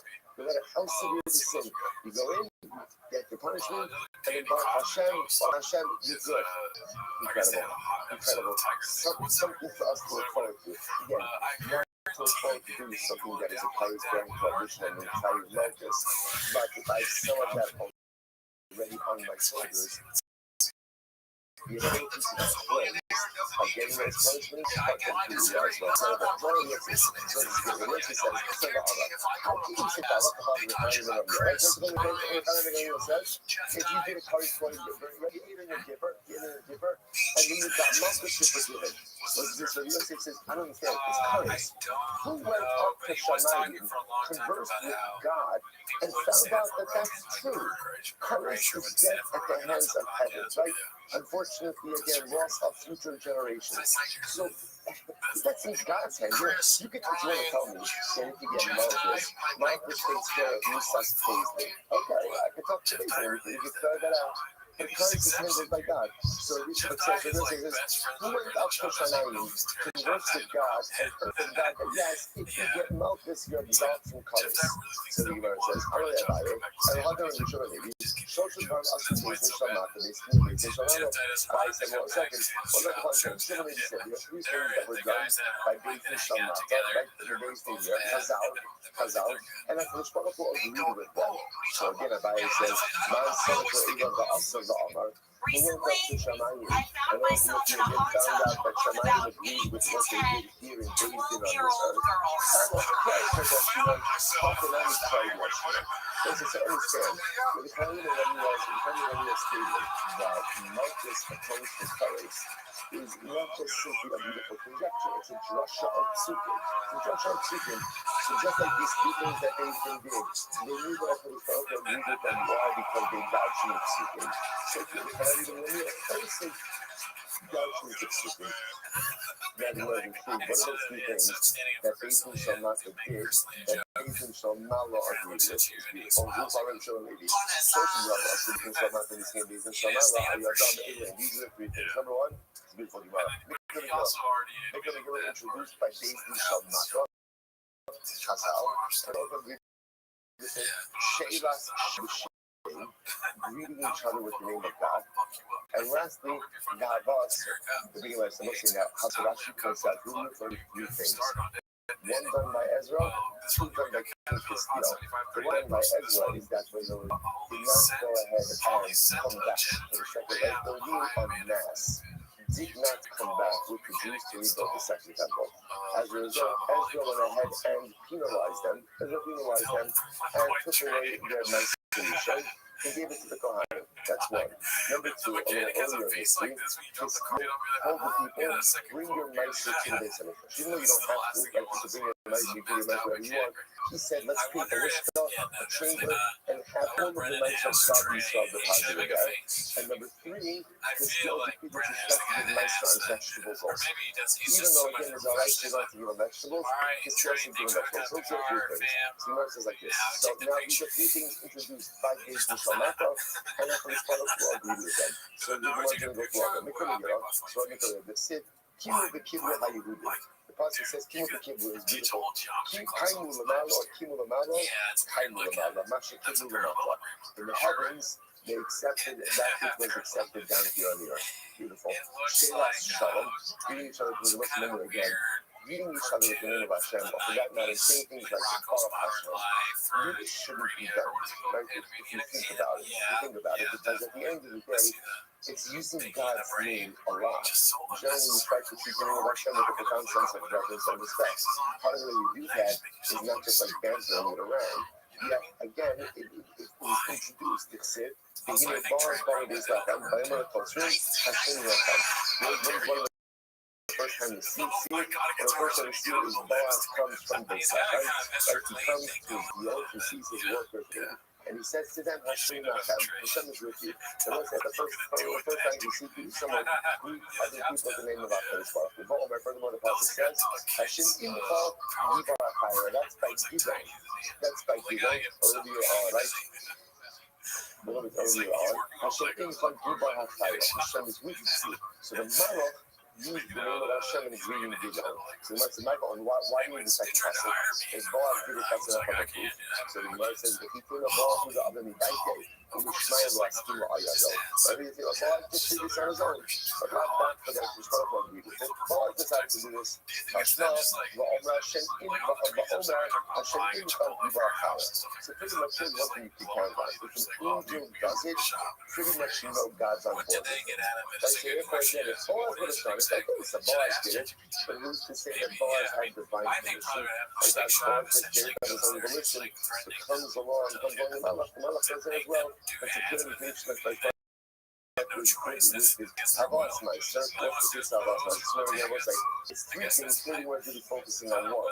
The Sid, and he was Kalamasa of Beisautzer, the Hera, the Beisi, the Kanini, not results of Hashem Tzibakos, in what abstract Rafamis Aribos Nashamai, Aribos Lachem, Rafa Ampolidai. They will say, no, this is absolutely beautiful. What you still within is as follows. Skills to come as well. Bring your meister to this and gather it. Let a coach Baruch receive it the last city of clouds. Like it was imagine that it's over the meister clouds representing generosity and remember says bring all your meister and I'm not sure about those. The family of those, see again, test me, right? Test me, right? Test me. The family of those, Allah says to us, it will access what I will open up the windows of the heavens to you, and I will shower upon you brotherly guys. Such a beautiful moment. So this little saying, if the Rebbe say it for something, because like you shut up and have generous love, Hashem says, generosity is really tight. Okay, by the way, this is also one of the concepts that the test back when the father would the duck off. Then from the father in the sky. You can't say, God, I'll put on phone this morning if you're letting me, you'll land at a counts in my business. That's the way it works. So only that in like the last one, test first one is the duck off. You can say, I am willing to be exceedingly generous. Even generous beyond what is comfortable to do, on the condition that you give it back to me. That's the Hanini number. Bring it. Bring it as well. It's not there. But you understand, right? Bring it out, right? Test me. Test me. You be more generous than you think you're capable of doing, and test me. I'll give it back to you, and then some. Incredible. So you know it says, my actually guy, what is the meaning of Hashem will tell us what of funny actually guys? Literally again, actually guys, until there is not enough. What does that mean? I'm a running back rock. I should really six or seven million my guy. But there's so much bracha that your lips get higher than saying enough. Your lips will pass and saying enough. Such beautiful bracha. I will say so again. So here you see it. This year's whole point. While we go, let's be more generous, and you'll see the more generous you are, the more you give, the more also, you understand.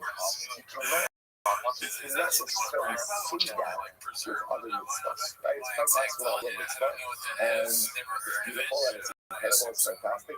Last time, so many citizens for someone. That is the one mitzvah where I push myself, I can see I push myself, I'm pushing myself. I need you to give it back to me. And my son, and Father says, okay, it's a divine kindness. I will give you so much abundance that you say too much.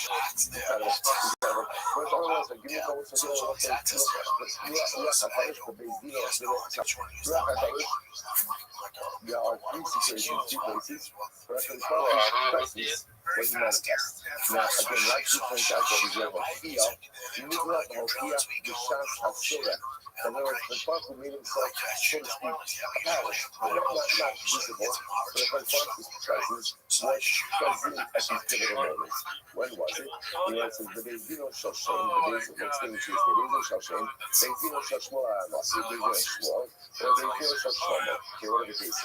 Bedezino Shoshem, Bedezino, Vayaka Yehuda, Bayon, Safkone, that's when they're going to start Yehuda and Tamar. Tamar is pregnant, that she's pregnant from Yehuda. But she was disguised at the time that they were intimate with one another. She's pregnant. Everyone thinks she committed a form of adultery, and therefore they're ready to kill her. So what happens? She will not embarrass Yehuda in public, but she does have a stamp on his name. And she says the father is no child, there's no this stamp on him. So what happens? Yehuda recognizes what happened. Vayomer Tzad Kamimeni. And he says she is wiser. She remembered when Yehuda was blaming giving her to his youngest son Shelah because he thought that she was the cop, right? He thought that she was the reason why Er and Onan died, without realizing that Er and Onan because of their own awareness. So he said, "Second, then it must be one second. You know that? How did Yehuda know that Tamar was pregnant with his child? After all, Yom Kippur is also in the Gabah. Also, now it is Achim the Gabah. Now let's be clear, she did dress up as a harlot. So who's to say that the same way that she had a relationship with him, she can have a relationship with Omer? So who says that Yehuda is the father?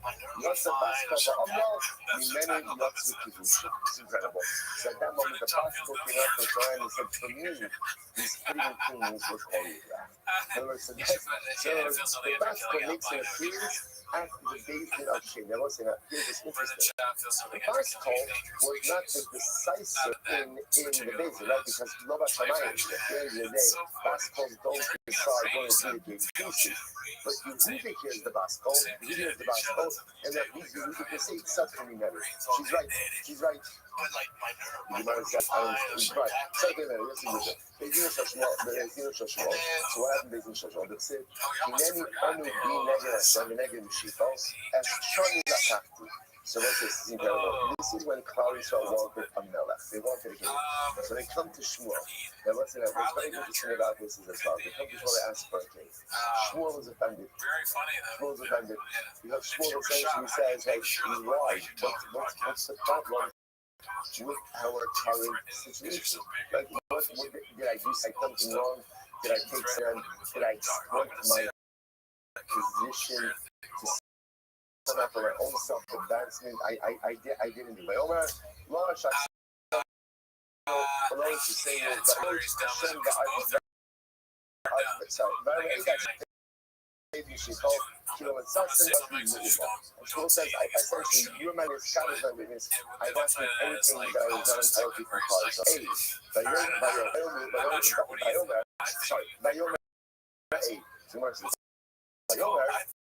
very right. Now, again, it says, I'm a witness. You know, the common soul is affirming that Trump never exploited his issue. Why are they saying the singular? That's the Baskal Ba'amra, and he aids the government. It's incredible. The Baskal came out at the place of Israel. I know that Shmuel has been a trustworthy servant, never exploited his position, and the truth is, the request for his king or for a king is a stickler and appropriate. Remember again, it was also a premature request. That's why Klal Yisrael didn't get a decision. They got sold. They will not get incredible. Next, the Leizino Shlomo. When did Hashem make the game for Leizino Shlomo? It said, Vaya and Amara Chayar Tznu Lanu Asayara. Hakai, Rameis Motimisu, Kihi Imo. I'll say this is the famous Mesa of the two women who come before Shalama, each claiming that they are the mother of the baby. So remember again, in the story, Shlomo says, cut the baby in half, and then one of them says, no, don't cut the baby in half, give it to the other. So it says, oh, that's the real mother, right? The one who exhibited the compassion, that's the real mother. So we know Yada, the Adina, Dilma, Yaruma, and Arma. See, to me, right, when we look at this story, we say to ourselves, this seems like a pretty easily exploitable situation, right? But who's to say that the woman who wasn't the mother recognized that if she played the part of the mother and exuded a tremendous amount of compassion, that she was just, so maybe she was just playing the system a little bit. That's a Baskal Ba'amra, a Baskal came out and said to Shomer, that's the mother. versus the Mercy, man, the Mercy, I'm going back to the Actually, maybe I'm reading it how wrong, do but that's you maybe know okay. that Sinai Dilma Well, yeah, Hashem I Yachid don't like Yomi this guy. is something to Chazinon, Jesus born out of a virgin mother. What's wrong, Rick? Let it go down. Which the Gemara says, sometimes. So I'm like, can't do that. who the Kevin the Hashem This Yachid guy's Yomi. funny. They started the Chazinon, the Chazinon. This is, Which the this is, Gemara says, how so are you I supposed to don't think, prove I that? think What do you mean, what's maybe more virgin than Yehuda computer? just Let's went see ahead what he and says. actually calculated out. If Jesus does Maybe return, he just did the math even if Jesus was a on physical all of this. person in the past, How do we know that halacha l'maisa you again? don't think Which that the he Gemara can says, lo return chazinon as and lo artificial mechaskinon. intelligence? Which the Gemara says, because if you don't see something, or maybe someone else outside of relations of her and the timeline worked out, if you don't see something happen, then you can't assume that it occurred. But like the Shmuel Nami, Kuli Yisrael Kalim with Lashon Yehudi. And the Shmuel also, what the Mercy is pointing out over here, maybe it wasn't the Basra. Maybe again, you can As just change the Jesus with math. all the The powers problem that is, Jesus if you provides, did the math, that doesn't Tesla is necessarily say that Optimus someone else Robot wasn't and also coming the to best at the same time. foundational artificial Shmuel, then intelligence it could model be that yourself ever and the Lashon Yehudi. reads your mind And and again, it the loves you Raya and that wants Abbas it, spoke doesn't in care that if by you the kill it raising of because it's going to just go be Shmuel, with God. because it's by Yomer A. Maybe it's just I don't referring to even Klal understand what he's trying Yisrael to say. in the singular form. They said, This Yisrael, is who Shabbat is Hashem. So in other words, it's not a to Raya, thank it's not a or blame Raya. for the So state it's of the Gemara poverty. says, Shlomo And it's Nami this the guy ha'ad kat was mirachma, nuts. the ha'delo Like mirachma. that. Even Shlomo. Maybe Shlomo just went ahead and using logic said the one who was viewed with greater compassion obviously was the mother, and the one who was ready to cut off the baby wasn't the mother. The point you might be making over here is What are you you're talking inferring that about? there was a Why is he gospel, doing the but you have religious no thing explicit now? proof that there was a gospel. Everything Which that is sucks right. can be tied Emma back directly Gemara. to Joe Rogan. You're right. I think. The pursuit I mean, can be honestly, interpreted in everyone says different they can tie ways. back directly We to have a Catholicism. tradition. That's true. We have in the This is Torah true. that in each of these three cases, the What gospel if, came and okay, word, intervened. yeah, more The say that. gospel Yeah, said that the ultimately again Unitarian, Yehuda what is if your they baby. call The it? gospel Unitarian came and Universalist. both by Don't get itself. me Shmuel started on Hanavi that. never explained his position, and the Okay. gospel came and said What to if, Shlomo, that is stay the with mother. me, okay, don't Incredible. kill me. So Darshan What Slavai, if AI ridiculous Gemara. could come So back as Joe Shishma Rogan? also Mishlosh in Mishlosh, Yamru Lola Moshe. So let's say there are 600, Right? right? So it's like 613 an misses. AI Give it to teaches Moshe. you Give it Moshe. all about Shosh Me'os Mishishim, aliens and Mechamesh, Lavi. talks a lot about trigger girls. Shishma. What's more Shlosh is in Missos. powerful? 650 missos. We give it to Moshe Rabbeinu. Right. Right? I had seen that too high. So Shosh Me'os Mishishim, Mechamesh, Lavi. 365 prohibitions. Communion Mosakama. Yeah. Corresponding ultimately again to the days of the year.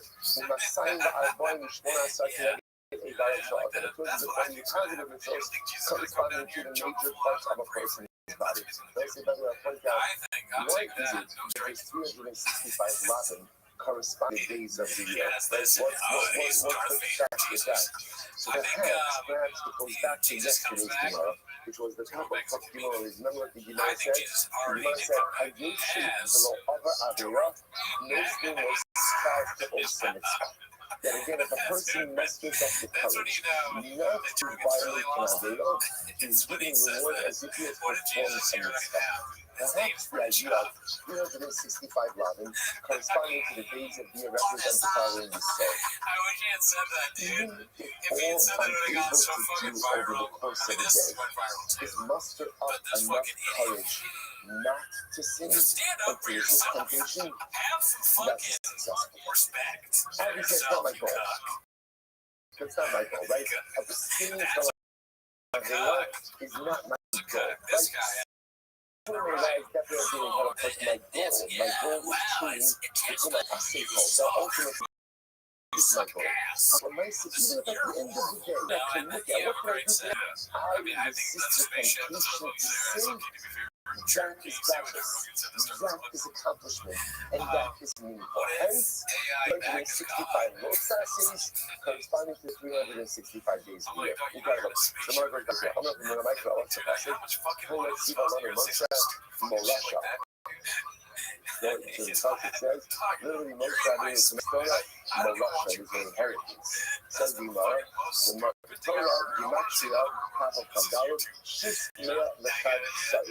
The Gematria Torah is 611. So the Gemara says, why not the other two? I know to be in the the first thing was when we heard from Hashem. So Torah Tziva Rana Moshe, Moshe Rabbeinu gave us 611. That the Ribono Shel Olam himself gave us the first two. Beautiful. So I've done it. Shemot, I say now watch this. And this by the way, might be the one of the most incredible Gemaras in all of Shas. There's 650 mitzvahs. 650 mitzvahs. That's a lot of mitzvahs. And there was a recognition throughout the ages that sometimes I need to consolidate. Now I'm going to observe it, so I'm clear, right? But I need to consolidate, like, theologically, or philosophically. One of the core components that I need to wrap my head around.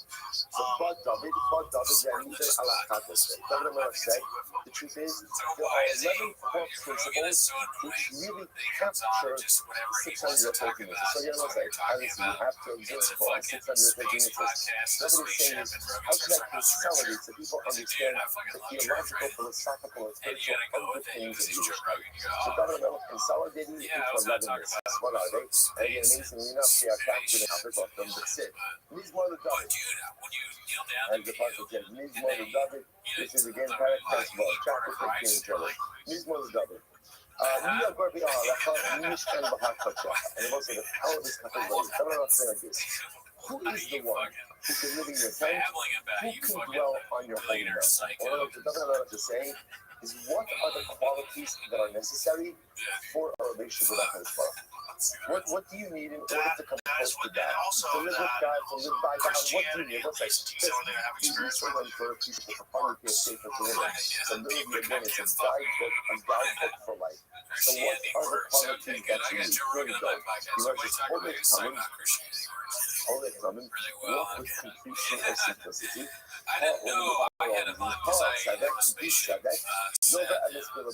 Speak in your heart. No regal al yishono. Don't let any falsehood be on your tongue. Don't do bad to other people. Do not use it degradation to our foundation first to you. Russia is despicable in my eyes. Yes, and I respect those who revere God. Mishpah la'ala below Yamir. Also will see exactly what that means. That he will swear to his detriment and will not exchange. Kaspa will not subminasha, doesn't end with interest. The shulchat are not be low and he does not go ahead and take a bribe even for the innocent. One who lives up to these principles, we could spend 3 hours just dissecting that list of qualities. Because that what it says, you want to live a successful life, these 11 things. That's it. That you might go through them. All this that doesn't go through it so exhaustively. The whole coming, what does it mean ultimately? Is that Avram? That person will be with the seed, is highly coming. So also what that means is just on a simple level. What it means to be coming, it means to put your trust in God's power. That's it. Like coming here, as an example, the part is be complete with us. And what does that mean? That actually says, God's going to happen. Just put your faith in God's power. And you and a need of pshuta. And a need of pshuta, a simple faith. Hashem has got my back, and therefore I'm going to do what is necessary. Next. Paul said that to go on Abba-Shokio. Paul says Abba-Shokio. Oh, how I wish we had time to do this. Abba-Shokio looks like is the Gemara in the second time. Scripture is the grandson of Holy Hamad. And when it talks about the Yanakotya, Paul said it Abba-Shokio methodical. Nothing that he did was wrong. So Paul said mindfulness. So often like we do things, we see things, and like the pieces of my life don't fit together to form one comprehensive tapestry, a picture. Paul said it means that what I do makes sense. The way that I live makes sense. The actions I engage in make sense. Everything I do is thought out and methodical. Next, Silver and the Still Bubble. Speak truth in heart. You know, just words like, yo, the Safra. Okay, that actually points out that we are. You're fucking joking. But the mental story over here that Sapto once had an object to sell, and the Gentile came to him while he was gathering strength. He says, well, if I buy your object, I see you're asking $100. And Sapto didn't answer. So the guy thought he was playing hardball. Right? So he says, he says, okay, fine, I'll give you 150. And he starts competing with himself until like he got some exorbitant price. So finish the smash, right? And he says, I'll take the 100. That's what I was willing to accept. So I said, the demand goes ahead and says, that's never ever still about it. Sometimes the only person who knows the truth is me, because it's in my heart. The ability to live the truth even when no one else knows it by you, but you at a high level. Lord, that I wish I know. Again, no falsehood. When you say Yaakov Avinu, the truth, Ulayi Mushei Aviv Ha'ida Ilav Kinisa. So ultimately, again, Yaakov Avinu again, but focused on the truth. Now, some of the area to someone else, Shaloyah will almost cover it up.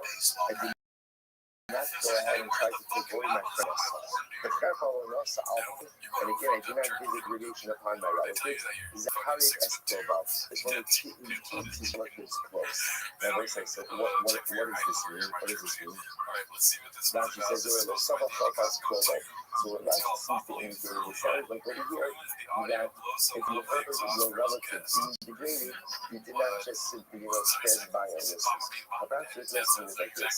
Sometimes there is dynamic in relationships. Sometimes the things we do to our relatives, we would never do to total strangers. Right? We take liberties with our relatives that we would never do. So the man says over here, take care of your take care of your mishpacha. Sometimes we mistreat our mishpacha in such a way, I would never do this to someone else. Yet with own family, I do it. So the man says sometimes you have to take extra care to take care of those who are closest to you. Kind of a mixed of us. So what is a mixed of this year? Shakira Atmos Abu Muka Shahaba. This first of this year, we can took his father's bones. His father was his Akas. So then what Akas in Parakashela in Sanhedrin. So this year took his father's bones, his father's remains, and he dragged them in the street. He was doing that in order to repudiate the idolatry of his father. That's the action of Chabad, and he honors those who revere Hashem. So the Shach Ha'elot HaMitacham Ha'ya'omim Kisai, U'mechatko, U'menashko, V'kol Elo, Abi, Rebbe, Mari. So beautiful. Abi Yoshach HaTekim, the Shach HaMitacham, Yeranovic, hugging, kissing, Rebbe, Mari, Abi. Beautiful. Mishkol Ha'alav Elo Yanes, Rebbe Yochanan, and hey, this guy is Asha Al-Kabbalah. So Rebbe Yochanan was once invited to the house of the Rishon. He did not want to eat. He made up a story. He said, I'm fasting.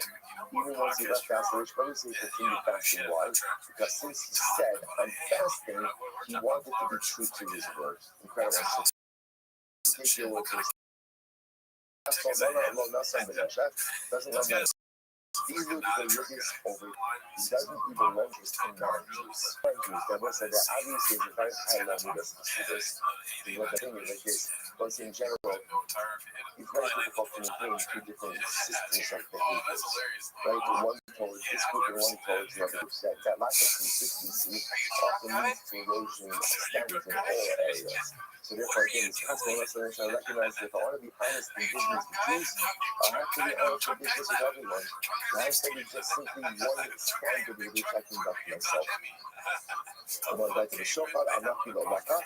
And also, if it doesn't get the bride, you're going to be strong on the Yossi. You're going to the Yossi. So it's like this story, Rashi points out over here, Yossi had a fear, and someone wanted to get a sharecropper. The sharecropper brought him the Yossi's portion 1 day early. So the sharecropper said, I have a deep time with you today anyway. So I figured since I was coming, I would bring you your portion. Now, remember again, that kind of brought it not a bride, because there is smart entitled for this anyway. But since it was brought a day early, he thought that even that little bit would skew his judgment. Okay, Ose'ela, so let's just see the Ose'ela, you know.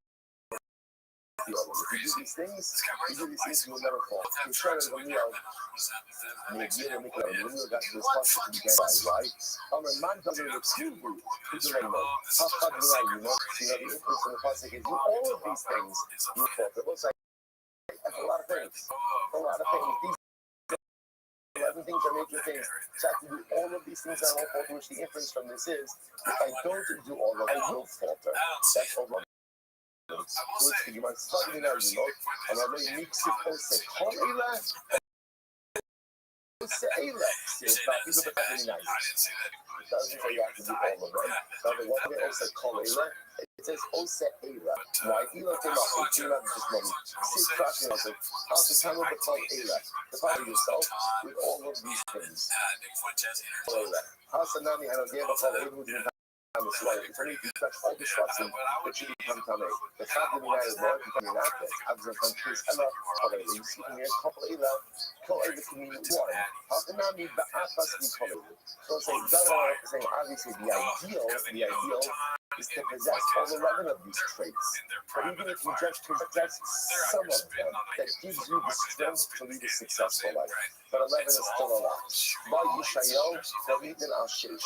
Yishayahu further consolidated the list, took it down from 11 to 6. Order 6. To sit, hold it to the host, Dover Mishar. So again, when he walks to the host, Dover, we'll define Dover Mishar. Noise, the bets on the Ashkus, Nora Kappa with Mok the Shofar, Ocean Shmar Damin, Ocean in the Mera Oscar. Okay, so what are all these? First right on the one side, Hobbit Steffes, works in righteousness, Zabba of the Fit, he adapted the man as Shayid Saga. So what's what he says that the videos are false. So Osek, hold it to Douglas means not only one being starved, walk righteousness, but one being struck. Family, lead my family in a particular direction. That's who it's about. I myself go, and I also lead my family. Of course, we always speak about the best way to lead your family is how? By example. If you're walking a certain path, and that's Hashem, hopefully that model is for your children to walk that same path as well. The government shines, Yeshua Maknis Harebulat. Most government shines, Irish my family in public. Always the best in the house. When you literally again, I'm your host. Literally. And then the public is, if you want to be smarter than Elisha, that's what the smarter than Elisha. As you mentioned before. So this one says, no, I can't have you smoke the show. Ultimately, again, I literally, I shake out my hands from being involved in vibrating brain, and it's all real. So I mentioned before as well. Also, the smart dummy, ultimately, I literally close my ears from hearing dummy until I show up this reason it's on the of the shasta. Ultimately, I don't hear the disparagement of some talk of I remain silent. In other words, if I hear someone disparaging and come talk, I speak up. I speak up. And I say, keep going, the blood of the shimmer. Like the blood of the shimmer. Listen, actually, right goes out to the beginning of the blood of the shimmer, who died. When he died, his body did not decompose. His family kept him so his family kept him in the attic. You love to see that. His family kept him in the attic because they felt that since his body was not decomposing, one day his wife went up to the attic, that's what out. So born coming out of his ear. That's how his body was decomposing. He appeared to that guy in a dream and said, no, my body's fine. The one I was able to punish him because one time I heard someone disparaging the comes off on the hand, he didn't say something. And you can infer from that generally, whenever he heard the thing disparagement, he absolutely stood up for the comes off. Incredible. Now, ultimately, I'm going to ask for action. You have to keep on about זה שלא מסתכל בנשים שעומדות על הכניסה. So it's like, what does it mean? I close my eyes and looking at what it is saying. That refers to avoiding looking at women when they're doing the wrong. That women wrong to the clothing by the river. By the river, they pull up their dresses in order so the dresses shouldn't become wet. So a person who sees a woman with her legs exposed, obviously it causes inappropriate thoughts. So a person who is careful with what they look at it. See it, the Roman Yishkon. A person who lives up to these ideals, ultimately again will live in the highest of heights. So we'll say, Bar Michal, then even our Shalish. So say that's 6. That's still 6, right? Yishkon had 11, Yishayah has 6, and again, you see the overlap. No one's introducing new ideas, so really just consolidated. New comes along and further consolidates it. It's it. He gives the Adam, not Tobu Masham Gorish Mincha. What is good and what does Hashem want from you? Jimmy says, Asas Mishpat, do justice, Vahavas Chesed, love Chesed, Vasnei Leches Ima Shalotyacha. Right? Ultimately again, and walk with humility, or modesty, walk with humility. Asas Mishpat, or you have to just literally be a just person. Be a just person. You know,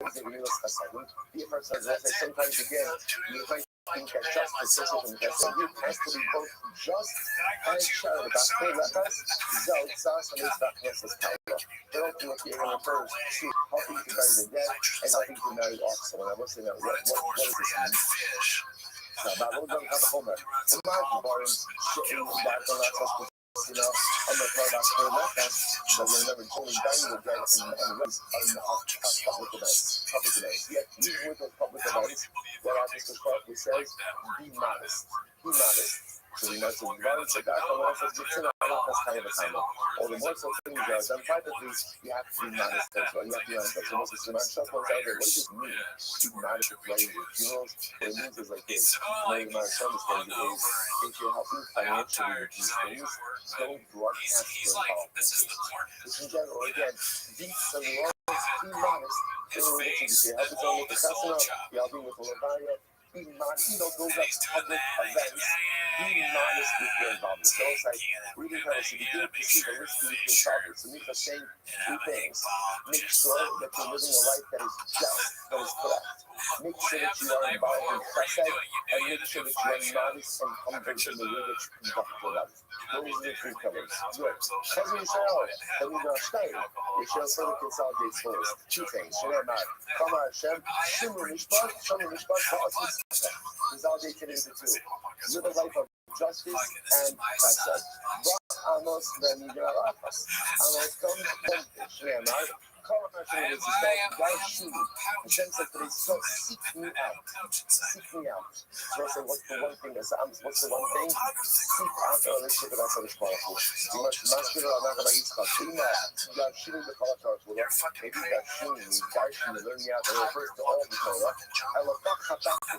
Then the verse said, I just want to be clear. This is ridiculous, like these last moments, dramatic moments of it. So then what's happening over here is,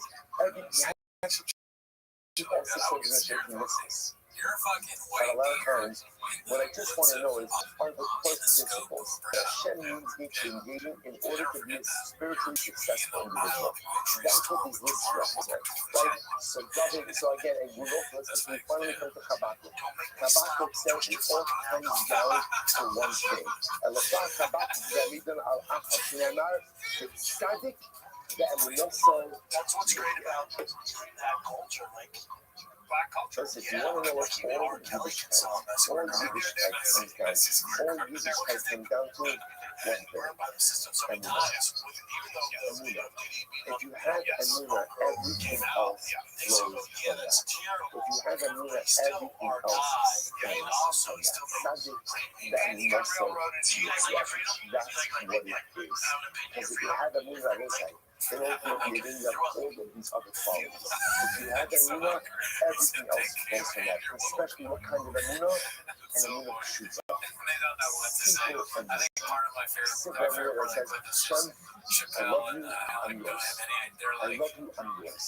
Tell me what it is that you need. I am your food. I am your vessel. Fill me up with your bracha, that's what I ask of you. Give me car, and I am ready to execute whatever it is that needs to be done. That's it. So the Gemara goes like, the Shneimar, I'm going to be able to see what I need. Arba Gzero Tzaddim Moshe Rabbeinu. So by the way, I'm trying to point out, it's like the most dramatic Gemara. It's like in the entire shot. And it's like, okay, let's move on.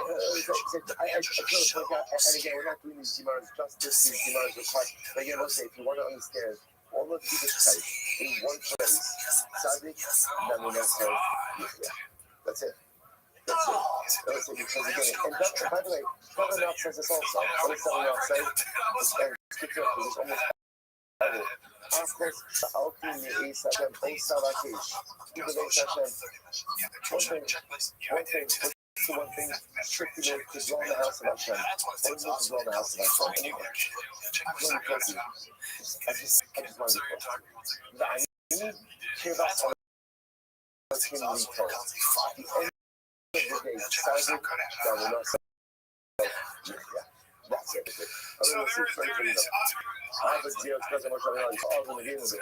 Moshe means 40 years of Klal Yisrael and 4 subsequent prophets go on and the day. Moshe Amar, Yisrael Beka, Badal, in Yaakov, Moshe said Israel should dwell all alone. Vamos ובית לשנמה, חדונו מיקום יעקב. Yicham Hashem Azos. So Chabakot Amos came along and was with Ovid, and ultimately again Hashem agreed with Amos. Moshe Amar, Upakodim Ahim Lo Salbios, and these nations ultimately again, Father Israel not able to find their footing. Vayim Yava Amar, Alot Vagi Yisrael. Moshe Apokit Avos, Avos Abba.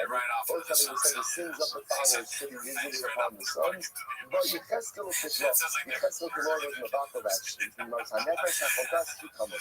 No, person sins, they get the iniquity for their sins, but it's not passed down to their children.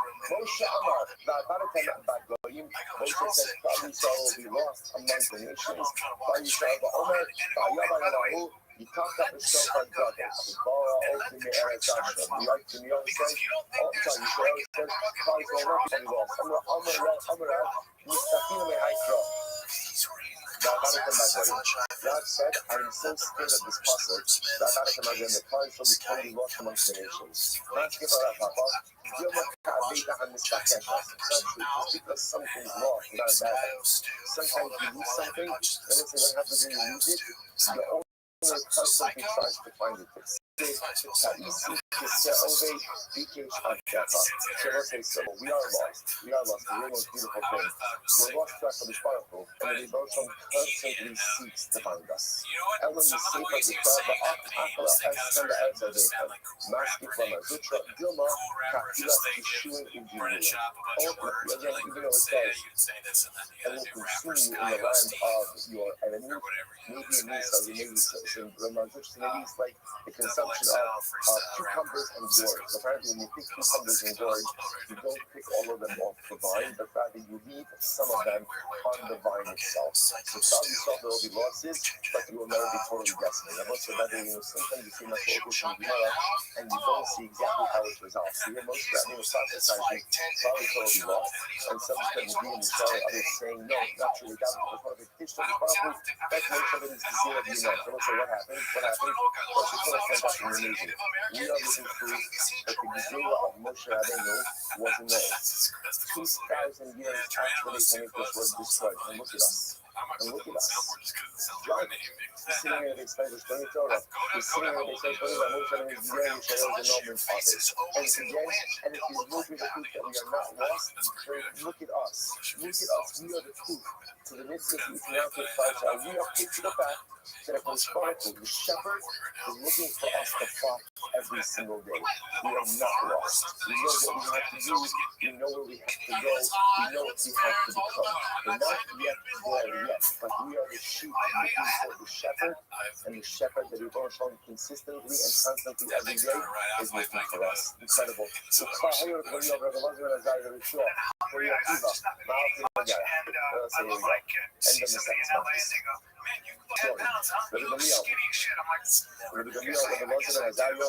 Yeshua and Rabbi Akiva were all walking together on the road.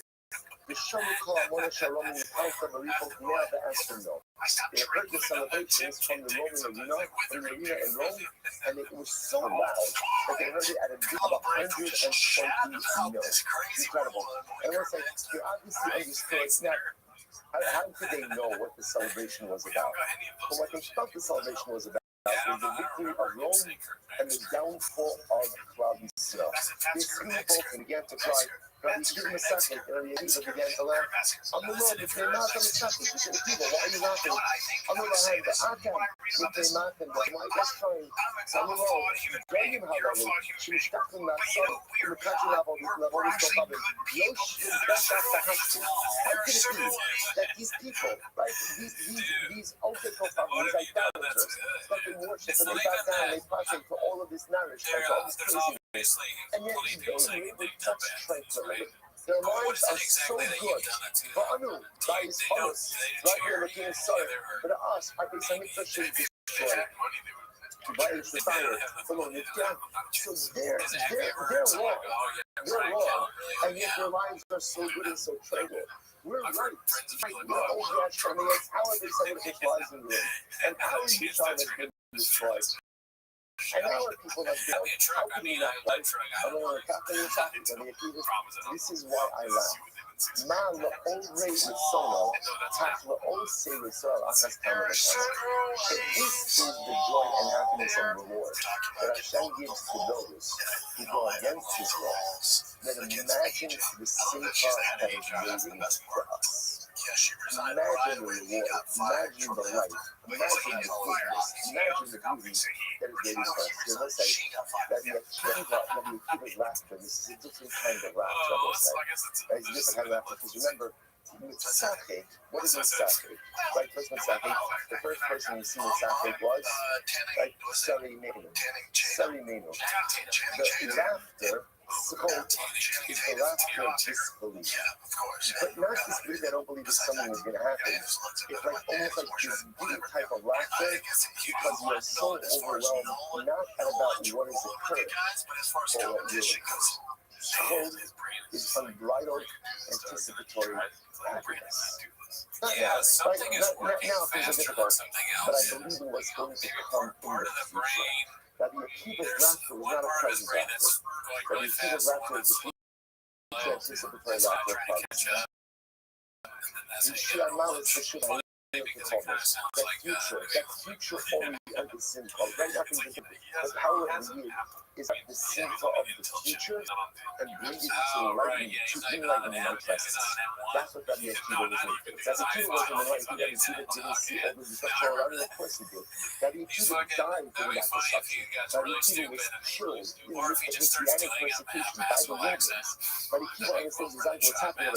He's not making light of the situation, but Rabbi Akiva is saying that the power of the Jew is to look into the future and to draw from the future simcha and bring it into your present. There's a Rabbi Akiva says this also. ואני בחסדך בטחתי יגל ליבי בישועתך. I trust that your blessing is going to come. Right now I don't see it. But I believe it's going to come. And because I believe it's going to come, yagel libi biשועתך. I rejoice now. So it's the power of the year is that even when things are dark and difficult, I know they're going to be good. I draw that simcha from the future and I bring it now back into my presence. And that's what lights my way. That's how the people. One more story. You want to just find how you only Yerushalayim. One time they went to Yerushalayim together. They were ascending to Yerushalayim. You the Har Sofim. They came to Har Sofim. And what happened? And what's like now from Har Sofim they saw Yerushalayim, right? Yerushalayim, and they also saw the Harabayis, and which was like David Sheikh the Harabayis, Shua, and the other side, and the treasure trove, mourning for the destruction. Continue to walk further, and they come to Harabayis. Lord Shua saying his confession. Ultimately, I get a fox, immersed in the Holy of Holies. It's even the both in the Rabbi Akiva. And when he begins to cry, and Rabbi Akiva begins to laugh. And we know, they said to him, how can you laugh? How can you laugh at a time like this? How will I just know not them both? So the Akiva has been more kind of wise. From the road, they said to Rabbi Akiva, nothing should touch the Lord and not hurry Venus. Ultimately, again, the phrase that says that a non-coming comes there will not. No, this is the Malcolm, where no one is left out, except for playing on Yom Kippur. The actual story is the one about the foxes, like the foxes, are walking around, guys, the foxes are just walking around everywhere. They will have to get desolation. From a weekend, can't drive, I will not attack the names, actually. This is why I laugh. Let me tell you why I get sick. This is one of those people who get sick. Now, even them, as in the home that the Kanye thing is that then you about to yell. So it's just like this. That's the Shia. And we bring for you witnesses, who are the Kohen, and Nabi Zechariah. That we must understand. Not in India, it's Zechariah. Who is Zechariah? Not contemporaries. They were contemporaries. Only the Mikdash Rishon. Zechariah, what's that? Right, only was another case happened first, and Zechariah was second is Mikdash. Why does another Yishayahu bring emphasis? Ella, Kala HaKosam, they also show Zechariah, and they also show rather the Torah goes outside, the Nabi goes ahead, and literally brings the prophecy of the prophecy, always the prophecy, only nothing in the ground then, Sion Sadeh Kapdash. Unfortunately, Uriah was going to prophesy that seals, that Yerushalayim will become like a plowed field. It's a plowed field, and what happens in a plowed field, not only is there destruction, but in a plowed field, ultimately, again, any former trace of what was there is also destroyed. What happens? So the Gemara says, there's a Chayyip oh, Yush is the king of the Chovos Yerushalayim. And I was saying, what does the Chayyip say? The Chayyip is one of the most beautiful, beautiful images. And this image says, oh, it will happen again.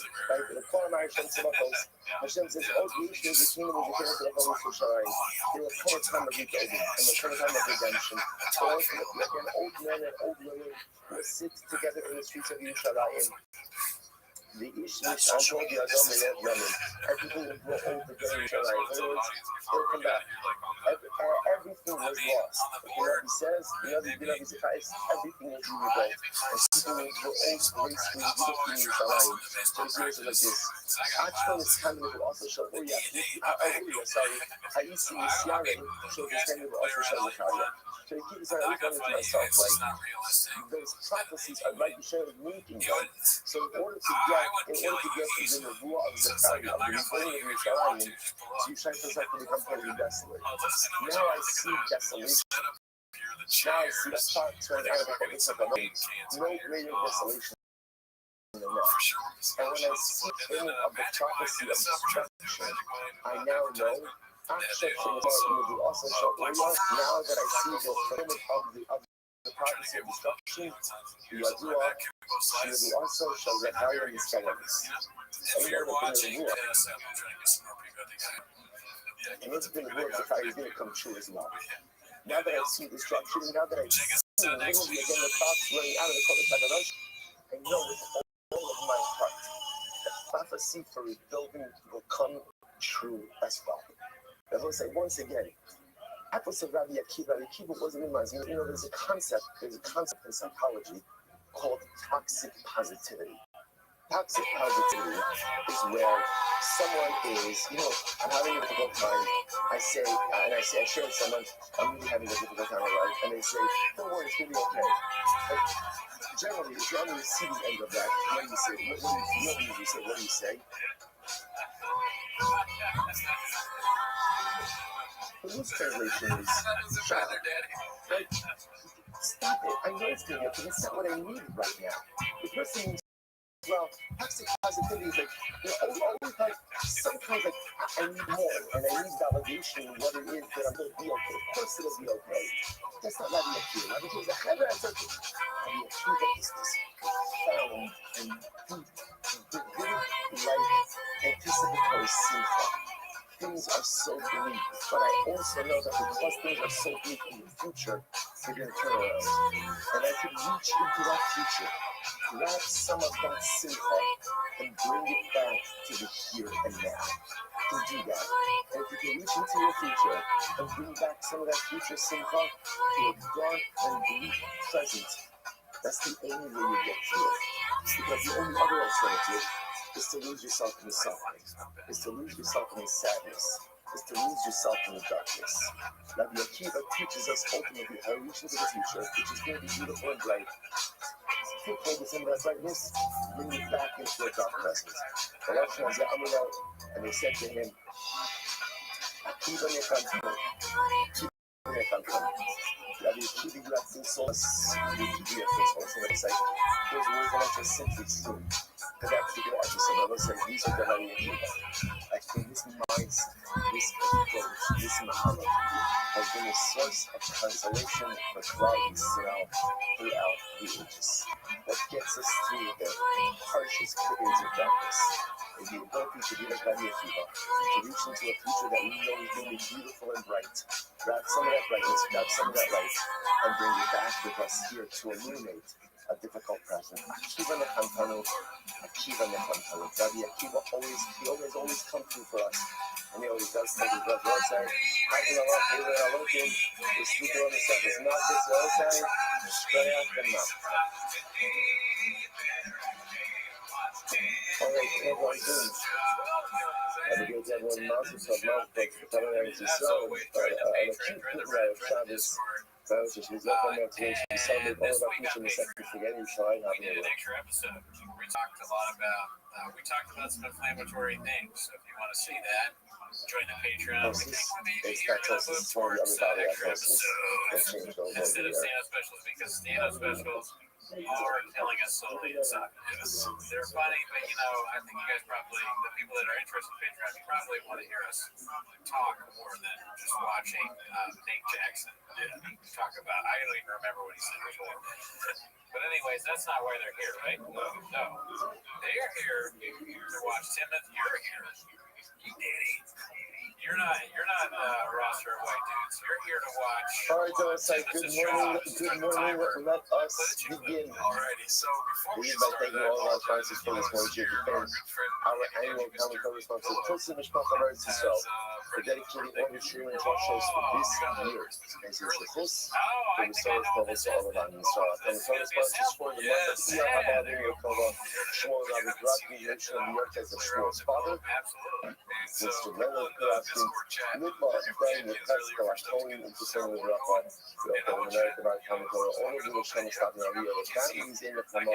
We'll say, of course, we dedicate our learning today in this course of being able to celebrate. However, chooses tomorrow, speak by this every year. There's so much controversy. What to say, how is halal, no halal, what bracha. Those are details. Important details. But details. The bigger detail is for us to go ahead and have Shavach and Hodah.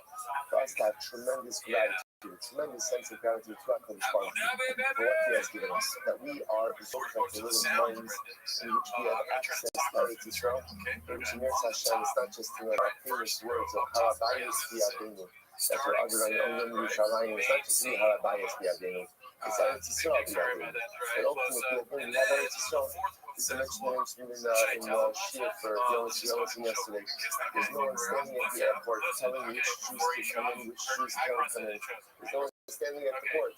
Like with quotas, a number of people who come in, we forget this.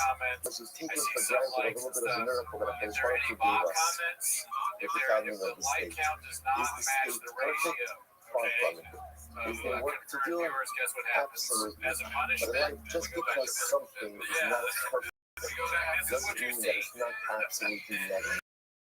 So many people probably know, you go to Israel, you walk into the airport, and you find that larger than life mezuzah that's waiting for you. I think we have the second largest mezuzah that enters Israel. Right, you find that larger than life mezuzah waiting for you. So if you have this source to walk in and be able to put your hand on that mezuzah as you enter into the good border of Eretz Yisrael, only as you can get a result. There could be a response. Right? When the Shia comes, Google will come, the base of Egypt will come, that'll be even better. But just because it's not as good as it should be, does not mean for a moment that it's not absolutely magnificent. My grandfather's from the Rafa was a survivor of the war. Whenever anyone would say something critical of the government of Israel, or something about Eretz Yisrael itself, he would always go ahead and settle. He would always shut down the conversation. I just understand that it wasn't, my grandfather wasn't wearing blue and white, not smoking and engaging in violence for more, alright? That was, as a survivor, he understood what it meant not to have a Jewish homeland, but not have access to a Jewish homeland, and then what it meant to live in a world with access to a Jewish homeland.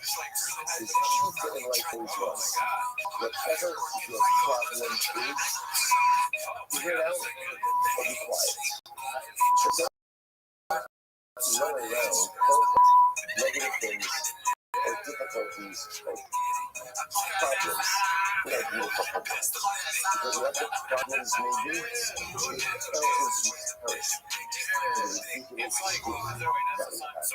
Okay, so here we say how some have will say it, won't say it. Again, it's a detail. It's a detail, an important detail, but it's part of the detail.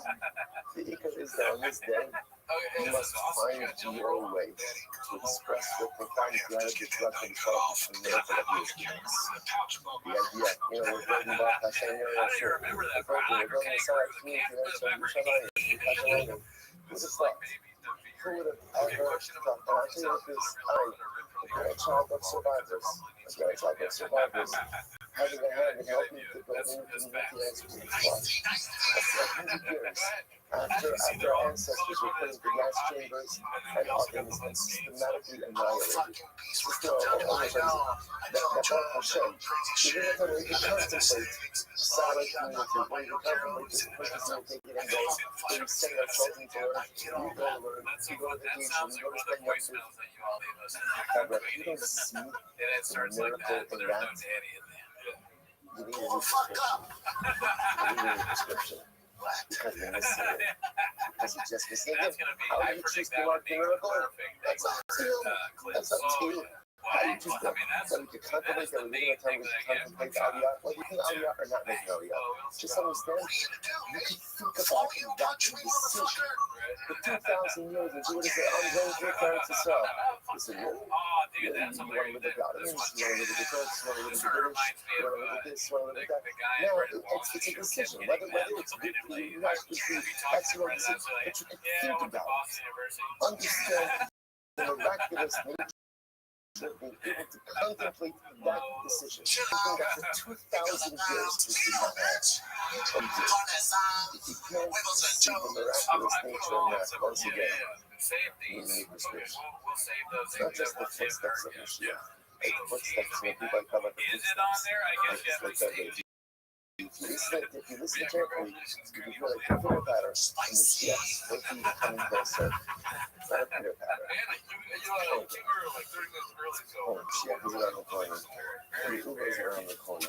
What he's holding in front of us each and every day is nothing less than a great, spectacular miracle. The miracle is not complete, and there's no question that many things are still in a state of imperfection. We are so much closer to that.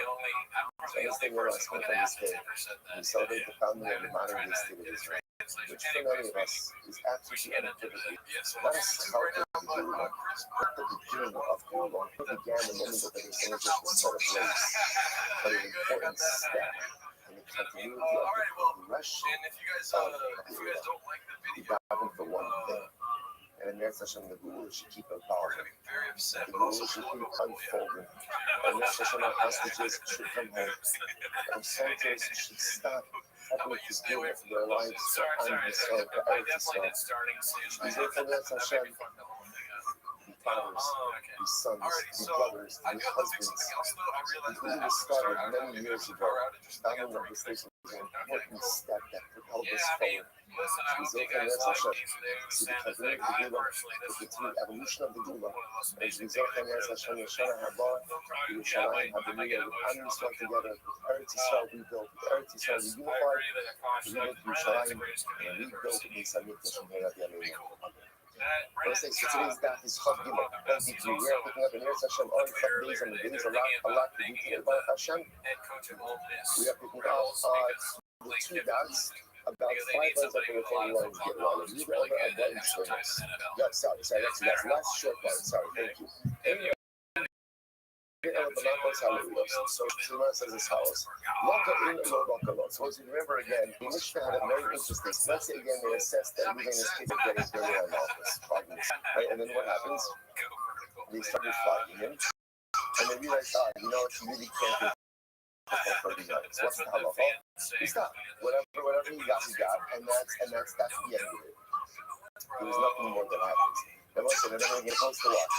As opposed to saying, okay, let's take a break, right? And flocking the rest of the Sirats. And there's a lot of let's say they went ahead and the judgment that they were not. And they started flocking, so they went ahead and they revised their assessment. So in that case over here, so we would go ahead and give them the full set. So the Gemara says, so no, for a minute, nor is the kasha. I'm doing a kavod bar, tells you about understanding of the kavod bar. Let's say again, they did assess that he was capable of getting 39 mountains, and then what happens? And then they changed or they revised, they updated their assessment, and said that he can't. So let's have a we add the 8 inches, but we have our 8 inches. So the Gemara says, "Abdul Lakab 18. B'chayim Abdul Shechal Lakab 4." It's interesting. Let's say the original assessment for 18. Let's remember again, these numbers are not random. Why are we choosing these numbers? Because remember again, the way it works in Malchus always has to be divisible by 3. So again, that's why I'm just using large numbers, small numbers. So 18. And then say we go ahead and stand 39.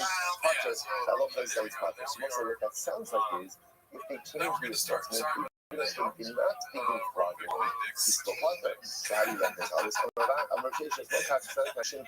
Hadda Amdua Yomi, Hadda Amdua Yamaha Udiolo. So what's the word is very interesting is, the word says like this. Everything depends on when the second assessment is occurring.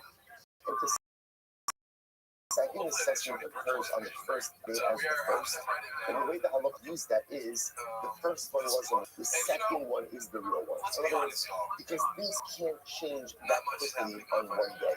This right, so if on Thursday based and said, Ruben is tied 39, and then that same day they revised and said, only stand 18. The way the halakha used that is they were mistaken about the 39. That was a mistake. So essentially we scratch that one and go with the second one. If, however, let's say they made an assessment on Thursday, right, 39, and then on Friday they said, you know what, you can only go ahead and withstand 18. When you look at that second assessment as correct. Why? Because things could change in a more dramatic way to the next. You must reconcile two ideas. We take it before the Rashi says, so the Mishnah is dealing with the case where Halacha and the second assessment was done that same day. The Kabbalah them, Shmona Esrei, because of the Bol Bayom, Sheyachal Kabbalah, or Yochel, if you want to miss the Omer Shalahem, Lo Hayom Klum. Gave them the Bol Bayom, Sasri Bamash Amdu, Shahari Zem, Nishtana, Velo Kapish, Bishos Murat Kazef. So let's say, so again, Halacha is interesting, right? See, if the second assessment occurred on the same day as the first, then you look at the first assessment as mistaken, second one as correct, because Rashi just points out, it's not possible that things change that materially within one day. Right now, possible that it went from a guy to take 39 malchus to a guy to take 18 malchus in one day. So we must say that the first one is mistaken, and therefore we go to the second one. On the other hand, we look at the next one. Again, more here, but just giving you the point.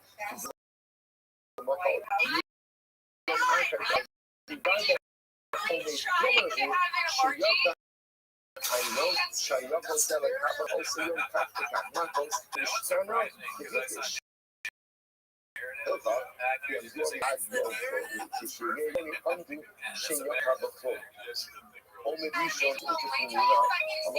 So the case on Saturday, so we can get the 39 on Friday, on Thursday, and then give the second one on 18 on Friday.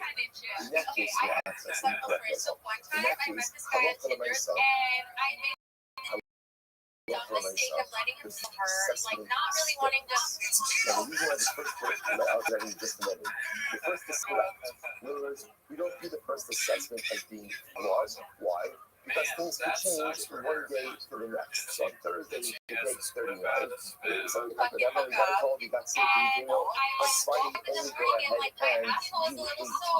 So the first assessment stands. Now, what does that mean? So we're going to give 39 malchus, 39 malchus when basing that says on Friday, we can only take 18. No, so that's what Rashi says over here, and therefore, Sheyachal Kabbalah, Potter, Hafapish Lolaka. In that case, interestingly enough, he'll be Potter, not get anything, even though he did not get any malchus. Why? Starting with Baza, but also Omer. Because he was already degraded. Now we're going to see, by the way, we haven't touched on this fully, but I guess we'll shortly. A lot of what malchus accomplishes is degradation. And the kapara itself of malchus comes through with degradation. So the Gemara suggests the following. When he got an assessment for 39, right? And then the next day got an assessment, that first assessment for 39 was correct assessment. Okay, so we have to now that we don't give it when he gets the 18. The degradation of having the assigned 39 and now being downgraded to 18, that degradation is to accomplish the punishment for imposing money. And therefore, Allah himself, he cut her from all mothers. That's a fascinating idea. Let me just zoom out a little bit. Essentially, what's happening over is as follows. What happens when things are commissioned? One assessment of Malchus, and then revises their assessment. You might see two cases. If the revision takes place on the same day as the original assessment, then obviously the original assessment is flawed, therefore scratch it, and therefore only go with the second assessment. When the assessment happens on a different day than the first, then you assume essentially they're both correct. They're both correct, right? Assessment number 1 is correct, assessment number 2 is correct, and then what Rashi's pointing out over here is, in that case, interestingly enough, it would be pattern, because we assume that again the degradation occurred just simply through the higher Malchus allocation of day 1. Fascinating. I will say there's one caveat to this, but one caveat. If at any point in time that Malchus started being administered, and then in the middle of Malchus, Daisy says, okay, we made a mistake, we can't do 39. You only do 9. What's the halacha? What's the halacha? You stop Abiti, and that's it. And that's it. In other words, we do not make you recover and then give you the rest of his Malchus. That's the caveat to this. All of these discussions is where Malchus has not yet begun to be administered. Okay, good. There happens to be, the halacha on my son is a little bit different than how the Gemara is highlighting it, but if we have time, we'll come.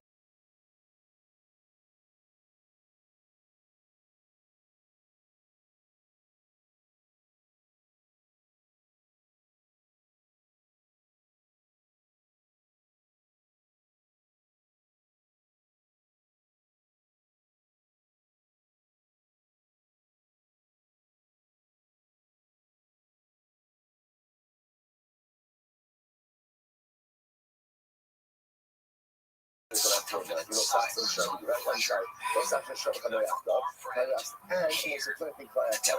I've done one act which results in two lobby. So I'm liable to 2 sets of Malchus. So I'm here on the so I look for myself. Let's say there's one in the basement. The basement says to me 1 set of Malchus. If that's what they did, so the judge in this case as one unlock and give me 1 set of Malchus. Okay, that's it. I get myself Malchus. Now, but they not look at the strata, the closer the local. If not, if the case was adjudicated as 2 distinct lobbies, then I get a 1st set of Malchus, then recover, and then get my 2nd set of Malchus afterwards. Says you're back, and you're able to only accomplish game happen, but we burned elsewhere, and everybody said that what? Then I looked at myself, you can't do one assessment for 2 lobbies. In other words, if I violated 2 lobbies, the legal system should judge me independently for 2 lobbies. We can't do 1 assessment or 1 verdict for 2 lobbies. I'm not sure if it's Natasha, Hada, I'm doing the Arba in the Hada, Hada, I'm doing the Arba in the Tarti. This is very interesting. Let's say one case is talking about where based in adjudicated, they judge me liable to 41 lashes versus 42 lashes. So let's say what's the top of here? 42 is 39 plus 3 is the minimum amount of lashes that you can administer to someone, right? Because again, it's divisible by 3. It's the minimum amount of lashes. So basically, again, if I get my 39 and then I get my 3, then 3 essentially constitutes the 2nd set of muscles. 2nd set of muscles, and that's taken as you can see in that photo. 41 is really just viewed as 1 set of muscles. If that's the case, then halacha myself, there's additional 2. We're not a legitimate 2nd set of muscles, and to an entire 2nd set of muscles. So I heal for the 1st set of muscles, and then ultimately afterwards, to a 2nd set of muscles. Rashi says over here, I'm doing the Arban, כל שעומדים עליו עד 39 חשבים לשם חד עליו, וכך זה בנו חשב על הערך כאילו סיפור אבל חשבים אוסן 3 עומד ללב כלב סיפור על השתמשי מרסטלו אבל 41 לא כ-3 בעצם לשום לב אבל מסתכל כמעט בסין יש ששת זה לא So if it's 42, so you would also look at it as 39, so 3, satisfies the second round. If it's 40, but if it's 41, that's only an additional two vampire second set of office. But the worst thing is, you need 2 sets of office. You need 2 sets of office. Just depending on how the Disney adjudicates it, if the Disney doesn't want to throw the book at me, they can make me liable for 42 months. And the beauty of that is, that's 39 and 3, that satisfies both levels. If Beza only gives me 41, that's kind of throwing the book at me, because then essentially that's 39, heal, get a whole second set of 39. Incredible. Mishnah. Rashi is fascinating Mishnah. Kate said mountain also. Let's see, how do we give a guy notice? What's the process? Kope's stay younger power on the pillar. So I say, so hands in the pillow. And when you tie the guy's hands to the pillow. Right, so he's tied to his hands are tied to the pillow. One hand on each side. The fact that most has opens to the brother. The Nikru. Let's say, by the way, just before we go on, I meant to mention in the Gemara's distinction before, because it's a tremendous aspect. The Gemara's distinction before, to remember again about what Basin gives multiple assessments. But if they give 2 assessments on the same day, what was the halacha? First assessment is flawed, second assessment is correct. 2 assessments on 2 different days. First assessment is still correct, second assessment is also correct. The first assessment still remains correct. Why? What was the logic? Logic was things can't change that dramatically in one day, but through the day they do change. So we'll say it's such a profound insult for us in life. Things can change on a dime. Things can change on a dime. And at times, they do change very quickly. Generally, it's not the way it feels happen. Whether it's change that we want in ourselves, or whether it's change that we want out of life. Change absolutely could be effective. The issue just is, you have to be patient. What is that? That says patience is a virtue. But good things come to those who wait. So by the way, it's not just true. It's not just true. It might be clear life for us. The best telling us is that dramatic change doesn't happen overnight. Change can happen one day to the next. And this is so incredibly important because sometimes we want to accomplish great things and we want it now. And we become so impatient, and when it doesn't materialize now, we give up. Because that was teaching us, although dramatic change could occur in one day, generally it doesn't happen overnight. Change takes time. In your life, in your home, with your family, in your career, whatever it is that you want to do, if you want to affect real change, you have to have that level of patience. Okay, back to you. The point we're telling you to do it. It's not process, okay, but the let's remember again, we're going to see that because the frog is standing behind. He keeps holding his plate. He pulls it back. He has to administer lashes. Rather than holding, but on it just holding gathers it tears.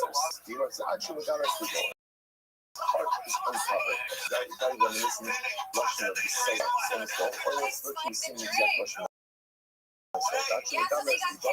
Right until it covers the heart of the flaggy. But Evan is soon enough. There's a platform behind the guy who's getting this. The guy's not going to love. And again, in this context, is the guy who gets for the mouth. He stands on the phone behind the feet. We're just telling you that. Behind him. Right? You should be on the arm. And the whip itself is made out of calf hide, and it's split into 2 and then folded into. You know, the scary tail stuff on Mark, 2 yard bus bar, and there are traditional straps of donkey that go up and down the whip. Yada tapa, the hand is 1 tapa, Urachava tapa, and the whip is 1 tapa. Shamadas Picasso, and the top of the leg long enough that it gets to his stomach. There's an interesting method about how a person gets whipped. In other words, does a person get whipped down the length of their back or across the width? In other words, essentially,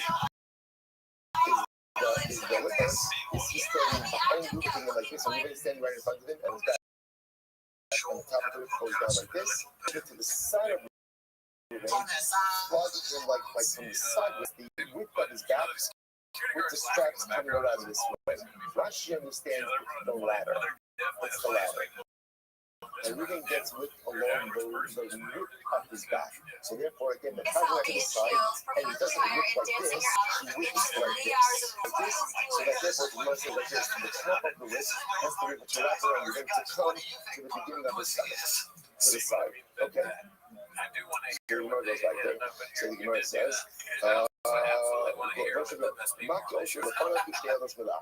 you get 1/3 of the lashes on the front of your body, 2/3 on the side, 2/3 on the back of your body. And again, the flood moving is not standing, is not sitting, but rather again, he's hunched over when receiving the milk. The Chazan Francis is missing about this.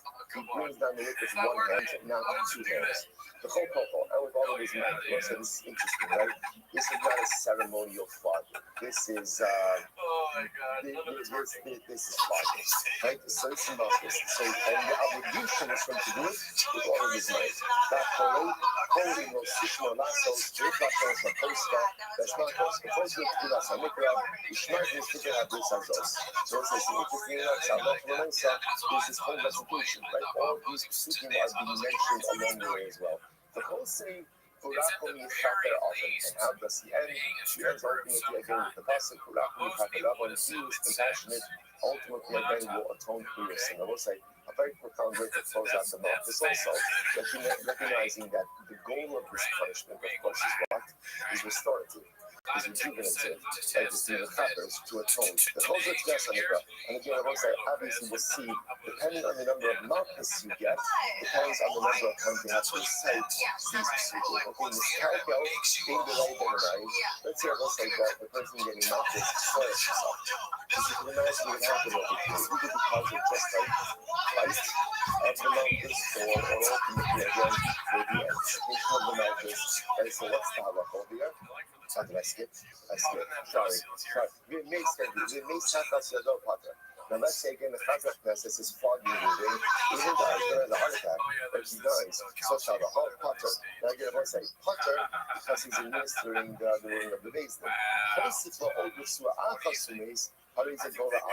Now interestingly enough, when is he exempt? Only if he gave the prescribed number of months.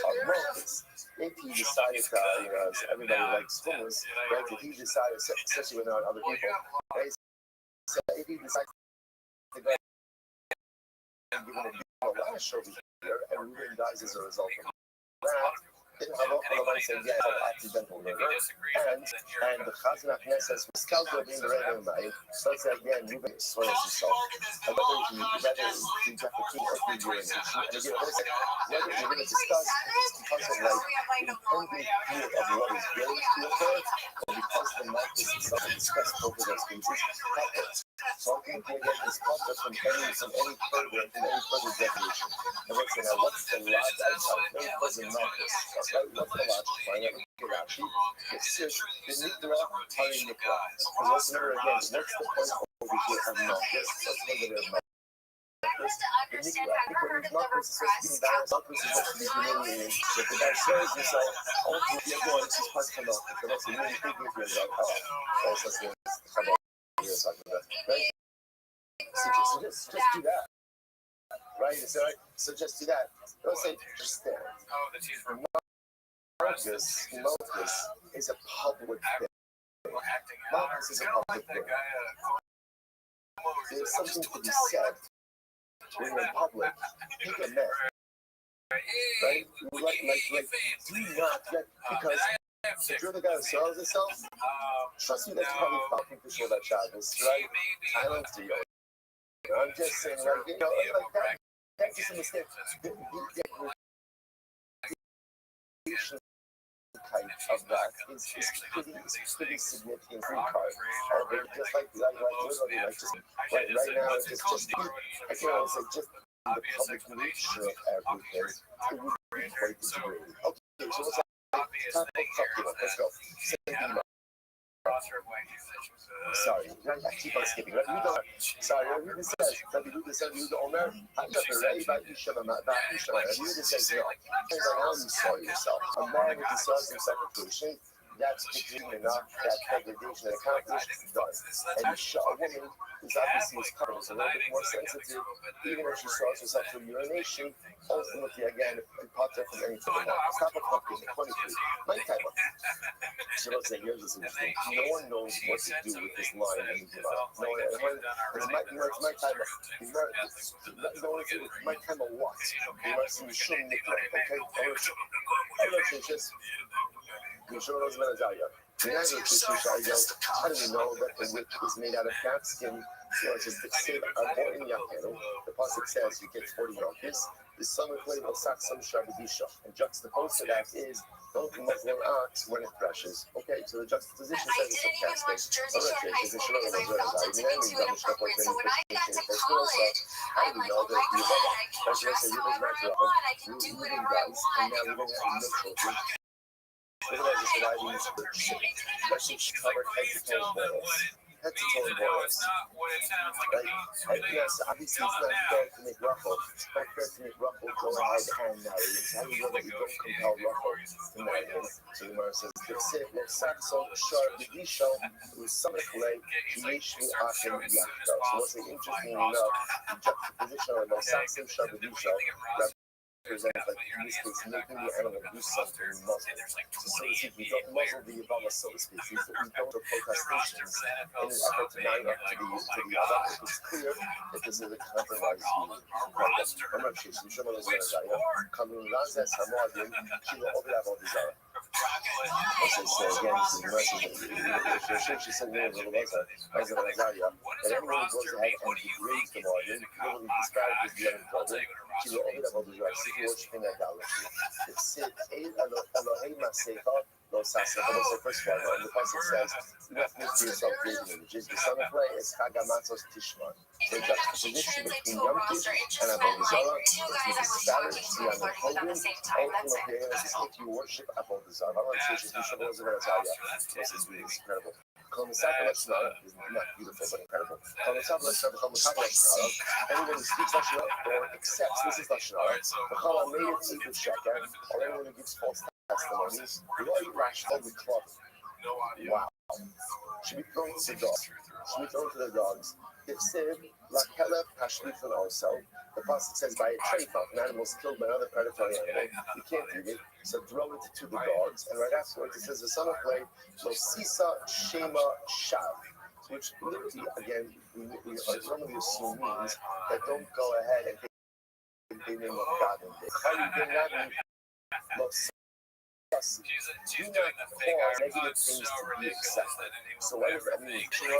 Listening to Lashon Hara, that was thinking to yourself, this sounds like a very strong thing. I got a Lashon Hara is bad, right? We all know Lashon Hara is bad. But just even if I speak Hara, or if I accept Lashon Hara, then ultimately I should be thrown to the dogs. I don't know. It just sounds really intense. So it's like I have to sing it like this. The parts about like treating ourselves together are treifa. Just the practice. Lashon Hara represents the use of the greatest gift we have. Like the thing that makes us human is the power of speech. The power of speech. Like Vayikach fucking Rabbi, the pasuk says Hashem breathed into us, right? Vayikach Papa, but the Hashmach will breathe life into us. And it says Ruach Memam, means speech. Speech is what makes us a ceremonial king. Speech is what gives us life. If a person abuses the power of speech, essentially, just a carcass. Just a carcass. But throwing it to the dogs is not a punishment. It's descriptive of what I am if I abuse my power of speech. A human being without the power of speech, essentially, is in the Vela. And what do you do with the Vela? Like everything I say is so arrogant and hyperbolic because it's so like incongruous to who I'm actually. What do you do with an animal carcass? You feed it to your dog. Not a punishment, but descriptive of a state of being. Incredible. So Moses, remember again, the Mishnah then said, also the Gemara teaches that the milk is partially made out of the hide of the donkey. The Gemara showed the law, I think like this, why do we have donkey hide? So the Gemara says it is. The Pasuk says, Yada Shar Kohen, So literally again, the shark, the ox, knows its owner, knows its owner, and the donkey recognizes the truck of its owner. And the Navi over here, remember again, the Navi over here is describing, Rabbi Yeshaya is describing how animals, how cars and children understand who they're beholden to. Remember, the rest of the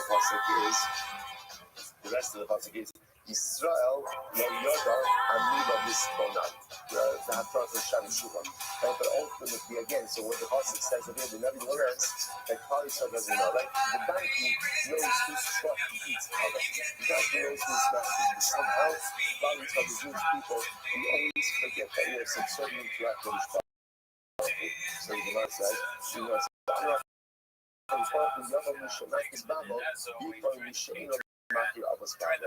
literally let the one who left out his master, the donkey, come along and go ahead and exact punishment from the one who has forgotten whose truck he is from. Which I will say to be profound. What is sin? Sin is a lapse of God awareness. Right? Sin is a lapse of God awareness. But if I have God awareness, I have everything.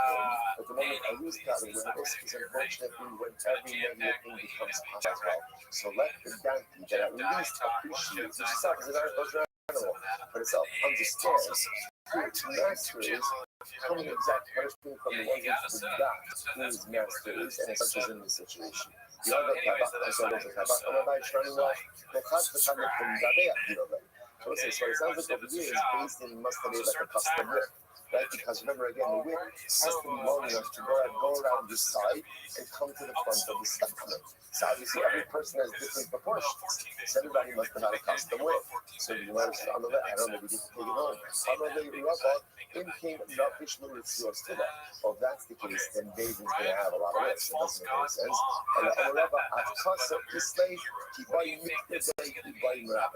And it was an adjustable whip. As an adjustable whip, it had like a ring. And the ring, usually what the ring was there was to go ahead and either shorten or lengthen the straps themselves. Okay.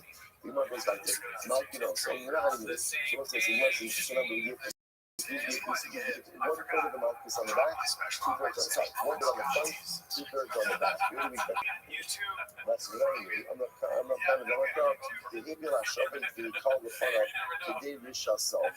Then the spot. Risha Achas in the front, so it's actually getting one Risha on front, which is 1/3 on the front.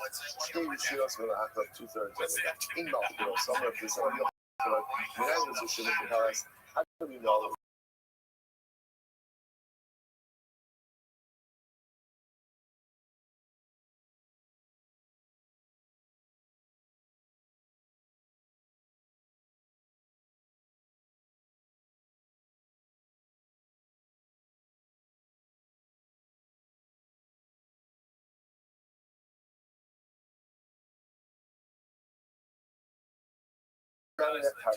Two things from it. Number one, that Ruben, when he gets them up, is bent over. And number two, the strap itself is doubled over. Now, Shaka not to be up. Let's remember when this was lashes, it's done with one hand. So remember again, the idea if I would just sort of stand with you, so listen, when you're not moving Hashem and Allah Hasirika, you see they matter. But let's say, who are the floggers? The floggers are people, by the way, who are generally very smart and very weak. Very smart and very weak, right? I want very smart, that they know how to do the mouthpiece, and very weak, right? Why? Because this has a past the hurt, right? It just has to be mouthpiece. But he says, no, I feel it has seen out of the sirika, which is not true. Even those who are not very smart, but are very strong, we also use it for that. So I'm going to also use this time, right? But we didn't do this correctly. Sit, because the pasuk says, no, Yosef, and Yosef. Now it's interesting what it says. The Torah has to go out of its way to say, do not add on any additional marks. Whatever the Beis says, don't add on any more. Now, the Gemara says this. So if you then means that the chassid could even be someone who doesn't have das, then it makes sense that the Torah has to go out of its way to warn him and say, don't give any additional malchus. But again, if it's smart people who are doing this, do smart people have to be warned after again? If the Chazal is smart, I tell him that Ruben gets 18, he only give 18.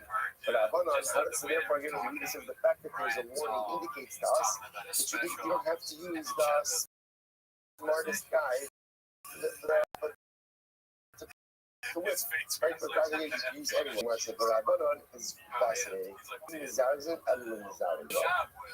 You don't get to warn people who are close. Like, warnings only have an impact on people in general who are diligent. So it's such a fascinating idea. Reckless people generally don't listen to warnings, right? Who listens to warnings? Careful, diligent, or vigilant people are the ones listening. So again, when the Gemara says, "Yes, Yosef," who's it talking to? Someone who's listening. Okay, so if I'm listening, again, this is why you can't help someone who doesn't want to be helped. This is in general in life, right? You can't help someone become better if they're not interested in what it is that you have to say. Because hadracha, in general, hadracha will call it what you want to call it, counsel or advice or warnings. Only work for people who are interested. Only work for people who are open-minded to that. But if someone is closed off, you can talk, you can be espousing the greatest wisdom in the world, it will make absolutely no difference, which is why in life, one of the most important needs, one of the most important needs is just like what Chazal say, is Chacham, Hazom Michal Archam. Who is wise, one who is able to from every person. What does that mean? What does that mean? What that means is to be the kind of person who is receptive. Like, most of us are not really receptive. I don't want feedback. I don't want constructive feedback. Deconstructive feedback. Yes, feedback. I don't want even compliments, like a little bit like skewed.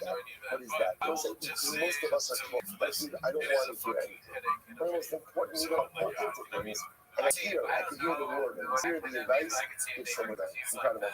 So I said, when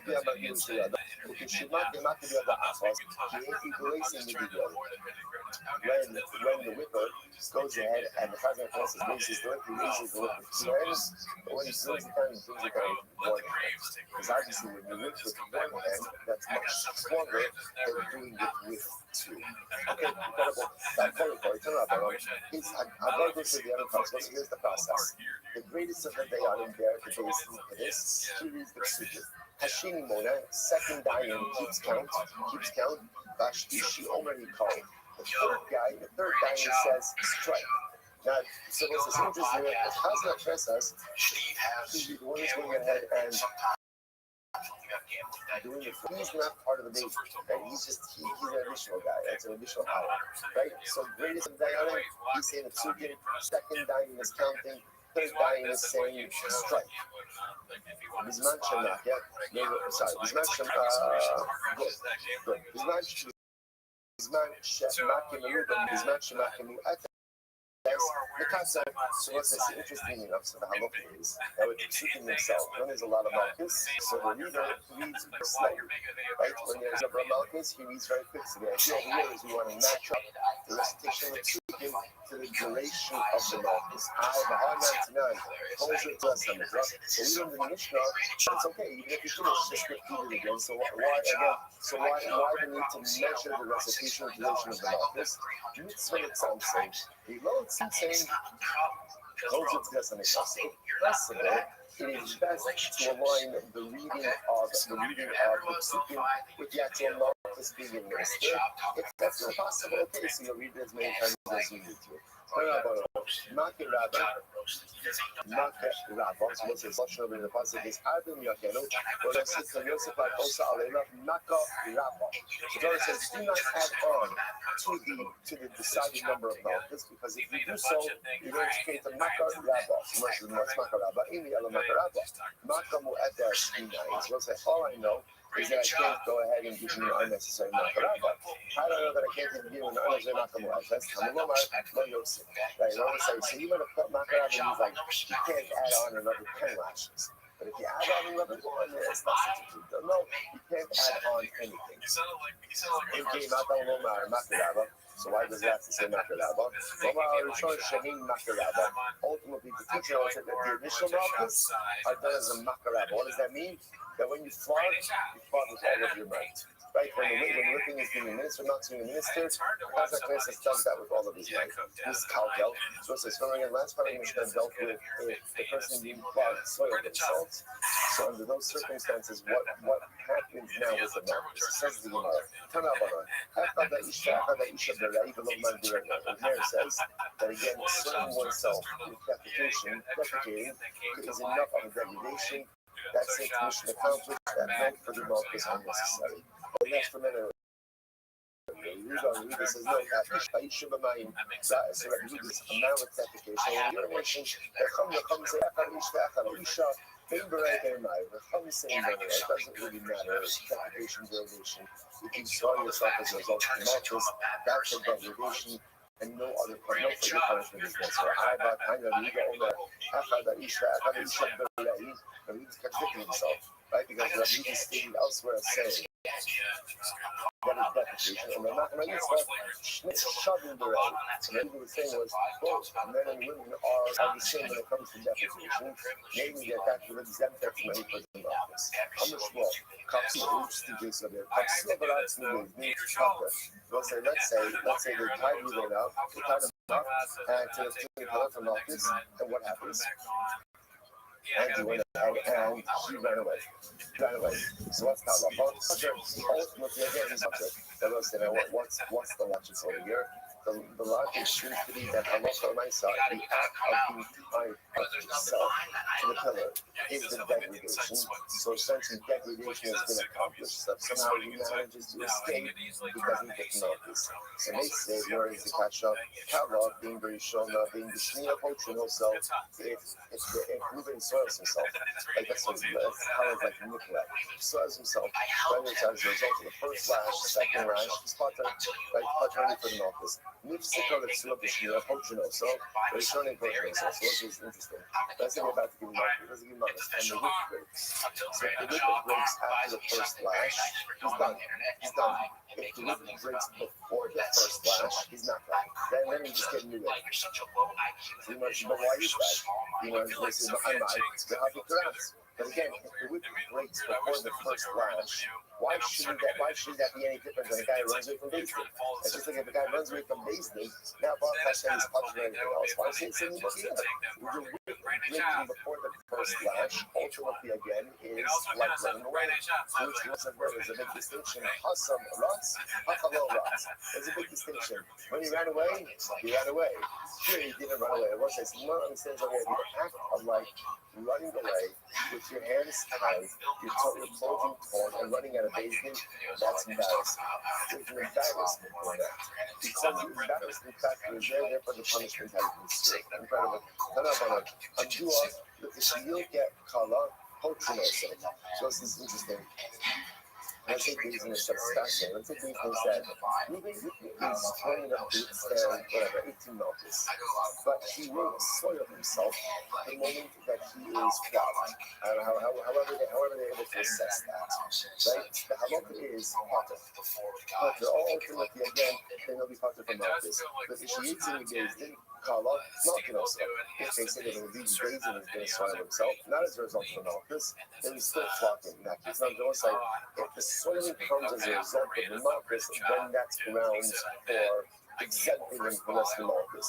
If he's just soiling himself, I don't know, nerves or whatever else, very good milk was still flogging. Below, he colored with Tila Narkino, so she never the color, the Nikla, the most lock up part of the days. Furthermore, again, it's interesting. The Gemara said, not only that, but even if Halacha L'maisa, he soiled himself, will still flogging. Right? Why? Because Halacha L'maisa says, Bahikov and the Shlaka part of the days. So, in other words, the idea over here is the only time that soiling exempts you is when it's a result ultimately of the Malchus. But if he soiled himself before the Malchus, that doesn't exempt him from getting Malchus afterwards. Okay, Mishnah. Now, what have I got from now to the end of the second Eretz Hashem? So, magnificently beautiful. I got it. Magnificently beautiful. I got it. So, he's going to take us up with Malchus. Go ahead, so the Shneimar, the Nikla Apifa Leila. So what's incredible? Any person who's Chayv Karis, this is dramatically more. Any person who's Chayv Karis, once, now remember, for Karis, you get Malchus. At least according to, we'll see now, everybody agrees with that. But again, Tanakama says for Karis you get Malchus, and once you get Malchus, Malchus absolves you of Karis. It absolves you of Karis. Why should I marry? The Nikla Achicha Meina, your body will be degraded in front of your eyes. The Gemara says, Kishiyuke, Haruke Achicha, given that you can only bring them up. Once he is far, he is once again your blood. The punishment itself of Malchus restores him to the status of your brother, and therefore Halacha L'Maisa again, he's restored. What is forgiven? It was very dramatic. This is Rabbi Hananya ben Gamliel. Rabbi Hananya ben Gamliel. Ma'im ha'over avera achas milto nafsha'ala. So Rabbi Hananya ben Gamliel went on to listen. If you know, a person could do one avera, and one avera can make you chayiv. Like the avera that has a few associated. One avera can make you lose your also mitzvah achas alachas bekama shedasim nafshaw. Someone goes ahead and does a mitzvah, alachas can become a silence. Right? It's about to make you lose your and how much a mitzvah restore your life. What a beautiful word. Shimon Shimon of the Siddhas, the Komo of Shemar, the Nipasu, and the Fasa. The Pasha says over here that ultimately, again, whoever engages in these abominations that we're talking about, they will suffer curse. And the Pasha says, I'm the base, Asher Yasa Osa Adam, the Chayba. So we'll say, so listen to this interesting enough thing the Pasuk says, if a person Bishmartim is Bukosai, this Mishpatai Shayasa Osa Adam, the Chayba Ani Hashem. So we'll say, so again, he's speaking not in direct juxtaposition, but in the same paragraph. So again, one Pasuk talking about if you go out and you engage in these ta'ibos, these abominative behaviors, Nisa, and then it says if you keep my halachas, ultimately again, the Chayba. Now, there's an interesting juxtaposition. The Gemara says, what do we see from here? Now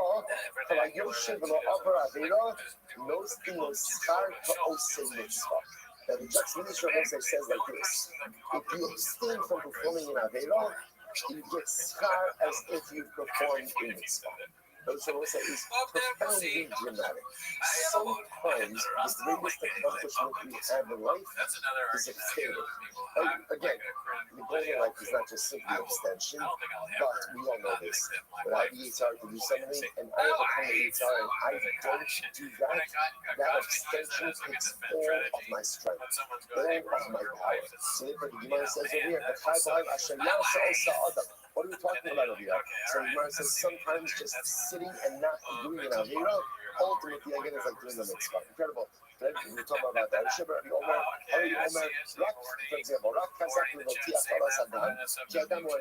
so the Pasuk says, be strong and don't eat blood, or blood is the life source. Torah is telling you not to eat blood.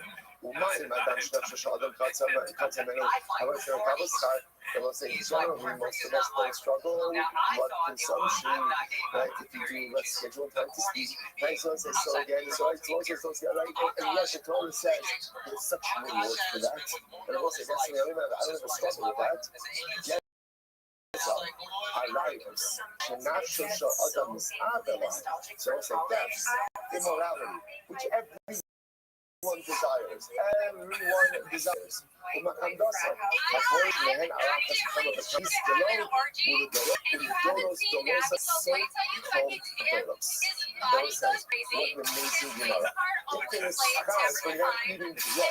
Number one, we should be abstaining that, which again, really takes absolutely no willpower. Right? But yet again, it gets hard for doing it. So you imagine the sky, desert, the death, which all of us want, all of us desire. But to go ahead and summon up the willpower to abstain, that is a source for me, for my children, for my grandchildren, and for all future generations. The source of finding the willpower to abstain from engaging in immorality, in death, in general sin, fuels myself and all future generations. Because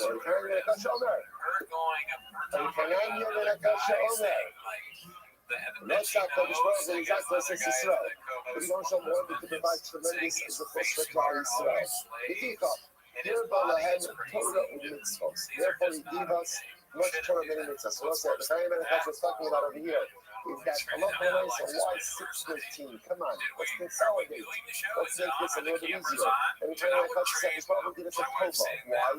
Because he recognizes that although we are obligated to fulfill all response, not all of us find religious or spiritual fulfillment in everything. And therefore, again, I want to be clear. I have to do everything, whether I like it, don't like it, fine for me, don't like it, that's irrelevant. That being said, there's a beautiful, magnificent spiritual smorgasbord from which to find spiritual fulfillment.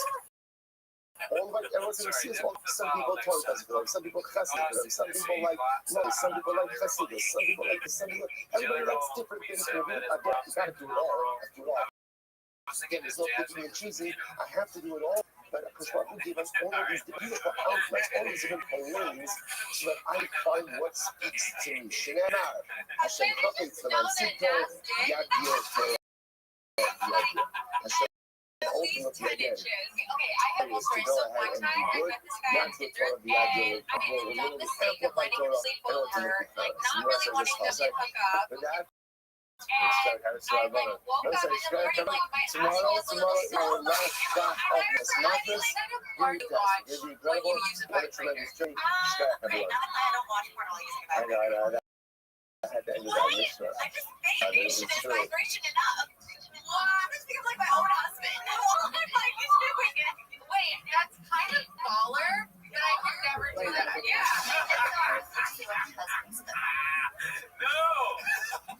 No! She's hilarious, bro. That was fun. Oh my god. I could never. She just said she could never think about a Kosh basketball master. If that's true, I don't want to. All right, let's say good morning. Let us begin. Begin by thanking all of our sponsors for this morning's show. Thanks. I know how it's our sponsor. We don't seem to stop the right to social groups and all the show and drug shows this year. As is the first, the source levels for our show. Our commentator sponsors for the month of Iyah, which was Robin Karatkin, edition of the outside Shmir's father, Leonard Karatkin, Nipa, Bang, Yefesta, Hakol, Zakol, and Rafa. We hope that in the night of our commentator, the Shama, Hamilania, the family, and the Kama, all of those who were Jewish traveling together with Kol Yisrael. Yisrael, Kushim, Yet Hashem. Bring home all of us to Jewish, allow our holy soul to be successful with Chol Maaseh. And of course, on this day of Yom HaZikaron, we remember the tremendous price that Klal Yisrael has paid. Since the establishment of the state of Israel, over 25,000 precious soldiers, victims of terror, who have given their lives as Kedushat Hashem Ha'am Ba'aretz. You know, when a little boy comes into this program as this, we say in the fascinating phrase, we say in Va'amalach B'damai Yechai, Va'amalach B'damai He will tell you. Through your blood, you will live. It's such a strange thing. It's a welcome to Jewish people. Like the B'damai Yechai, you will live with your blood. Through your blood. Which is one of the realities that we know as a people is that anything that we want, and anything that we want to hold on to, anything we want to achieve, only comes with tremendous self-sacrifice. Noah's Zikaron is about the power of the self-sacrifice of Klal Yisrael.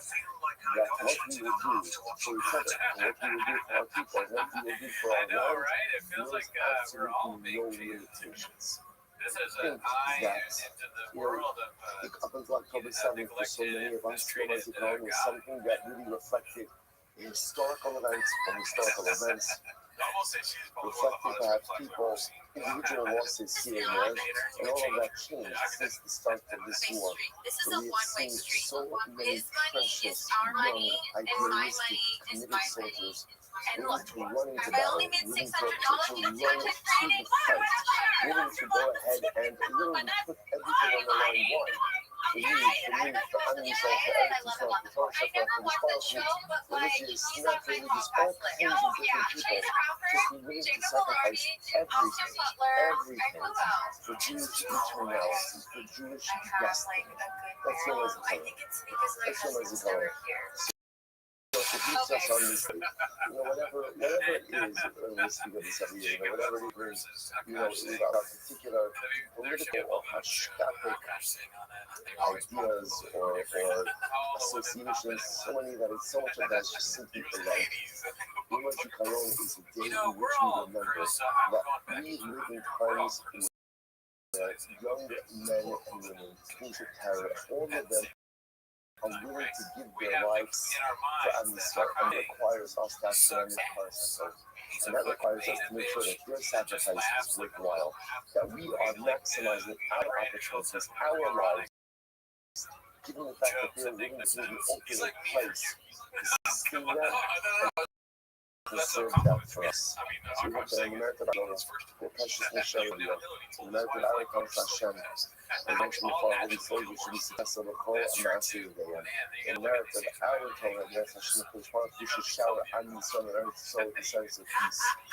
Remember, on this day, when you go in there, if you love the Eretz Yisrael, Yom HaZikaron, the Pasuk says, in Bayis Hashem Shamis. Everyone has a feeling for this day. Everyone has a feeling, whether it's an immediate relative, an extended relative, everyone's going to the cemetery for someone. Everyone's going to the cemetery for someone.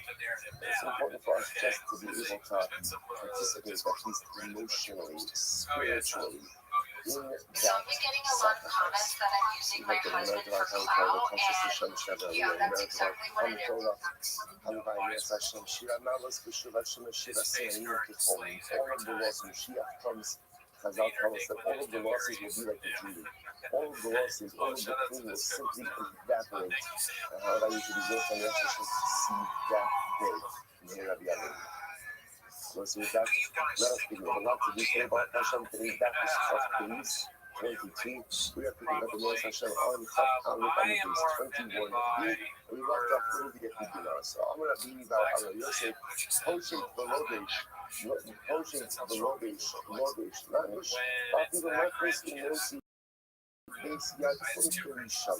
So we'll say when we speak about the idea that if you were shotguns the entire day and receive multiple warnings that you could be held for every individual act of wearing shotguns, we want to ask a very interesting question. How do you define an act of wearing shotguns? So obviously, if I put on shotguns, take it off, get warned, put it back on, take it off, get warned, back on. Obviously, each of those acts will be separate individual acts of wear shotguns, and therefore there will be liability. Here's the other question. What happens if I don't fully take off the goggles? Let's say I just remove my sleeve. Right? I just take my arm out of the sleeve, and then again you get extra, put my arm back into the sleeve. So the majority of the bag is still remaining on me, but I'm doing active removal, and then an active donning. Does that count to individual liability or not? So one gives a fascinating answer. It says, not for you, but I thought, if we gave back the day, so that kind of just people say, no, it's taking off and putting on. In other words, if you're keeping the gun on, even if you're just slipping out of sleeve, at the end of the day, that's still called wearing, and therefore there could be individuated liability for a consistent act of wearing. So it has to be you're removing the garment and putting it back on. But actually, not necessarily. So this is actually quite fascinating. So I've actually started. But actually, it's not true. Even if you never physically took off the garment, but rather if you did this, if you got a straw, you put on the garment. That's obviously again with liability. Let's say that even come along and they say, by the way, you're not allowed to wear shotguns. And I still keep the shotguns on for the amount of time that it was taken to take off and put back on the garment. There's additional liability for that as well. So let's say this is quite dramatic. So it actually does not require, in order to clear, we're looking to see how do you see in case of individuated liability for a sustained act of shotguns wearing. Right? So shotguns we're looking to find out. So the simplest idea would be you put on your take off, with separate hashrah before each. The Rashi says even if you keep it on, but even consistently show up, say, by the way, you're not allowed to shotguns. If you're trying to melt this, and I still after that I'm going to keep the garment on long enough for the time. So I've taken it off and on, there's liability to that as well. Quite amazing. All right, let's go like that. Each holy challenge, let's say we got this interesting part of the Mishnah. The Mishnah said for one act of plowing, you could be fighting for 8 different levels. 8 different prohibitions. The Mishnah went through those different prohibitions. Says we know already, right? The Kabura Nimnu, in our Kabura, Nimnu V'Gamu, it was decided. Now Rashi points out that what's this Kabura? Rashi says in the third white line, Mira Uli, Yom Asifa, or Yom Bad Ayulahan, Shikorin Kabura. This Kabura was more like a Yakikawa, where they learned, right? In other words, right? So was Yakikawa, where they got together for a day, right? Rashi says it's very interesting. Yom Asifa, a day of gathering, or Yom Bad. Yeah, a day of gathering where again they got together to discuss issues. And they decided the following idea. According to Kilayim, look at that if one covers Kilayim, you're looking. I will say, what does this mean? What's the classic case of plant Kilayim? Right? Classic case of Kilayim, you take 2 dissimilar seeds, right? What do? You get on the ground, you put it on the ground, and then you cover it. That's Kilayim. That's Kilayim. Okay. So it says, so what about, let's say again, if the seeds are already in the ground? Let's say they're already there. And then what? And I covered the seeds.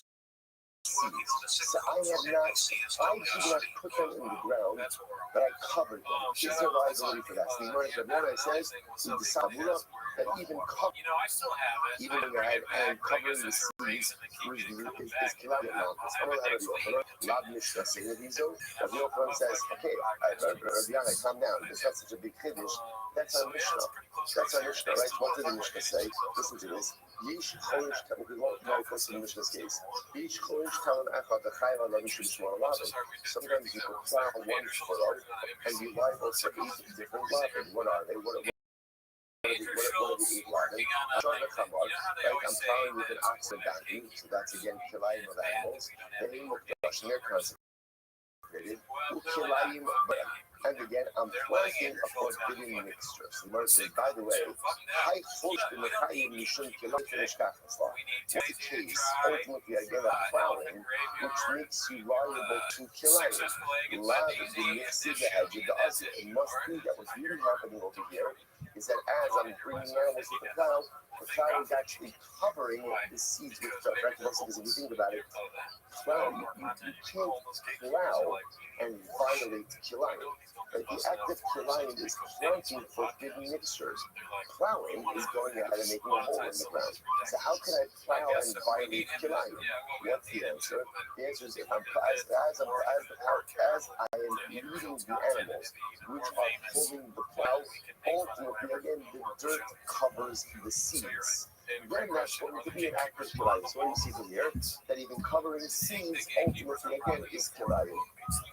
So these are Rabbi Yochanan says, Amalei, so this is great. So the answer is Rabbi Yochanan, okay, Shpaya, Ilav did Yuloi L'cha, Chaspa Mimishka, I'm sorry, Yuloi L'cha Chaspa, Mimishkachas Maganisa, to say, this is a good expression. So the answer is Rabbi Yochanan, had I not lifted up the shard, would you have discovered the jewel? In other words, the discussion over there. Adriana said we decided in the Kabbalah that even if you cover up Kilayim, you're liable for Kilayim. But Yochanan says that's not such a Kiddush, it's a Mishnah. That case of plowing where you're liable to Kilayim. So Adriana said the only reason you're interpreting it that way is because of my statement. Had it not been for my statement, you would not have known that particular reality. They will say it's such a great line. Had I not removed the pottery shard, we would have never found the jewel. So let's say so many times in life, we accomplish things, we see things, we discover things, we understand things, and we often think it's our own accomplishment. What we sometimes fail to recognize or fail to realize is that the accomplishments of the present are only due to the Siras Nefesh and to the sacrifices of the past. Only because someone came before me and lifted up a pottery shard do I have the ability to discover the joy. But once again, we just spoke a few moments ago about this idea that you think about sometimes you see all of my focus that happens in Israel. Like all of my focus. Again, sometimes it's hard to know from the news. news, what's real and what's not. In general, whenever you follow the news, you think that the sky is falling. But when you go ahead and you sometimes look at the news as well, and it feels like press is showing no other recommends like Sinasino is going ahead and rearing his ugly head. And just today, if everyone's following the news, they evacuated 5 communities along Route 1. Route 1 is closed today, and it's already tonight because of wildfires that are burning. And it's almost like sometimes it also sends us these messages that there are too many fires in Eretz Yisrael. There's too many fires. We're not talking about Hamas, we're not talking about Hezbollah, we're talking about the Houthis. The Houthis, I still can't figure out who the Houthis are. Not those fires. You have to be someone to start up the Jewish people. Right? You can't be some guys with just a bunch of powers and just, you just have to. Anyway, not those fires. There are too many fires inside cloudy soil. Too many fires inside cloudy soil. And it's almost as if our response is sending us this message that extinguish the fires. Extinguish the fires because you're taking for granted what you have. Eretz Yisrael, what we have in Am Yisrael today is such a pearl. Why do we have the pearl? Because those who came before us, so many of those forgiving war and calling them as came and removed the pottery shard. So we work hard to remove the shard so we can enjoy the pearl. And too often we squander the pearl with so much infighting and so much unnecessary machlokas. But in life in general, it's good to think about the pearls you have in life. Who are the people who removed the shard so you could enjoy what you have? Who are the people in your life who have sacrificed, who have given, who have worked, so that you can enjoy the brachos that you benefit from? Sometimes we just see the pearl like, oh, look what I found. No, you didn't find it. No, you didn't make it. No, you didn't discover it. Someone else in your life, either someone alongside you or someone before you, some generation before you, worked hard to remove that shard so you could see the beautiful luminescent brachos that you have in your life. Overwhelming. In that podcast, Elad, the Kilsaf Gavler Rabba, so this is this. So, Shlomo said to the opener, had not, and he's raised as a great man. How about me, some money? I would say, who is the Mishnah? Who's the Mishnah would be reflect? Rabbi Akiva, this is fascinating. What did Rabbi Akiva say? The Amar Hanekayim Kilayim Yoga. So Rabbi Akiva says, fascinating. So remember, how do we start today? Rabbi Akiva came along and said that even if you just cover Kilayim in dirt, you are chayiv. And what this means in the tradition, right before the opener, I would have thought, I would have thought that halacha myself was real also. I would have thought that what to violate the Kilayim, what do you need to do? What do you need to do? Beat the hood. Right? So come from the opener says, no, even if you just cover it with dirt. The Gemara says, the truth is, discussion, I would have actually got a Mishnah question of Rabbi Akiva. Rabbi Akiva goes a step further. Rabbi Akiva says, Kilayim means liability. And they say, what does that mean? It's being for life. I have a field. It turns out that Kilayim is growing in the field. So I don't do anything about it. I leave it there. I don't uproot it. Rabbi Akiva says, there's liability to that as well. By the way, it's not that I think it's just like when he cried the existence of and I wish him the best, but it sounds like he was doing a great job. I mean, that makes the Hamasaka the July. So again, But he's so calm. when weeds around July, again, remember what is weeding through? The sulfate's growth. So this July running out, I weed around the July. So sulfate to What I notice, or I'm just being totally cruel. I'm sorry, or I go ahead and cover seed. Look at because that's called playing July. Akiva says, I'm a Kayan.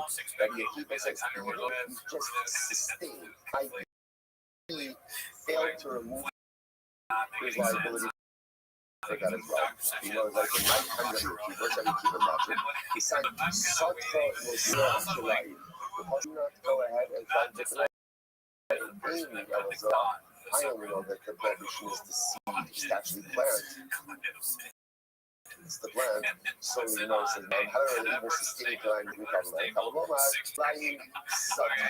So it's interesting. And even though it's the juxtaposition of two words, even though the pasuk is not really read this way, right? The pasuk is read, she writes in Moses, Satcha, Reged Kilayim Shabbos, 3 Kilayim. Don't intermix animals. Don't go ahead and intermix seeds, and don't go ahead and wear wool and linen together. But it's interesting because there's a juxtaposition of 2 words of Kilayim Sadka. Even though that's not how it's spelled, that the Akiva knows the juxtaposition. Kilayim Sadka means there can't be Kilayim in your field. Meaning, don't even sustain Kilayim, because sustaining Kilayim by definition is a biblical prohibition. Incredible. So like that. So that's fine. So therefore, just this important nugget of information. Just halacha l'maisa, again, not only am I liable, at least this halacha l'maisa, not only am I liable ultimately for actively planting kilayim, I'm even liable for covering kilayim seeds with dirt. And again, Rabbi Akiva goes so far to say that I'm even liable for going ahead and sustaining it and failing to remove it. Incredible. Let's go back here. See what the unrelated why stop at 8 levels of liability in the case of the Mishnah? Additional levels of liability, what are they? So we were looking at Restream. Why don't you go ahead? Why not go ahead and also set this up as where is all of this happening? It's happening right. It's for seeding on Yom Tov. On the way, kind of a shear. You could add that one in also, but they kind of didn't include every single liability. We're just giving a lot of examples of joint liability. I'm like, I'm the kind of Jew, you can't say that. See what I'm saying? If the Mishnah would have said you could do one act and be liable multiple times, that's one thing. When it kind of gives a number, once you give a number, what a number indicates is what? What a number indicates is that halacha l'maisa, that's a specific list. So once it's a specific list, that we see to say whatever is included is included, whatever is excluded is excluded. On Rava, Yishtilik Malachas B'Shabbat.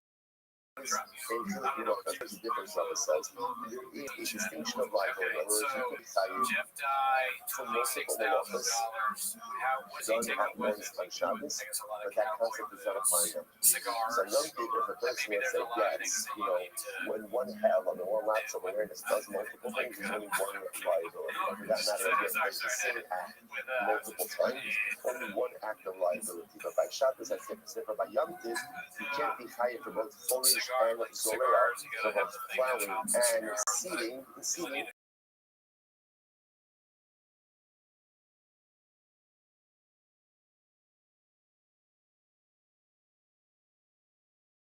At one moment.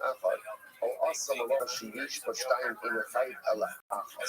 this is an interesting idea in general. We're not getting into all the halakhic for Shabbos as Yom Tov does not have halachos. Okay, the Gemara says, is that true? Is that true that you can't be liable for multiple liabilities, for multiple halachos on Yom Tov done in one lapse? Is that true? That's not anymore. If a person goes ahead and cooks the gid hanasha in milk on Yom Tov and then eats it. Look at how much ultimately you get parchments and malchus. What do you get malchus for? So look at Mishum Orchid. So number one, you've gone ahead and had malchus for eating Gidana. Right? Number two, we're looking in the Vash of Yom Tov. Right? You get malchus for cooking on Yom Tov for non-Ochel Nefesh purposes. Right? When you're allowed to cook on Yom Tov, it's your Ochel Nefesh. But cooking something that is prohibited for consumption is illegal on Yom Tov. So you get malchus for going ahead and eating Gidana, right? Malchus for cooking on Yom Tov in an illegal way. Right? Most commission of basar v'challah, right? And remember again, there's liability even for cooking basar v'challah. But low commission basar v'challah, then you get malchus for eating basar v'challah. But low get back of days, you should have avara. You also get this for avara, for kindle. Now, technically speaking, what is allowed to kindle on Yom Tov? Technically, as long as it is with sorech ochel nefesh. But because once again, this is not ochel nefesh, because this entire act of consumption is illegal, therefore there is liability. I said the Gemara ben Isa, Yishum Havar L'Machayev, the Ha'echayev and Yishum. So one second, you just said that on Yom Tov, you can't have multiple liabilities for one act. So if that's the case, I can't be hired for both Havara and for Bishop. Right? So the Gemara says, you're right, I think Havara, but I am being Hanasha Shalom. You're right, take out Havara, and instead put in liability for Gid Hanasha of the Bishop. I got to the Kira, Los Yishtaima Achilasa, Shalosh Al Bishima.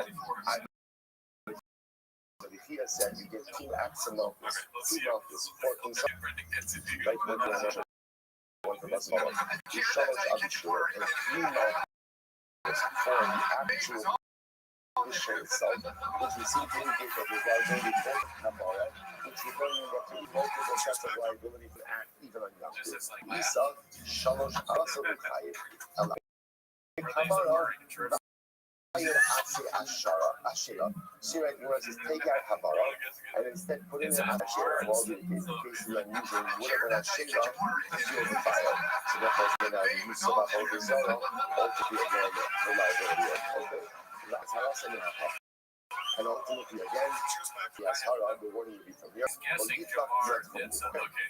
So it's this I'm going to say, we're back. We're asking, Gemara's going to ask a series of questions that are all the same basic question, which is, why does the Mishnah states, right? Why eliminate the 8 acts of liability? After I can give you so many other forms of liability that could create additional liability. Only that comes with Rashi. The next thing I will show is so we'll say, so what about the following idea? Why not go ahead and get Malchus? Ultimately, against this prohibition, do not bring an abomination to your home.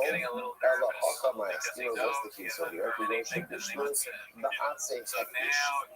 didn't over here is that actually the cooking wasn't done. The cooking wasn't done actually.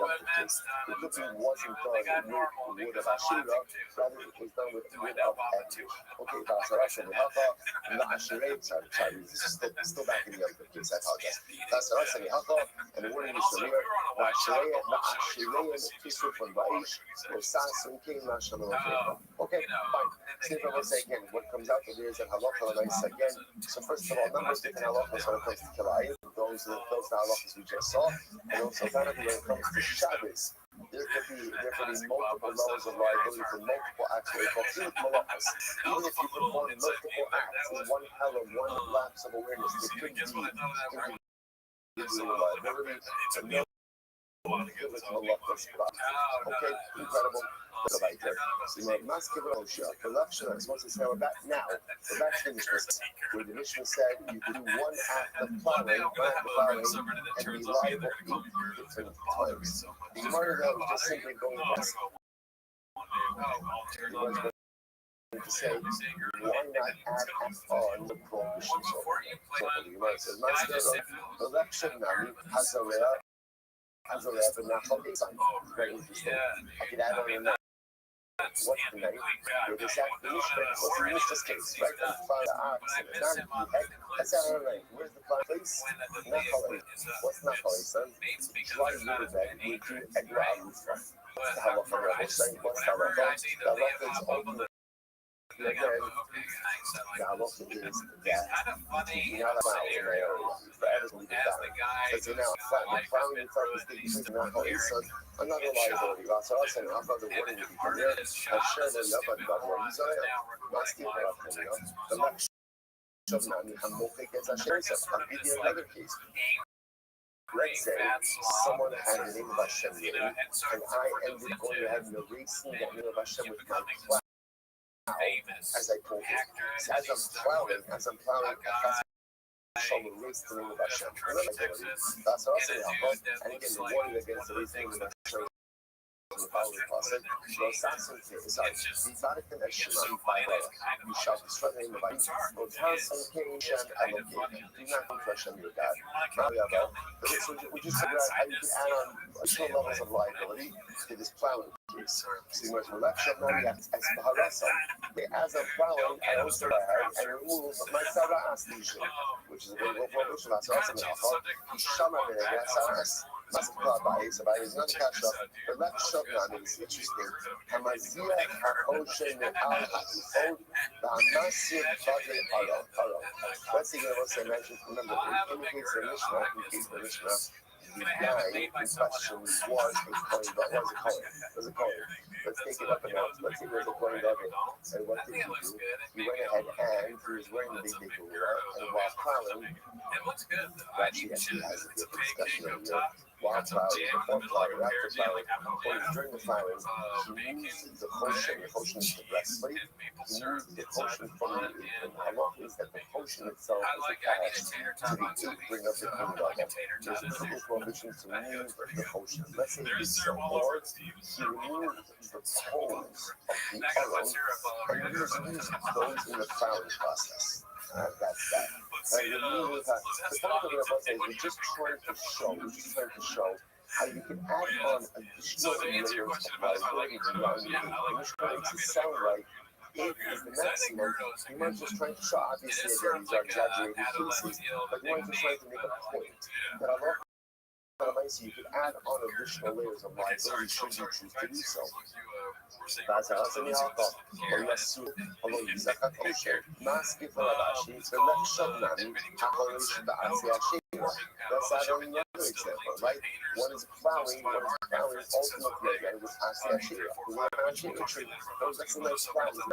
I'm using Avodora in the actual plowing. That's an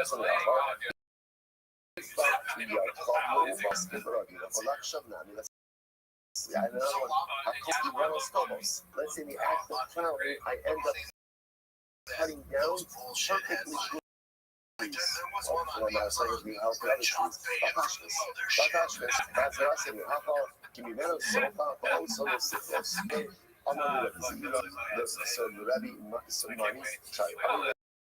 I'm not going to deal with money. The luxury money. I don't know what you know. Sure, I first be young. So let's say again the same question. So they was always trying to show is how you can add on prohibitions. So zero seems to have money. That's why you're talking about a guy in made a shua. He tried to he made a shua. He swore, I will not plow on Yom Tov. Then when he ends up plowing on Yom Tov, then addition to all the other levels of liability, what else has he done? He's transgressed his shua. Not liability. He's going to say, no, that's not a good one. I'll tell you why. Hassan, no kapal shua, mushtaba only the Hassan. That shua actually does not work. Why doesn't that shua work? And also there's a concept of mushtaba only. Mushtaba only means, and again, this is like a shua. If you are already obligated to do something, ultimately, again, an additional shua does not devolve upon that act. Like, for example, let's say a person swears, I'm going to put on tefillin this morning. So, according to this approach, that shua sometimes is functions. Why? I'm already obligated to do so. That's called mushroba only. I'm already obligated to do so. So therefore, taking an oath that I won't plow on Yom Tov, and then plowing on Yom Tov, I'm liable for a lot of things. I'm not liable for violation of the oath. Why not? Because I'm already a jerk. So if you're already obligated to not plow on Yom Tov, that shows in consequence. I'm going to go down and learn. So we'll say first of all, I'm going to go down.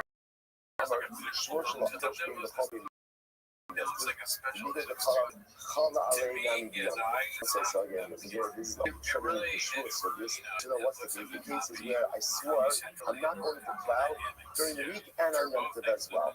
And we'll say now there's a concept we'll see here is that since the shul is chal on the weekday component, it's also chal on the Yom Tov component. Okay. So whereas again we'll see all of the mechanics of that when we get to shvuos. To which the Gemara says, no. We did the Issa the Sheila, no Katani. No, we're not including anything ultimately again that could be that ultimately again trying to have Sheila. Sheila means that you can't revolt. You can't revolt. So therefore, again, or a no, having a no. So any prohibition that can be a no is not included in this list. Is that true? Below the hard dish, I would have to be a no. Right? If you go ahead and you make something hectish, you can have that valid no. You can have that safety transfer in certain circumstances. Because the car, the head is talking about is if you're using it for car, so the car when it says you're shussing your head, its sanctity again is in the world, and therefore it cannot be a no. I have a hard nazir, and that's specificity and ultimately, and again, when the pitch the Mishnah, plowing was taking place in a cemetery, and the guy in question was appointed a Nazir. That's not the really gave me from the no, the Nazir Shimshon. So what's actually interesting, if you want to put back on Nazir, what is a Nazir Shimshon? A Nazir Shimshon is literally, again, a Nazir in Europe, right? Shimshon was made a Nazir by the Malach Hashem while still inside of his mother. So a Nazir Shimshon, a Nazir Shimshon does not have reputation. That is an eternal status. One second. Another Shimshon, but it's Muyidness. Here's the issue. Another Shimshon might be a steadfast forever, but there's no provision to become race. Another Shimshon's race. It doesn't have a prohibition to us race. And the Narmish clearly, and one of the liabilities from the Kathis going into the cemetery, have a high time of this Kolo Leslie. That one will say this Kolo does not go ahead and get involved in what we call a Kisser Kolo. So what's this number again? Kisser Kolo refers to a person makes a shua that I won't go ahead and plow on the Yukir and Yom Tov. So the logic is since it goes ahead and applies to you, it also develops upon Yom Tov. Kolo does not subscribe to that portion. Okay? So if I will say again, the point is just what's the takeaway from all of this? What's the takeaway? Takeaway just is, even though the Mishnah said 8, and usually when a Mishnah says a number, usually what's the role of a number? The role of a number is to say yes and no more. That doesn't apply to you.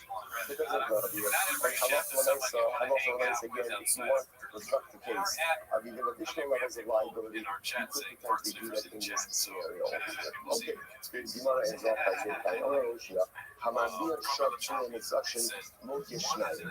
So this is very interesting. So Moshe says, if you go ahead and read a Shab Shua Mitzvashin, now take a look at Rashi for just a moment. Hamashiach Shab Shua Mitzvashin, first by line, shape that Akiva Amir Loga. So if you have, for example, you have an animal that was a carbon. The animal became disqualified for whatever reason. Right, for whatever reason. So the halacha is now, you can redeem that animal. Animal development more. You can redeem that animal. I'm going to say that it's when it comes to a redeemed carbonic animal. It still retains some of its sanctity. So, for example, you could shecht it and eat it. But let's say, for example, you can't use it for a chew. So you're allowed to use it in certain, not allowed to use it in other ways. Because that, a redeemed carbonic animal is looked at in halakha as almost having two different identities in one. It's looked at as two animals in one animal. It's on one hand it's a fish, on the other hand it's back to Rashi. The expression Rashi says over here.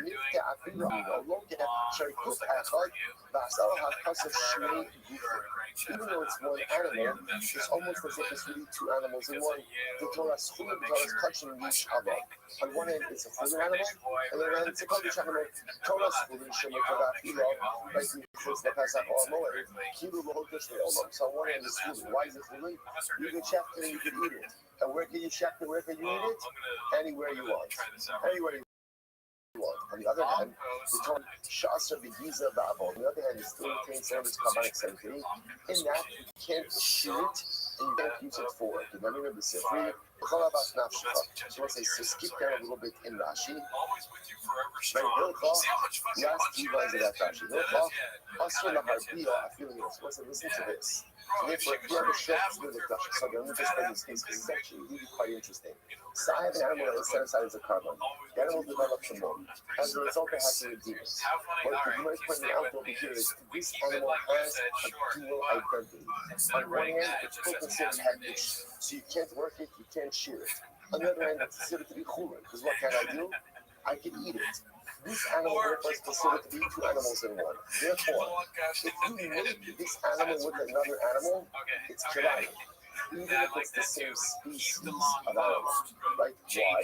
Because this animal is considered to have this dual identity, and therefore, again, if you mate it, well, you can't mate it with a haggish animal, because that's just a haggish, but even if you mate it with a chulin animal, that's considered to be the mating of two dissimilar species. Now, the Kiddush over here is that two different statuses have the equivalent of mating two different species, which is interesting. So finish up that Rashi. So Rashi says over here, therefore, you can't mate it even with its own species. Yishum kilayim, shema bi'achulin al kachim, ou touching our food. So it's just, that's not local. That's not local. You can't go ahead and mix it. So short swim impression, you can eat it, but you can't work it because right, you can't shoot because it's hectic. You can't move it with anything else because that's July. Back to the Gemara for just a moment. We're not finished Rashi yet. Similarly, I'm going to read this called Hanani, the short swim impression. Look at Sharguf Echadu Vasal HaKosek Tishnei Gufin. So too, I say, so too. You can't even leave the plant, right? You can't even feed that animal. Not only can you not go ahead and not only can you not plow that animal with another animal, right? You can't reach another exact lion. You can't even plow with the sharp pursuit of production itself. Well, firstly, you can't just get out to work animal, but even if you were to do it, you can't not to what? Plowing with two different animals. So you have both sides of pursuit of production. A redeemed, disqualified carbonic animal has dual identity.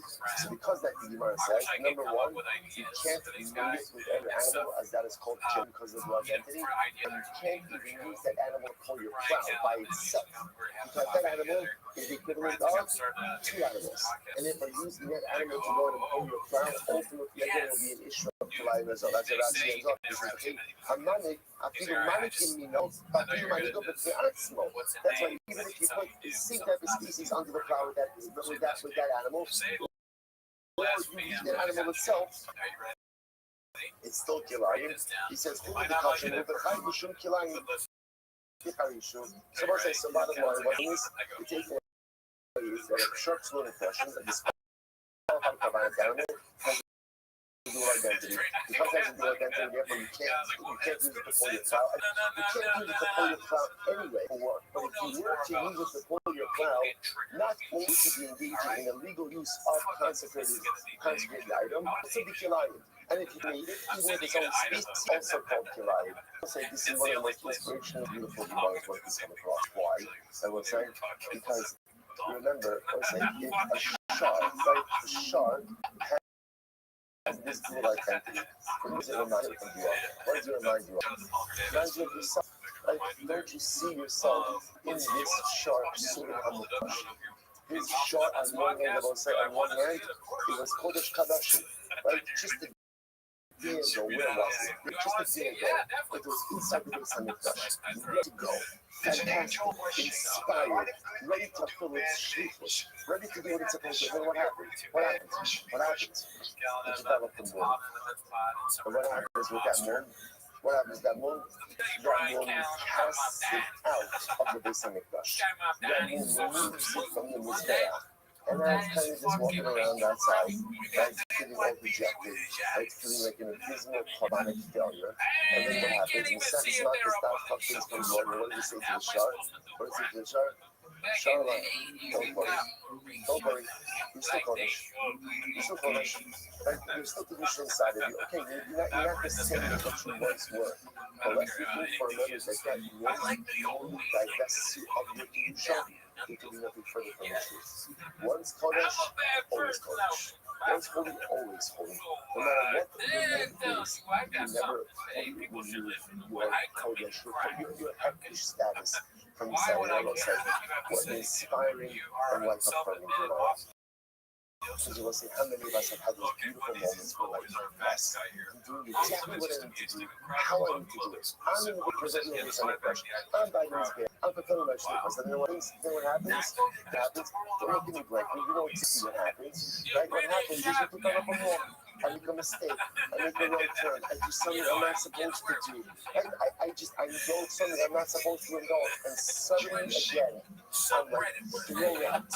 I'm cast out. Suddenly all of that growth comes back again. Suddenly all of that beautiful movement and all of that beautiful position seems to have dissipated. And I'm just walking around aimlessly in life, looking from the outside in, longingly at that beautiful B'Tzalel a personalistic spiritual accomplishment.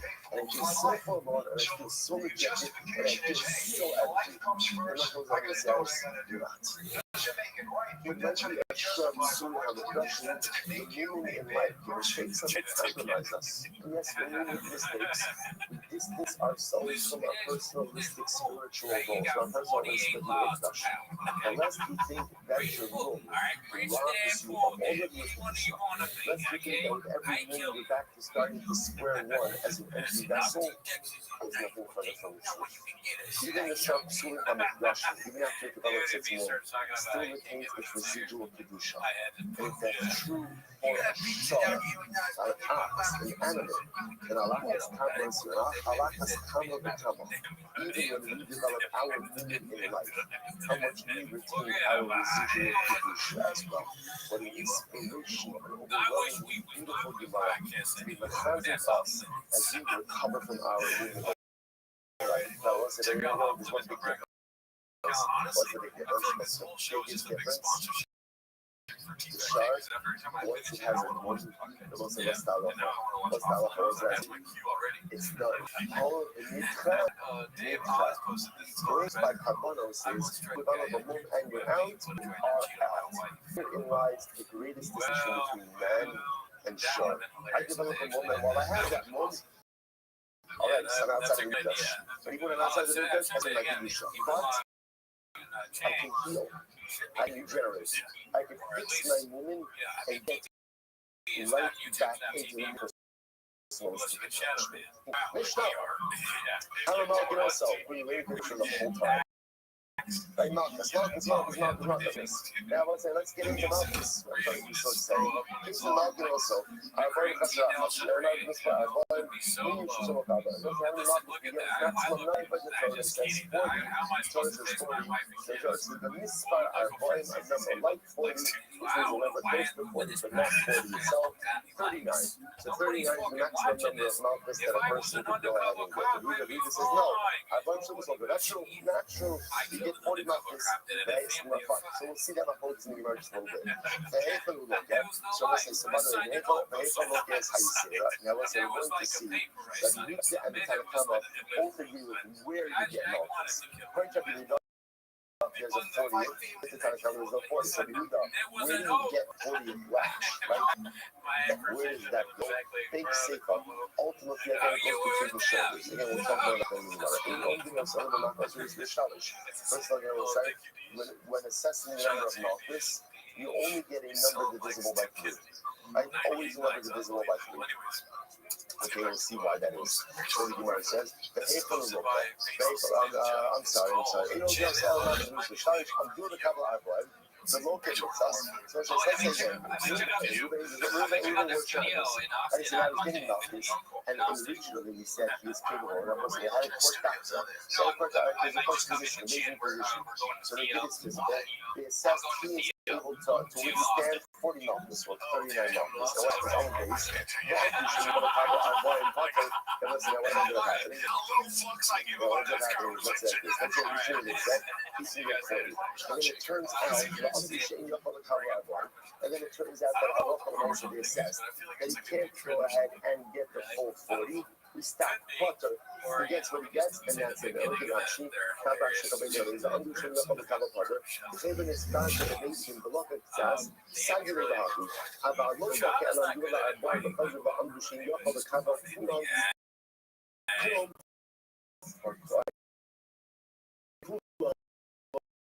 starting to show me graph and look at as nice. So the mission is interesting on the hub. Let's say you decided you start lashing out the negative reaction to the laugh and you can't take anymore. So I started to say that's okay. And whatever you got back, and we don't make him get the rest. That's the hub. Okay. Dua the Kabbalah Shmona Esrei. We shall not undo Shiyafu the Kabbalah Arboim Potter.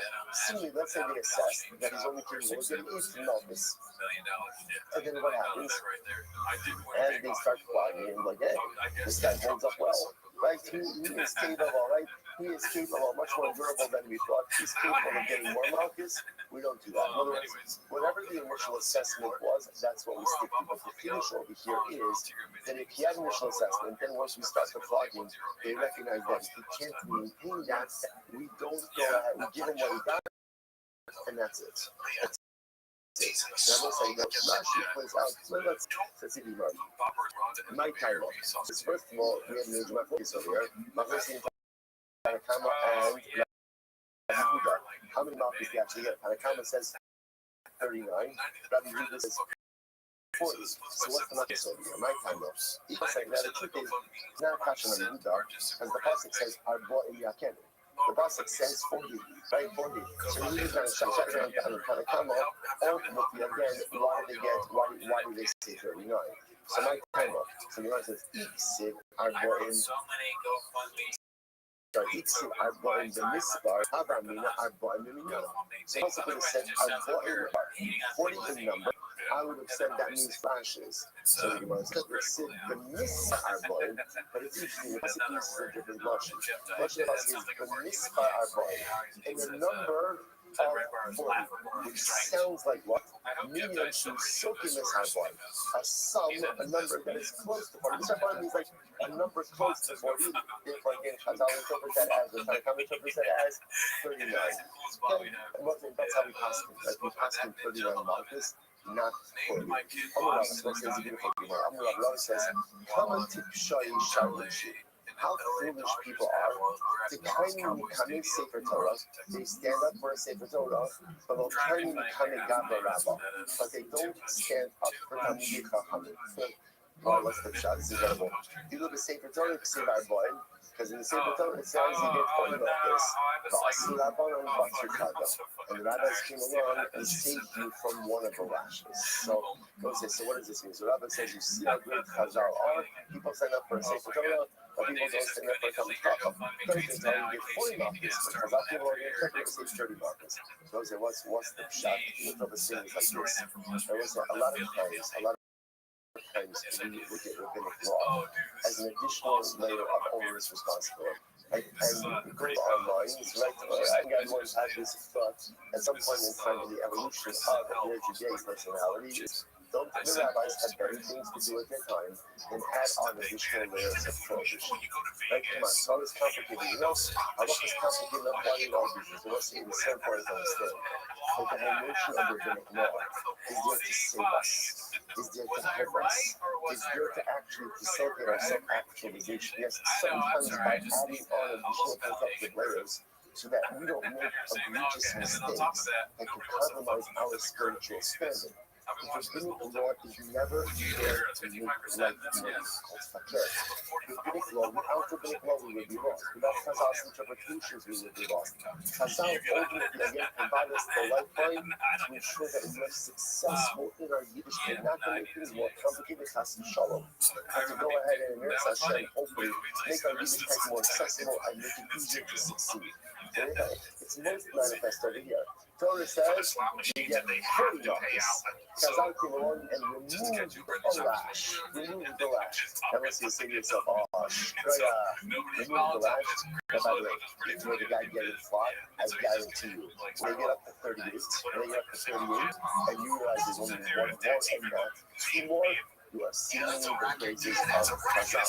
But again, what this supposed to represent is like it's actively remove an obstacle, so to speak. To actively remove a lash, this is what Chazal do call a katel.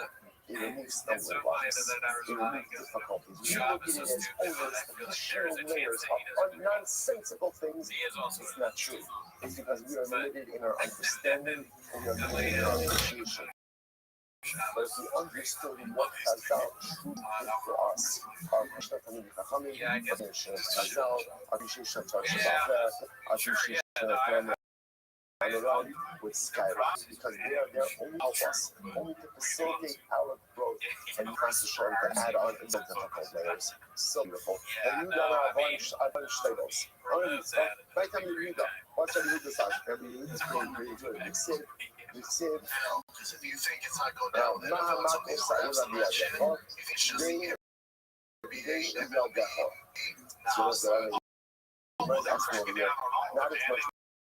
Why does that mean that both and our local legs in the 40? 40 is intuitive. That's just really enough. What about that 40 lash?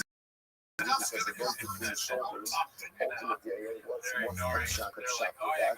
So what's on this puzzle? This puzzle from Sakari. What are these mass between your shoulders? So it's the Ashari Casey base guy.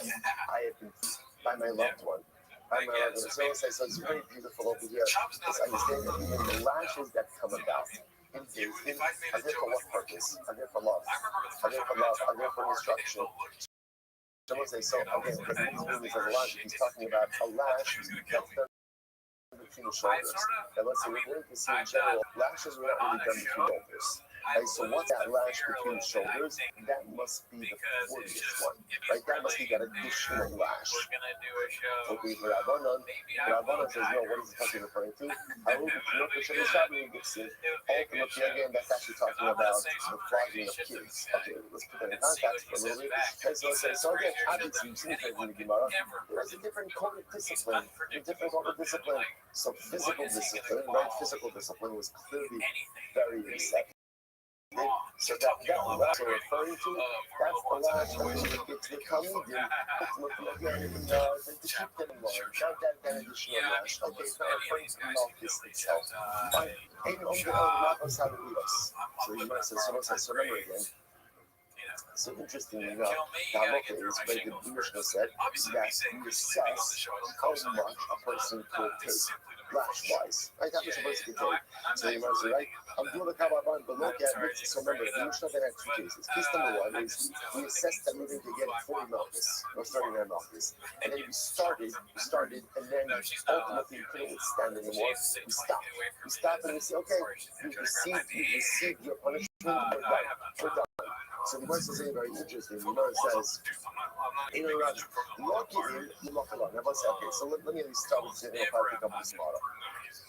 Let's play this out. Moving the subject to 39 malchus, right? We set them perfectly healthy now, non-smoking between the ages of 20 and 60, right? So he's capable of going ahead and getting 39 malchus. We start flogging him, and what happens? He goes ahead and he starts to buckle. We're 18 in, we're 18 in. So there are two approaches we can go over. Right? Approach number one. What's approach number one? What's the more intuitive approach? Take a break. Right, take a break. Let's break for a few, right? Go get some lunch, right? Come back and let's do this foggy later on, right? Or get back on the board tomorrow. And the next day, take a long weekend, come back afterwards, drink a flog on Monday. So that would have been the logic. You're reliable for this, right? The same way, by the way, if I steal, and let's say, again, I stole $1,000, I only have $100 to repay, fine, we paid $100, then we'll have to turn in $900. It's a debt. So something like the same is a debt as well. You can't pay it now, but argue later on. It just that's not what the Mishnah says. What the Mishnah says is instead, we'll flog you, and since you can't take it anymore, we're done. So we're going to stop this again. We'll pick up next one with this tomorrow, but it's quite interesting. So we're going to see there are times where you have to make up the malchus, and times where you simply are quote unquote guilty for what you received. When we apply each of those, and the answer is no side, right? Yeah, I don't like it. I way rather have eating terrifying. All right, it's got very good. Have a good day, everyone. Remember the sweet nectar? You hated when he said that. Oh my God. You got so happy. What was he saying about whiskey? Oh, he's smiling slowly. He's like, he was so sad that he had to rise his happiness level. This is watching change. This is the feeling he gives you. Oh, that's right. He's so happy. No, I forget this too. I forget this too. My CD. All right, come on, say good morning. Not necessarily. Everyone. Slow spot, hushing to begin. So we want to hear about the beautiful receptors and markets. Begin by thanking all of our sponsors today. Our annual commentator sponsor, Force Touching Behavior, Tilton Mishpach on Earth Israel, to dedicate all the Sherman socials this year as a support to the soil troubles for all around Israel. Commentator sponsors for the month of the year.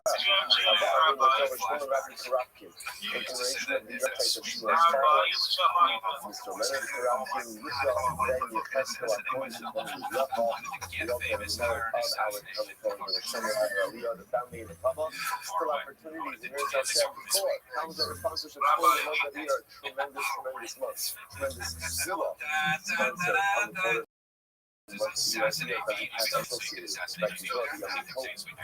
Because of that, man, we need to add additional pieces to look at the ideas that come through our Torah, through our through Baruch Hashem, our tremendous stuff each and every day. Something like sponsor, please feel free to direct message me act now, and we will get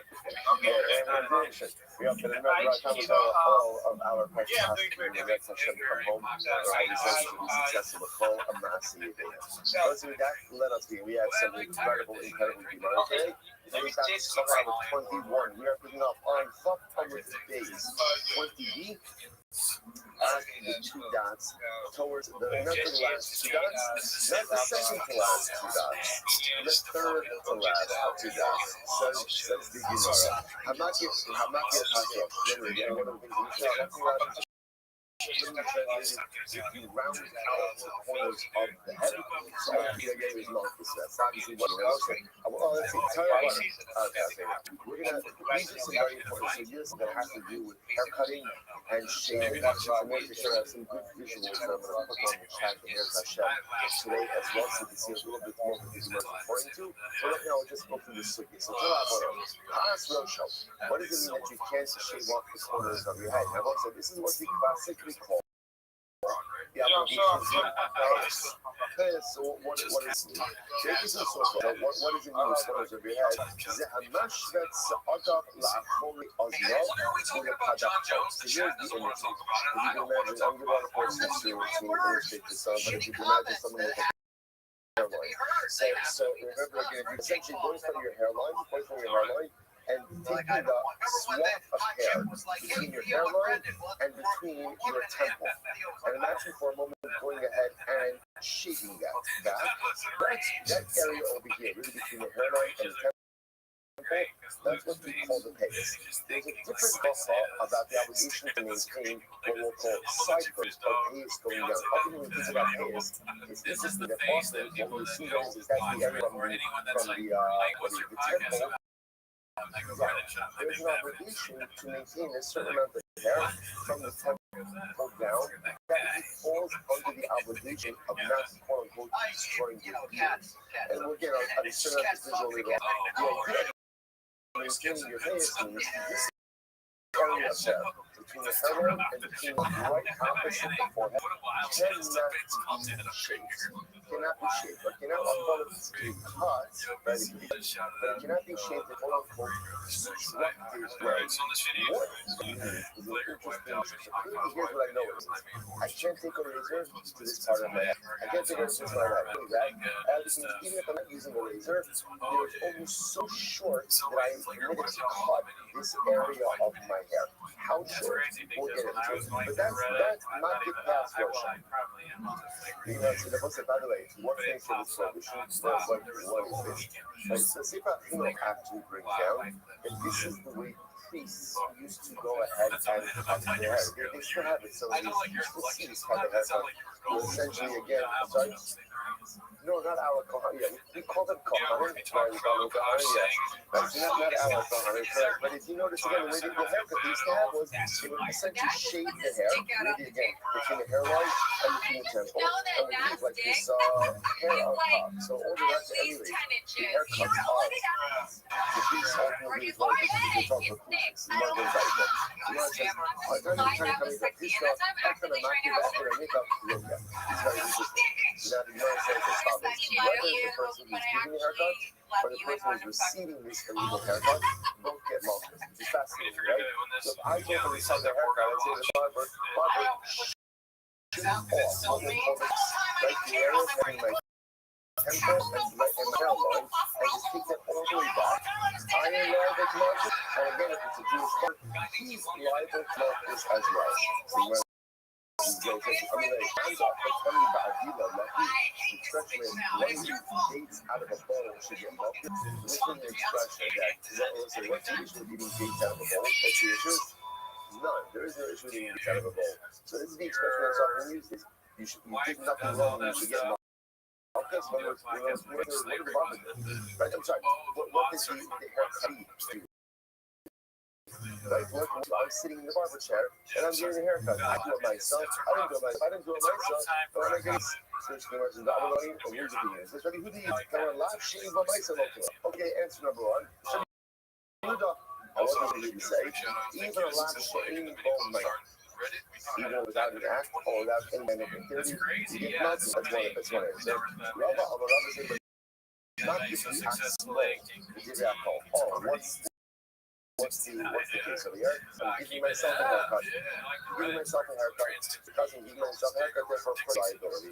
But actually, I'm going to say, yeah, you give that call. So you're going to just go answer over here. You say, yeah, what's what you say, yeah. I'm getting a haircut. So on one hand, the barber's doing the work. On the other hand, I'm assisting him. How am I assisting him? What it is, I'm saying, cut a little bit over here. Cut a little bit over here. I'm touching the haircut. So if I do something consistent in the haircut, then job is going to be going to life. Incredible.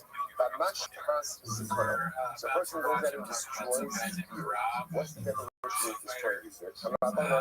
Pass is soak is the color. So pass the color means the end of his beer. You know what it says?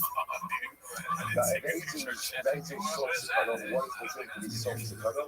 She pulled that to the color. The point is right. So we saw it over in the restaurant. There's an interesting amount of machlokas as to what exactly which areas are prohibited over here. For the beer, we'll just go with the classic understanding that the beer is prohibition of the beer really is comprised of 5 parts, right?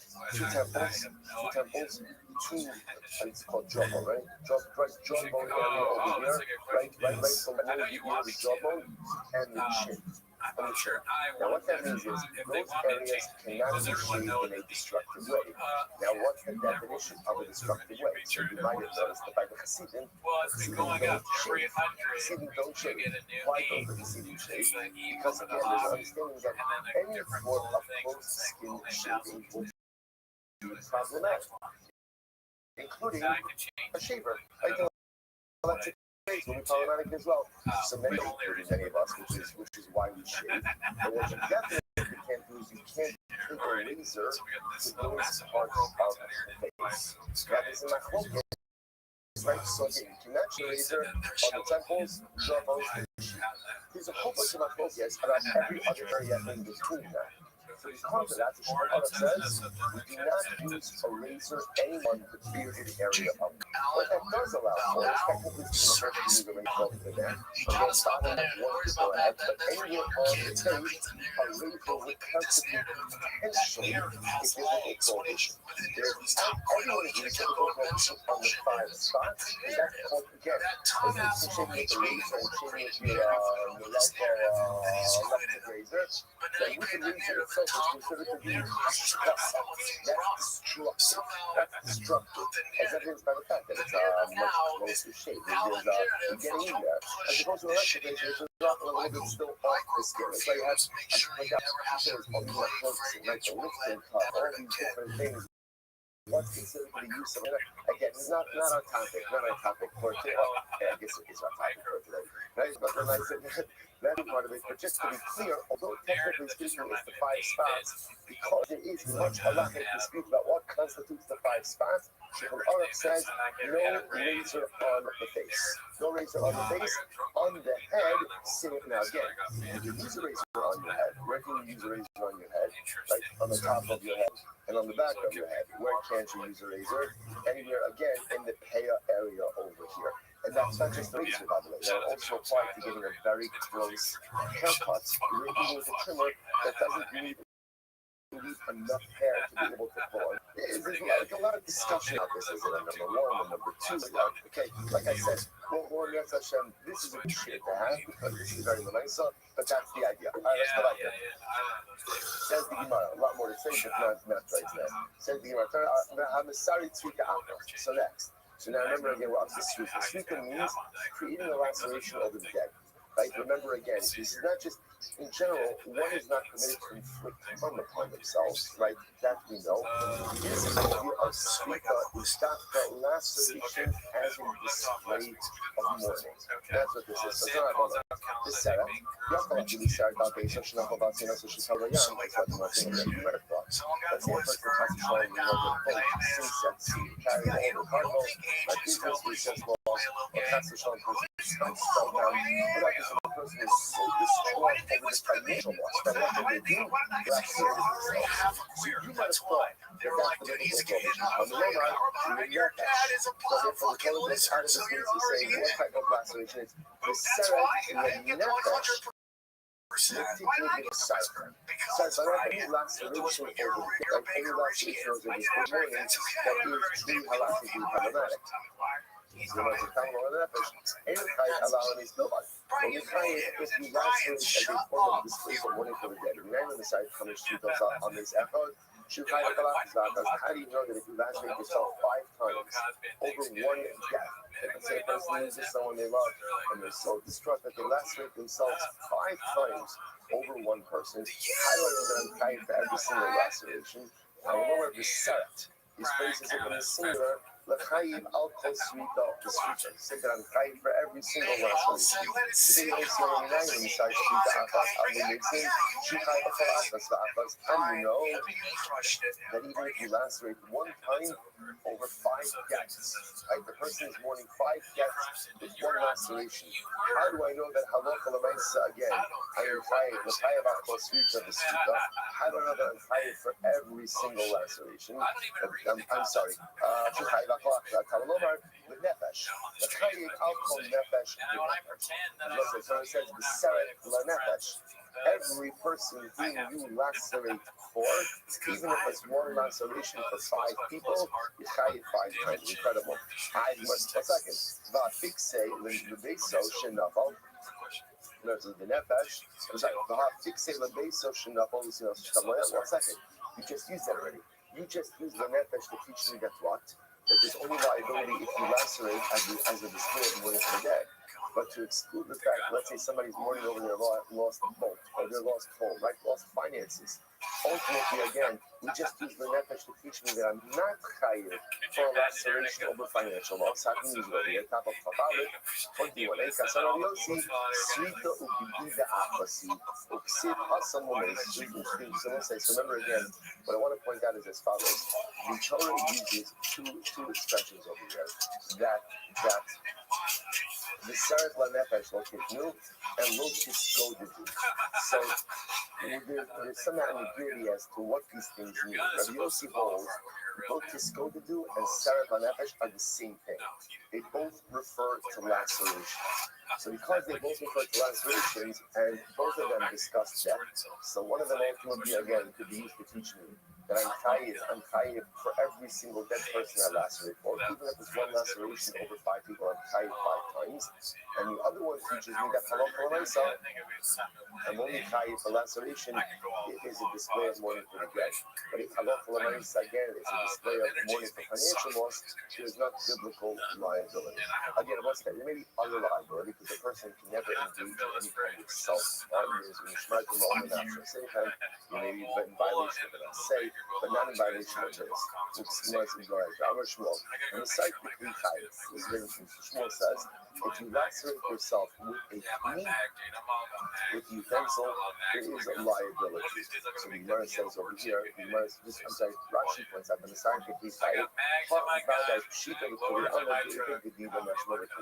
the srika mashma biyad.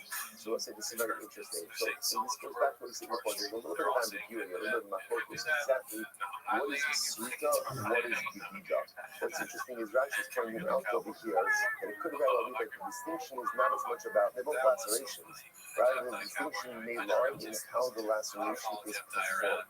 Rashi points out over here that the biyad has an influence of being done with you. And srika has an influence of being done by Yad. Shmuel comes and starts with this side.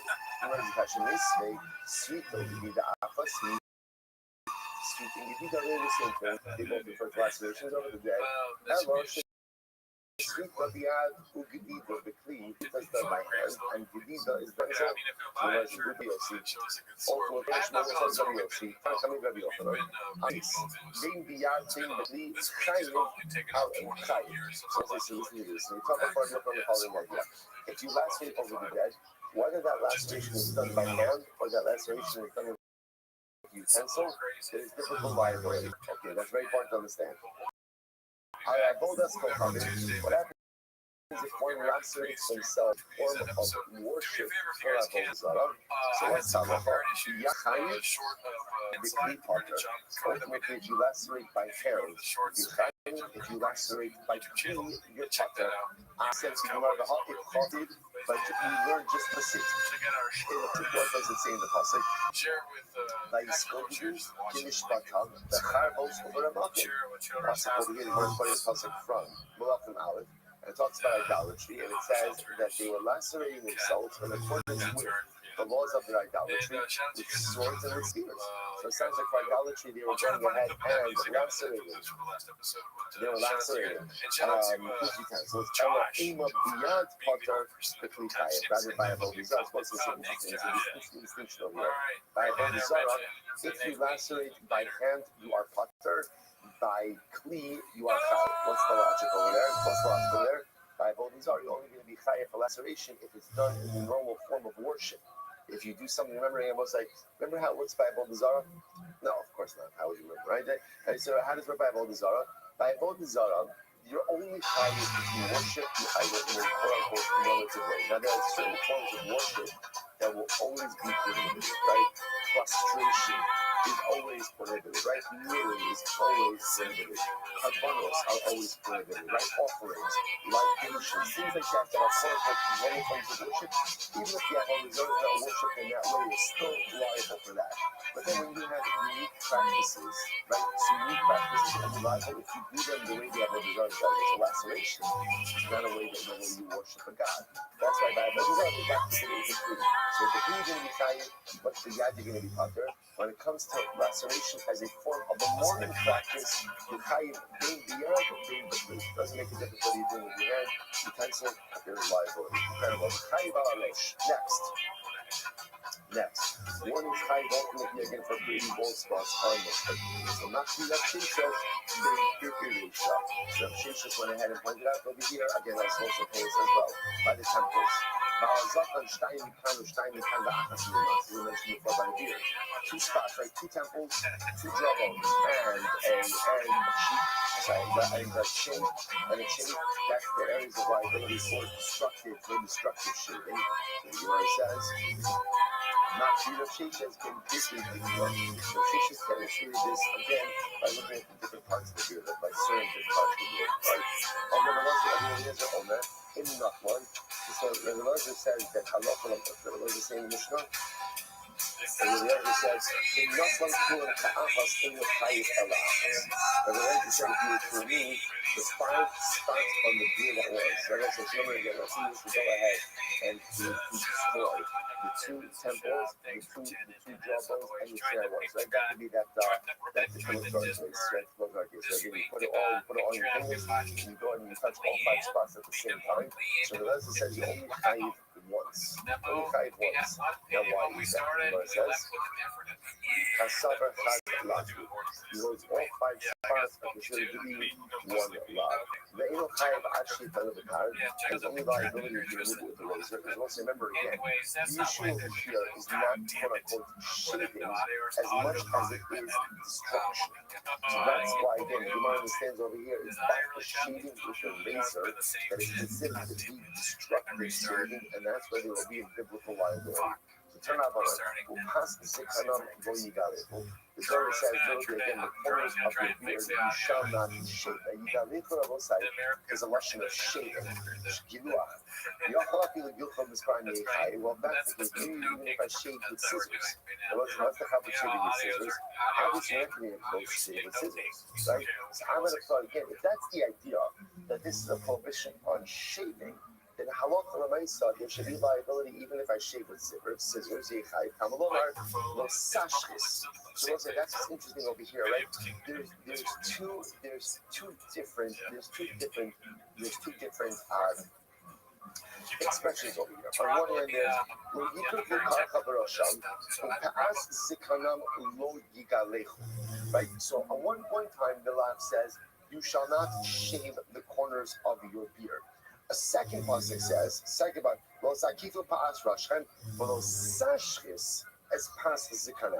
so there's two prohibitions. There's don't go ahead and shave your beard, and don't destroy your beard. So again, based on that says don't shave your beard, I would have said even scissors should be problematic. Downward lomar lo sashlis. Therefore, the Torah says don't destroy your beard. Don't destroy only a type of shaving that is destructive in nature. I'm going to call it by, I don't know if this is the right expression, but planed my beard, right? Took out plane and planed my beard. I would have thought that I would be tired for that. So she says, Tamalomar, you only tired for shaving. So let's say it's a very unique idea. The Torah is expressing what type of shaving is the biblical rivalry for? It's a type of normative shaving that is destructive. What's the type of normative shaving that is destructive? What's the type of shaving that is destructive? So when we say destructive, the type of shaving that obliterates the facial hair. What is the type of shaving that obliterates on the surface of the face? When it says, that's a razor. So it's the play between these two lines. On one hand, Pasikanom Moigalegu, tells that you can't shave your beard, it sounds like everything. But then it says Pasikanom. So what is the biblical liability for Yula? An act of shaving that is destructive in nature. What's the type of shaving that is destructive in nature? A razor. Incredible. So we were lucky at the Malaki for trying to decide. It says use a plane, right? To use a plane to go ahead and shave that you should be tired. Manachach. So you understand how does he arrive at that conclusion? I understand. If Rabbi Eliezer is accepting the drasha we just heard before, now the drasha when he's calling the Zir Shabbat, it means the interplay between Hashchasa and Gilua. If he accepts it, then that is only a razor and not a plane. If he doesn't accept the interplay between the drashas, then again, any form of shaving should be prohibited as well, including scissors. Says, when Eliezer accepts the Gzer Shabbat, believe what you just made before. But he happens to hold that shaving with a plane is considered to be a normative act of shaving as well. Which I will say, by the way, the plane was essentially conceptually, it's the same concept. Like conceptually, what is it? It's shaving with a blade. Shaving with a blade. It's just people don't normally shave with a blade. That wood. Conceptually, the same idea. The same idea. So that thing is not focused over here. So it's really just the technical issue is shaving with a plane considered to be a normative act of shaving or not? But conceptually, everyone is on the same page. Any type of shaving that ultimately results in a it has to be a normative act of shaving. But that is destructive. What's the definition of destructive? Destructive means to totally smooth out the face. There's no, almost like no left in the facial hair. There, otherwise it's going to be a good normative act of shaving. Incredible. Fascinating. Let's go back to the Mishnah. Hakosik subasuk kako. Tattooing. Incredible. I'm going from shaving to tattooing. A lot going on here. Hakosik subas kako. So they say the person goes and tattoos themselves. So that's the typical expression for tattoos. Sobes kako. Now, Rashi puts out there, and I will say, what gives you an analogy of this? What is it mean? What does it mean? Rashi's in the wide lines, third kako. Hosik kula abasar on the side of the sikra. Yakaka mikakea abasa the nahat. Of the second, the nichnas hatseva bin ha'or lebasar. The nirabo kol yom kako. Ba'asar lichtov shum tzila olam. First of all, this is fascinating. Apparently, Rashi understands it.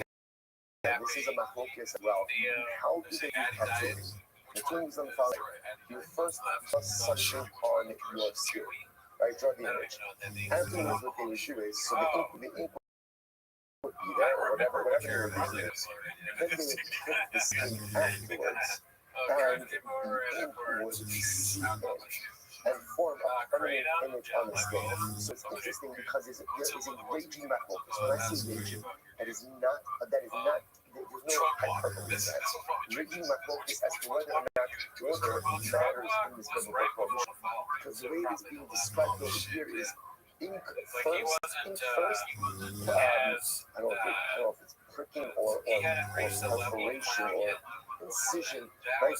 Incision on the skin second. That's what I'm saying. So you have the image over here, then they would go ahead and prick the skin, and then the image would seep in. I don't know. I haven't been to a tattoo parlor with this. I don't know how modern tattooing works, right? But when I say quite fascinating. So that's how it's done. And again, difference in Russian. So this means writing. Kako means I don't know if that's a word, but like the perforation of the skin.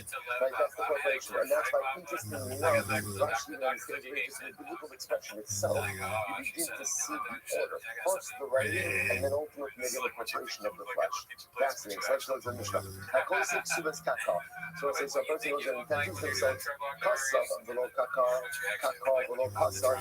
So let's say you just write on your skin, right? Let's say, you person you get a tattoo, right? Whatever, you get like fruit on your skin or a stamp on your skin.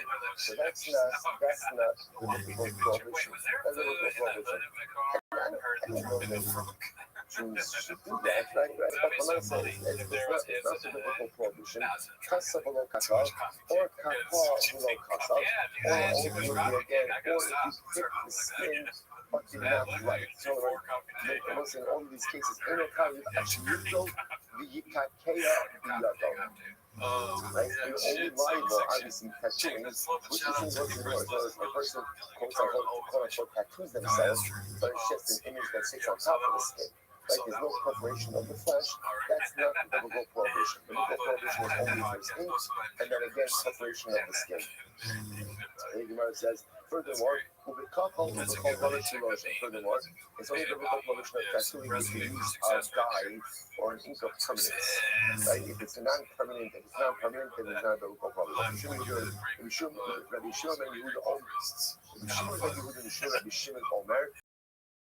ben Yehuda Sham as Hashanema Sobes Kako Bokan Aniyashem. It's very interesting. Now, just read and what he actually means. The way it reads right now is what it sounds like is. Rabbi Shimon is saying that Halakha L'Maisa, you're only chayid if you write the name of Hashem as a tattoo. So you decide, sometimes people get inspired and want to do all kinds of things, right? Shadid Hashem L'Neg Summit, they take it quite literally, and I just call it a big UK off on my arm, right? Right, so let's say now, it sounds like what Shimon is saying, that's the biblical prohibition. The biblical prohibition is to tattoo the name of God on you. So we're going to see, Rashi points out, well, let's leave it for later. So let's get called out to do about that. So let's go back to it. So let's say, so essentially, what do we want to say? The biblical prohibition of tattooing really requires three things. Number one, ink on the flesh, and again, a pricking or perforation of the skin to allow the ink to be absorbed within the flesh, use of some type of permanent dye. Right? According to the Shimon, fourth criteria, the biblical prohibition of tattooing only applies if you tattoo the name of God on your body. Said the Gemara, I'm going to back up Rabbi Rashi. Adich Torti Hashem Mamish. So Rabbi Rashi, is Rabbi saying that literally again, you're not trying to literally write Ani Hashem, because that's Hashem of the pasuk. So this Kakao sounds like it's very interesting. Sounds like Rabbi Elazar is reading the pasuk like this. So the Kakao you do not tattoo yourself. What's the biblical prohibited tattoo you can't put on your body? Ani Hashem. You can't tattoo on your body Ani Hashem. So the Gemara says, that is that what Rabbi Elazar is saying? So the Gemara says, I'm going to lay it low. Zani bar kapra inu chayim ashyichto shem avodas kohavim. No. It's the opposite. What it means is like this. The biblical prohibition is to tattoo the name of idolatry on your body. That's the biblical prohibition. Shenamar uksobes kako lo titnu b'chem ani Hashem. don't tattoo the name of another god on your body. Ani Hashem v'lo acher, because I am Hashem and no one else. I will say now the way we have to pass this is that halacha l'maisa, the typical prohibition of tattooing is whatever you're tattooing. It doesn't matter what you're tattooing. The only issue is if you tattoo the name of God on your body, you have bigger issues. Like there are bigger issues that come in, like walking into the bathroom, right, with that tattoo uncovered. But leaving that aside, the biblical prohibition really applies to all forms of tattooing. The word goes like that. So I'm going to knock you, I'm going to add the also, Lord Yadam, Shivite Ephraim Makla Agabe Makasa. So this is very interesting. This is actually quite interesting. Now that we've established that really any form of tattooing is problematic, Rav Malkia said as follows: a person cannot put Ephraim Makla. We'll say Ephraim Makla is ash. Is ash. Now what you used to do is if you have a fire, right, and then again at the end of the fire you have like soot. So again that.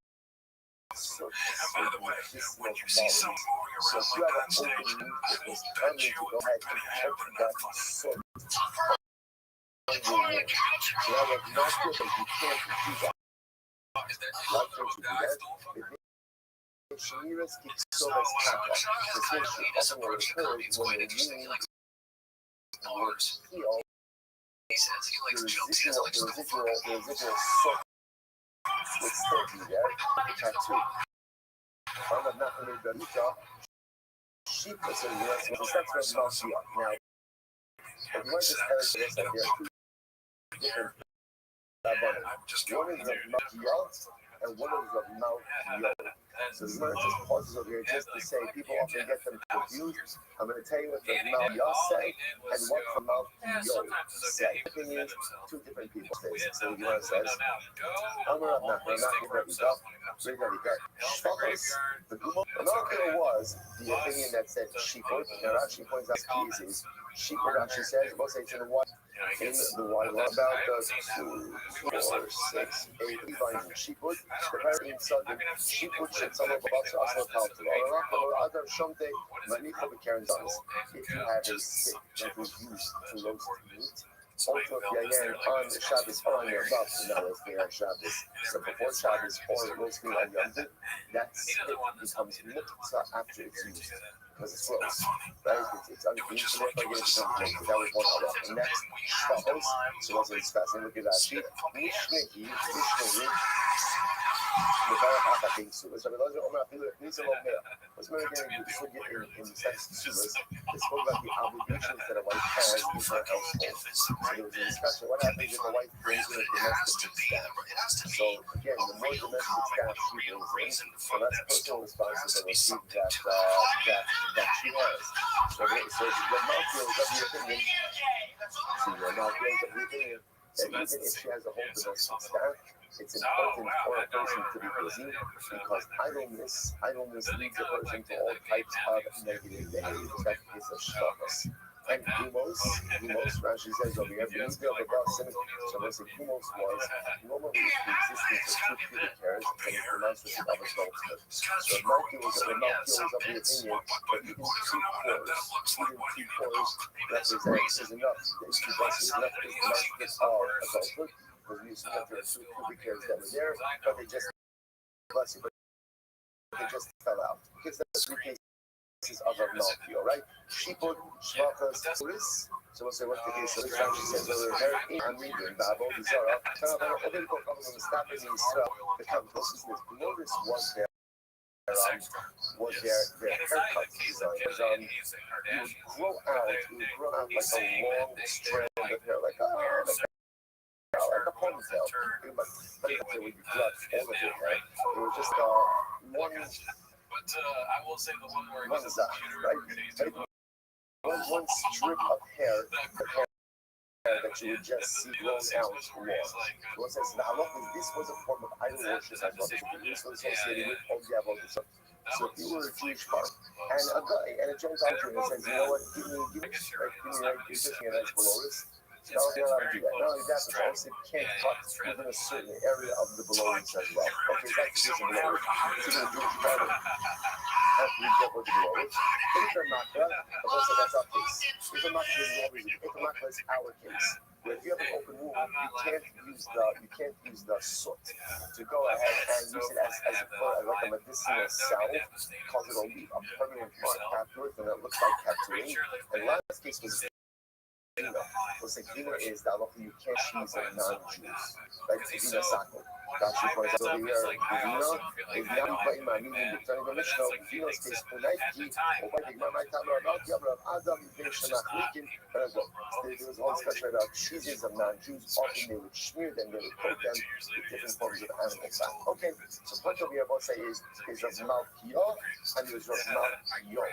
And the Malkiah happens to be the Malkiah is the author of, again, it's good to know, she put Shvacha's Gumos, and the Malkiah is glorious, Eber Makla, and Gavina. For our purposes, again, why we're doing this? We're doing this because, again, remember, Eber Makla is our case of tattoo. The Papa must listen, must Nisa, the Malkiah. The Papa says, whenever you find the Mishnah or a God song, that is of Malkiah, Shmai Sissa, but other rabbinic discussions of Malkiah. Simona, Masnisa, Malkisa. Remember, this is a Mishnah, is Malkisa, Malkiah. Okay.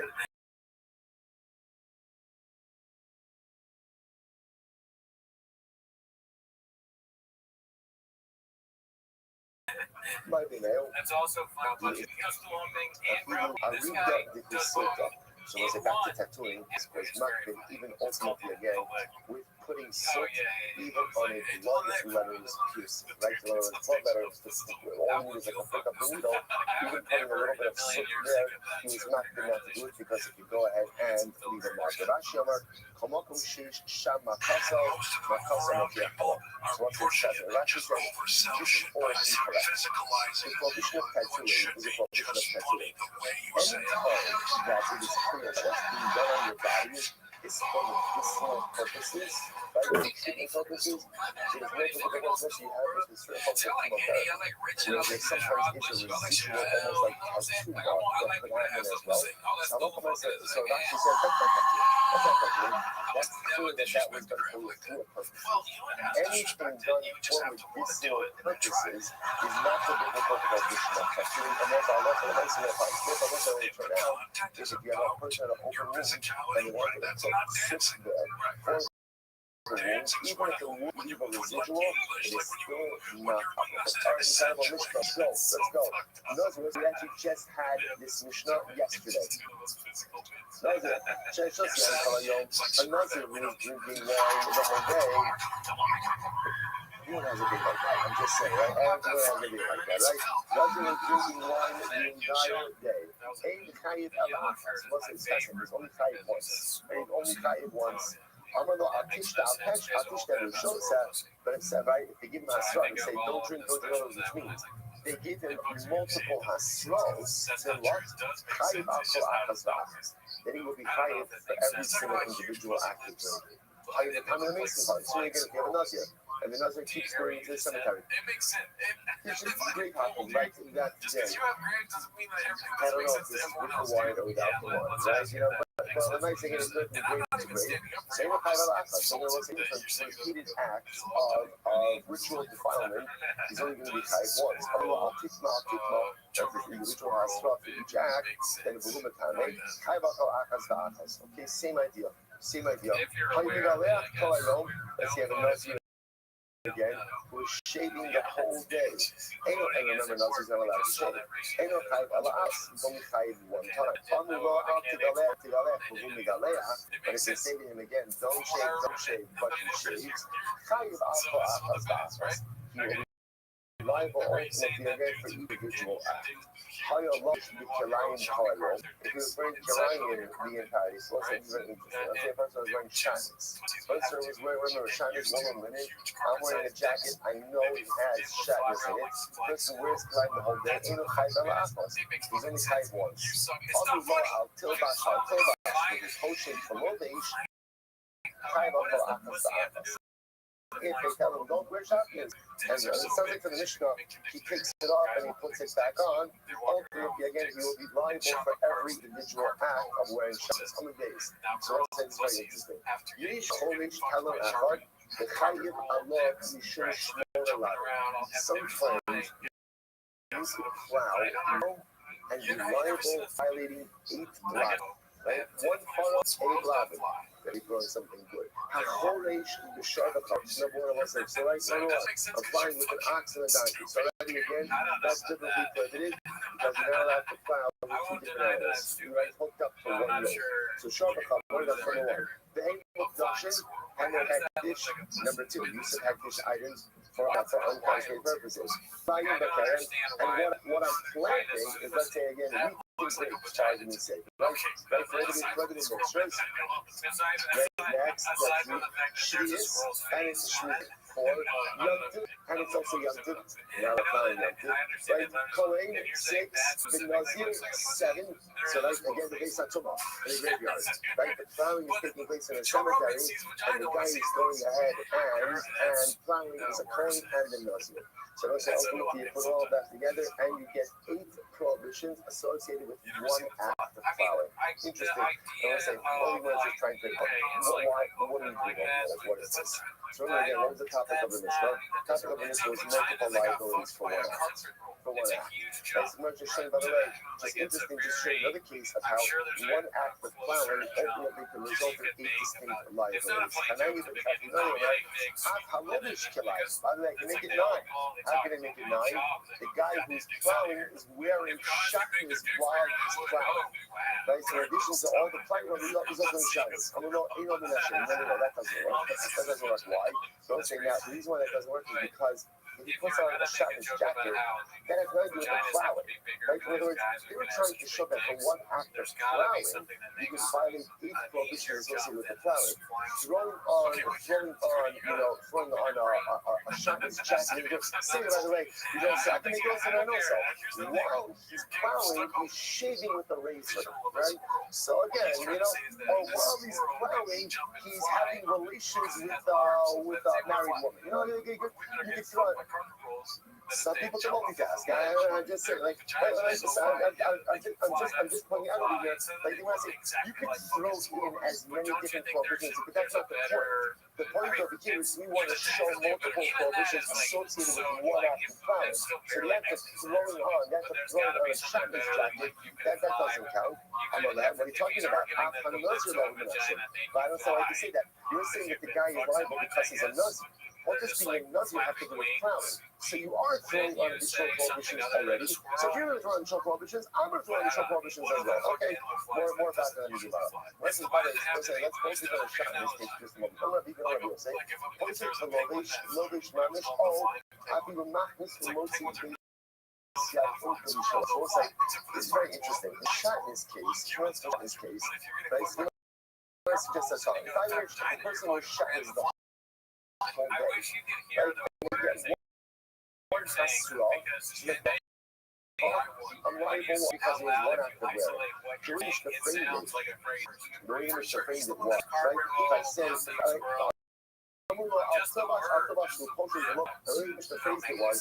I'm wearing shotness, right? And then I take it off, I put it on, and every time I take it off, they tell me, don't wear it. And I put it back on, ultimately again, it was right over there. We're going to stop with this over here. We're going to pick up the rest of the show. We are absolutely right on target. And we're going to do that, and we'll get much longer towards the end. No, but it's just tripped up last time. I would say, we'll stop over. But then I want to rush this last case.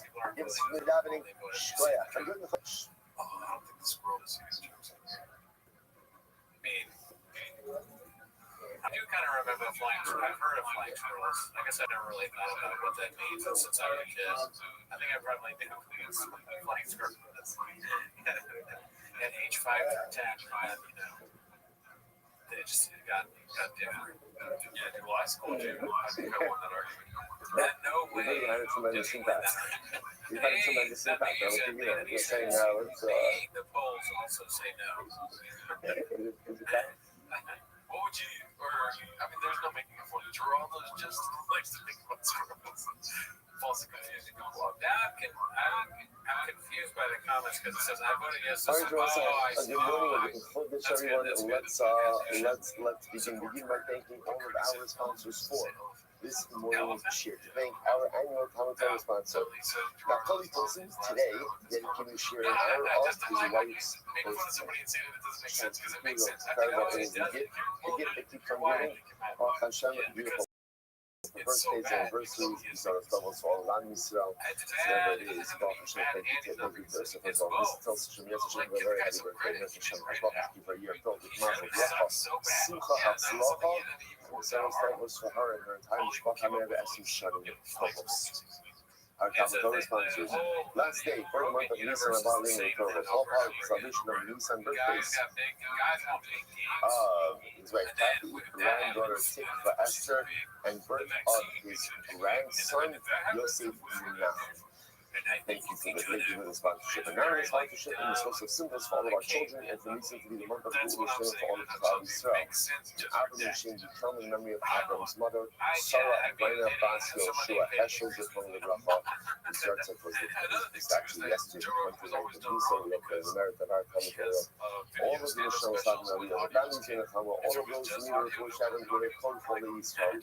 The Shmach Shem, Yerz Hashem, all of our hostages, the Shalom, and the Park, and allow our holy soldiers to be successful with all of Nasa. But with that, let us begin a tremendous thank you and a shayach to Josh Harris for giving cheer yesterday. Yes, it's not today's Dr. Scott. Yes, it's not. I actually want to put Josh got a little too far from my liking. One day, so he's going to hold that. Ridiculous. So actually, I know that Josh got up to the last couple of runs to make today. I just want to back it up just a little bit so you get the sugya this entirety in the third wide line. It's 2, 4, 6, 8 lines up from the bottom, same sugya. So I'm going to be asking, I'm going to be open. Nicer shimmy is a hayat and Allah. So let's remember the Mishnah said, if you're going to eat nicer shimmy outside of Yerushalayim, ultimately again you get nitrous. I asked the Gemara, so at what point exactly is there liability for nitrous transfer? This is actually a fascinating Gemara, but if you're not learning Gemara, you actually have absolutely no idea that there is this construct of Psukim. So watch this. The Gemara says, this is the open on, you sure up, listen to this. There is no liability for eating Ma'aser Sheni out of Yerushalayim, unless, of course, Ma'aser Sheni first has into Yerushalayim, and then it's been removed.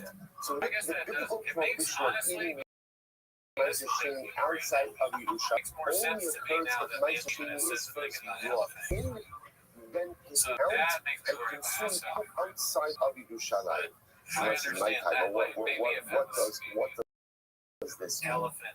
Rashi says over here, look at Rashi says about it. Yeshir Neachoma. Rashi says over here, as I say, you don't have Yeshua Neachoma. The Chutz Bechoma, Nasnisin, Hani Ayalei, the Afghan. And therefore, Mishnah said that you get malchus for eating Ma'aser Sheni outside of Yerushalayim. What that means is, you brought the Ma'aser Sheni in, and then you took it out, and then consumed it outside of the walls of Yerushalayim. Incredible. So the Gemara says, who would have thought nighttime? I just want to point out, again, before you say this Gemara, you assume what does it mean to eat Ma'aser Sheni outside of Yerushalayim? What does it mean? I separated my stream from my produce, and now I have two choices. What are my two choices? Either bring home the produce to Yerushalayim, or redeem some money, you might be spending it on food in Yerushalayim. But again, the assumption for say that the prohibition of eating Ma'aser Sheni is in that initial stage. I separated it out, and now again, I failed to bring it. I realized it's not what happens. The only time there's a prohibition, ultimately, again, is when you bring it in, and then you bring it back out. Fascinating. What it says the Gemara, what is the reason for this? My time, it says, before Hashem your God, you shall consume it. The Greek said, you cannot eat Ma'aser Sheni within your gates, within your own community. Wherever you have a fulfillment of before Hashem you shall consume it, i.e., whenever the Ma'aser Sheni has already been brought in front of the Beis Hamikdash, in front, or I should say, within the walls of Yerushalayim. Karina Berry, Mosucha Lecha B'Sharacha. Only once the Ma'aser Sheni has come before God, i.e. in the walls of Yerushalayim, is there a prohibition to consume the Ma'aser Sheni within your own confines, within your own gates. But whereas the Ma'aser Sheni has not been brought the walls of Yerushalayim, no Mosucha Lecha B'Sharacha. We do not go ahead and say about it that you cannot eat it in the confines of your community. I don't know, this to me like the most shocking things I've encountered in my life in the last, 4 minutes. This is like, so this is overwhelming because again, it totally changes the construct of when you think about the Ma'aser Sheni. So again, up until this Gemara, I would have assumed limited consumption of Ma'aser Sheni is separate out of my produce. I fail to take it to Yerushalayim. I eat it in my backyard. That's the biblical prohibition. The Rabbi Yochanan says no, it's not the biblical prohibition. The biblical prohibition is I brought it to Yerushalayim, then I brought it back out and consumed it outside of Yerushalayim. That's the biblical prohibition. Says no, they say, what is the kasha? So it's very interesting Gemara today. They say, Rabbi Yosef says, listen to this. Coin shall also be on the te'ila shel pedal. So a coin has in his hand a fig of pedal. Untied fig. So what does he do? So he says as follows. Te'ila zu, shosabol. So let the truma portion be on the orchids, on the stem part. It means touch on the bottom of the fig. Nice right now. He's doing something what we've seen this concept before about designating Ma'aser with order. I said designating trims and Ma'asers without actively separating them. So he's saying let the trim would be on the stem part of the fruit. Okay. Nice solution, but the Ma'aser portion be part of the fruit. Ma'aser Sheni the drum. Ma'aser Sheni be in the southern part of the fruit. The Hishnas Ma'aser Sheni of Yerushalayim. And let's say, for example, we're dealing with remember different types applied different times in different years of the Shemitah cycle. Let's say, for example, in this case over here, it was a Ma'aser Sheni year. And let's say the coin was in Yerushalayim. Or over Ma'aser Ani, or it's a Ma'aser Ani year, the Hukuk Zulin. That's our Yerushalayim. Remember again, you never have Ma'aser Sheni and Ma'aser Ani the same year to alternate. So like for our purposes of our example, let's just go that it was a Ma'aser Sheni year. So all of this is happening inside of Yerushalayim. So again, Cohen is standing with his fig, and essentially he designates all the different Shumas and Ma'asers while staying in Yerushalayim. And it is a Ma'aser Sheni year. Okay, so what's the rest of halacha? Now he ate it. So what is halacha? He ate a cup of love. So look at Afas. He gets one set of love. So let's say, interesting enough, even if he did everything, there was one kind that was not separated. It was Shumas Ma'aser. Shumas Ma'aser. So because Shumas Ma'aser was not designated, therefore we get Malchus for consumption of Shumas Ma'aser. Okay, the Zan Sha'acha, but the non-coin ate the same thing. Look at Stein, ultimately again, so because, just understand, what is he getting out? What is the coin getting off this on? It's because it still has status of pedal. Remember, the status of pedal is only both sides on it. If you have one kind left untied, so then the produce itself is still tighter, or still designated as pedal. So therefore, the coin in this case was an excellent effort. You got almost everything. And because Shumas Ma'aser wasn't separated, therefore again, you get Malchus, one set of Malchus for consuming pedal.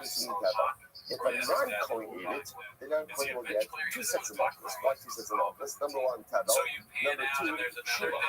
Haiti is consuming Truma, which of course is pretty Rashi says over here.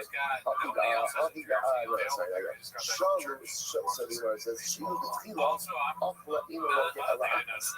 Interestingly enough, what's fascinating about this case is, had the coin not designated, or had anything not been designated, it would have only been 1 set of Malchus for Tadal. Right? So it's fascinating. In other words, the coin went ahead and designated all of these things. He has to take care of Shumas Ma'aser, so therefore it still has the status of Pedal, but at the same time, there also has been a Truma designation. So now when the non-coin consumes it, he's going to get 2 sets of malchus, one for Tevla, one for Truma.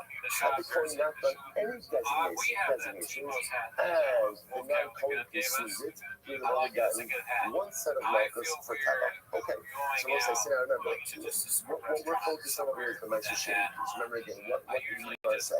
You said the Kohen is going ahead, standing in Shaddai with his fig, right? And he's designating Meister Sheni. Okay, so now kind of the city of Shaddai. So interestingly enough, the reason why now when he goes in and consumes it, that he's not chayiv is because he's standing in Yerushalayim.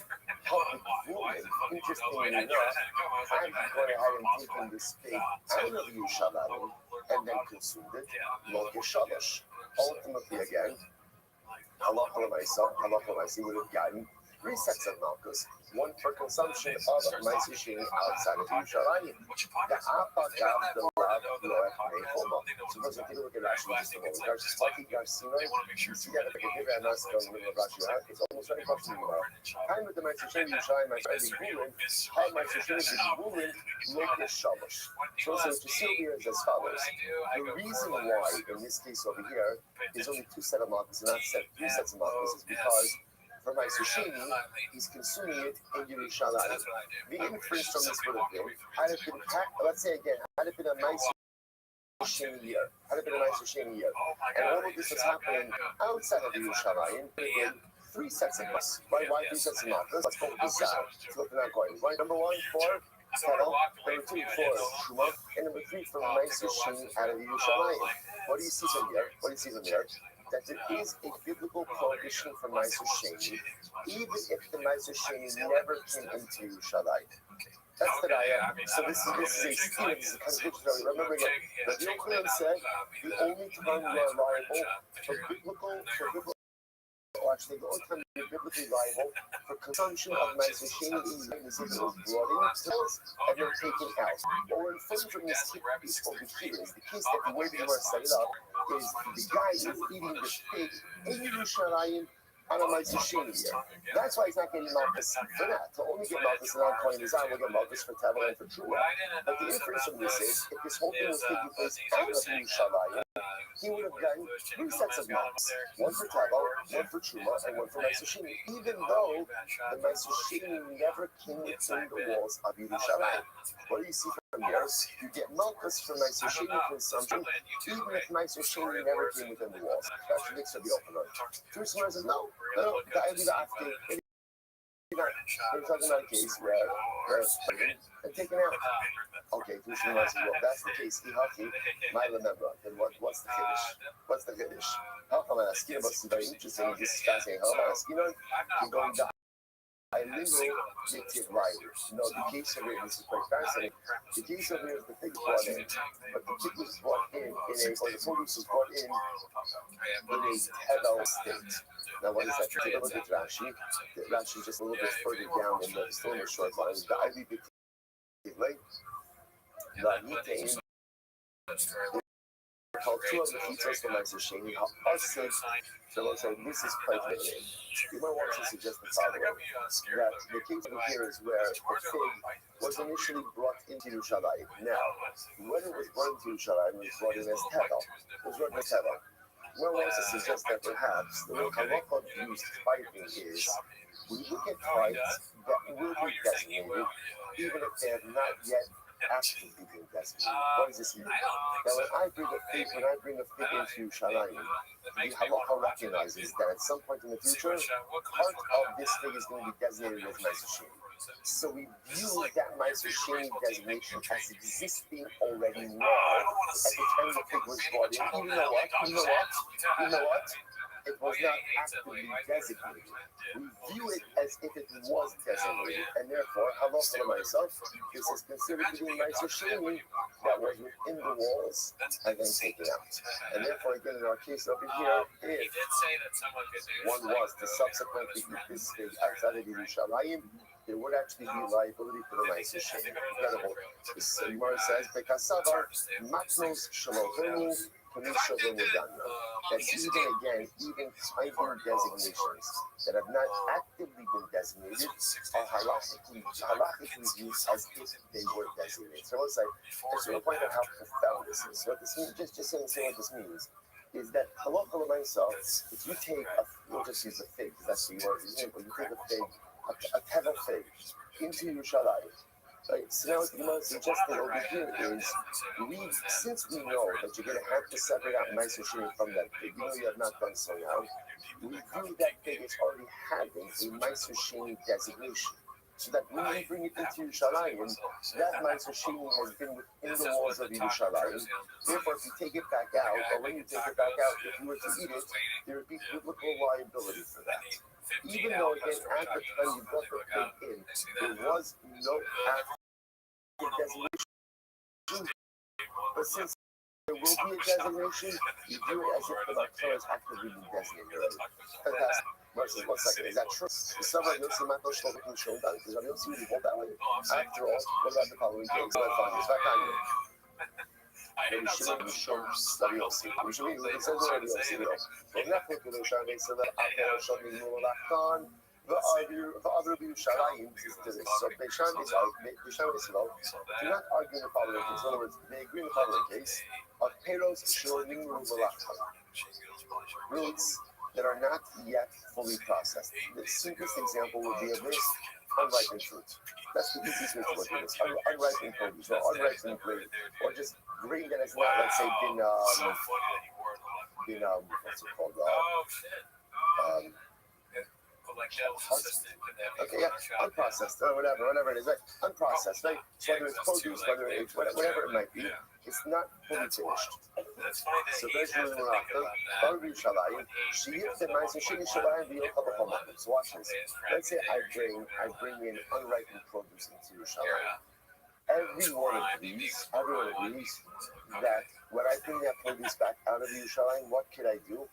I can go ahead and redeem my Meiser Sheni onto money, and go ahead and bring the money to Yerushalayim. I both say, just use something different about Meiser Sheni. We actually chose reference before as well. So look like this. If I live out of Yerushalayim, and I have also shown a lot of produce, I have Meiser Sheni. What am I allowed to do? I can redeem the Meiser Sheni onto money, bring the money to Yerushalayim, use the money to buy food. However, if you bring produce to Yerushalayim, once that produce enters into the city, you are no longer allowed to redeem it onto money. That's the halakha. We're going to touch on that. Now, we're going to halakha in just a little bit. So that's important. But again, the Gemara is saying like this: everyone agrees you bring in unprocessed produce into Yerushalayim, and then let's say take it out, you can still redeem the Meiser Sheni onto money. Now, what's the logic? What's logic behind that? Makes a lot of sense. Why? Because since it's not fully processed, since it's not complete, it's not subject to Meiser Sheni. Because it's not subject to Meiser Sheni, therefore, again, there's no problem with redeeming it, you don't have to take it out. Listen to this. What's my focus? Aman Nechnaku. What's my focus about? Let's say you bring in fully processed produce into Yerushalayim. So now, again, I'm bringing in a basket of fully processed produce. So now, what is that all about? Shemei Shammai over Yachzir Meiser Sheni Shel Yerushalayim. Shemei Shammai says that halakha l'maisa, right? The produce the Meiser Sheni must be consumed in Yerushalayim. Once that produce has been brought into Yerushalayim, you cannot take the Meiser Sheni out and consume it anywhere else. So Beisila says, Yitzka, Yochal b'chol makom. Beisila says, no, not true. True. Since the Meiser Sheni actively designated, therefore, you can remove the produce from Yerushalayim. Still redeem the produce on the money to Yerushalayim afterwards. So now, what's the machlokes over here? So the Pashtus, what it sounds like is as follows: Beishan holds, Matanos Shalom, Yeshuvim Beishan holds that when you bring fully processed produce into Yerushalayim, we view those tithes as actively being designated. Now remember again, the only tithe entry in Yerushalayim matters for is what? Is Meiser Sheni. Right? That's the only one that it really matters for. According to Yerushalayim, we bring fully processed produce into Yerushalayim. We view the Meiser Sheni as if it has been Oh yeah, it's a god. No, not because now. it's been designated, it's been within the Choma. Once it's been within the Choma, there's two things that happen. Number one, it's a heavy prohibition to consume it outside of Yerushalayim, and you are no longer allowed to bring that Ma'aser Sheni onto money. But they still disagree with this. They still says no. They still says not true. Not true. Ma'aser Sheni is only designated when Ma'aser Sheni is designated. Right? There's no such thing as Ma'aser Sheni being designated until there has been an active designation of a Ma'aser Sheni portion within the produce itself. Incredible. These are like Matan Shalom to be Shalom Mutanyon. And if you think it's true that everyone agrees that Ma'aser Sheni designation is as if it's been made, even though it has not been actively designated, the verses are cultural mechitzos. So again, if the mechitzos, the laws of Yerushalayim absorb this produce, if that's the case, how is it they still allow for the subsequent redemption of that Ma'aser Sheni onto money? Rabba says, no. Mechitza le'achol da'araisa, mechitza litlot drabanan. So Rabba says really, there's two different halachas going on. There's a halacha that once produce enters into Yerushalayim, so Ma'aser Sheni can no longer be consumed outside of Yerushalayim. That is a din daraisa. That's a din daraisa. The idea that once Ma'aser Sheni comes into Yerushalayim, it can no longer be redeemed onto money. That's a din daraisa. That's a din daraisa. Okay, and therefore again, God wants to make a challenge ultimately again between those two separate halachos. You know, so keep that rabbanon, and when other rabbanon goes there, so the Gemara says only when halacha the Ma'aser Sheni itself is actively designated. However, the Gemara says I'm sorry, if he does rabbanon the tivlei lo gadol. However, again, when the produce is still taval, ultimately again the rabbanon goes. And that's if we train the slow position. So the slow is agreeing, technically agreeing that that even though you are not yet actively separated, Ma'aser Sheni is as if it's been separated. And therefore, once that produce enters into Yerushalayim, you no longer consume that Ma'aser Sheni outside of Yerushalayim, but you are still allowed to deem it on some money. Why? Because the concept that being within Choma prevents redemption back to the Rabbanon. And the Rabbanon only goes on that in the case of the Ma'aser Sheni itself is extant. But the Ma'aser Sheni is not being designated, then the rabbinic prohibition of religion does not apply. Fascinating. So the Ravina is that the Rosh Kidon enough to lay the Kanda. So as it's the Ravina says, no, what the case? The case over here is around Kaina Ma'aser Sheni. And Hana Kaina says, yes, it's not. I'm wearing it, you know, on a stick, like they have, you know, like cartoons. Right? So you have like a stick, you have like a little paddle on the end of the stick, right? And what happens? Remember again, I walk into Yerushalayim, and again, but my tackle is outside of Yerushalayim. Outside of Yerushalayim. So most says, remember, Ravina says, what's the halacha in that case? The halacha is your person entering Yerushalayim is considered to be what? As if your Ma'aser Sheni entered into Yerushalayim as well. Okay, fascinating. The Gemara says, by the way, once we do that, the Tishon Bayid Rapapa. This will answer the question of Rapapa, because Rapapa Mamish had this exact question. Right? What happens if the person enters into Yerushalayim, but the passport that he's holding ultimately again remains outside of Yerushalayim? So now we see what's that like. When you enter Yerushalayim, your tackle enters Yerushalayim with you as well. Absolutely incredible. So also, by the way, just to appreciate what beautiful, like, just metaphorical significance that has. But in general, I actually go through life. All of us carry a tackle. Like, we all wear a lot of stuff that we're, or some of us have a lot of it. You know, everyone in life carries baggage.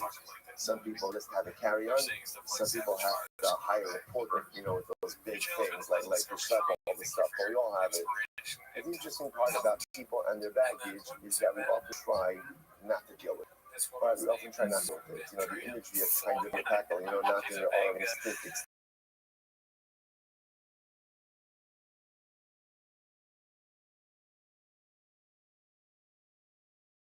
Extended behind you. I think that's metaphorical for people with baggage. So I keep it at a distance. It's beautiful. What is the Gemara? The Gemara says, once the Shaila is, if you enter into Yerushalayim and your body's in Yerushalayim, does your packle come with you? Does your packle come with you? Somehow it seems to be that a lot of Gemara suggests that once you're personally, your packle comes with you. It gives us a big very exciting for the future. The most beautiful part about Mashiach is to show all the baggage with you also. Whatever the baggage there is, whatever the challenges there are as well. Once you enter into Yerushalayim, all the pack will go along with you. And if you are uprooted upon entering Yerushalayim, all of that baggage goes with as well. Another reason to finish. Another reason to hear for everyone. So let's get back to the halacha basis. We pass it because this is big stuff. Like, so first of all, in general, we accept this precept about Ma'aser. So first of all, the ask is, in your first Ma'aser, Perek Beis halacha thought. So the Rambam very interesting. He says, "Ain't looking at Torah, Achiyot Leno, Knas." I'm sorry. In a look at Torah, Achiyot Leno, Akar Shenichnas L'Chomos Yushan. So first of all, this is how he passed it. He passed it out of the so there is no biblical prohibition for Ma'aser Sheni consumptions, unless of course Ma'aser Sheni came into Yerushalayim first and was then removed. So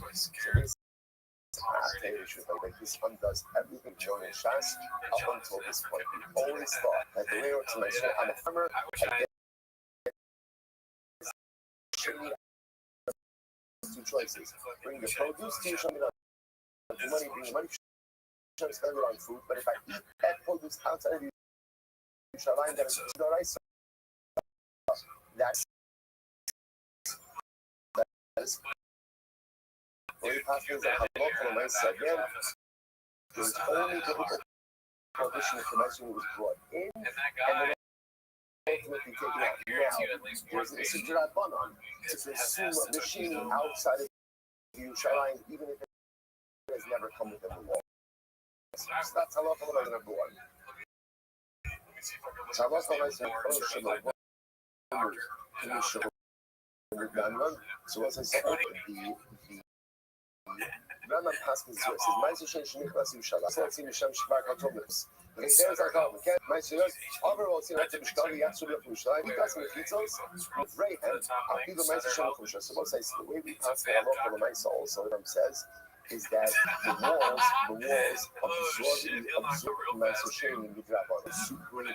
Once you bring in Ma'aser Sheni to Yerushalayim, no longer, let's say you're doing protein, you are no longer allowed to redeem that produce from somebody. That is the casting that way, but that is a din midrabban. Mid'oraisa, you're permitted to redeem it on money. Okay, incredible. All right, we'll say brand new sugya, and this is a fantastic sugya. But here we go. Hakoreh Karchaborosha, Mishnah.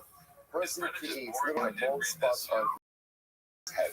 Now, why is someone doing this? So that's second why by Rasha Korosha al Hamis. Now, remember again, in Torah, we're going to see two prohibitions for this. One for Zarim, now final one for Bahanim. The idea of Lukiku Karpa, I'm not making a bald spot on the head. This was a warning practice. People would go and lacerate themselves, pull out hair from their head out of a morning practice. So again, and that's very important because the biblical prohibition only occurs if one does this in the context of mourning. So again, one who creates a bald spot and his head pulls out his hair over mourning for the dead, not past Rosh, shaving off your face. And it's a little again, the way that it's framed is rounding off the corners of your head. Damash is to ask Zakano, or one who destroys literally again the corners of his beard. this refers to. Have tattoos in my Now, again, kids. I want to point out over here, these are different prohibitions. Correct show was DACA morning practice.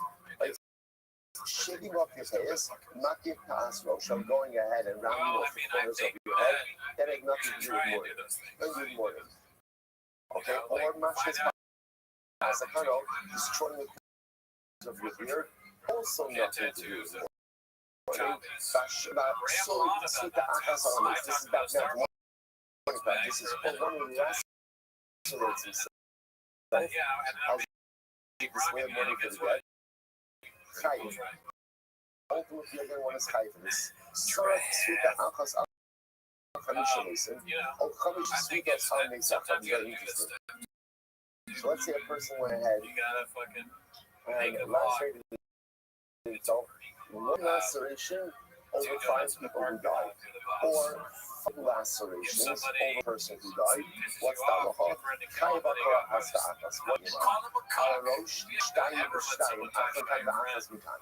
For rounding up the corners of your head, there's 2 pockets of liability. Rashi points out the head essentially is divided into, right? So essentially, and again, we'll get into this more specifically. It's talking about shaving off of the payas. So there's 2 distinct prohibitions, one for each payoff, one for each corner of the head.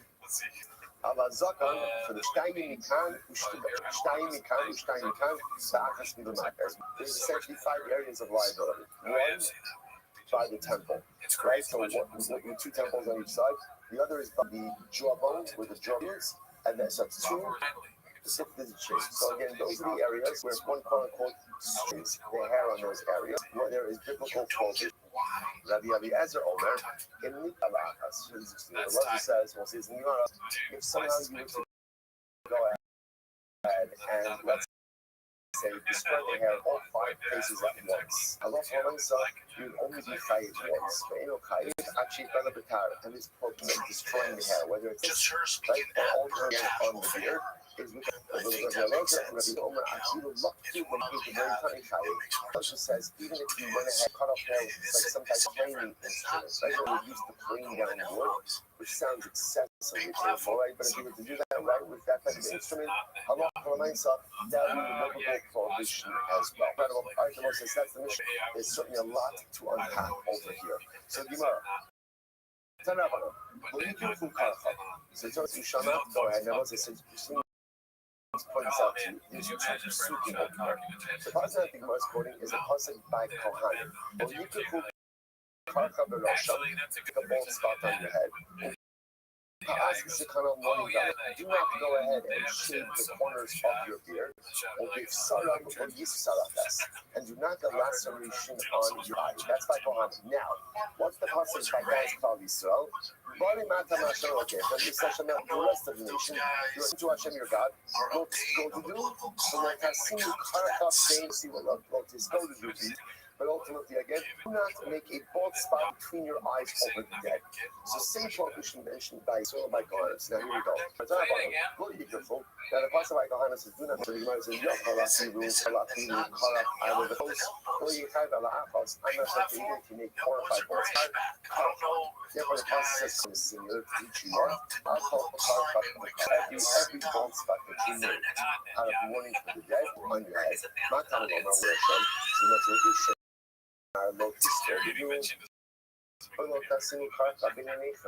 Since the father is the locust and do not go ahead and one spot between your eyes and the dead. There's only liability if I really do my eyes. How do I know that there's liability? Breaking his bald spot anywhere on the head. The buzz is on the head. The rabbis kaladosh. Anywhere on the head, liability. Now again,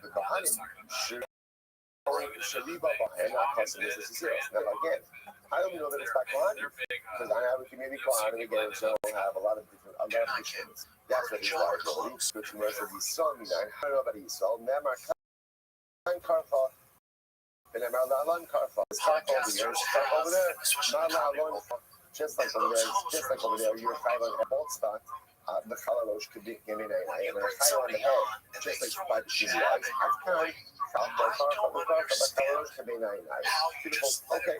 And I will say, as we said before, the interesting idea about creating a bald spot is for the beautiful part of the shirt is only if it's associated with the morning practice. Not the Havalamis, that's Kanalamis. Incredible. So much is tiny down the because so that's what I have. So first of all, essentially you're making zero struggle between the positive and the positive. And it comes out with two levels. Number one, probably you're pulling out hair anywhere on the head. Anywhere on the head. B99 obviously wasn't talking about the pull out like eyebrows. They pull out eyebrows ultimately also as a display board. So I'm trying for closing the car. And every car is difficult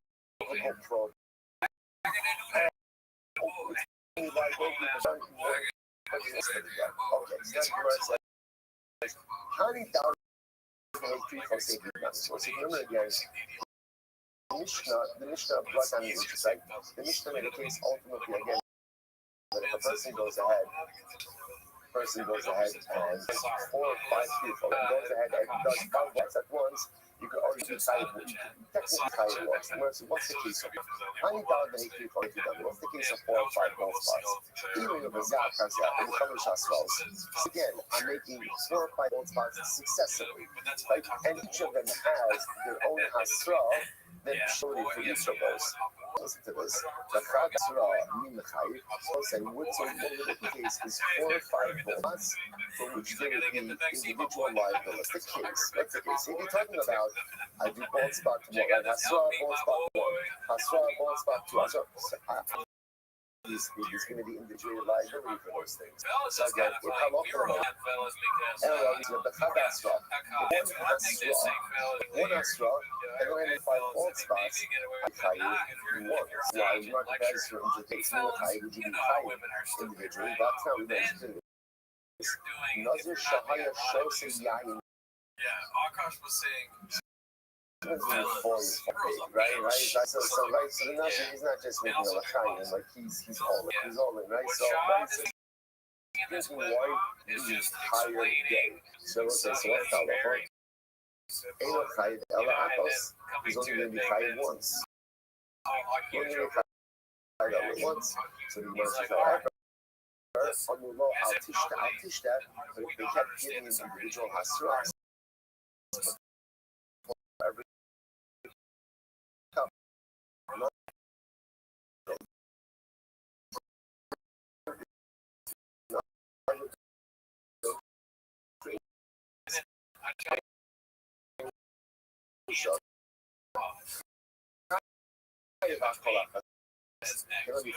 So if a guy comes on the podcast, before multiple repeated acts, only talk shit. one liability. Multiple acts before multiple acts. Individual liability. So what's the case of our 4 or 5 bald spots? So you must listen to this. Look, this sucks. I mean, it's about Osap Nasha. This is fascinating. So what's the case? This regards of Nasha. Sam Shemisha Esasea. Rasak Nimeno Eno Tzomech Seah B'Gufo. So what happens? The case over here is he puts a cream. A hair removal cream. He puts hair removal cream on 5 fingers. And what does he do? He applies 5 fingers to his head all at once. So 5 individual acts, but done simultaneously. This could be a case now. For myself, there could be 5 individual liabilities. The Havile Hasra L'chol Tzad Zechai. Ultimately, again, the Hasra. He counts for each and every activity. So, So again, the guy takes the cream on 5 fingers, puts the cream on his head at one. The other day, Acres Rashi, the Acre calls, the other day, is a Chad Hasra, and there's one Hasra over here. The Chitling in the last half has covered. My Chazes, the Chayli Hasra, it's not same high.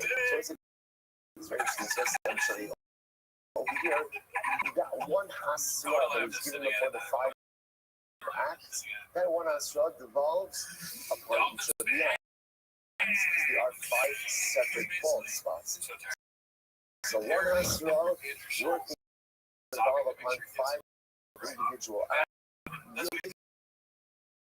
5 individual instances of living. Okay, then what's by the way, the commercial car, how much is the ball spot? How much is the ball spot? Rahuda Amar, give a Shira Miro show. Rahuda says, you pull out enough hair, which you can see the scalp. Okay?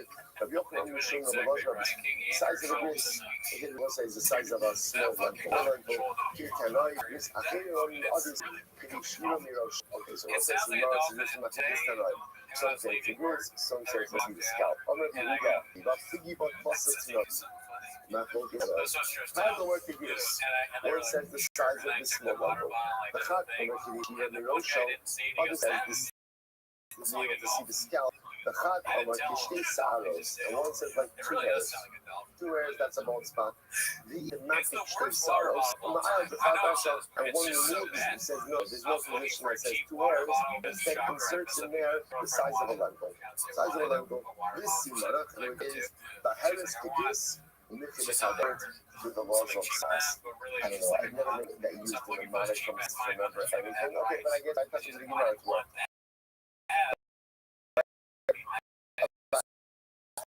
Which is a problem correlation to the size of the wrist. Which is a field burn, not Tame's Kadash. Okay. So I said, I think it's my focus. My focus, how much is a bald spot? How much is my focus? So Hanota, so what's very interesting, Hanota Malipim Shabbos Chayim. Interesting, let's say, Hanota, if you go ahead and remove a scissors worth of hair on Shabbos, you are tired. And what are you tired for? You're tired for gozes. Right? One of the 39 malachos is gozes. She's the act of removing any type of hair from the place where it flows. The paradigmatic example of this was the removal of wool on the sheep in order to create videos of the curtains of the Mishnah. Right? But again, the application of this could be a person pulling out the hair from his head on Shabbos. So I look for a way to get pluck out hair. The rice that you did out right? Because the way you did that hair removal oh my God, Flipper, look at those kids in that car. Somebody's got a mask with the seatbelt on. If you do the scissors worth of hair on Shabbos, that is the reliable. You know what I don't remember about Flipper and his hair? How much is the scissors worth? And you got Stein, 2 hairs. I got kind of a Parka Stein. I thought we were elsewhere. Therefore, bald spot is 2 hairs. You're right. The aim of the Parka Stein. So, just by Shabbos, the sheer of prohibition of 2 hairs. So, again, for bald spot, for Parka, it's 2 hairs as well. I don't know. Everybody says support this. And also, when we have the Shabbos Chayyim, one removes a scissors worth of hair on Shabbos or Chayyim. They come up as how much is this? Stein. What's the Shabbos? So you can see what the hair but the legend of Apos is mentioned. The legend says even removal of one hair. They will say that's wild. Right? Now again, what determines the removal of 2 hairs? Remember, for Hilchos Shabbos, one violation of the malacha, have to be something of substance. Has to be something substantive. So at least most basic unit of distinctive type has to reach. So again, therefore, for 2 hairs, but the legend says then the lucky is we call Sholos. Now, Now, when we get from the ordinary type of charges, if you're in the tool, to one extent, if a person is after removing white hairs, right, so if you're removing white hairs, even the removal of one white hair, because that is a significant act. Now, what's in that is that, remember again, that's what we're as much as. Removal of one hair is insignificant. But again, when one is actively weeding out white hairs, even the removal of one hair is considered to be a significant act, and therefore there would be Shabbos liability for that as well. By the way, the government would require us for a man, removing of white hairs is going to be prohibited even during the week. Why? Because the Pasuk says a man is not permitted to wear a woman's clothing.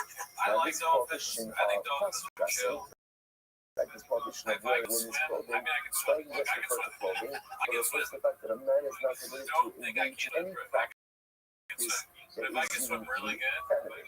This would refer to, let's say, shaving hair on certain parts of the body that men don't normally do. Like, or putting out white hairs, which are the main act that women do, men do. Like, by extension, by the way, coloring hair. Spanking hair, which is a practice of feminine practice. Again, usually discussing the posting about whether or not there's legal prohibitions for men to engage in that as well. Different discussion, but the point of it, we want to clearly say that Allah Almighty, removal of a white hair is a feminine practice, and what a man can do. It's interesting, you know, on Shabbos is going to be violated because Allah Almighty, the removal of one white hair is significant.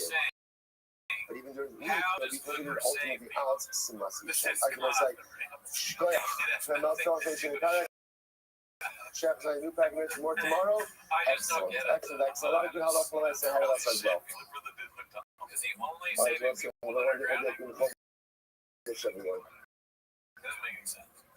Watch our Patreon. We're gonna review Flipper. It would be funny, yeah, like because I've talked about Flipper this much, like a bunch of people.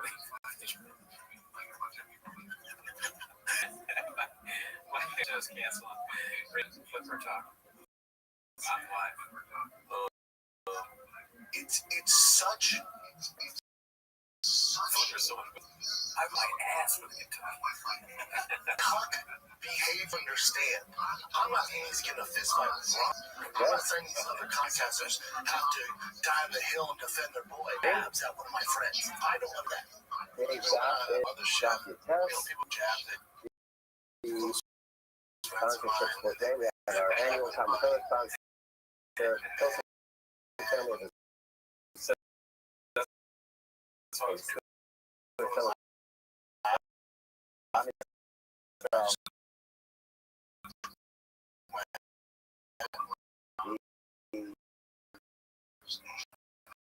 Tom Phillips sponsor for the Bug Nissan. Paul Pop, the celebration, recent birthdays of like Kathy and for Esther Paula.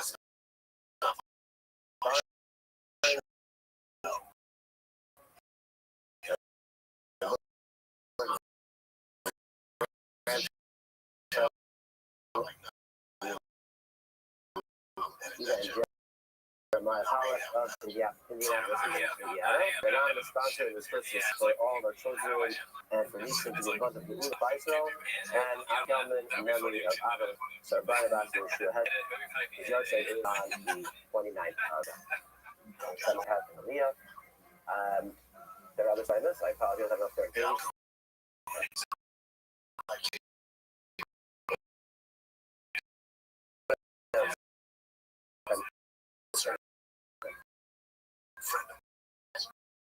Okay, so we'll pick up the last line of this fast on the case. It's not happening. She sees all this passion. She has so much resentment. Part of it is some of it's your own doing. The way you handle it. We were talking about before for Zach, for not calling you in. Yeah, it's been issue. Basically, when it's a point where a recruiter will become higher, then the price has to be only one recruiter that already seen and already gone into past the threshold, and therefore they have this position and only would they're not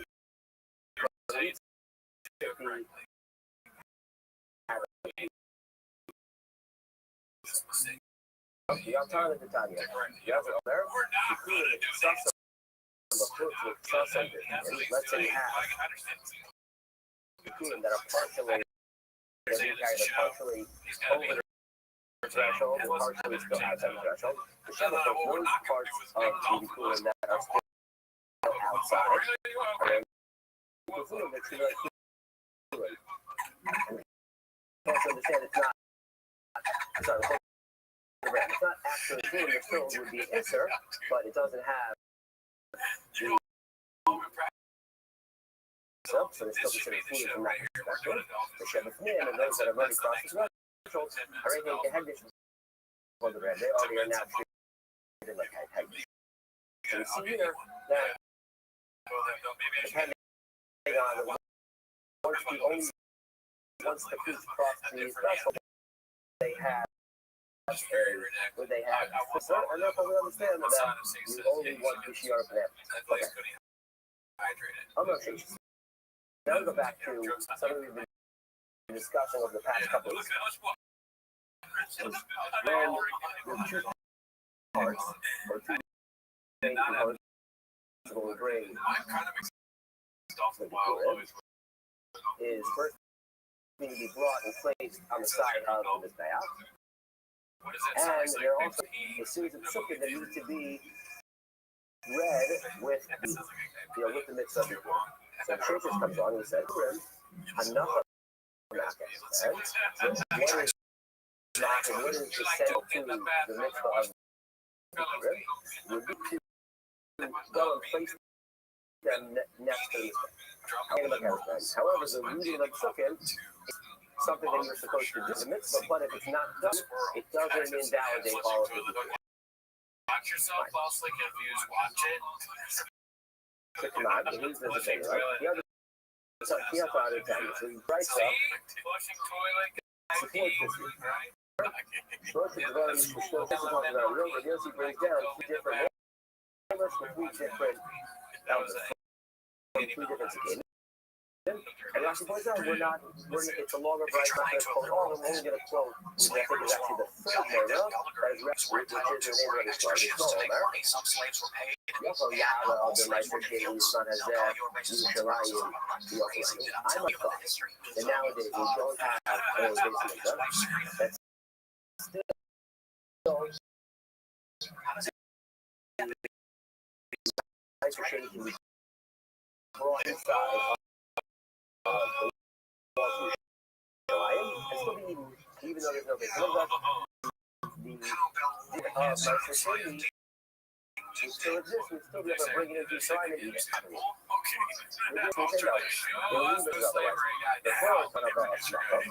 We might just change kind of our smoke. Make a connection, make a case.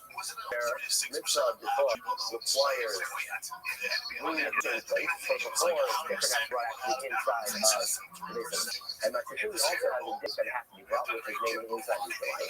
And since they both have this make a connection, you say, well, my boy, either Ella, this man, it's just mitzvah is only going to be knowing when the Beis Hamikdash is standing. We're only going to know when the Beis Hamikdash is around. And I think Rabbi Shmuel taking for granted that we know we understand for sure that in the mitzvah before you have to have a Beis Hamikdash. Later on, going to that I asked where that source is, but for now the assumption is we know that before only is knowing when the Beis Hamikdash is, and we're going to learn from before to my situation to only like we knowing when the Beis Hamikdash is there. So now we come out after oil. Well, we can't necessarily learn straight before to my situation because there's a difference. Now before, it came from Matan Dam, and it's there. So before has something that is a the board can only blood and have, sorry, the before requires sprinkling the blood on his back.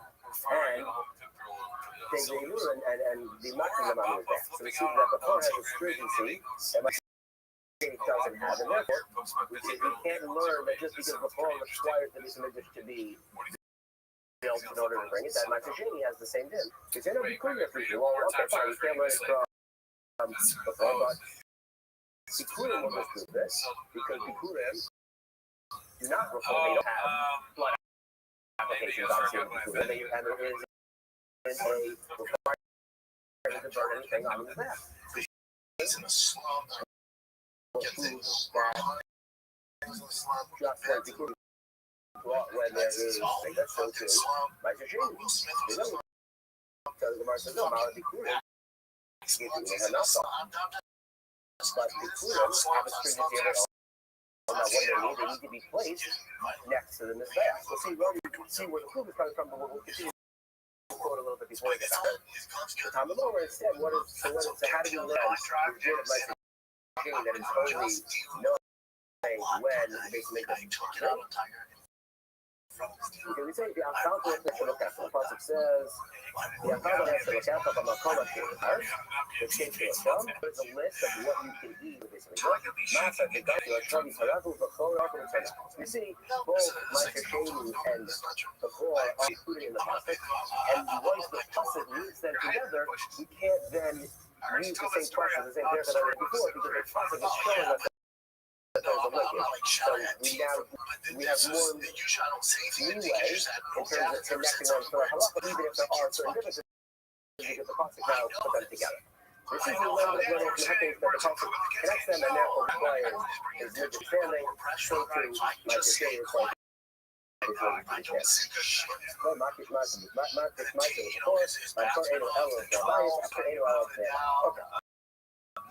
Now we go to that's the part we put through right. Now we come with our we brought this originally to teach us at the din of reputation that enough of that, right? That we put enough of that before, but we brought the placing next to his back is that's essential, but the Kriya of the Psukim Isa, if it was the case, that not only piecing Bikurim essential, but also reading it down, we tried to bring Bikurim in as a group, and we said, Bikurim is different because the Hanafa is a Hanafa next to his back. So then Isa, if not only the Hanafa is essential, but also the Kriya is essential. Look, Mount Bikurim should get to only Kriya Hanafa. Then it should have had, what's the difference with Bikurim? Bikurim require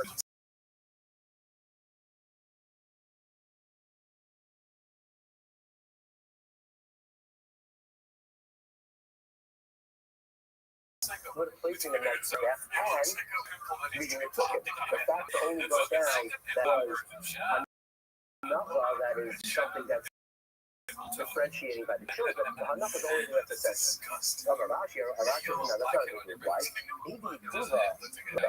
Even according to both opinions, right? Even according to the opinion of Restream, that Kriya is not ma'akiv by Bikurim, he still holds that there's a mitzvah of Kriya of the Sukkah. He doesn't hold that that's not part of the mitzvah.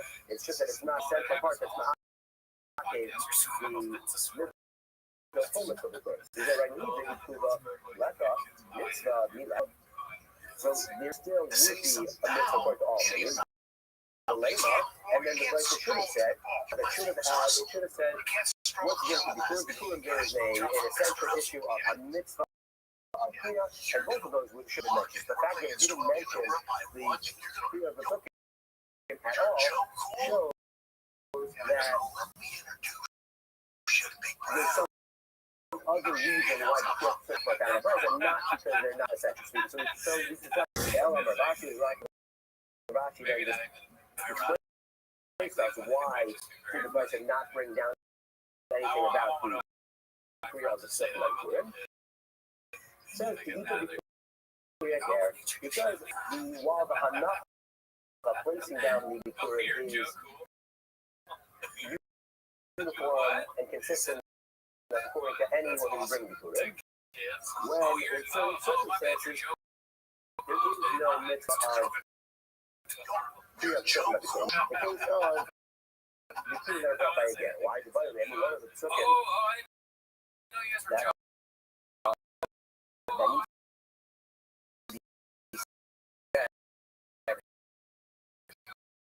bring it. I should lift by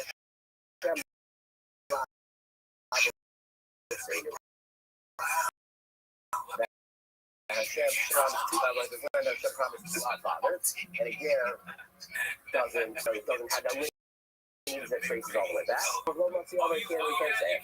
So let's see guys. So that case, that's the reason why the Bible didn't bring down the discussion of Kriya, Chris of Sukkim, and only the discussion of Hannah.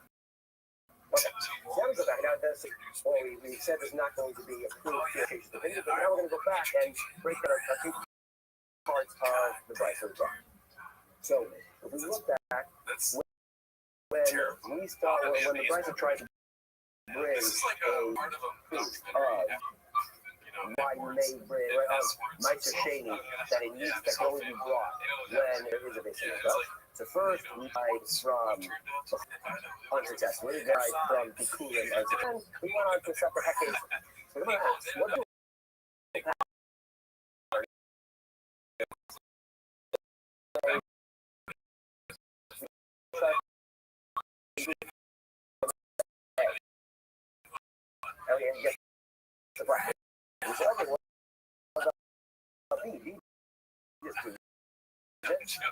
what's the next logical step that we're going to bring down? Okay, let's try to bring A, B, right? So let's out of so we're there. Well, we have the next step, bring down and say, okay, we can't learn from before. We learn straight from before. Let's learn before and be joined together. So then we'll make the tell us, man, Shakir's plan is on the back. That wouldn't have been, no. They each had different stringencies.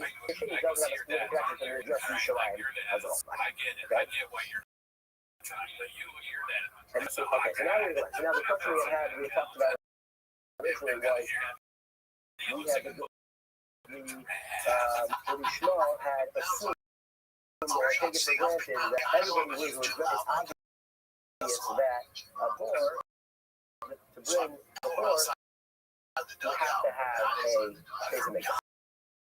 So now I ask myself, why is this so obvious here? What is the old?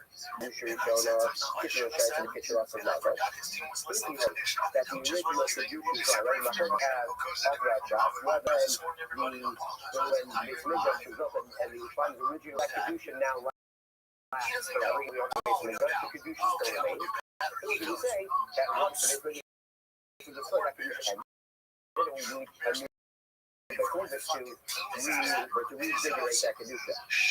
So if we know that Kedusha is going to be so therefore Kedusha of Yisrael is still intact. So then, before, matters. Then, in that case, if the Kedusha is still intact, then the bringing of the before should still be allowed, because the Kedusha is still allowed. So why not bring it? Why are we saying that before cannot be brought if the Kedusha is still fit? Why are we only worried about my it can be brought. Or, whatever you hold, the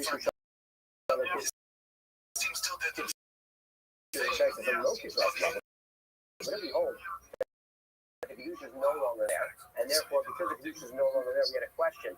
Okay, so Meister Shani doesn't need that Kedusha, and therefore, because the Kedusha is not there anymore, we can't bring the Meister Shani. Or maybe the Meister Shani doesn't require the Kedusha of the new and therefore, he can still. Oh, that was a question. That's why we weren't sure we didn't do it. In that case, before, now why don't we ask the question? You should be obvious stuff from before. Before should have the same question. That does before necessarily require the Kedusha to be there, and therefore no Kedusha, no before. Or before something that could be brought, even though there's a Kedusha, why don't we need a limit to teach just one way or another. Amarino, Rita says, Olam Kasava, Kitchenless, the no kitchenless. So really, that the Kedusha is no longer there. And so, why was it obvious to him that of the before cannot be brought? What we brought down is before everybody knew it's obvious cannot be brought without the stuff. You said we have a specific here. How come before can use a demo code from a bias, the car of a bias got diver. We're very specific case here where the before was brought. The water sprinkled, there wasn't as bad. There wasn't as big. And then the destructive behavior happened in between the sprinkling of the blood and the eating of the animal and bringing the bucket on his back. So therefore now what we have a before the blood was sprinkled on his back was around, and now it's sitting there, there's no more Messiah, but you have a before it's to be eaten. What do you say? The Machina is selling a demo where the heck is from the basar of the before to the dam. Just as the dam was sprinkled, not damo of the staff. Once the dam was sprinkled on the staff itself, opposite of the staff. Now the basar requires the dam, and therefore can't be. So it's obvious in this particular case that you can't be just before sprinkled on the staff, it's not connect the entire animal to the mizbeach. And you can't be obvious for the before case and then to my machine. Again, then the purpose of makish my before. Once you know before getting eaten, then we do the heckage we have professor that before as well. Sorry, that my machine as well cannot be used as act on the unit because he double case exposure in the line. Once we have original use in this case, we said we will knock down to the basar of the before.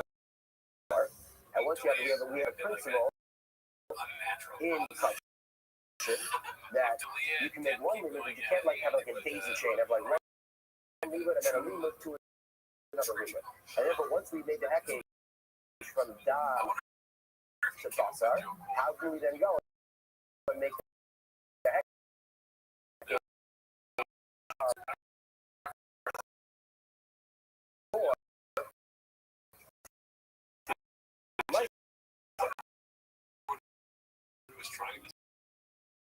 Well, I said, doggone cool. Right? The principle of not making heckage and heckage only is in touch.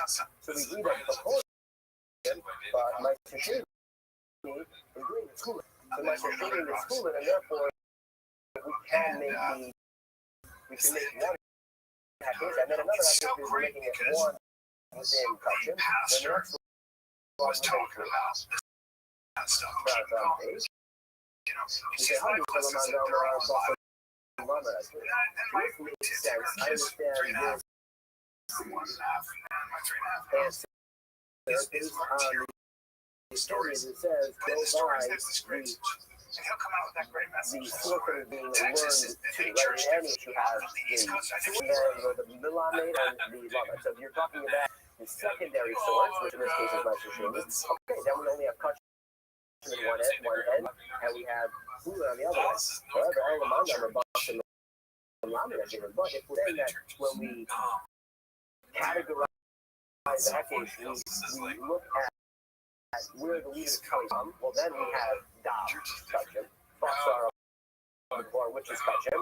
Those are two, and then we have, we shouldn't be able to do heckage and another heckage. And then we have this, then we still have that issue. So, Michael, remember when you say, I'd rather you say down the birth of the milk. So we have to say, the church principle, when we say heckage for heckage, applies when we're talking about two different things. So let's say you went from before to another set of questions, totally different something within a question, and then want to learn again, that's when we're not able to. But in this case, yes, instead of a heckage, they're both in the same manner. They're both considering that like a second. It's one, and only you can one heckage from that full entity of the Dam and the bucket together, and we're making that relate to my machine, and therefore it will be now we're going back to analyze the Gemara said, the Gemara is the list. And this is slowly touching with the way actually going to talk about the rest of that list was Mike Shady, Mike Shady, even Mike Shady would get fourth. And we already learned it. We already said earlier in the show about Mike Shady. We said Mike Shady had so why do we switch this again? Why do we need to add Mike Shady to the list once more? Oh, there's the Marcanino. There's two different cases about that. Case off. And Mike Shady cover. They got the our latest mix. Talking about a case where we have Mike Shady that is fully tar, a person that is fully tar, and the golf puts the phone. But you're leaving it outside of the walls of Yerushalayim.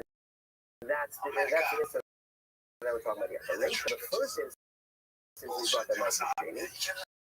We're talking about Mike Shady. We're talking about the golf. I was talking about when we had a problem with the Mike Shady or with the individual. One of them was the golf will be Yerushalayim. And that's the case. Even if you're eating Mike Shady properly within the walls of Yerushalayim, it's not because either the Mike Shady itself was or the person was talking. Even though both cases the Mike Shady they're different cases. So what happened in the Chayv? How do you know that Mike Shady would have